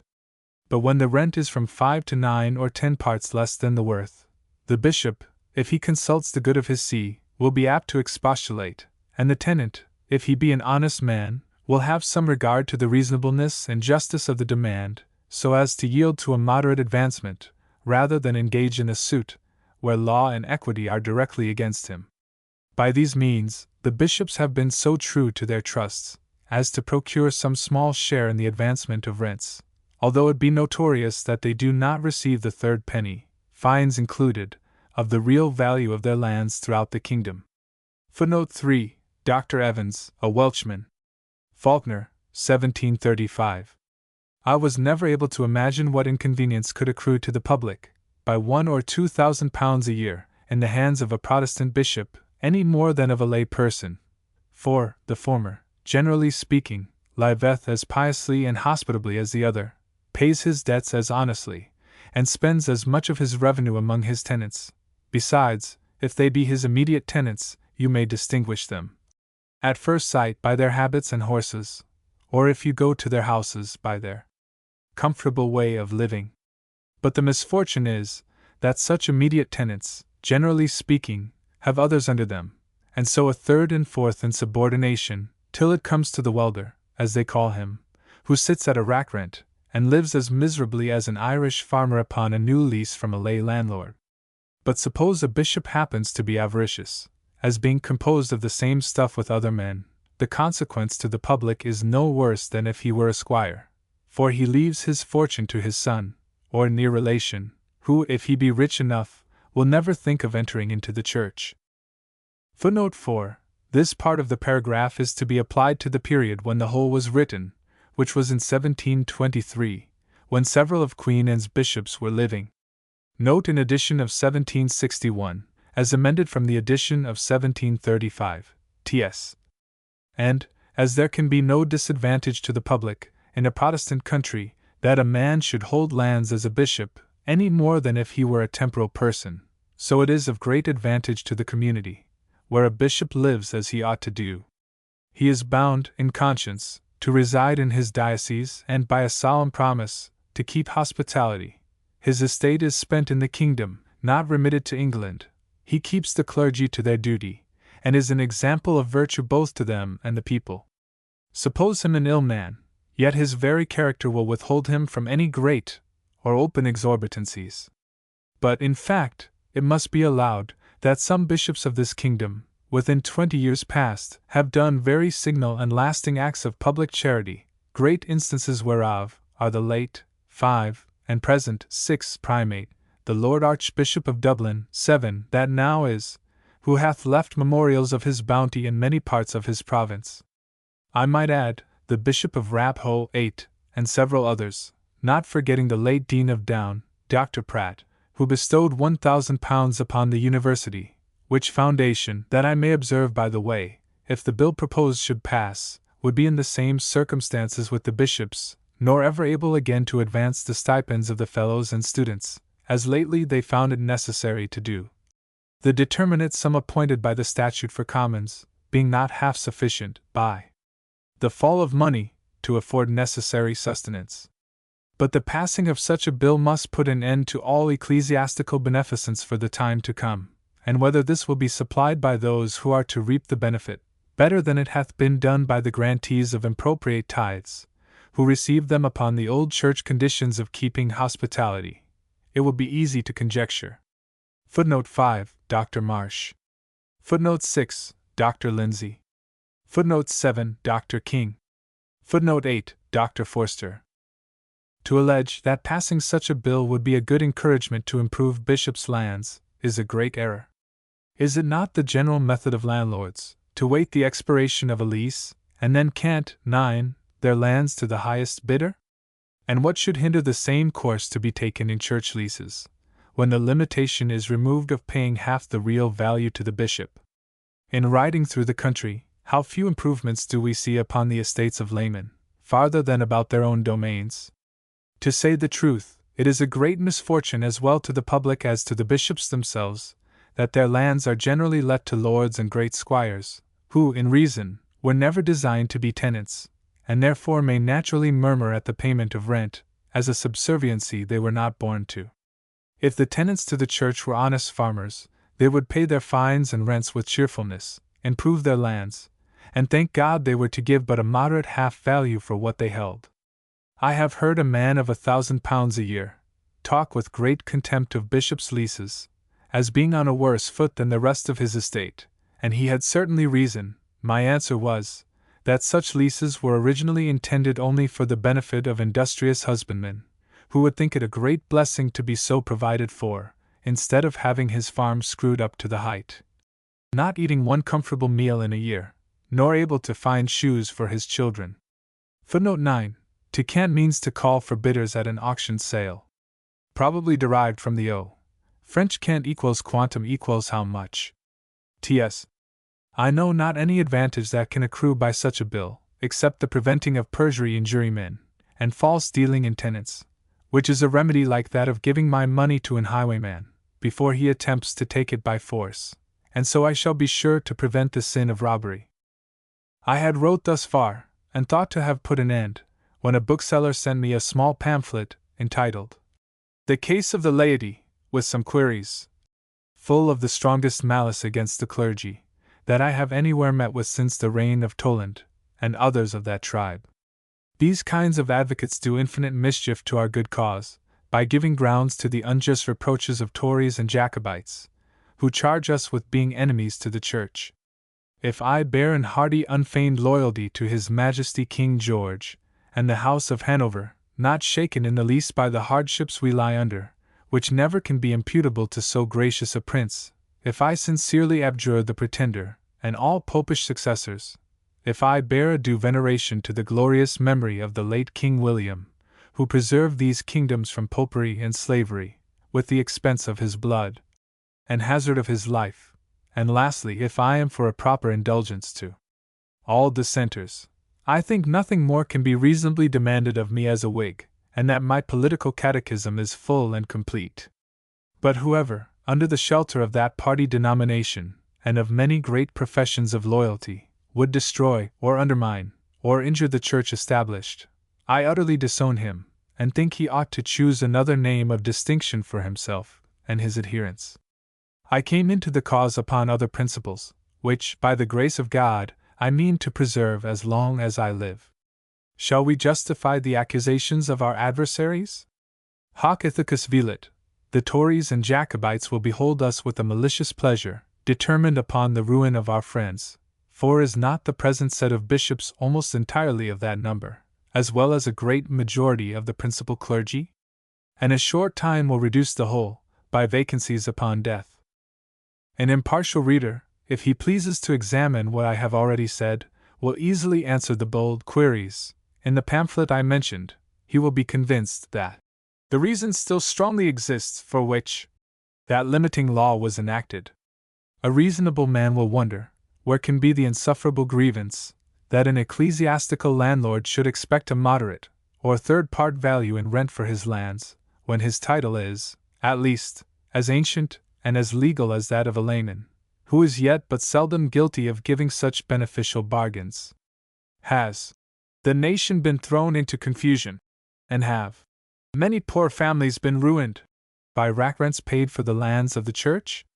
Does the nation cry out to have a law that must, in time, send their bishops a-begging? But God be thanked, the clamor of enemies to the church is not yet the cry, and I hope, will never prove the voice of the nation. The clergy, I conceive, will hardly allow that the people maintain them, any more than in the sense that all landlords whatsoever are maintained by the people. Such assertions as these, and the insinuations they carry along with them, proceed from principles which cannot be avowed by those who are for preserving the happy constitution in church and state. Whoever were the proposers of such queries, it might have provoked a bold writer to retaliate, perhaps with more justice than prudence, by shewing at whose door the grievance lies, and that the bishops, at least, are not to answer for the poverty of tenants. To gratify this great reformer, who enlarges the episcopal rent roll almost one half, let me suppose that all the church lands in the kingdom were thrown up to the laity. Would the tenants, in such a case, sit easier in their rents than they do now? Or would the money be equally spent in the kingdom? No, the farmer would be screwed up to the utmost penny, by the agents and stewards of absentees, and the revenues employed in making a figure at London, to which city a full third part of the whole income of Ireland is annually returned, to answer that single article of maintenance for Irish landlords. Another of his quarrels is against pluralities and non-residents. As to the former, it is a word of ill name, but not well understood. The clergy having been stripped of the greatest part of their revenues, the glebes being generally lost, the tithes in the hands of laymen, the churches demolished, and the country depopulated, in order to preserve a face of Christianity, it was necessary to unite small vicarages, sufficient to make a tolerable maintenance for a minister. The profit of 10 or a dozen of these unions do seldom amount to above £80 or £100 a year. If there be a very few dignitaries, whose preferments are, perhaps, more liable to this accusation, it is to be supposed they may be favourites of the time, or persons of superior merit, for whom there hath ever been some indulgence in all governments. As to non-residents, I believe there is no Christian country upon earth, where the clergy have less to answer for upon that article. I am confident there are not 10 clergymen in the kingdom, who, properly speaking, can be termed non-residents, for surely, we are not to reckon in that number those who, for want of glebes, are forced to retire to the nearest neighbouring village for a cabin to put their heads in, the leading man of the parish, when he makes the greatest clamour, being least disposed to accommodate the minister with an acre of ground.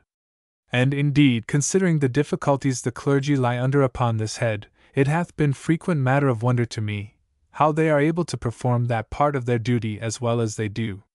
There is a noble author, 10, who hath lately addressed to the House of Commons an excellent discourse for the encouragement of agriculture, full of most useful hints, which, I hope, that honourable assembly will consider as they deserve.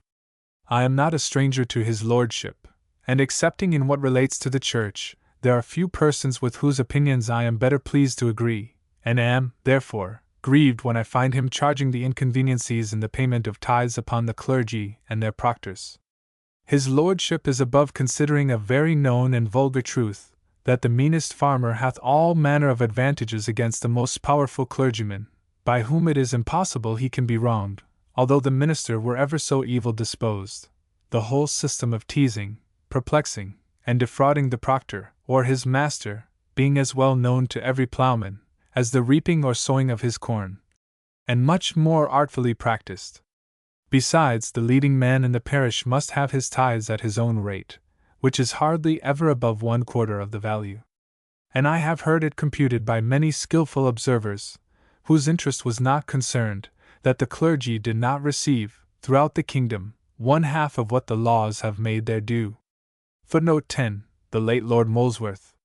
As to his lordship's discontent against the bishop's courts, I shall not interpose further than in venturing my private opinion, that the clergy would be very glad to recover their just dues by a more short, decisive, and compulsive method than such a cramped and limited jurisdiction will allow.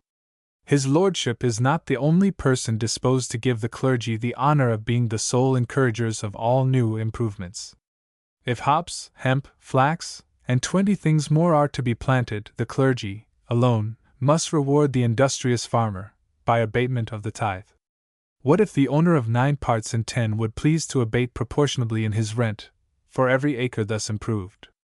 Would not a man just dropped from the clouds, upon a full hearing, judge the demand to be, at least, as reasonable?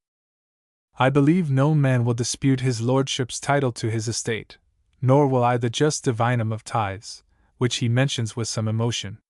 I suppose the affirmative would be of little advantage to the clergy, for the same reason that a maxim in law hath more weight in the world than an article of faith. And yet I think there may be such a thing as sacrilege, because it is frequently mentioned by Greek and Roman authors, as well as described in Holy Writ. This I am sure of, that his lordship would, at any time, excuse a parliament for not concerning itself in his properties, without his own consent. The observations I have made upon his lordship's discourse have not, I confess, been altogether proper to my subject. However, since he hath been pleased therein to offer some proposals to the House of Commons, with relation to the clergy, I hope he will excuse me for differing from him, which proceeds from his own principle, the desire of defending liberty and property, that he hath so strenuously and constantly maintained. But the other writer openly declares for a law, empowering the bishops to set fee farms, and says, whoever intimates that they will deny their consent to such a reasonable law, which the whole nation cries for, are enemies to them and the Church. Whether this be his real opinion, or only a strain of mirth and irony, the matter is not much. However, my sentiments are so directly contrary to his, that I think, whoever impartially reads and considers what I have written upon this argument, hath either no regard for the Church established under the hierarchy of bishops, or will never consent to any law that shall repeal, or elude the limiting clause, relating to the real half-value, contained in the Act of Parliament Decimo Caroli, for the preservation of the inheritance, rights and profits of lands belonging to the Church, and persons ecclesiastical, which was grounded upon reasons that do still, and must forever subsist. October 21, 1723. Reasons humbly offered, to His Grace William, Lord Archbishop of Dublin, N.C. The humble representation of the clergy of the city of Dublin. Note: Scott's text has been collated with that given in Volume 8 of the quarto edition of Swift's Works, 1765. In that edition the title is given as The Representation of the Clergy of Dublin, N.C. T.S. Reasons humbly offered, to His Grace William, Lord Archbishop of Dublin, N.C. 1. The humble representation of the clergy of the city of Dublin. Footnote 1. William King, D.D., 1650–1729, Archbishop of Dublin, was born in Antrim, and educated at a school at Dungannon and Trinity College, Dublin. He was installed Dean of St. Patrick's in 1688–9, February 1. For his open espousal of the Prince of Orange, he was confined to the castle, and suffered many indignities. In 1690–1, January 9, he was promoted to the See of Derry. His conduct through life was that of an ardent Irish Protestant patriot. He fought against sectarianism, Roman Catholicism, and the interference of the English Parliament in Irish affairs. He opposed the Toleration Bill, and protested against the Act confirming the Articles of Limerick. His relationship with Swift became close when he sent the Vicar of Larricourt to London, to obtain for the Irish clergy the restoration of the first fruits and 20th parts. But it was a relationship never cemented by feelings warmer than those of esteem. King acknowledged the ability of Swift, but found him ambitious and overbearingly proud. Throughout life he remained a consistent High Churchman, and a strenuous supporter of the rights of the Church in Ireland, but his attempt, in 1727, to interfere with the affairs of the deanery of St. Patrick's, brought down upon him Swift's wrath, and an open quarrel ensued which was partly softened by the Archbishop retiring from the matter and tacitly acknowledging Swift's right. King's chief published work is his treatise, De Origine Mali, published in 1702, and received with respectful consideration by the eminent thinkers of the day. He wrote other minor works, but none of any distinguished merit. He succeeded Narcissus Marsh as Archbishop of Dublin in 1702-3, March 11. Swift's letters to King during the former's embassy on the matter of firstfruits make a most interesting chapter in the 6 volumes which Scott devotes to Swift's correspondence. T.S. January 1724.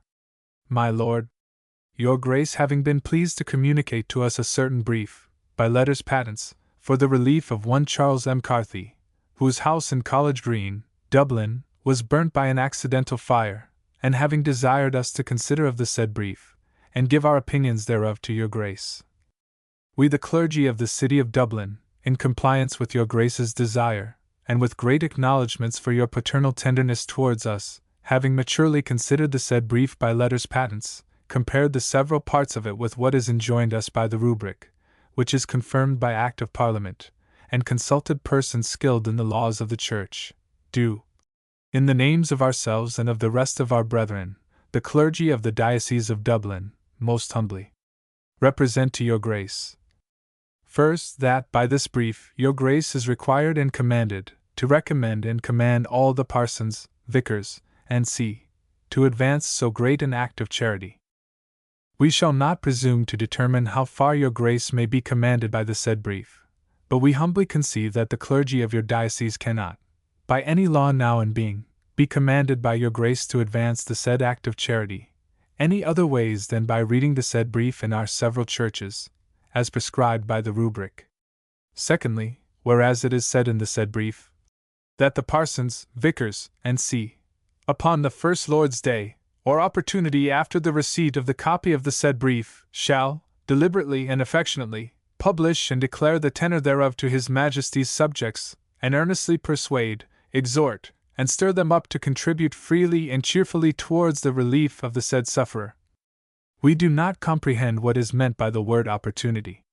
We never do preach upon any day except the Lord's Day, or some solemn days legally appointed. Either is it possible for the strongest constitution among us to obey this command, which includes no less than a whole sermon, upon any other opportunity than when our people are met together in the church, and to perform this work in every house where the parishes are very populous, consisting sometimes here in town of 900 or 1,000 houses, would take up the space of a year, although we should preach in 2 families every day, and almost as much time in the country, where the parishes are of large extent, the roads bad, and the people too poor to receive us, and give charity at once. But if it be meant that these exhortations are commanded to be made in the church, upon the Lord's Day, we are humbly of opinion that it is left to the discretion of the clergy to choose what subjects they think most proper to preach on, and at what times, and if they preach either false doctrine or seditious principles, they are liable to be punished. It may possibly happen that the sufferer recommended may be a person not deserving the favor intended by the brief, in which case no minister, who knows the sufferer to be an undeserving person, can with a safe conscience, deliberately and affectionately publish the brief, much less earnestly persuade, exhort, and stir up the people to contribute freely and cheerfully towards the relief of such a sufferer. 2. Footnote 2. This M. Carthy's house was burnt in the month of August 1723, and the universal opinion of mankind was that M. Carthy himself was the person who had set fire to the house. Note in edition of Swift's Works, Volume 8, 1765-42. Thirdly, whereas in the said brief the ministers and curates are required, on the weekdays next after the Lord's Day when the brief was read, to go from house to house, with their church wardens, to ask and receive from all persons the said charity.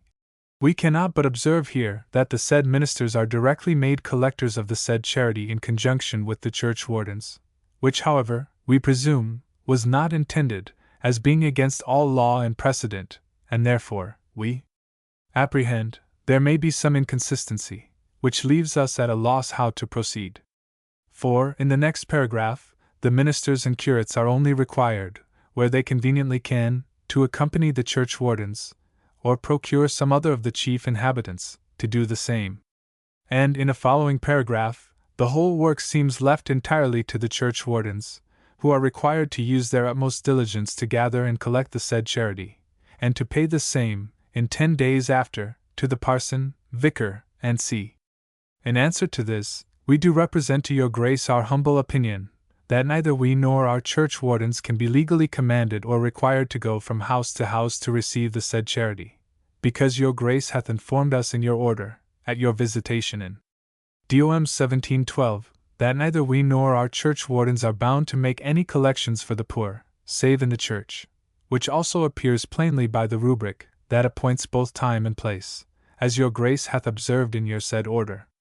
We do likewise assure your grace, that it is not in our power to procure some of the chief inhabitants of our parishes to accompany the church wardens from house to house in these collections, and we have reason to believe, that such a proposal, made to our chief inhabitants, particularly in this city, where our chief inhabitants are often peers of the land, would be received in a manner very little to our own satisfaction, or to the advantage of the said collections.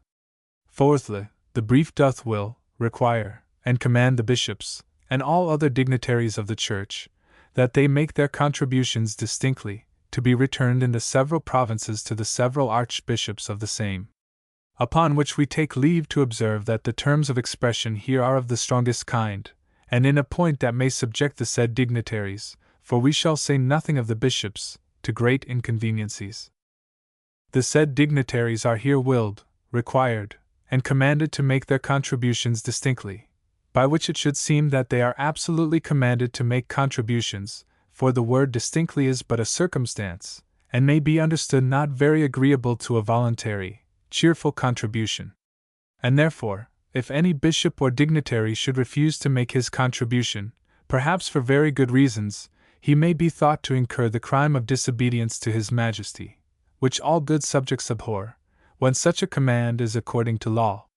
Most dignities of this kingdom consist only of parochial tithes, and the dignitaries are ministers of parishes. A doubt may therefore arise whether the said dignitaries are willed, required, and commanded to make their contributions in both capacities, distinctly as dignitaries, and jointly as parsons or vicars. Many dignities in this kingdom are the poorest kind of benefices, and it should seem hard to put poor dignitaries under the necessity either of making greater contributions than they can afford, or of exposing themselves to the censure of wanting charity, by making their contributions public. Our Saviour commands us, in works of charity, to let not our left hand know what our right hand doeth, which cannot well consist with our being willed, required, and commanded by any earthly power, where no law is prescribed, to publish our charity to the world, if we have a mind to conceal it. Fifthly, whereas it is said in the said brief, that the parson, vicar, and see, of every parish shall, in 6 days after the receipt of the said charity, return it to his respective chancellor, and see. This may be a great grievance, hazard, and expense to the said parson, in remote and desolate parts of the country, where often an honest messenger, if such a one can be got, must be hired to travel 40 or 50 miles going and coming, which will probably cost more than the value of the contribution he carries with him. And this charge, if briefs should happen to be frequent, would be enough to undo many a poor clergyman in the kingdom. Sixthly, we observe in the said brief, that the provost and fellows of the university, judges, officers of the courts, and professors of laws common and civil, are either willed, required, nor commanded to make their contributions, but that so good a work is only recommended to them. Whereas we conceive that all His Majesty's subjects are equally obliged, with or without His Majesty's commands, to promote works of charity according to their power, and that the clergy, in their ecclesiastical capacity, are only liable to such commands as the rubric, or any other law shall enjoin, being born to the same privileges of freedom with the rest of His Majesty's subjects. We cannot but observe to your Grace, that, in the English Act of the 4th year of Queen Anne, for the better collecting charity money on briefs by letters patent, &c., the ministers are obliged only to read the briefs in their churches, without any particular exhortations, either are they commanded to go from house to house with the church wardens, nor to send the money collected to their respective chancellors, but pay it to the undertaker or agent of the sufferer. So that, we humbly hope, the clergy of this kingdom shall not, without any law in being, be put to greater hardships in this case than their brethren in England, where the legislature, intending to prevent the abuses in collecting charity money on briefs, did not think fit to put the clergy under any of those difficulties we now complain of, in the present brief by letters patent. For the relief of Charles M. Carthy aforesaid. The collections upon the Lord's Day are the principal support of our own numerous poor in our several parishes, and therefore every single brief, with the benefit of a full collection over the whole kingdom, must deprive several thousands of poor of their weekly maintenance, for the sake only of one person, who often becomes a sufferer by his own folly or negligence, and is sure to overvalue his losses double or treble, so that, if this precedent be followed, as it certainly will if the present brief should succeed, we may probably have a new brief every week, and thus, for the advantage of 52 persons, whereof not 1 in 10 is deserving, and for the interest of a dozen dexterous clerks and secretaries, the whole poor in the kingdom will be likely to starve. We are credibly informed that neither the officers of the Lord Primate, in preparing the report of His Grace's opinion, nor those of the Great Seal, in passing the patent for briefs, will remit any of their fees, both which do amount to a considerable sum, and thus the good intentions of well-disposed people are in a great measure disappointed, a large part of their charity being anticipated and alienated by fees and gratuities.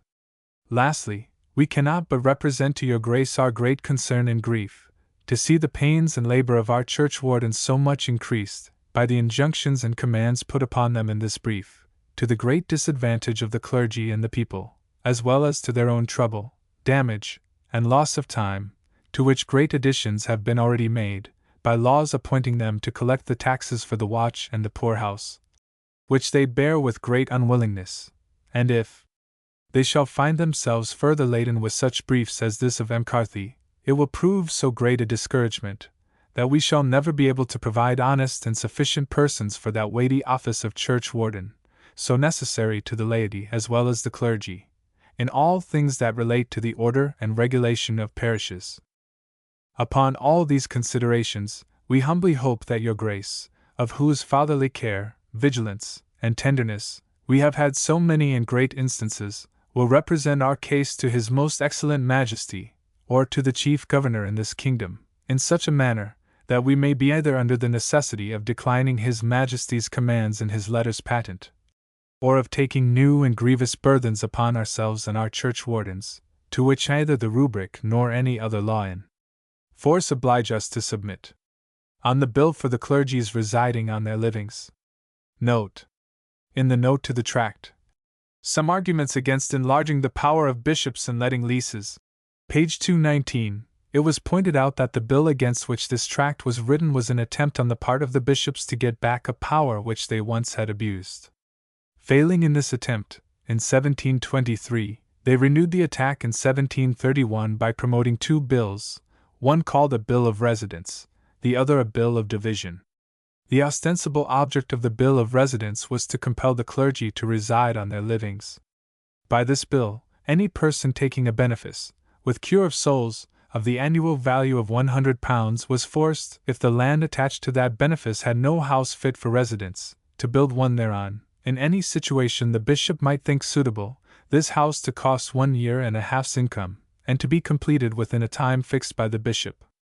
It will at once be seen that the power over the inferior clergy which this bill placed in the bishop's hands was by no means insignificant, and Swift felt that to make such a bill law would not only tend to impoverish the inferior clergy, but would place them in a position of subjection at once degrading and dispiriting.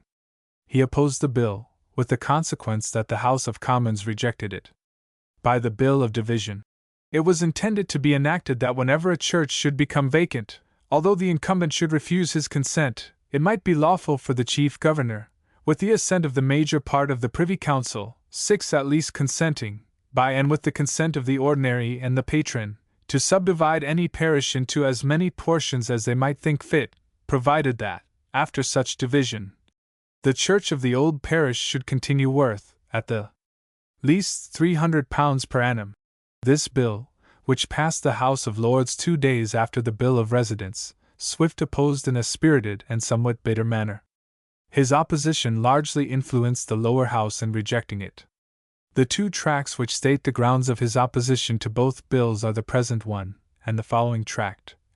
Considerations upon 2 bills sent down from the House of Lords to the House of Commons in Ireland, relating to the clergy. Scott notes that the tone of aigreur, which is more distinctly felt in the second of these tracts, intimates a deep dissatisfaction with late ecclesiastical preferments, which may perhaps be traced as much to personal disappointment as to any better cause. A statement which it was hardly worth making, since, however deep may have been Swift's personal feelings, he never allowed them to be the impelling motive to his work. It should suffice us to know that the cause which Swift espoused was a disinterested one. As vicar of Larricourt, he knew what it was to make a shift of living on an insufficient income, and it may have been this experience as much as personal disappointment which gave pungency to his criticism. It is easy enough to find questionable motives for a satirist, especially when that satirist is Swift. Let us not, however, forget that in his case the personal element was never permitted to overweight the impersonal purpose. Other men, when they reach prosperity, often forget or ignore the hard conditions of their previous state. To Swift these conditions were always existing factors in his considerations for the amelioration of his fellowmen. This it is which gives to his writings so much of the tone of aigreur. In his letter to John Sterne, Bishop of Clogher, dated July, 1733, which is one of Swift's most characteristic epistles, characteristic, because the embodiment of truthful candor, he gives no equivocal expression of opinion on these 2 bills. He calls them abominable bills, for enslaving and beggaring the clergy, which took their birth from hell. I call God to witness, he adds, that I did then, and do now, and shall forever, firmly believe, that every bishop who gave his vote for either of these bills did it with no other view, bating further promotion than a premeditated design, from the spirit of ambition and love of arbitrary power, to make the whole body of the clergy their slaves and vassals until the day of judgment, under the load of poverty and contempt. About the same time, 1732, appeared another pamphlet entitled The Reconciler, shewing how all the good ends proposed by either of those bills may, by a more gentle and easy method, be attained, without injury to the rights of my lords the bishops, or rigor and violence to the inferior clergy. In the main, the writer agrees with Swift, but the tract is valuable as showing that the controversy was no small one, and it furnishes also what is, apparently, an impartial history of the whole affair. 3 Irish prelates voted against the bills on a division: Theophilus Bolton, Archbishop of Cashel, Charles Carr, Bishop of Killaloe, and Robert Howard, Bishop of Elphin. The text of this tract is based on that which appeared in a volume of Miscellanies in Prose and Verse, in the year 1789. It has been collated with those given by Scott, Hawkesworth, and other editors. T.S. on the bill for the clergy's residing on their livings. Those gentlemen who have been promoted to bishoprics in this kingdom for several years past are of 2 sorts. First, certain private clergymen from England, who, by the force of friends, industry, solicitation, or other means and merits to me unknown, have been raised to that character by the mero motu of the crown. Of the other sort, are some clergymen born in this kingdom, who have most distinguished themselves by their warmth against popery, their great indulgence to dissenters, and all true loyal Protestants, by their zeal for the House of Hanover, abhorrence of the Pretender, and an implicit readiness to fall into any measures that will make the government easy to those who represent His Majesty's person. Some of the former kind are such as are said to have enjoyed tolerable preferments in England, and it is therefore much to their commendation that they have condescended to leave their native country, and come over hither to be bishops, merely to promote Christianity among us, and therefore, in my opinion, both their lordships, and the many defenders they bring over, may justly claim the merit of missionaries sent to convert a nation from heresy and heathenism. Before I proceed farther, it may be proper to relate some particulars wherein the circumstances of the English clergy differ from those of Ireland. The districts of parishes throughout England continue much the same as they were before the Reformation, and most of the churches are of the Gothic architecture, built some 100 years ago, but the tithes of great numbers of churches having been applied by the Pope's pretended authority to several abbeys, and even before the Reformation bestowed by that sacrilegious tyrant Henry VIII on his ravenous favorites, the maintenance of an incumbent in most parts of the kingdom is contemptibly small, and yet a vicar there of £40 a year can live with more comfort than one of 3 times the nominal value with us. For his £40 are duly paid him, because there is not one farmer in 100 who is not worth 5 times the rent he pays to his landlord, and 50 times the sum demanded for the tithes, which, by the small compass of his parish, he can easily collect or compound for, and if his behavior and understanding be supportable, he will probably receive presents now and then from his parishioners, and perhaps from the squire, who, although he may sometimes be apt to treat his parson a little superciliously, will probably be softened by a little humble demeanor. The vicar is likewise generally sure to find upon his admittance to his living a convenient house and barn in repair, with a garden, and a field or two to graze a few cows, and 1 horse for himself and his wife. He hath probably a market very near him, perhaps in his own village. No entertainment is expected from his visitor beyond a pot of ale and a piece of cheese. He hath every Sunday the comfort of a full congregation, of plain, cleanly people of both sexes, well to pass, and who speak his own language. The scene about him is fully cultivated, I mean for the general, and well inhabited. He dreads no thieves for anything but his apples, for the trade of universal stealing is not so epidemic there as with us. His wife is little better than Goody, in her birth, education, or dress, and as to himself, we must let his parentage alone.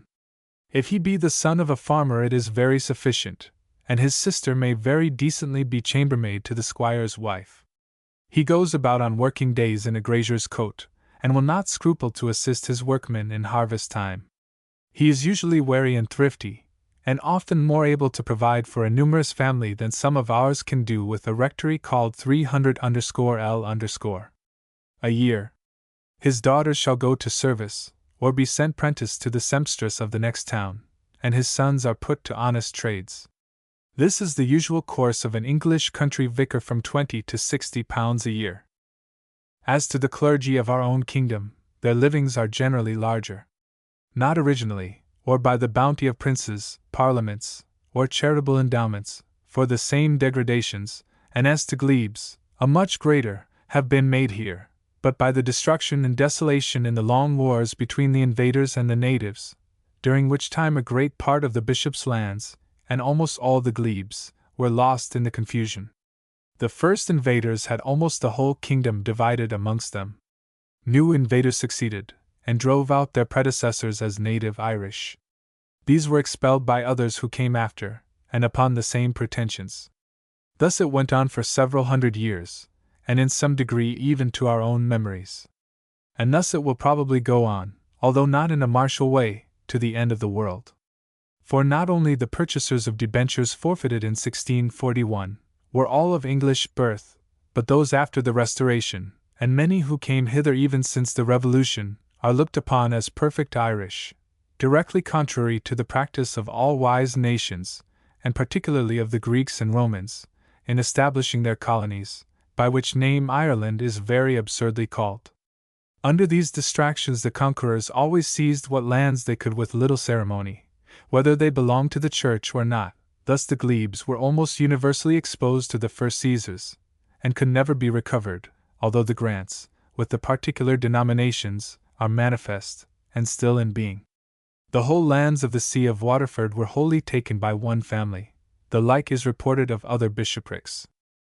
King James I, who deserves more of the Church of Ireland than all other princes put together, having the forfeitures of vast tracts of land in the northern parts, I think commonly called the escheat counties, having granted some 100,000 acres of these lands to certain Scotch and English favourites, was prevailed on by some great prelates to grant to some sees in the north, and to many parishes there, certain parcels of land for the augmentation of poor bishoprics, did likewise endow many parishes with glebes for the incumbents, whereof a good number escaped the depredations of 1641 and 1688. These lands, when they were granted by King James, consisted mostly of woody ground, wherewith those parts of this island were then overrun. This is well known, universally allowed, and by some in part remembered, the rest being, in some places, not stubbed out to this day.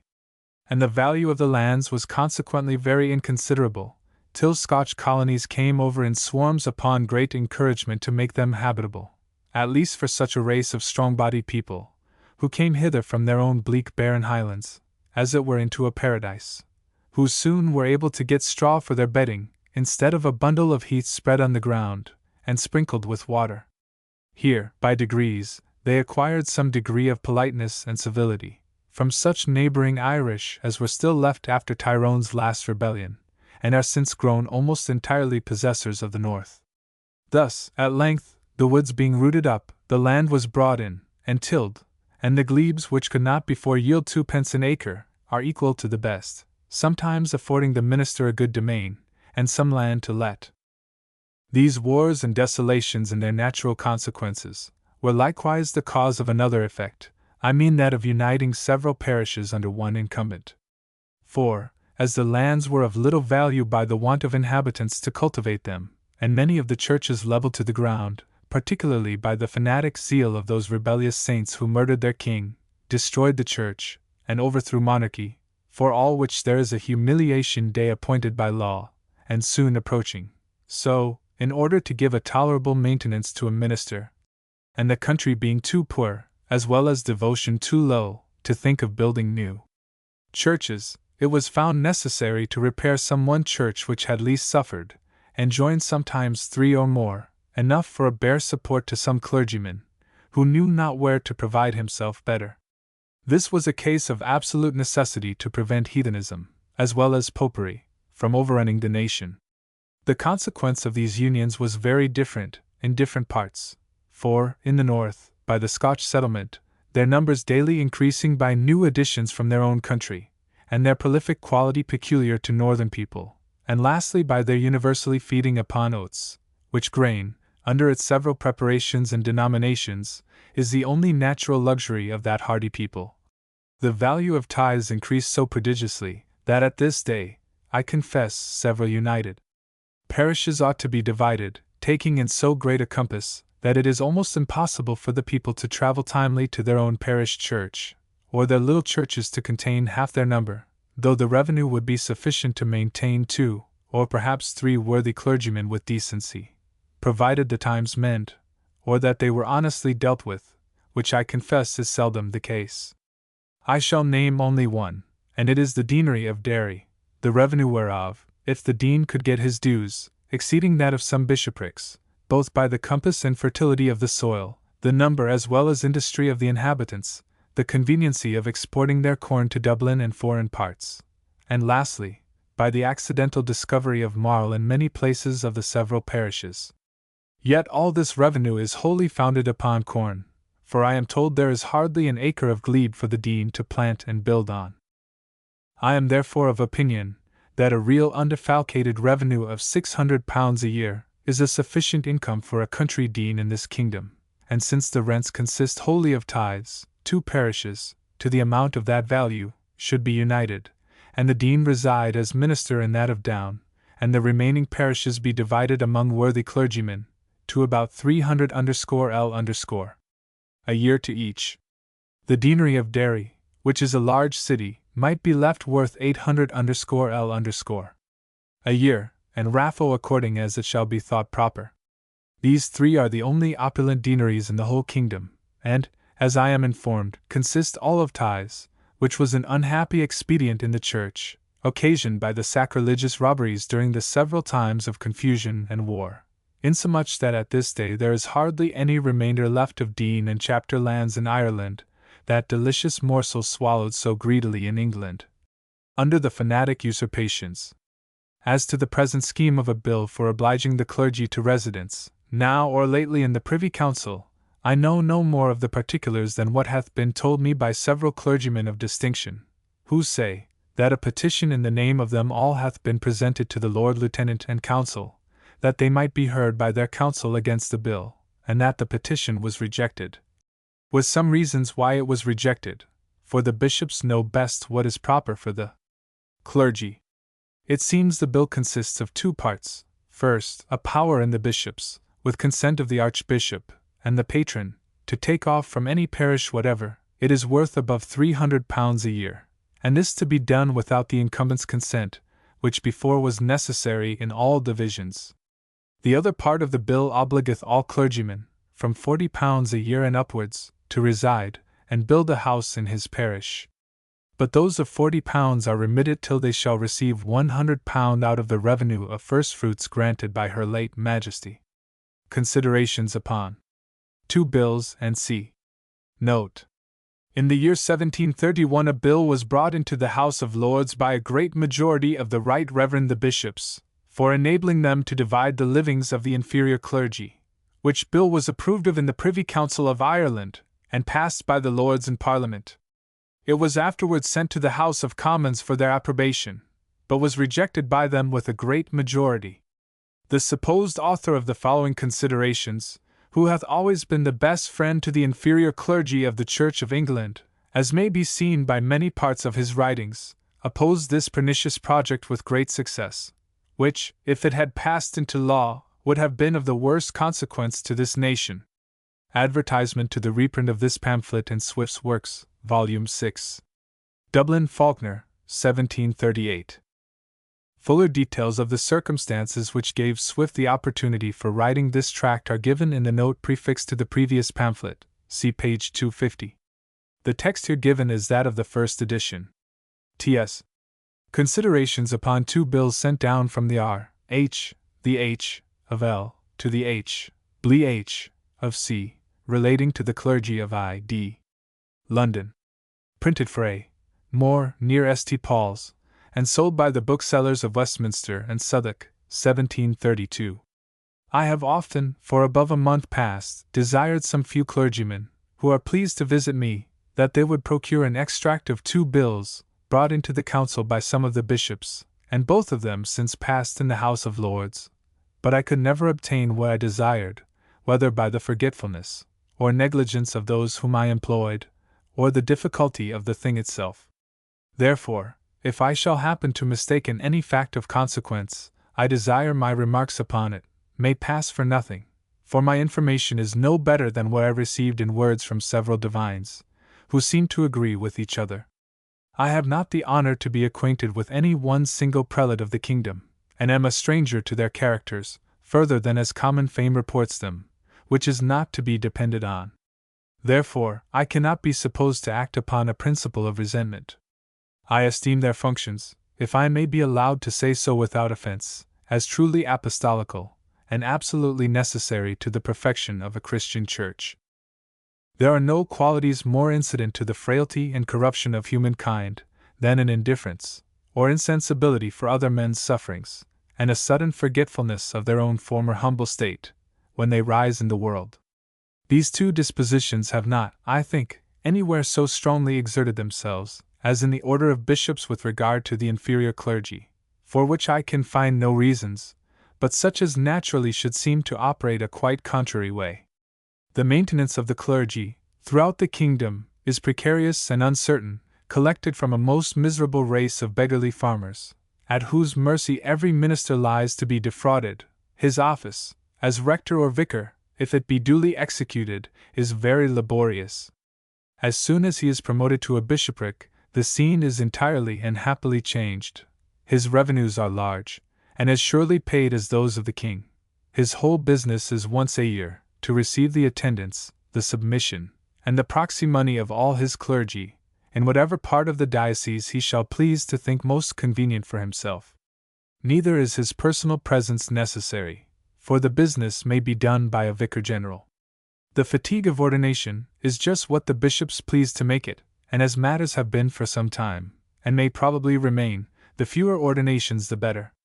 The rest of their visible office consists in the honor of attending parliaments and councils, and bestowing preferments in their own gift, in which last employment, and in their spiritual and temporal courts, the labor falls to their vicars general, secretaries, proctors, apparitors, seneschals, and the like. Now I say, in so quick a change, where their brethren in a few days are become their subjects, it would be reasonable, at least, to hope, that the labor, confinement, and subjection from which they have so lately escaped, like a bird out of the snare of the fowler, might a little incline them to remember the condition of those, who were but last week their equals, probably their companions or their friends, and possibly, as reasonable expectants. There is a known story of Colonel Tidcombe, who, while he continued a subaltern officer, was every day complaining against the pride, oppression, and hard treatment of colonels toward their officers, yet in a very few minutes after he had received his commission for a regiment, walking with a friend on the Mall, he confessed that the spirit of colonelship was coming fast upon him, which spirit is said to have daily increased to the hour of his death. It is true, the clergy of this kingdom, who are promoted to bishoprics, have always some great advantages, either that of rich deaneries, opulent and multiplied rectories and dignities, strong alliances by birth or marriage, fortified by a superlative degree of zeal and loyalty. But however, they were all at first no more than young beginners, and before their great promotion, were known by their plain Christian names among their old companions, the middling rate of clergymen, nor could, therefore, be strangers to their condition, or with any good grace, forget it so soon as it hath sometimes happened. I confess I do not remember to have observed any body of men, acting with so little concert as our clergy have done, in a point where their opinions appeared to be unanimous, a point where their whole temporal support was concerned, as well as their power of serving God and His Church, in their spiritual functions. This hath been imputed to their fear of disobliging, or hopes of further favors upon compliance, because it was observed that some who appeared at first with the greatest zeal thought fit suddenly to absent themselves from the usual meetings. Yet, we know what expert solicitors the Quakers, the Dissenters, and even the Papists have sometimes found, to drive a point of advantage, or present an impending evil. I have not seen any extract from the 2 bills introduced into the Privy Council by the bishops, where the clergy, upon some failure in favor, or through the timorousness of many among their brethren, were refused to be heard by the council. It seems these bills were both returned, agreed to by the King and Council in England, and the House of Lords hath, with great expedition, passed them both, and it is said they are immediately to be sent down to the Commons for their consent. The particulars, as they have been imperfectly reported to me, are as follow. By one of the bills, the bishops have power to oblige the country clergy to build a mansion house upon whatever part of their glebes their lordships shall command, and if the living be above £50 a year, the minister is bound to build, after 3 years, a house that shall cost 1 year and a half's rent of his income. For instance, if a clergyman with a wife and 7 children gets a living of £55 per annum, he must after 3 years build a house that shall cost £77 and must support his family during the time the bishop shall appoint for the building of it with the remainder. But if the living be under £50 a year, the minister shall be allowed an £100 out of the first fruits. But there is said to be one circumstance a little extraordinary, that if there be a single spot in the glebe more barren, more marshy, more exposed to winds, more distant from the church, or skeleton of a church, or from any conveniency of building, the rector, or vicar may be obliged by the caprice, or pique of the bishop, to build, under pain of sequestration, an office, whichever falls into the most knavish hands, upon whatever point his lordship shall command, although the farmers have not paid 1/4 of his due. I believe, under the present distresses of the kingdom, which inevitably, without a miracle, must increase forever, there are not 10 country clergymen in Ireland reputed to possess a parish of £100 per annum who, for some years past, have actually received £60, and that with the utmost difficulty and vexation. I am, therefore, at a loss what kind of valuators the bishops will make use of, and whether the starving vicar shall be forced to build his house with the money he never received. The other bill, which passed in 2 days after the former, is said to concern the division of parishes into as many parcels as the bishop shall think fit, only leaving £300 a year to the mother church, which £300 by another act passed some years ago, they can divide likewise, and crumble as low as their will and pleasure will dispose them. So that instead of 600 clergymen, which, I think, is the usual computation, we may have, in a small compass of years, almost as many thousands to live with decency and comfort, provide for their children, and be charitable to the poor, and maintain hospitality. But it is very reasonable to hope, and heartily to be wished by all those who have the least regard to our holy religion, as hitherto established, or to a learned, pious, diligent, conversable clergyman, or even to common humanity, that the Honourable House of Commons will in their great wisdom, justice, and tenderness to innocent men, consider these bills in another light. It is said they well know this kingdom not to be so overstocked with neighbouring gentry, but a discreet, learned clergyman, with a competency fit for one of his education, may be an entertaining, a useful, and sometimes a necessary companion. That although such a clergyman may not be able constantly to find beef and wine for his own family, yet he may be allowed sometimes to afford both to a neighbour, without distressing himself, and the rather, because he may expect at least as good a return.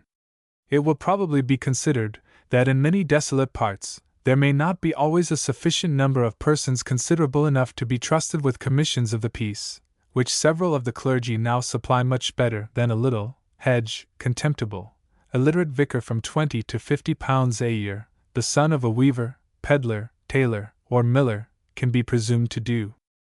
The landlords and farmers by this scheme can find no profit, but will certainly be losers. For instance, if the large northern livings be split into a dozen parishes, or more, it will be very necessary for the little threadbare gowman, with his wife, his proctor, and every child who can crawl, to watch the fields at harvest time, for fear of losing a single sheaf, which he could not afford under peril of a day's starving. For according to the Scotch proverb, a hungry louse bites sore. This would of necessity breed an infinite number of brangles and litigious suits in the spiritual courts, and put the wretched pastor at perpetual variance with his whole parish. But as they have hitherto stood, a clergyman established in a competent living is not under the necessity of being so sharp, vigilant, and exacting. On the contrary, it is well known and allowed that the clergy round the kingdom think themselves well treated, if they lose only 1/3 of their legal demands. The Honourable House may perhaps be inclined to conceive that my lords the bishops enjoy as ample a power, both spiritual and temporal, as will fully suffice to answer every branch of their office, that they want no laws to regulate the conduct of those clergymen over whom they preside, that if non-residence be a grievance, it is the patron's fault, who makes not a better choice, or caused the plurality.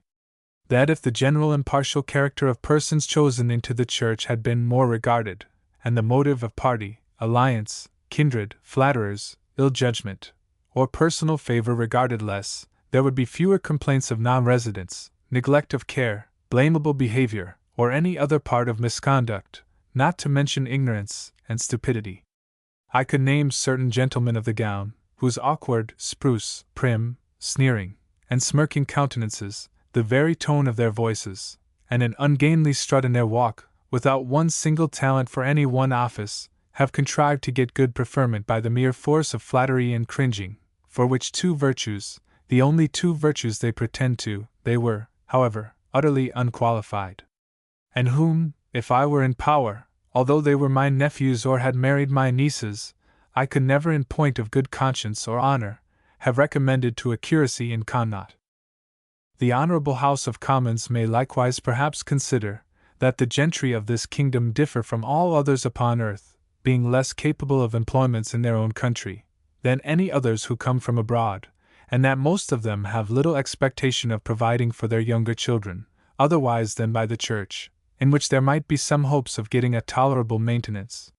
For after the patrons should have settled their sons, their nephews, their nieces, their dependents, and their followers, invited over from t'other side, there would still remain an overplus of smaller church preferments, to be given to such clergy of the nation, who shall have their quantum of whatever merit may be then in fashion. But by these bills, they will be all as absolutely excluded, as if they had passed under the denomination of Tories, unless they can be contented at the utmost with £50 a year, which by the difficulties of collecting tithes in Ireland, and the daily increasing miseries of the people, will hardly rise to half the sum.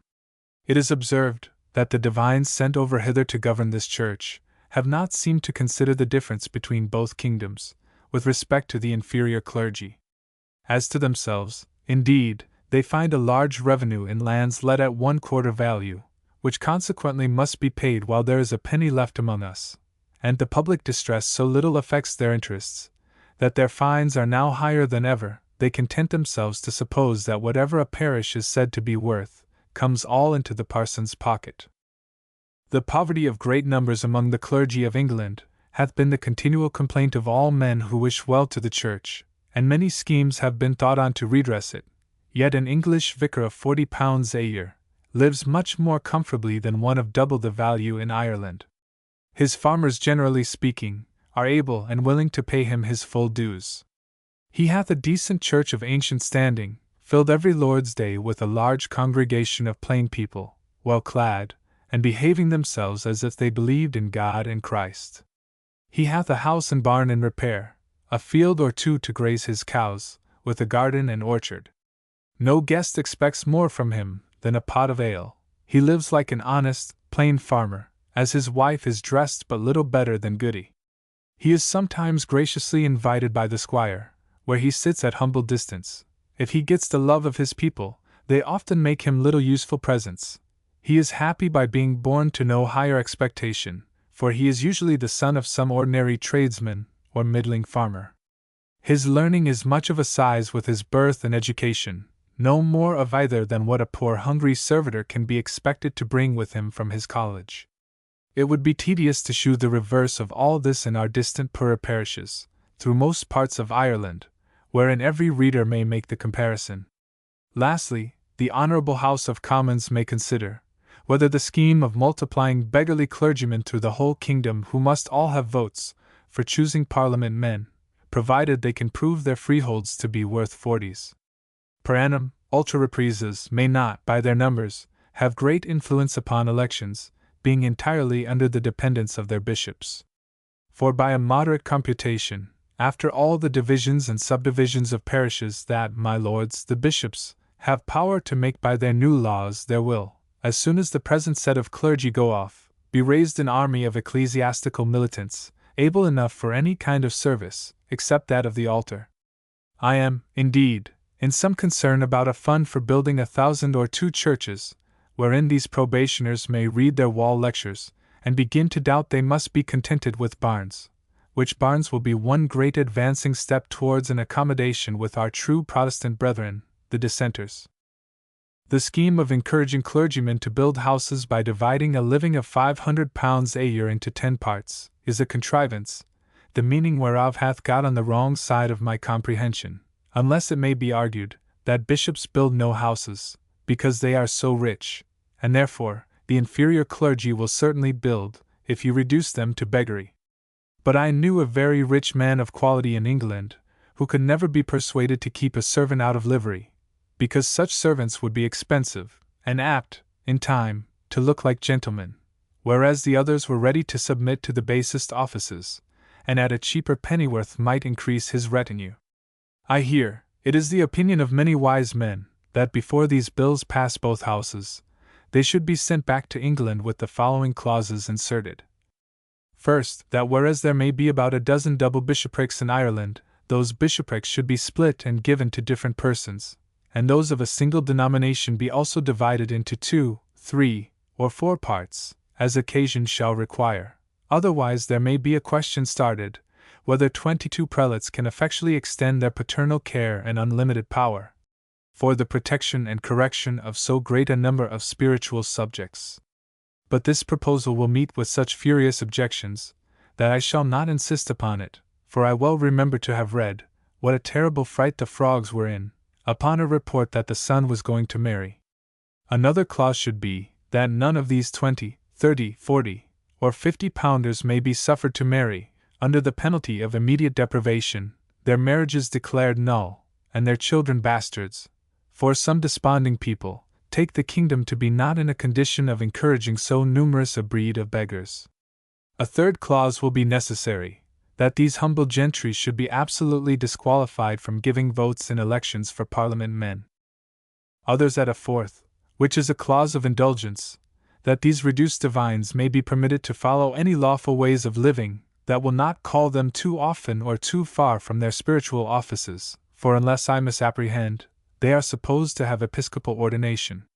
For example, they may be lappers of linen, bailiffs of the manor, they may let blood, or apply plasters, for 3 miles round, they may get a dispensation to hold the clerkship and sextonship of their own parish and commendam.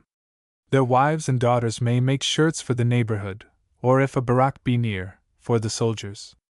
In linen countries, they may card and spin, and keep a few looms in the house, they may let lodgings, and sell a pot of ale without doors, but not at home, unless to sober company, and at regular hours.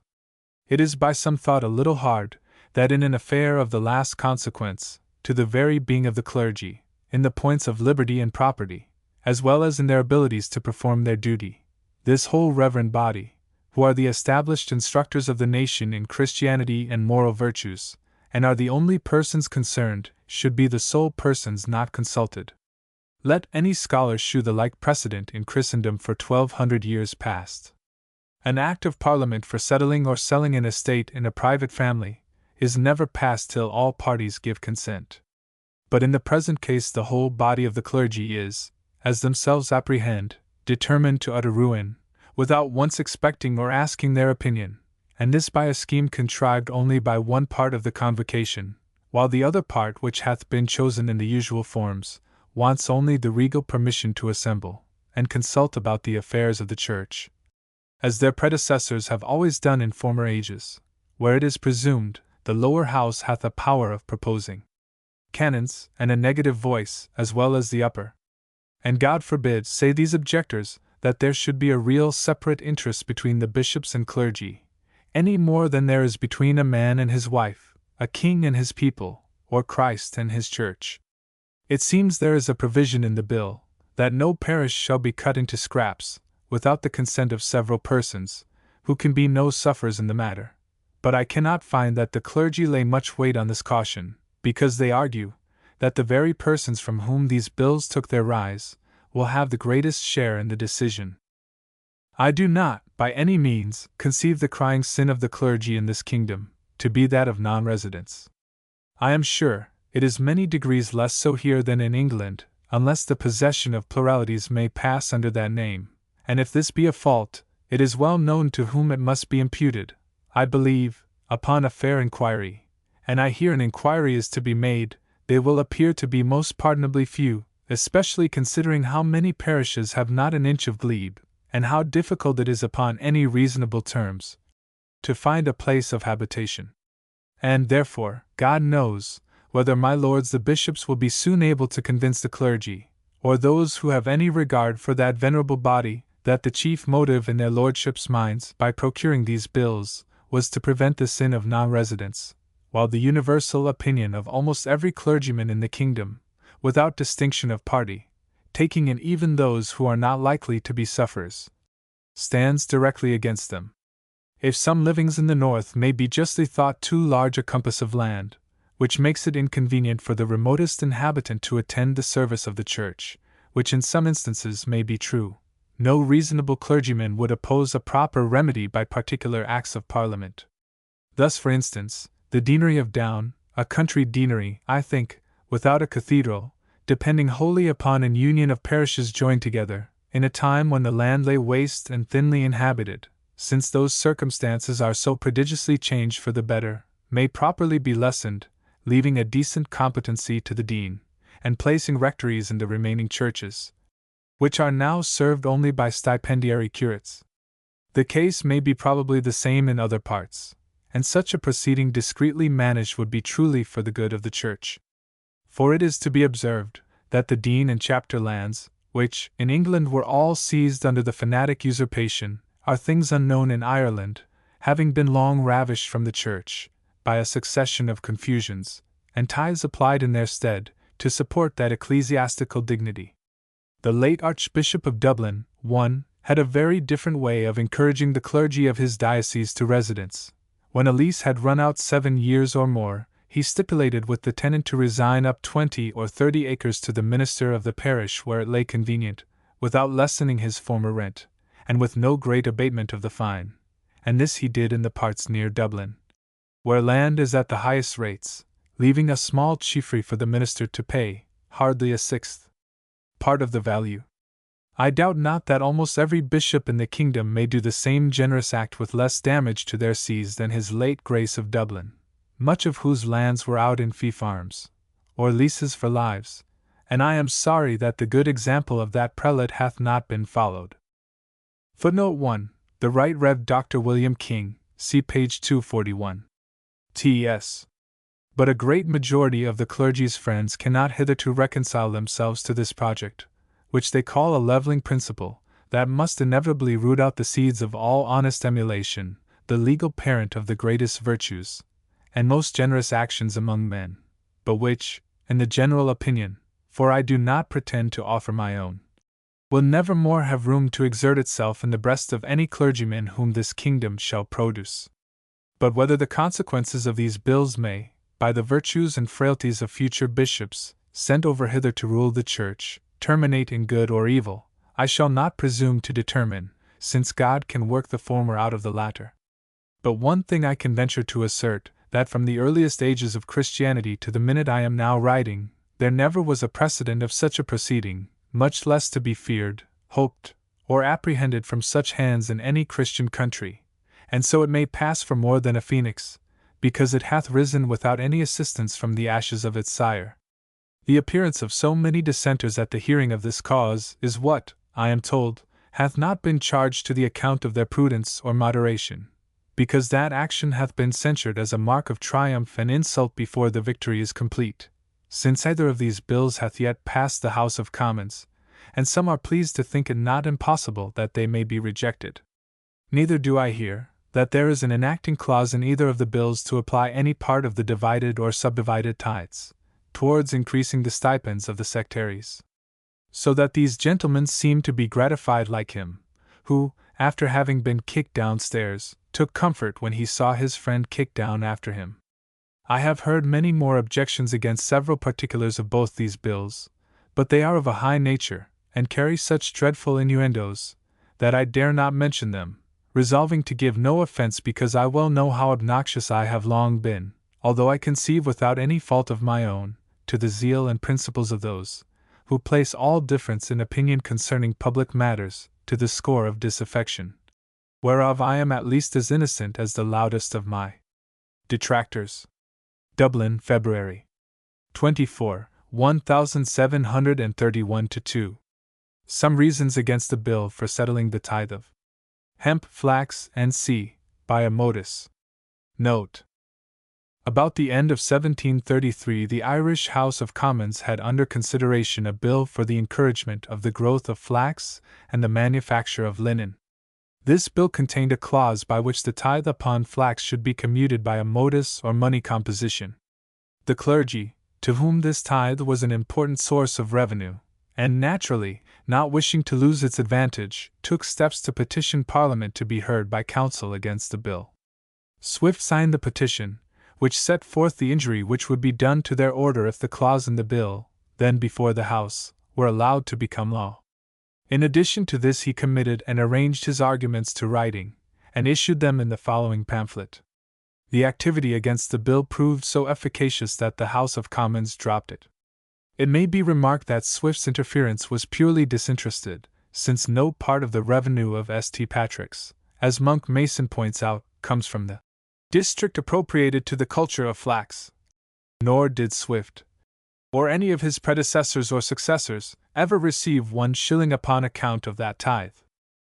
This attempt on the part of the House of Commons to regulate the affairs of the clergy of Ireland seems to have been one of a series which divided laity and clergy into 2 strongly opposing parties. On the one side were the House of Commons and its supporters, on the other the general body of the Irish clergy, with, for a time, at any rate, Swift at the head. The tithe of pasturage, or, as it was called, the tithe of agistment, was being strongly resisted at the time, and many of the clergy were forced to sue in court before they could obtain it. The matter of this tithe had been already before an Irish court in 1707, and had been settled in favor of the suing clergyman, one Archdeacon Neil, and although the cause was removed to King's Bench in England, the previous judgment was confirmed. In spite of this decision, however, the tithe continued to be a subject of litigation, and the landed proprietors even formed themselves into associations for the purpose of resisting the clergy's claim. In 1734 the House of Commons aggravated matters by passing resolutions against the claims, many of which were then the subject of legal actions, and prevented decisions being come to while it had the matter under its consideration. From the pamphlets written at the time it may easily be seen that this interference on the part of the lower house was both unseemly and unjust. Its conduct so roused Swift that his indignation found expression in one of his bitterest and most terrible poetical satires, The Legion Club, a satire so bitter and so scathing that reading it now, after the lapse of more than a century and a half, one shudders at its invective.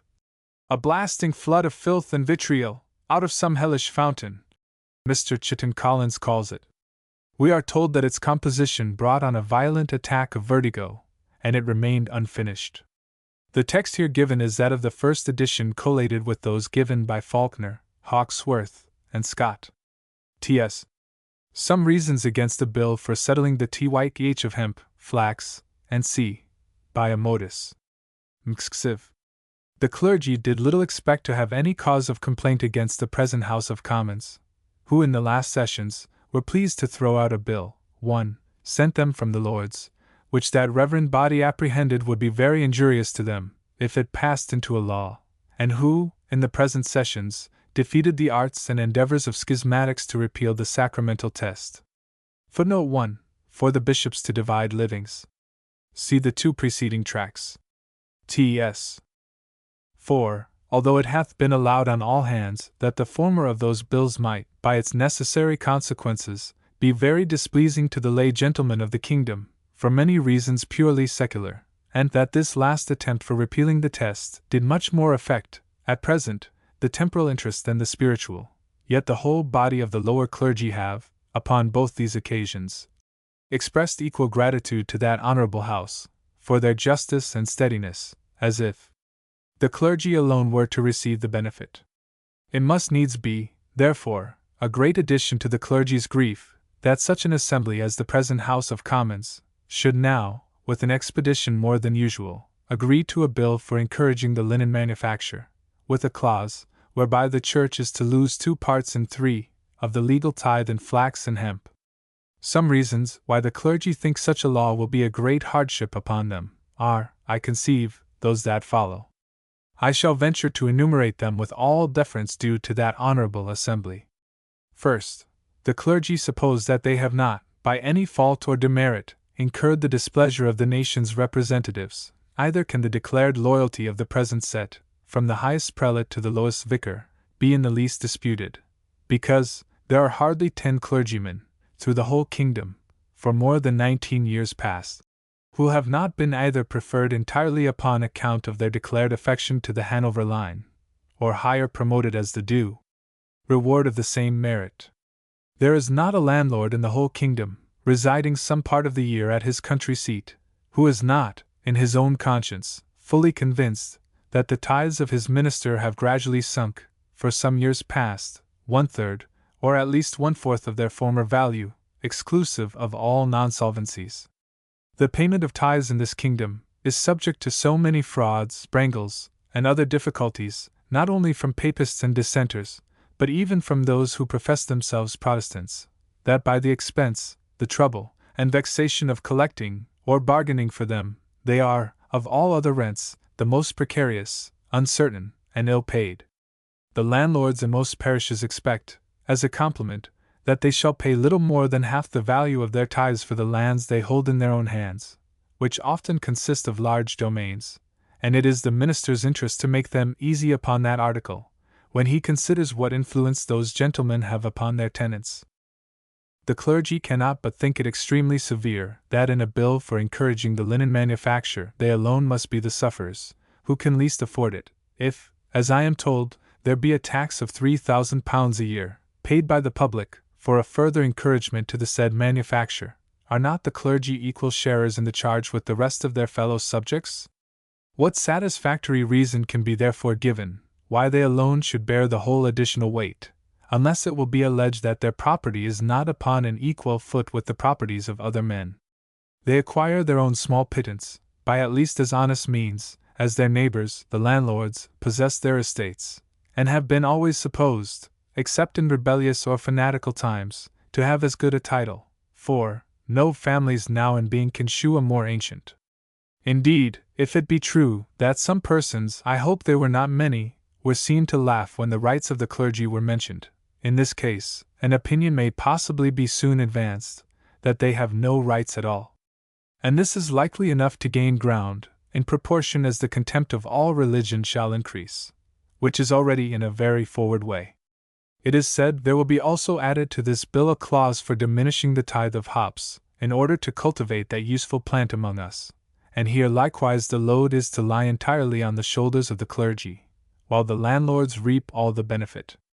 It will not be easy to foresee where such proceedings are like to stop, or whether by the same authority, in civil times, a parliament may not as justly challenge the same power in reducing all things tithable, not below the 10th part of the product, which is and ever will be the clergy's equitable right, but from a 10th part to a 60th or 80th, and from thence to nothing. I have heard it granted by skilful persons, that the practice of taxing the clergy by Parliament, without their own consent, is a new thing, not much above the date of 70 years, before which period, in times of peace, they always taxed themselves. But things are extremely altered at present. It is not now sufficient to tax them in common with their fellow subjects, without imposing an additional tax upon them, from which, or from anything equivalent, all their fellow subjects are exempt, and this in a country professing Christianity. The greatest part of the clergy throughout this kingdom have been stripped of their glebes by the confusion of times, by violence, fraud, oppression, and other unlawful means, all which glebes are now in the hands of the laity.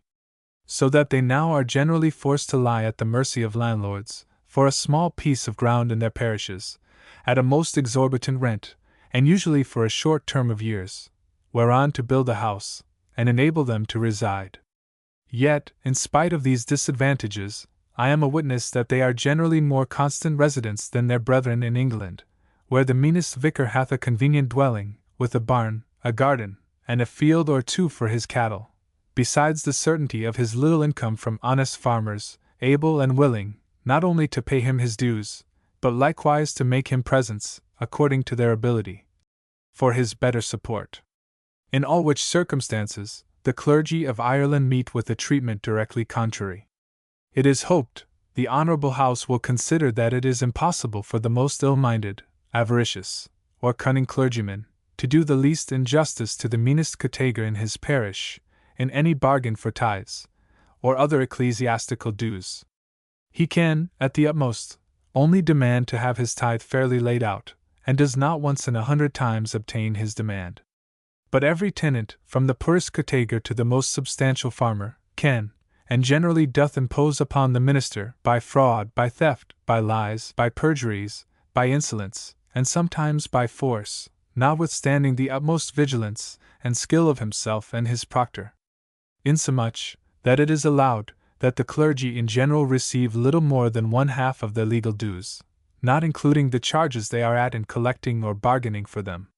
The land rents of Ireland are computed to about 2 millions, whereof 1/10 amounts to £200,000.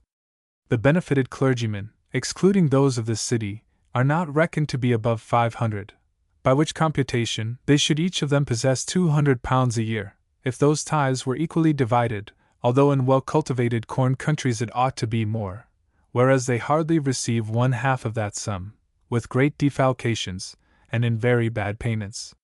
There are indeed a few glebes in the north pretty considerable, but if these and all the rest were in like manner equally divided, they would not add £5 a year to every clergyman.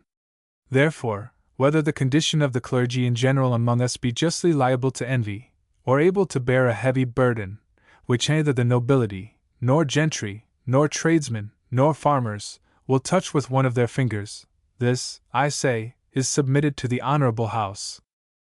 One terrible circumstance in this bill is that of turning the tithe of flax and hemp into what the lawyers call a modus, or a certain sum in lieu of a tenth part of the product.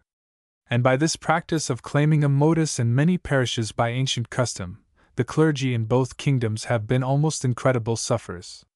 Thus, in the present case, the tithe of a tolerable acre of flax, which by a medium is worth 12 shillings, is by the present bill reduced to 4 shillings. Neither is this the worst part in a modus. Every determinate sum must in process of time sink from a fourth to a 4/20th part, or a great deal lower, by that necessary fall attending the value of money, which is now at least 9/10 lower all over Europe than it was 400 years ago, by a gradual decline, and even a third part at least within our own memories, in purchasing almost everything required for the necessities or conveniencies of life, as any gentleman can attest, who hath kept house for 20 years past. And this will equally affect poor countries as well as rich.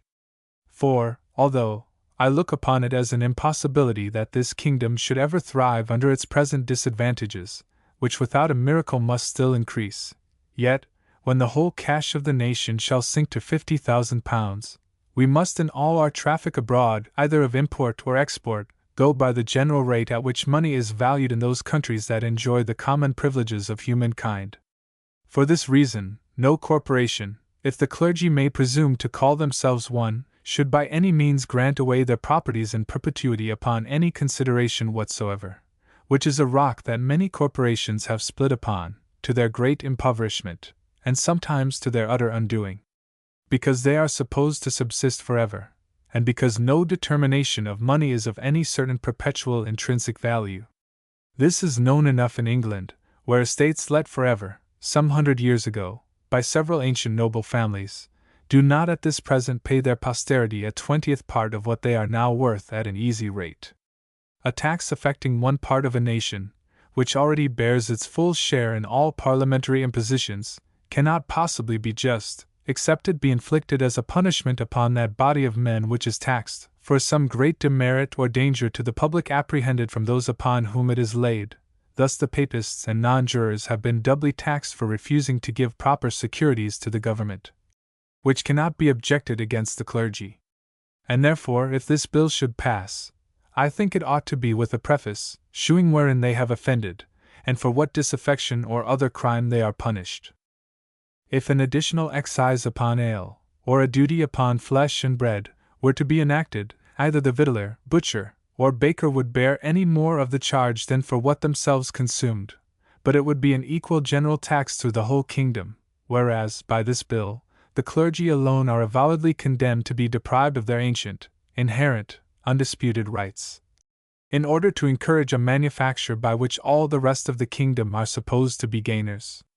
This bill is directly against Magna Carta, whereof the first clause is for confirming the inviolable rights of Holy Church, as well as contrary to the oath taken by all our kings at their coronation, where they swear to defend and protect the Church in all its rights. A tax laid upon employments is a very different thing. The possessors of civil and military employments are no corporation, either are they any part of our Constitution. Their salaries, pay, and perquisites are all changeable at the pleasure of the prince who bestows them, although the army be paid from funds raised and appropriated by the legislature. But the clergy, as they have little reason to expect, so they desire no more than their ancient legal dues, only indeed with the removal of many grievous impediments in the collection of them, which it is to be feared they must wait for until more favorable times. It is well known that they have already of their own accord shown great indulgence to their people upon this very article of flax, seldom taking above a fourth part of their tithe for small parcels, and oftentimes nothing at all from new beginners, waiting with patience until the farmers were able, and until greater quantities of land were employed in that part of husbandry, never suspecting that their good intentions should be perverted in so singular a manner to their detriment, by that very assembly, which, during the time that convocations, which are an original part of our Constitution ever since Christianity became national among the U.S., are thought fit to be suspended, God knows for what reason, or from what provocations, I say, from that very assembly, who, during the intervals of convocations, should rather be supposed to be guardians of the rights and properties of the clergy, than to make the least attempt upon either. I have not heard upon inquiry, that any of those gentlemen, who among us without doors are called the court party, discover the least zeal in this affair. If they had thoughts to interpose, it might be conceived they would shew their displeasure against this bill, which must very much lessen the value of the king's patronage upon promotion to vacant sees, in the disposal of deaneries, and other considerable preferments in the church, which are in the donation of the crown, whereby the viceroys will have fewer good preferments to bestow on their dependents, as well as upon the kindred of members, who may have a sufficient stock of that sort of merit, whatever it may be, which may in future times most prevail. The dissenters, by not succeeding in their endeavors to procure a repeal of the test, have lost nothing, but continue in full enjoyment of their toleration, while the clergy, without giving the least offense, are by this bill deprived of a considerable branch of their ancient legal rights, whereby the schismatical party will have the pleasure of gratifying their revenge. Hoc graei voluere. The farmer will find no relief by this modus, because, when his present lease shall expire, his landlord will infallibly raise the rent in an equal proportion, upon every part of land where flax is sown, and have so much a better security for payment at the expense of the clergy. If we judge by things past, it little avails that this bill is to be limited to a certain time of 10, 20, or 30 years. For no landlord will ever consent that a law shall expire, by which he finds himself a gainer, and of this there are many examples, as well in England as in this kingdom. The great end of this bill is, by proper encouragement, to extend the linen manufacturing to those counties where it hath hitherto been little cultivated. But this encouragement of lessening the tithe of flax and hemp is one of such a kind as, it is to be feared, will have a directly contrary effect. Because, if I am rightly informed, no set of men hath for their number and fortunes been more industrious and successful than the clergy, in introducing that manufacture into places which were unacquainted with it, by persuading their people to sow flax and hemp, by procuring seed for them, and by having them instructed in the management thereof. And this they did not without reasonable hopes of increasing the value of their parishes after some time, as well as of promoting the benefit of the public. But if this modus should take place, the clergy will be so far from gaining that they will become losers by any extraordinary care, by having their best arable lands turned to flax and hemp, which are reckoned great impoverishers of land. They cannot therefore be blamed, if they should shew as much zeal to prevent its being introduced or improved in their parishes as they hitherto have shewed in the introducing and improving of it. This, I am told, some of them have already declared, at least so far as to resolve not to give themselves any more trouble than other men about promoting a manufacture by the success of which they only of all men are to be sufferers. Perhaps the giving them even a further encouragement than the law doth, as it now stands, to a set of men who might on many accounts be so useful to this purpose, would be no bad method of having the great end of the bill more effectually answered. But this is what they are far from desiring. All they petition for is no more than to continue on the same footing with the rest of their fellow subjects. If this modus of paying by the acre be to pass into a law, it were to be wished that the same law would appoint one or more sworn surveyors in each parish to measure the lands on which flax and hemp are sown, as also would settle the price of surveying, and determine whether the incumbent or farmer is to pay for each annual survey. Without something of this kind, there must constantly be disputes between them, and the neighboring justices of peace must be teased as often as those disputes happen. I had written thus far, when a paper was sent to me with several reasons against the bill, some whereof, although they have been already touched, are put in a better light, and the rest did not occur to me. I shall deliver them in the author's own words. N.B. Some alterations have been made in the bill about the modus, since the above paper was writ, but they are of little moment.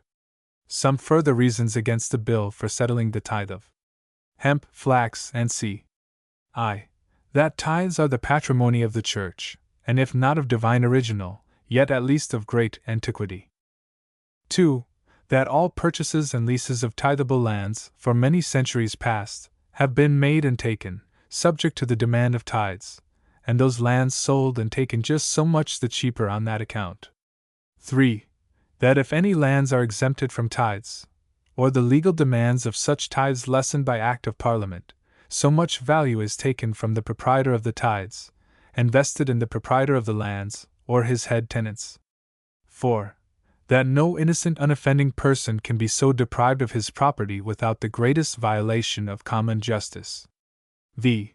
That to do this upon a prospect of encouraging the linen, or any other manufacture, is acting upon a very mistaken and unjust supposition, inasmuch as the price of the lands so occupied will be no way lessened to the farmer by such a law. 6.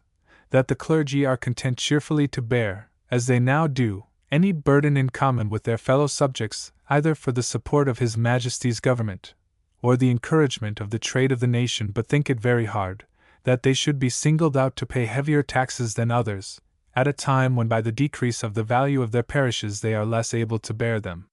7. That the legislature hath heretofore distinguished the clergy by exemptions, and not by additional loads, and the present clergy of the kingdom hope they have not deserved worse of the legislature than their predecessors. 8. That by the original constitution of these kingdoms, the clergy had the sole right of taxing themselves, and were in possession of that right as low as the Restoration, and if that right be now devolved upon the commons by the cession of the clergy, the commons can be considered in this case in no other light than as the guardians of the clergy. 9. That besides those tithes always in the possession of the clergy, there are some portion of tithes lately come into their possession by purchase, that if this clause should take place, they would not be allowed the benefit of these purchases, upon an equal footing of advantage with the rest of their fellow subjects. And that some tithes in the hands of impropriators are under settlements and mortgages. X. That the gentlemen of this house should consider that loading the clergy is loading their own younger brothers and children, with this additional grievance, that it is taking from the younger and poorer, to give to the elder and richer. And, lastly, that if it were at any time just and proper to do this, it would however be too severe to do it now, when all the tithes of the kingdom are known for some years past to have sunk above 1/3 part in their value. Any income in the hands of the clergy is at least as useful to the public as the same income in the hands of the laity. It were more reasonable to grant the clergy in 3 parts of the nation an additional support, than to diminish their present subsistence. Great employments are and will be in the hands of Englishmen, nothing left for the younger sons of Irishmen but vicarages, tidewaiters' places, and therefore no reason to make them worse. The modus upon the flax in England affects only lands reclaimed since the year 1690, and is at the rate of 5 shillings the English acre, which is equivalent to 8 shillings and 8 pence Irish, and that to be paid before the farmer removed it from the field. Flax is a manufacture of little consequence in England, but is the staple in Ireland, and if it increases, as it probably will, must in many places jostle out corn, because it is more gainful. The clergy of the established church have no interest like those of the Church of Rome, distinct from the true interest of their country, and therefore ought to suffer under no distinct impositions or taxes of any kind. The bill for settling the modus of flax in England was brought in the first year of the reign of King George I, when the clergy lay very unjustly under the imputation of some disaffection, and to encourage the bringing in of some fens in Lincolnshire, which were not to be continued under flax, but it left all lands where flax had been sown before that time, under the same condition of tithing, in which they were before the passing of that bill, whereas this bill takes away what the clergy are actually possessed of. That the woolen manufacture is the staple of England, as the linen is that of Ireland, yet no attempt was ever made in England to reduce the tithe of wool, for the encouragement of that manufacture. This manufacture hath already been remarkably favoured by the clergy, who have hitherto been generally content with less than half, some with 6 pence a garden, and some have taken nothing.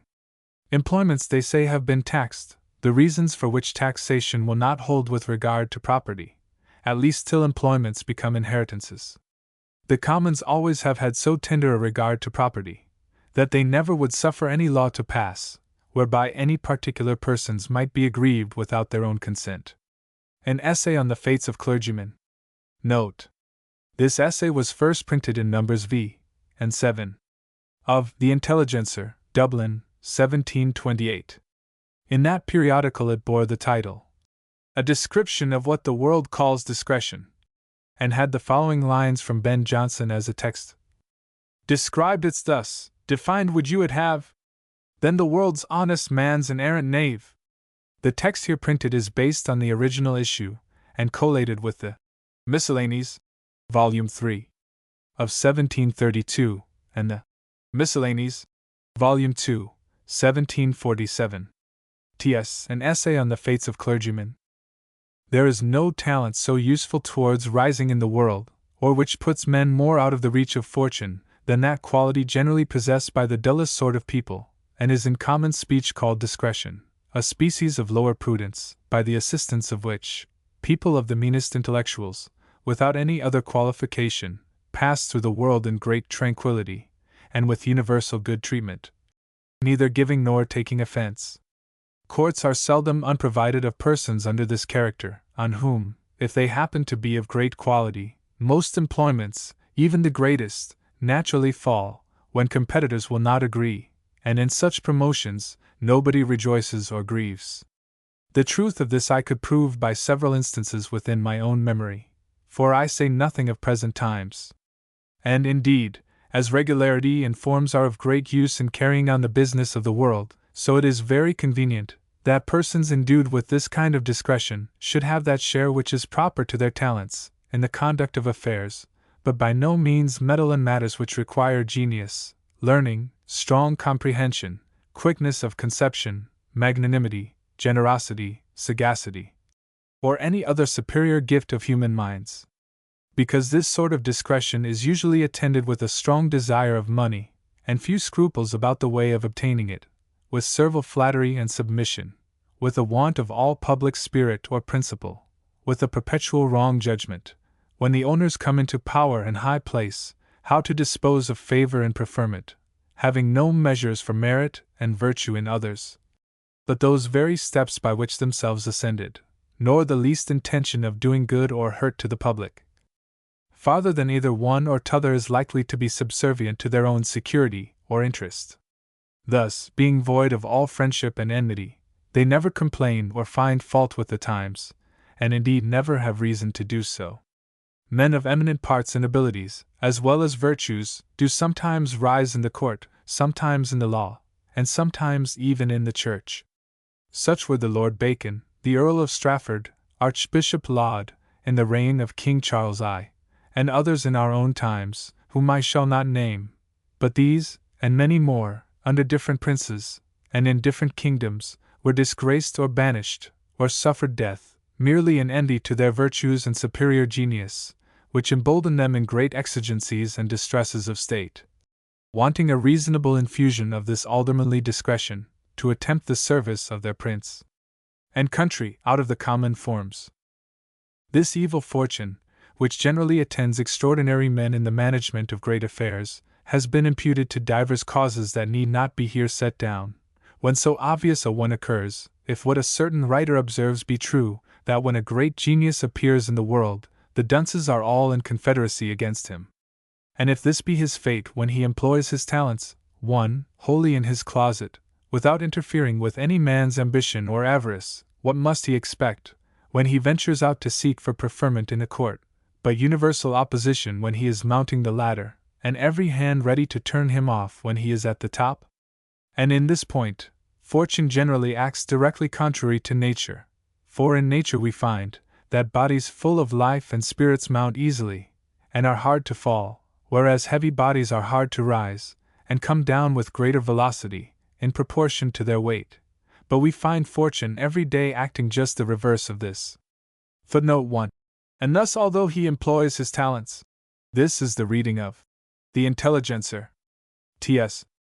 This talent of discretion, as I have described it in its several adjuncts and circumstances, is nowhere so serviceable as to the clergy, to whose preferment nothing is so fatal as the character of wit, politeness in reading or manners, or that kind of behavior which we contract by having too much conversation with persons of high station and eminency, these qualifications being reckoned, by the vulgar of all ranks, to be marks of levity, which is the last crime the world will pardon in a clergyman, To this I may add a free manner of speaking in mixed company, and too frequent an appearance in places of much resort, which are equally noxious to spiritual promotion.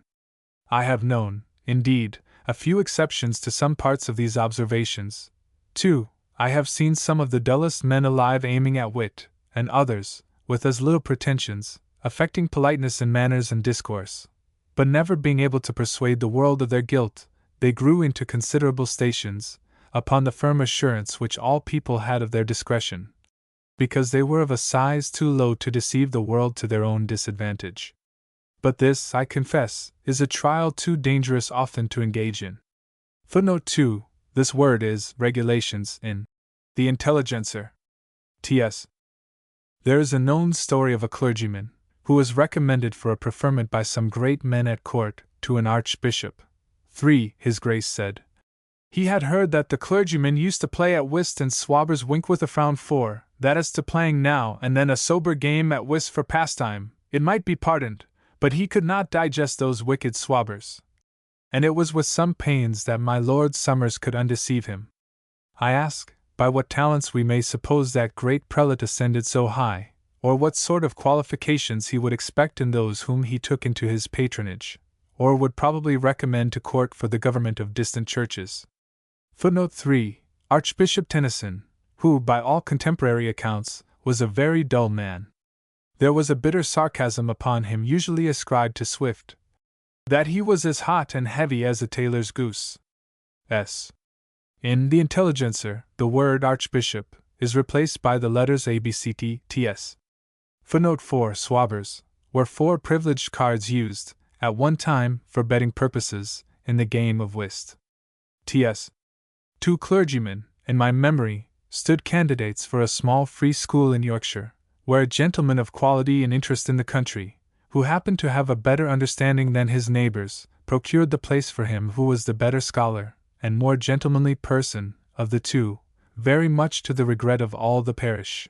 The other, being disappointed, came up to London, where he became the greatest pattern of this lower discretion that I have known, and possessed it with as heavy intellectuals, which, together with the coldness of his temper, and gravity of his deportment, carried him safe through many difficulties, and he lived and died in a great station, while his competitor is too obscure for fame to tell us what became of him.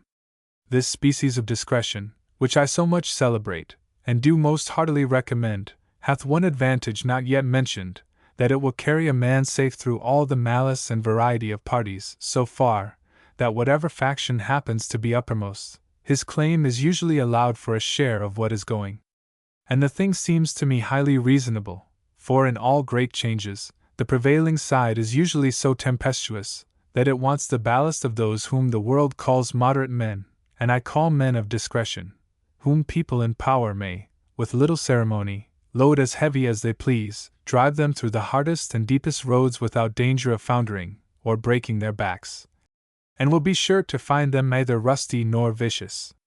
I, 5, will here give the reader a short history of 2 clergymen in England, the characters of each, and the progress of their fortunes in the world, by which the force of worldly discretion, and the bad consequences from the want of that virtue, will strongly appear. Footnote 5. In the Intelligencer. No. V. This paragraph reads as follows. In some following paper I will give the reader a short history of 2 clergymen in England, the characters of each, and the progress of their fortunes in the world, by which the force of worldly discretion, and the bad consequences from the want of that virtue, will strongly appear. In No. 7. The subject is continued as in the next paragraph. T.S. Corasodes, an Oxford student, and a farmer's son, was never absent from prayers or lecture, nor once out of his college, after Tom had told. He spent every day 10 hours in his closet, in reading his courses, dozing, clipping papers, or darning his stockings, which last he performed to admiration. He could be soberly drunk at the expense of others, with college ale, and at those seasons was always most devout. He wore the same gown 5 years without draggling or tearing. He never once looked into a playbook, or a poem. He read Virgil and Ramus in the same cadence, but with a very different taste. He never understood a jest, or had the least conception of wit. For one saying he stands in renown to this day.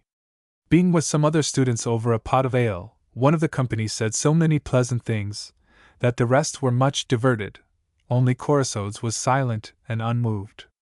When they parted, he called this merry companion aside, and said, Sir, I perceive by your often speaking, and your friends laughing, that you spoke many jests, and you could not but observe my silence. But, sir, this is my humor, I never make a jest myself, nor ever laugh at another man's. Chrysodes, thus endowed, got into holy orders, having, by the most extreme parsimony, saved £34 out of a very beggarly fellowship. He went up to London, where his sister was waiting woman to a lady, and so good a solicitor, that by her means he was admitted to read prayers in the family twice a day, at 14s. a month. He had now acquired a low, obsequious, awkward bow, and a talent of gross flattery both in and out of season. He would shake the butler by the hand, he taught the page his catechism, and was sometimes admitted to dine at the steward's table. In short, he got the good word of the whole family, and was recommended by my lady for chaplain to some other noble houses, by which his revenue, besides valets, amounted to about £30 a year. His sister procured him a scarf from my lord, who had a small design of gallantry upon her, and by his lordship's solicitation he got a lectureship in town of £60 a year, where he preached constantly in person, in a grave manner, with an audible voice, a style ecclesiastic, and the matter, such as it was, well suited to the intellectuals of his hearers. Some time after, a country living fell in my lord's disposal, and his lordship, who had now some encouragement given him of success in his amour, bestowed the living on Chrysodes, who still kept his lectureship and residence in town, where he was a constant attendant at all meetings relating to charity, without ever contributing further than his frequent pious exhortations. If any woman of better fashion in the parish happened to be absent from church, they were sure of a visit from him in a day or two, to chide and to dine with them. Footnote 6. Scott has 10s. T.S. He had a select number of poor constantly attending at the street door of his lodgings, for whom he was a common solicitor to his former patroness, dropping in his own half-crown among the collection, and taking it out when he disposed of the money. At a person of quality's house, he would never sit down till he was thrice bid, and then upon the corner of the most distant chair. His whole demeanor was formal and starch, which adhered so close, that he could never shake it off in his highest promotion. His lord was now in high employment at court, and attended by him with the most abject assiduity, and his sister being gone off with child to a private lodging, my lord continued his graces to Chrysodes, got him to be a chaplain in ordinary, and in due time a parish in town, and a dignity in the church. He paid his curates punctually, at the lowest salary, and partly out of the communion money, but gave them good advice in abundance. He married a citizen's widow, who taught him to put out small sums at 10%, and brought him acquainted with jobbers in Change Alley. By her dexterity he sold the clerkship of his parish, when it became vacant. He kept a miserable house, but the blame was laid wholly upon Madame, for the good doctor was always at his books, or visiting the sick, or doing other offices of charity and piety in his parish. He treated all his inferiors of the clergy with a most sanctified pride, was rigorously and universally censorious upon all his brethren of the gown, on their first appearance in the world, or while they continued meanly preferred, but gave large allowance to the lady of high rank, or great riches, using neither eyes nor ears for their faults. He was never sensible of the least corruption in courts, parliaments, or ministries, but made the most favorable constructions of all public proceedings, and power, in whatever hands, or whatever party, was always secure of his most charitable opinion. He had many wholesome maxims ready to excuse all miscarriages of state. Men are but men, erunt visce donec homines, and quod super nos, nil ad nos, with several others of equal weight. It would lengthen my paper beyond measure to trace out the whole system of his conduct, his dreadful apprehensions of popery, his great moderation toward dissenters of all denominations, with hearty wishes that, by yielding somewhat on both sides, there might be a general union among Protestants, his short, inoffensive sermons in his turns at court, and the matter exactly suited to the present juncture of prevailing opinions, the arts he used to obtain a mitre, by writing against episcopacy, and the proofs he gave of his loyalty, by palliating or defending the murder of a martyred prince. Endowed with all these accomplishments, we leave him in the full career of success, mounting fast toward the top of the ladder ecclesiastical, which he hath a fair probability to reach, without the merit of one single virtue, moderately stocked with the least valuable parts of erudition, utterly devoid of all taste, judgment, or genius, and in his grandeur, naturally choosing to haul up others after him, whose accomplishments most resemble his own, except his beloved sons, nephews, or other kindred be in competition, or, lastly, except his inclinations be diverted by those who have power to mortify, or further advance him. Eugenio set out from the same university, and about the same time with Corysodes. He had the reputation of an arch lad at school, and was unfortunately possessed with a talent for poetry, on which account he received many chiding letters from his father, and grave advice from his tutor. He did not neglect his college learning, but his chief study was the authors of antiquity, with a perfect knowledge in the Greek and Roman tongues. He could never procure himself to be chosen fellow, for it was objected against him that he had written verses, and particularly somewherein he glanced at a certain reverend doctor famous for dullness, that he been seen bowing to ladies, as he met them in the streets, and it was proved that once he had been found dancing in a private family, with half a dozen of both sexes. He was the younger son to a gentleman of good birth, but small estate, and his father dying, he was driven to London to seek his fortune. He got into orders, and became reader in a parish church at £20 a year, was carried by an Oxford friend to Will's coffee house, frequented in those days by men of wit, wherein sometime he had the bad luck to be distinguished. His scanty salary compelled him to run deep in debt for a new gown and cassock, and now and then forced him to write some paper of wit or humor, or preach a sermon for 10 shillings, to supply his necessities. He was 1,000 times recommended by his poetical friends to great persons, as a young man of excellent parts who deserved encouragement, and received 1,000 promises. But his modesty, and a generous spirit, which disdained the slavery of continual application and attendance, always disappointed him, making room for vigilant dunces, who were sure to be never out of sight. He had an excellent faculty in preaching, if he were not sometimes a little too refined, and apt to trust too much to his own way of thinking and reasoning. When, upon the vacancy of a preferment, he was hardly drawn to attend upon some promising lord, he received the usual answer: that he came too late, for it had been given to another the very day before. And he had only this comfort left, that everybody said, it was 1,000 pities something could not be done for poor Mr. Eugenio. The remainder of his story will be dispatched in a few words.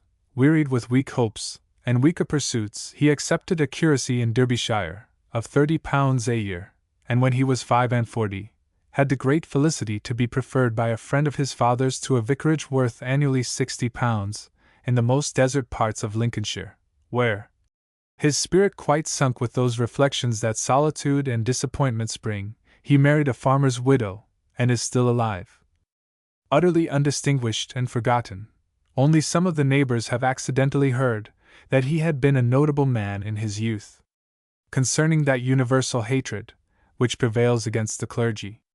May 24, 1736. I have been long considering and conjecturing what could be the causes of that great disgust, of late, against the clergy of both kingdoms, beyond what was ever known till that monster and tyrant, Henry VIII, who took away from them, against law, reason, and justice, at least 2/3 of their legal possessions, and whose successors, except Queen Mary, went on with their rapine till the accession of King James I, that detestable tyrant Henry VIII.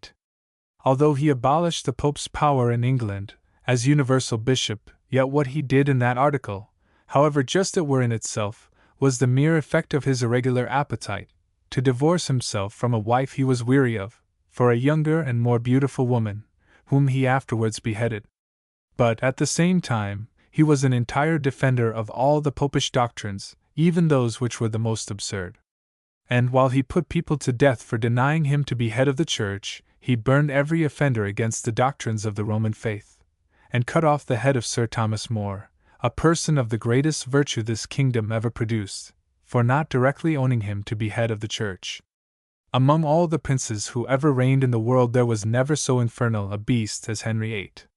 In every vice of the most odious kind, without any one appearance of virtue, but cruelty, lust, rapine, and atheism were his peculiar talents. He rejected the power of the Pope for no other reason than to give his full swing to commit sacrilege, in which no tyrant, since Christianity became national, did ever equal him by many degrees.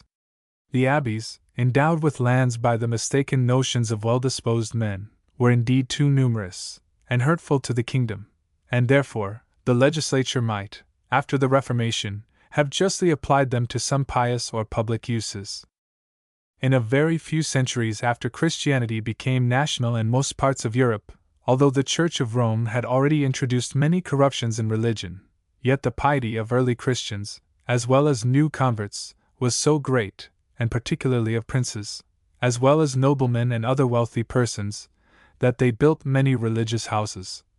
For those who were inclined to live in a recluse or solitary manner, endowing those monasteries with land. It is true, we read of monks some ages before, who dwelt in caves and cells, in desert places. But when public edifices were erected and endowed, they began gradually to degenerate into idleness, ignorance, avarice, ambition, and luxury, after the usual fate of all human institutions.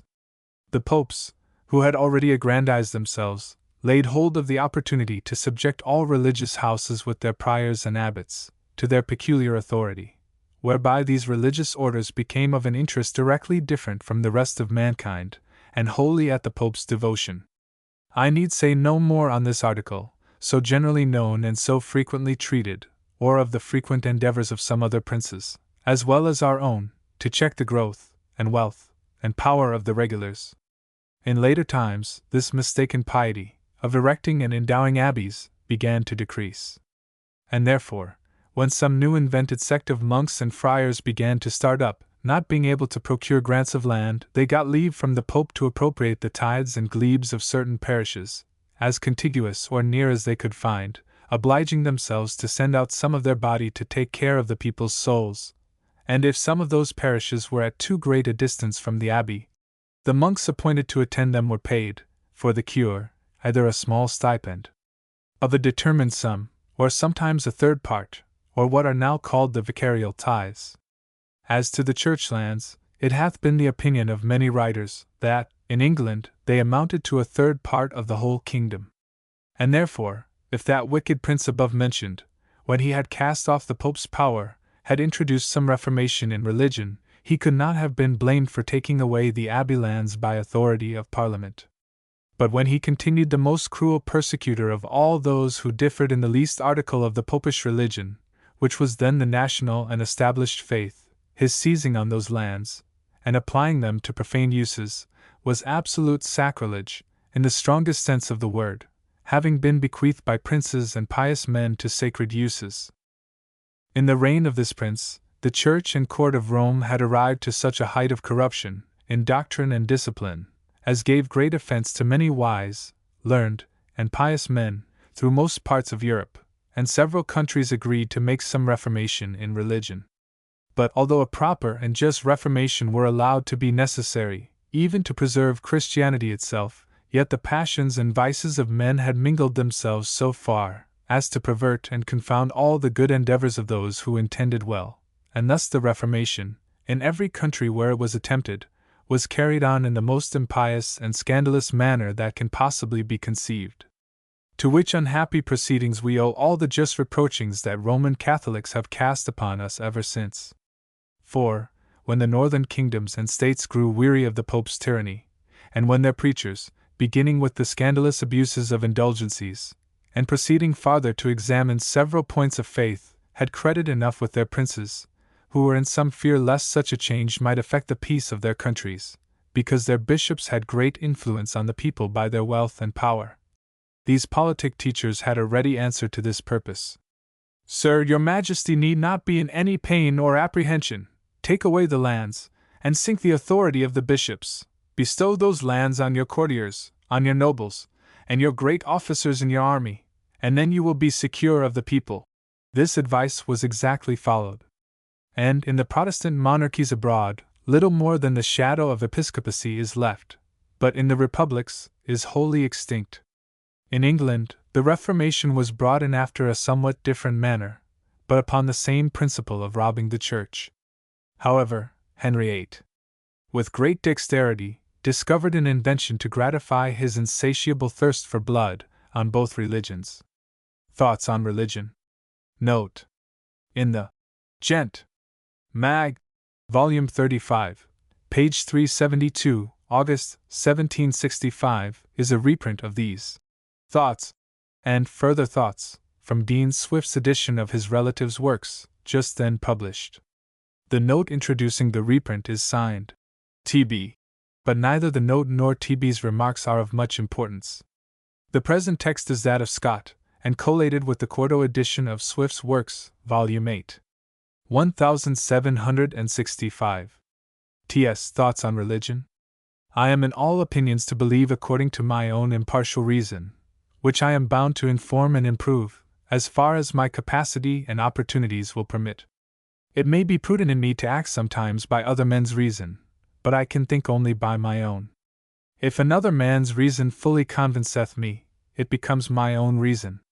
To say a man is bound to believe, is neither truth nor sense.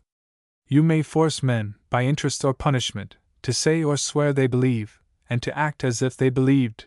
You can go no further. Every man, as a member of the Commonwealth, ought to be content with the possession of his own opinion in private, without perplexing his neighbor or disturbing the public. Violent zeal for truth hath 100 to 1 odds to be either petulancy, ambition, or pride.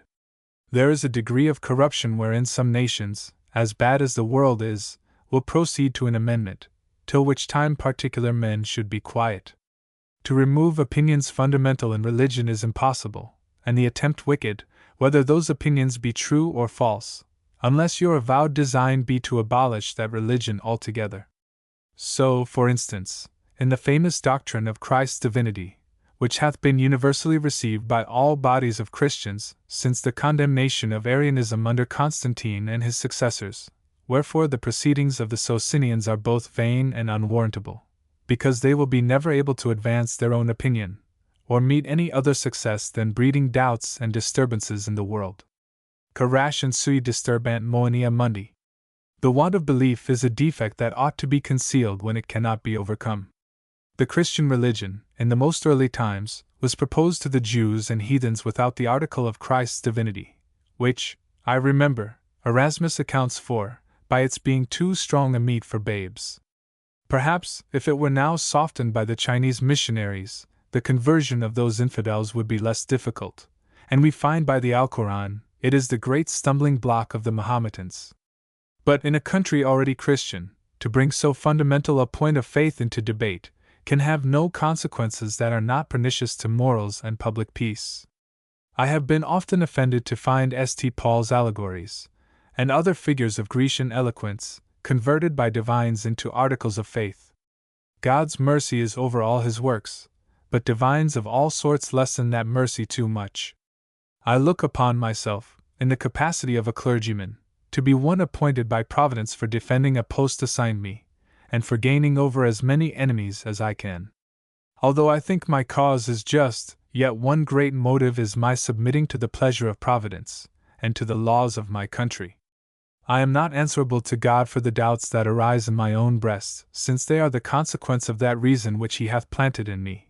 If I take care to conceal those doubts from others, if I use my best endeavors to subdue them, and if they have no influence on the conduct of my life, I believe that thousands of men would be orthodox enough in certain points, if divines had not been too curious, or too narrow, in reducing orthodoxy within the compass of subtleties, niceties, and distinctions, with little warrant from Scripture and less from reason or good policy. I never saw, heard, nor read that the clergy were beloved in any nation where Christianity was the religion of the country. Nothing can render them popular but some degree of persecution. Those fine gentlemen who affect the humor of railing at the clergy are, I think, bound in honor to turn parsons themselves, and shew us better examples. Miserable mortals! Can we contribute to the honor and glory of God?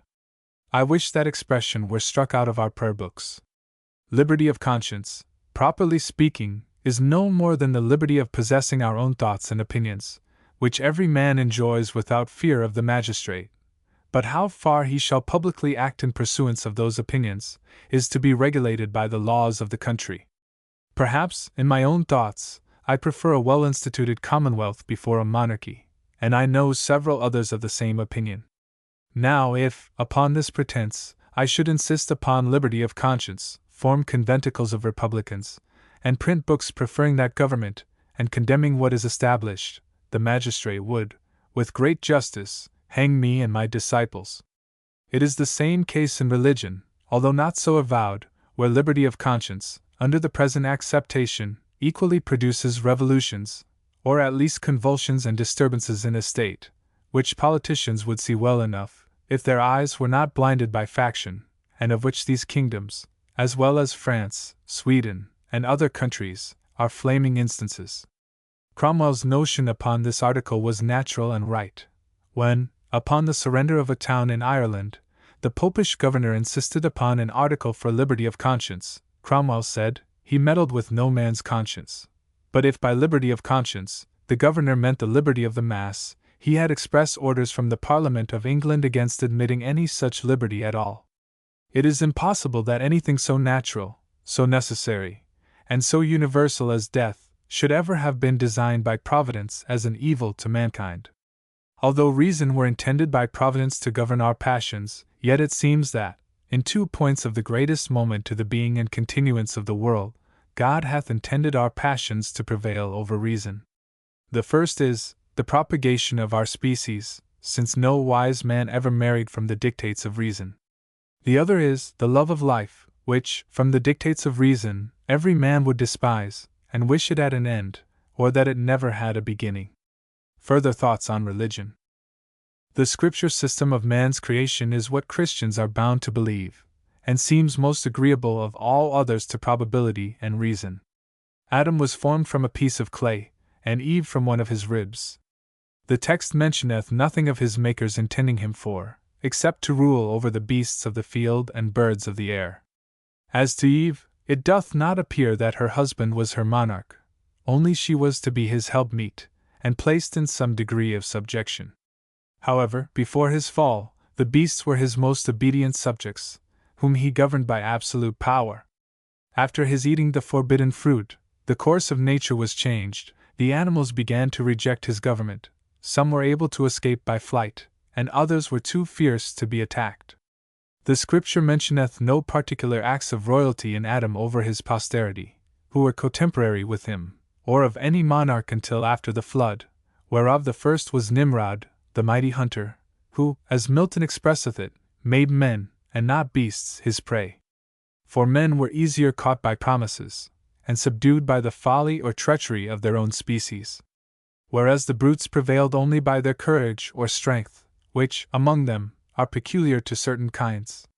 Lions, bears, elephants, and some other animals are strong or valiant, and their species never degenerates in their native soil, except they happen to be enslaved or destroyed by human fraud, but men degenerate every day, merely by the folly, the perverseness, the avarice, the tyranny, the pride, the treachery, or inhumanity of their own kind. 3 prayers used by the Dean for Mrs. Johnson, in her last sickness, 1727, 1. Footnote 1. Dr. Swift, after his return to Ireland in the beginning of October, 1727, having visited her, Stella, frequently during her sickness, not only as a friend, but a clergyman, he used the following prayers on that occasion, which are here printed from his own handwriting. Note in Volume 8 of Swift's Works, Dublin, 1746. I. A prayer for Stella. Almighty and most gracious Lord God, extend, we beseech thee, thy pity and compassion towards this thy languishing servant. Teach her to place her hope and confidence entirely in thee. Give her a true sense of the emptiness and vanity of all earthly things. Make her truly sensible of all the infirmities of her life past, and grant to her such a true sincere repentance as is not to be repented of. Preserve her, O Lord, in a sound mind and understanding, During this thy visitation, keep her from both the sad extremes of presumption and despair. If thou shalt please to restore her to her former health, give her grace to be ever mindful of that mercy, and to keep those good resolutions she now makes in her sickness, so that no length of time, nor prosperity, may entice her to forget them. Let no thought of her misfortunes distract her mind, and prevent the means towards her recovery, or disturb her in her preparations for a better life. We beseech thee also, O Lord, of thy infinite goodness to remember the good actions of this thy servant, that the naked she hath clothed, the hungry she hath fed, the sick and the fatherless whom she hath relieved, may be reckoned according to thy gracious promise, as if they had been done unto thee. Hearken, O Lord, to the prayers offered up by the friends of this thy servant in her behalf, and especially those now made by us unto thee. Give thy blessing to those endeavors used for her recovery, but take from her all violent desire, either of life or death, further than with resignation to thy holy will. And now, O Lord, we implore thy gracious favor towards us here met together. Grant that the sense of this thy servant's weakness may add strength to our faith, that we, considering the infirmities of our nature, and the uncertainty of life, may, by this example, be drawn to repentance before it shall please thee to visit us in the like manner. Accept these prayers, we beseech thee, for the sake of thy dear Son Jesus Christ, our Lord, who, with thee and the Holy Ghost, liveth and reigneth ever one God world without end. Amen. 2. A prayer used by the Dean for Mrs. Johnson in her last sickness, written October 17, 1727. Most merciful Father, accept our humblest prayers in behalf of this thy languishing servant, forgive the sins, the frailties, and infirmities of her life past. Accept the good deeds she hath done, in such a manner, that at whatever time thou shalt please to call her, she may be received into everlasting habitations. Give her grace to continue sincerely thankful to thee for the many favors thou hast bestowed upon her, the ability and inclination and practice to do good, and those virtues, which have procured the esteem and love of her friends, and a most unspotted name in the world. O God, thou dispensest thy blessings and thy punishments, as it becometh infinite justice and mercy, and since it was thy pleasure to afflict her with a long, constant, weakly state of health, make her truly sensible that it was for very wise ends, and was largely made up to her in other blessings, more valuable and less common. Continue to her, O Lord, that firmness and constancy of mind, wherewith thou hast most graciously endowed her, together with that contempt of worldly things and vanities, that she hath shown in the whole conduct of her life. O all-powerful being, the least motion of whose will can create or destroy a world, pity us the mournful friends of thy distressed servant, who sink under the weight of her present condition, and the fear of losing the most valuable of our friends. Restore her to us, O Lord, if it be thy gracious will, or inspire us with constancy and resignation, to support ourselves under so heavy an affliction. Restore her, O Lord, for the sake of those poor, who by losing her will be desolate, and those sick, who will not only want her bounty, but her care and tending, or else, in thy mercy, raise up some other in her place with equal disposition and better abilities.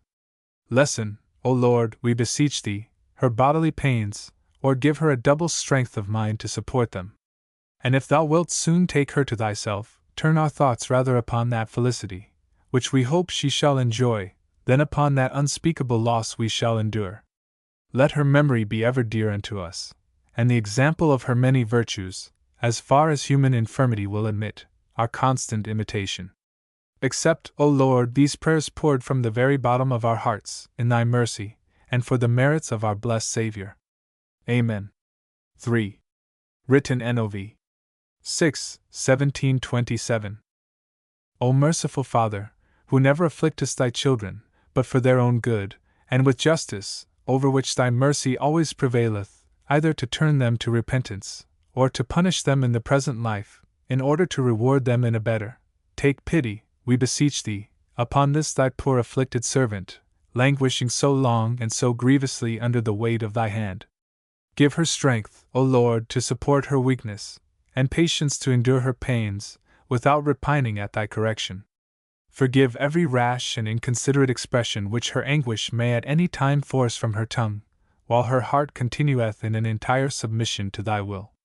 suppress in her, O Lord, all eager desires of life, and lessen her fears of death, by inspiring into her an humble, yet assured, hope of thy mercy.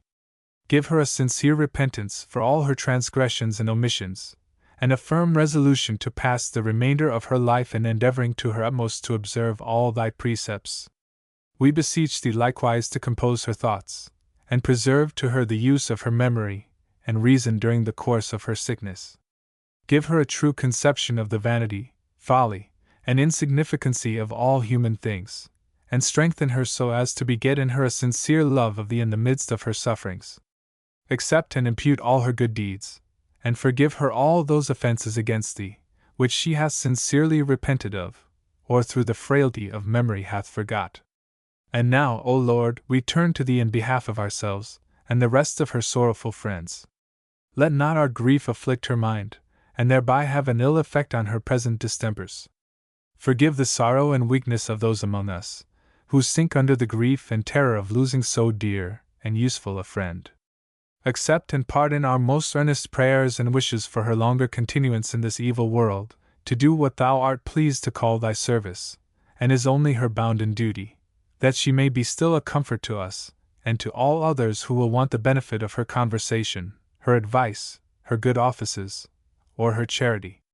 And since thou hast promised, that where 2 or 3 are gathered together in thy name, thou wilt be in the midst of them, to grant their request, O gracious Lord, grant to us who are here met in thy name, that those requests, which in the utmost sincerity and earnestness of our hearts we have now made in behalf of this thy distressed servant, and of ourselves, may effectually be answered, through the merits of Jesus Christ our Lord. Amen.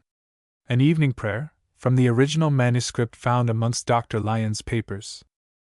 O Almighty God, the searcher of all hearts, and from whom no secrets are hid, who hast declared that all such as shall draw nigh to thee with their lips, when their hearts are far from thee, are an abomination unto thee, cleanse, we beseech thee, the thoughts of our hearts, by the inspiration of thy Holy Spirit, that no wandering, vain, nor idle thoughts may put out of our minds that reverence and godly fear that becomes all those who come in thy presence. We know, O Lord, that while we are in these bodies, we are absent from the Lord, for no man can see thy face and live. The only way that we can draw near unto thee in this life is by prayer. But, O Lord, we know not how to pray, nor what to ask for as we ought. We cannot pretend by our supplications or prayers to turn or change thee, for thou art the same yesterday, today, and forever. But the coming into thy presence, the drawing near unto thee, is the only means to be changed ourselves, to become like thee in holiness and purity, to be followers of thee as thy dear children. Oh, therefore, turn not away thy face from us, but let us see so much of the excellencies of thy divine nature, of thy goodness, and justice, and mercy, and forbearance, and holiness, and purity, as may make us hate everything in ourselves that is unlike to thee, that so we may abhor and repent of and forsake those sins that we so often fall into when we forget thee. Lord, we acknowledge and confess we have lived in a course of sin, and folly, and vanity, from our youth up, forgetting our latter end, and our great account that we must one day make, and turning a deaf ear to thy many calls to us, either by thy holy word, by our teachers, or by our own consciences, and even thy more severe messages by afflictions, sicknesses, crosses, and disappointments, have not been of force enough to turn us from the vanity and folly of our own ways.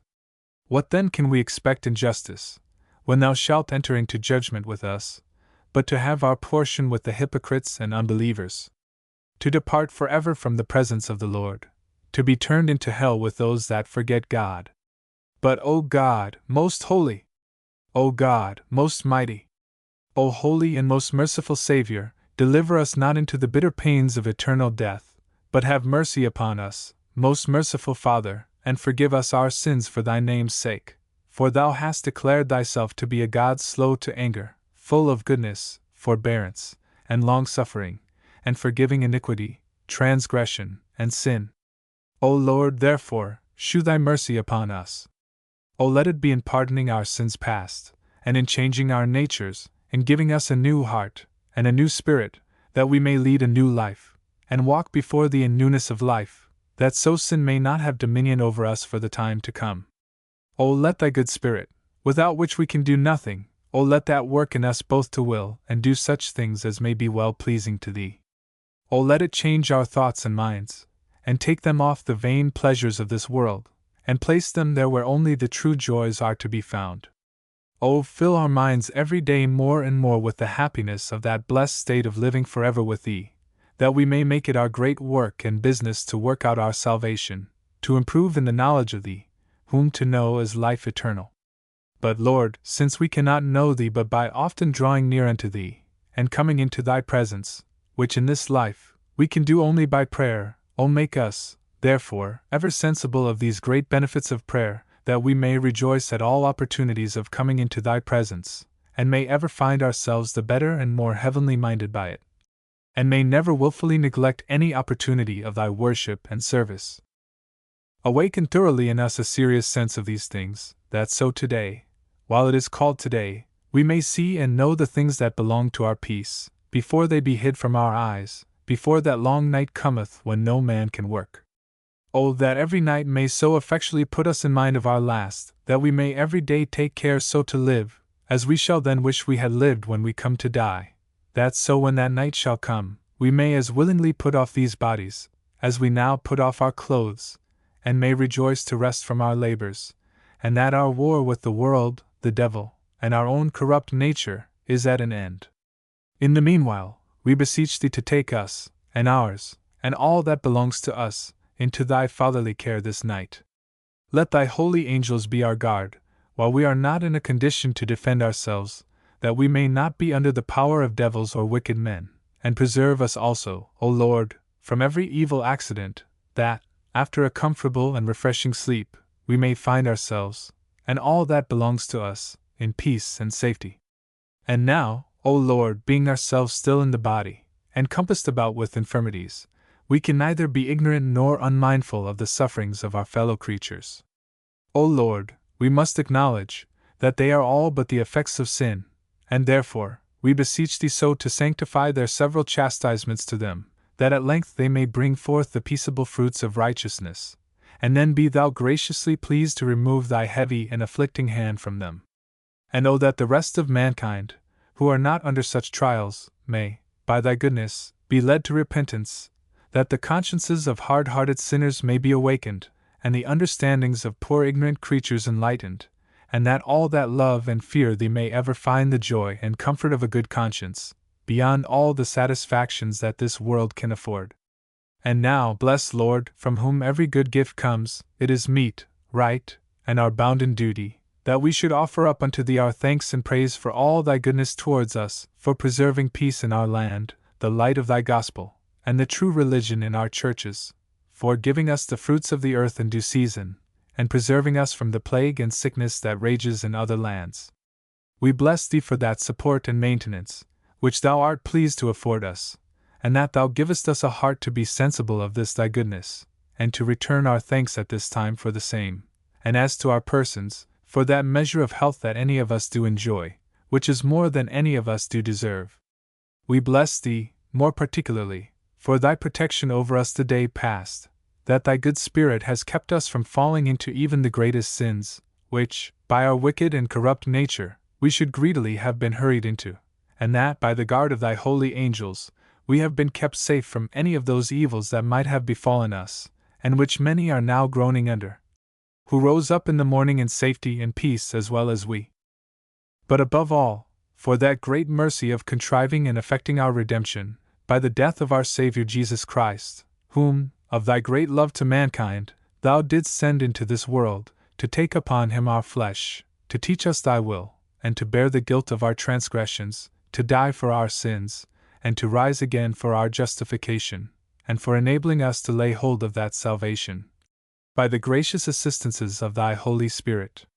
Lord, grant that the sense of this wonderful love of thine to us may effectually encourage us to walk in thy fear, and live to thy glory, that so when we shall put off this mortal state, we may be made partakers of that glory that shall then be revealed, which we beg of thee, for the sake of thy Son Jesus Christ, who died to procure it for us, and in whose name and words we do offer up the desires of our souls unto thee, saying, Our Father, and c. Observations on Heylyn's History of the Presbyterians. 1. Footnote 1. Written by the Dean in the beginning of the book, on one of the blank leaves. Note in Volume 9. 1775 edition of Swift's works. This book, by some errors and neglects in the style, seems not to have received the author's, too, last correction. It is written with some vehemence, very pardonable in one who had been an observer and a sufferer, in England, under that diabolical fanatic sect which then destroyed church and state. But by comparing in my memory what I have read in other histories, he neither aggravates nor falsifies any facts. His partiality appears chiefly in setting the actions of the Calvinists in the strongest light, without equally dwelling on those of the other side, which, however, to say the truth, was not his proper business. And yet he might have spent some more words on the inhuman massacre of Paris and other parts of France, which no provocation, and yet the king had the greatest possible, could excuse, or much extenuate. The author, according to the current opinion of the age he lived in, had too high notions of regal power, led by the common mistake of the term supreme magistrate, and not rightly distinguishing between the legislature and administration, into which mistake the clergy fell, or continued, in the reign of Charles II, as I have shown and explained in a treatise, and c. J. Swift. March 6, 1727-8. Footnote 2. Peter Heylyn, D.D., 1600–1662, was born at Burford, Oxfordshire. Educated at Magdalen College, Oxford, and became in succession chaplain to Charles I, rector of Hemmingford, rector of Islip, and a prebendary of Westminster. He wrote the weekly paper, Mercurius Occus, and lost his estates during the Civil War. He was reinstated at the Restoration into all his preferments. His works are voluminous, consisting of a Cosmography, a help to English history, a Life of Charles I, a History of the Reformation, a History of Presbyterians, a Life of Archbishop Laud, and a few theological works. The work on the Presbyterians, here referred to by Swift, was published in 1670. T.S. Chiswick Press, Charles Whittingham and Company, Tooks Court, Chancery Lane, London.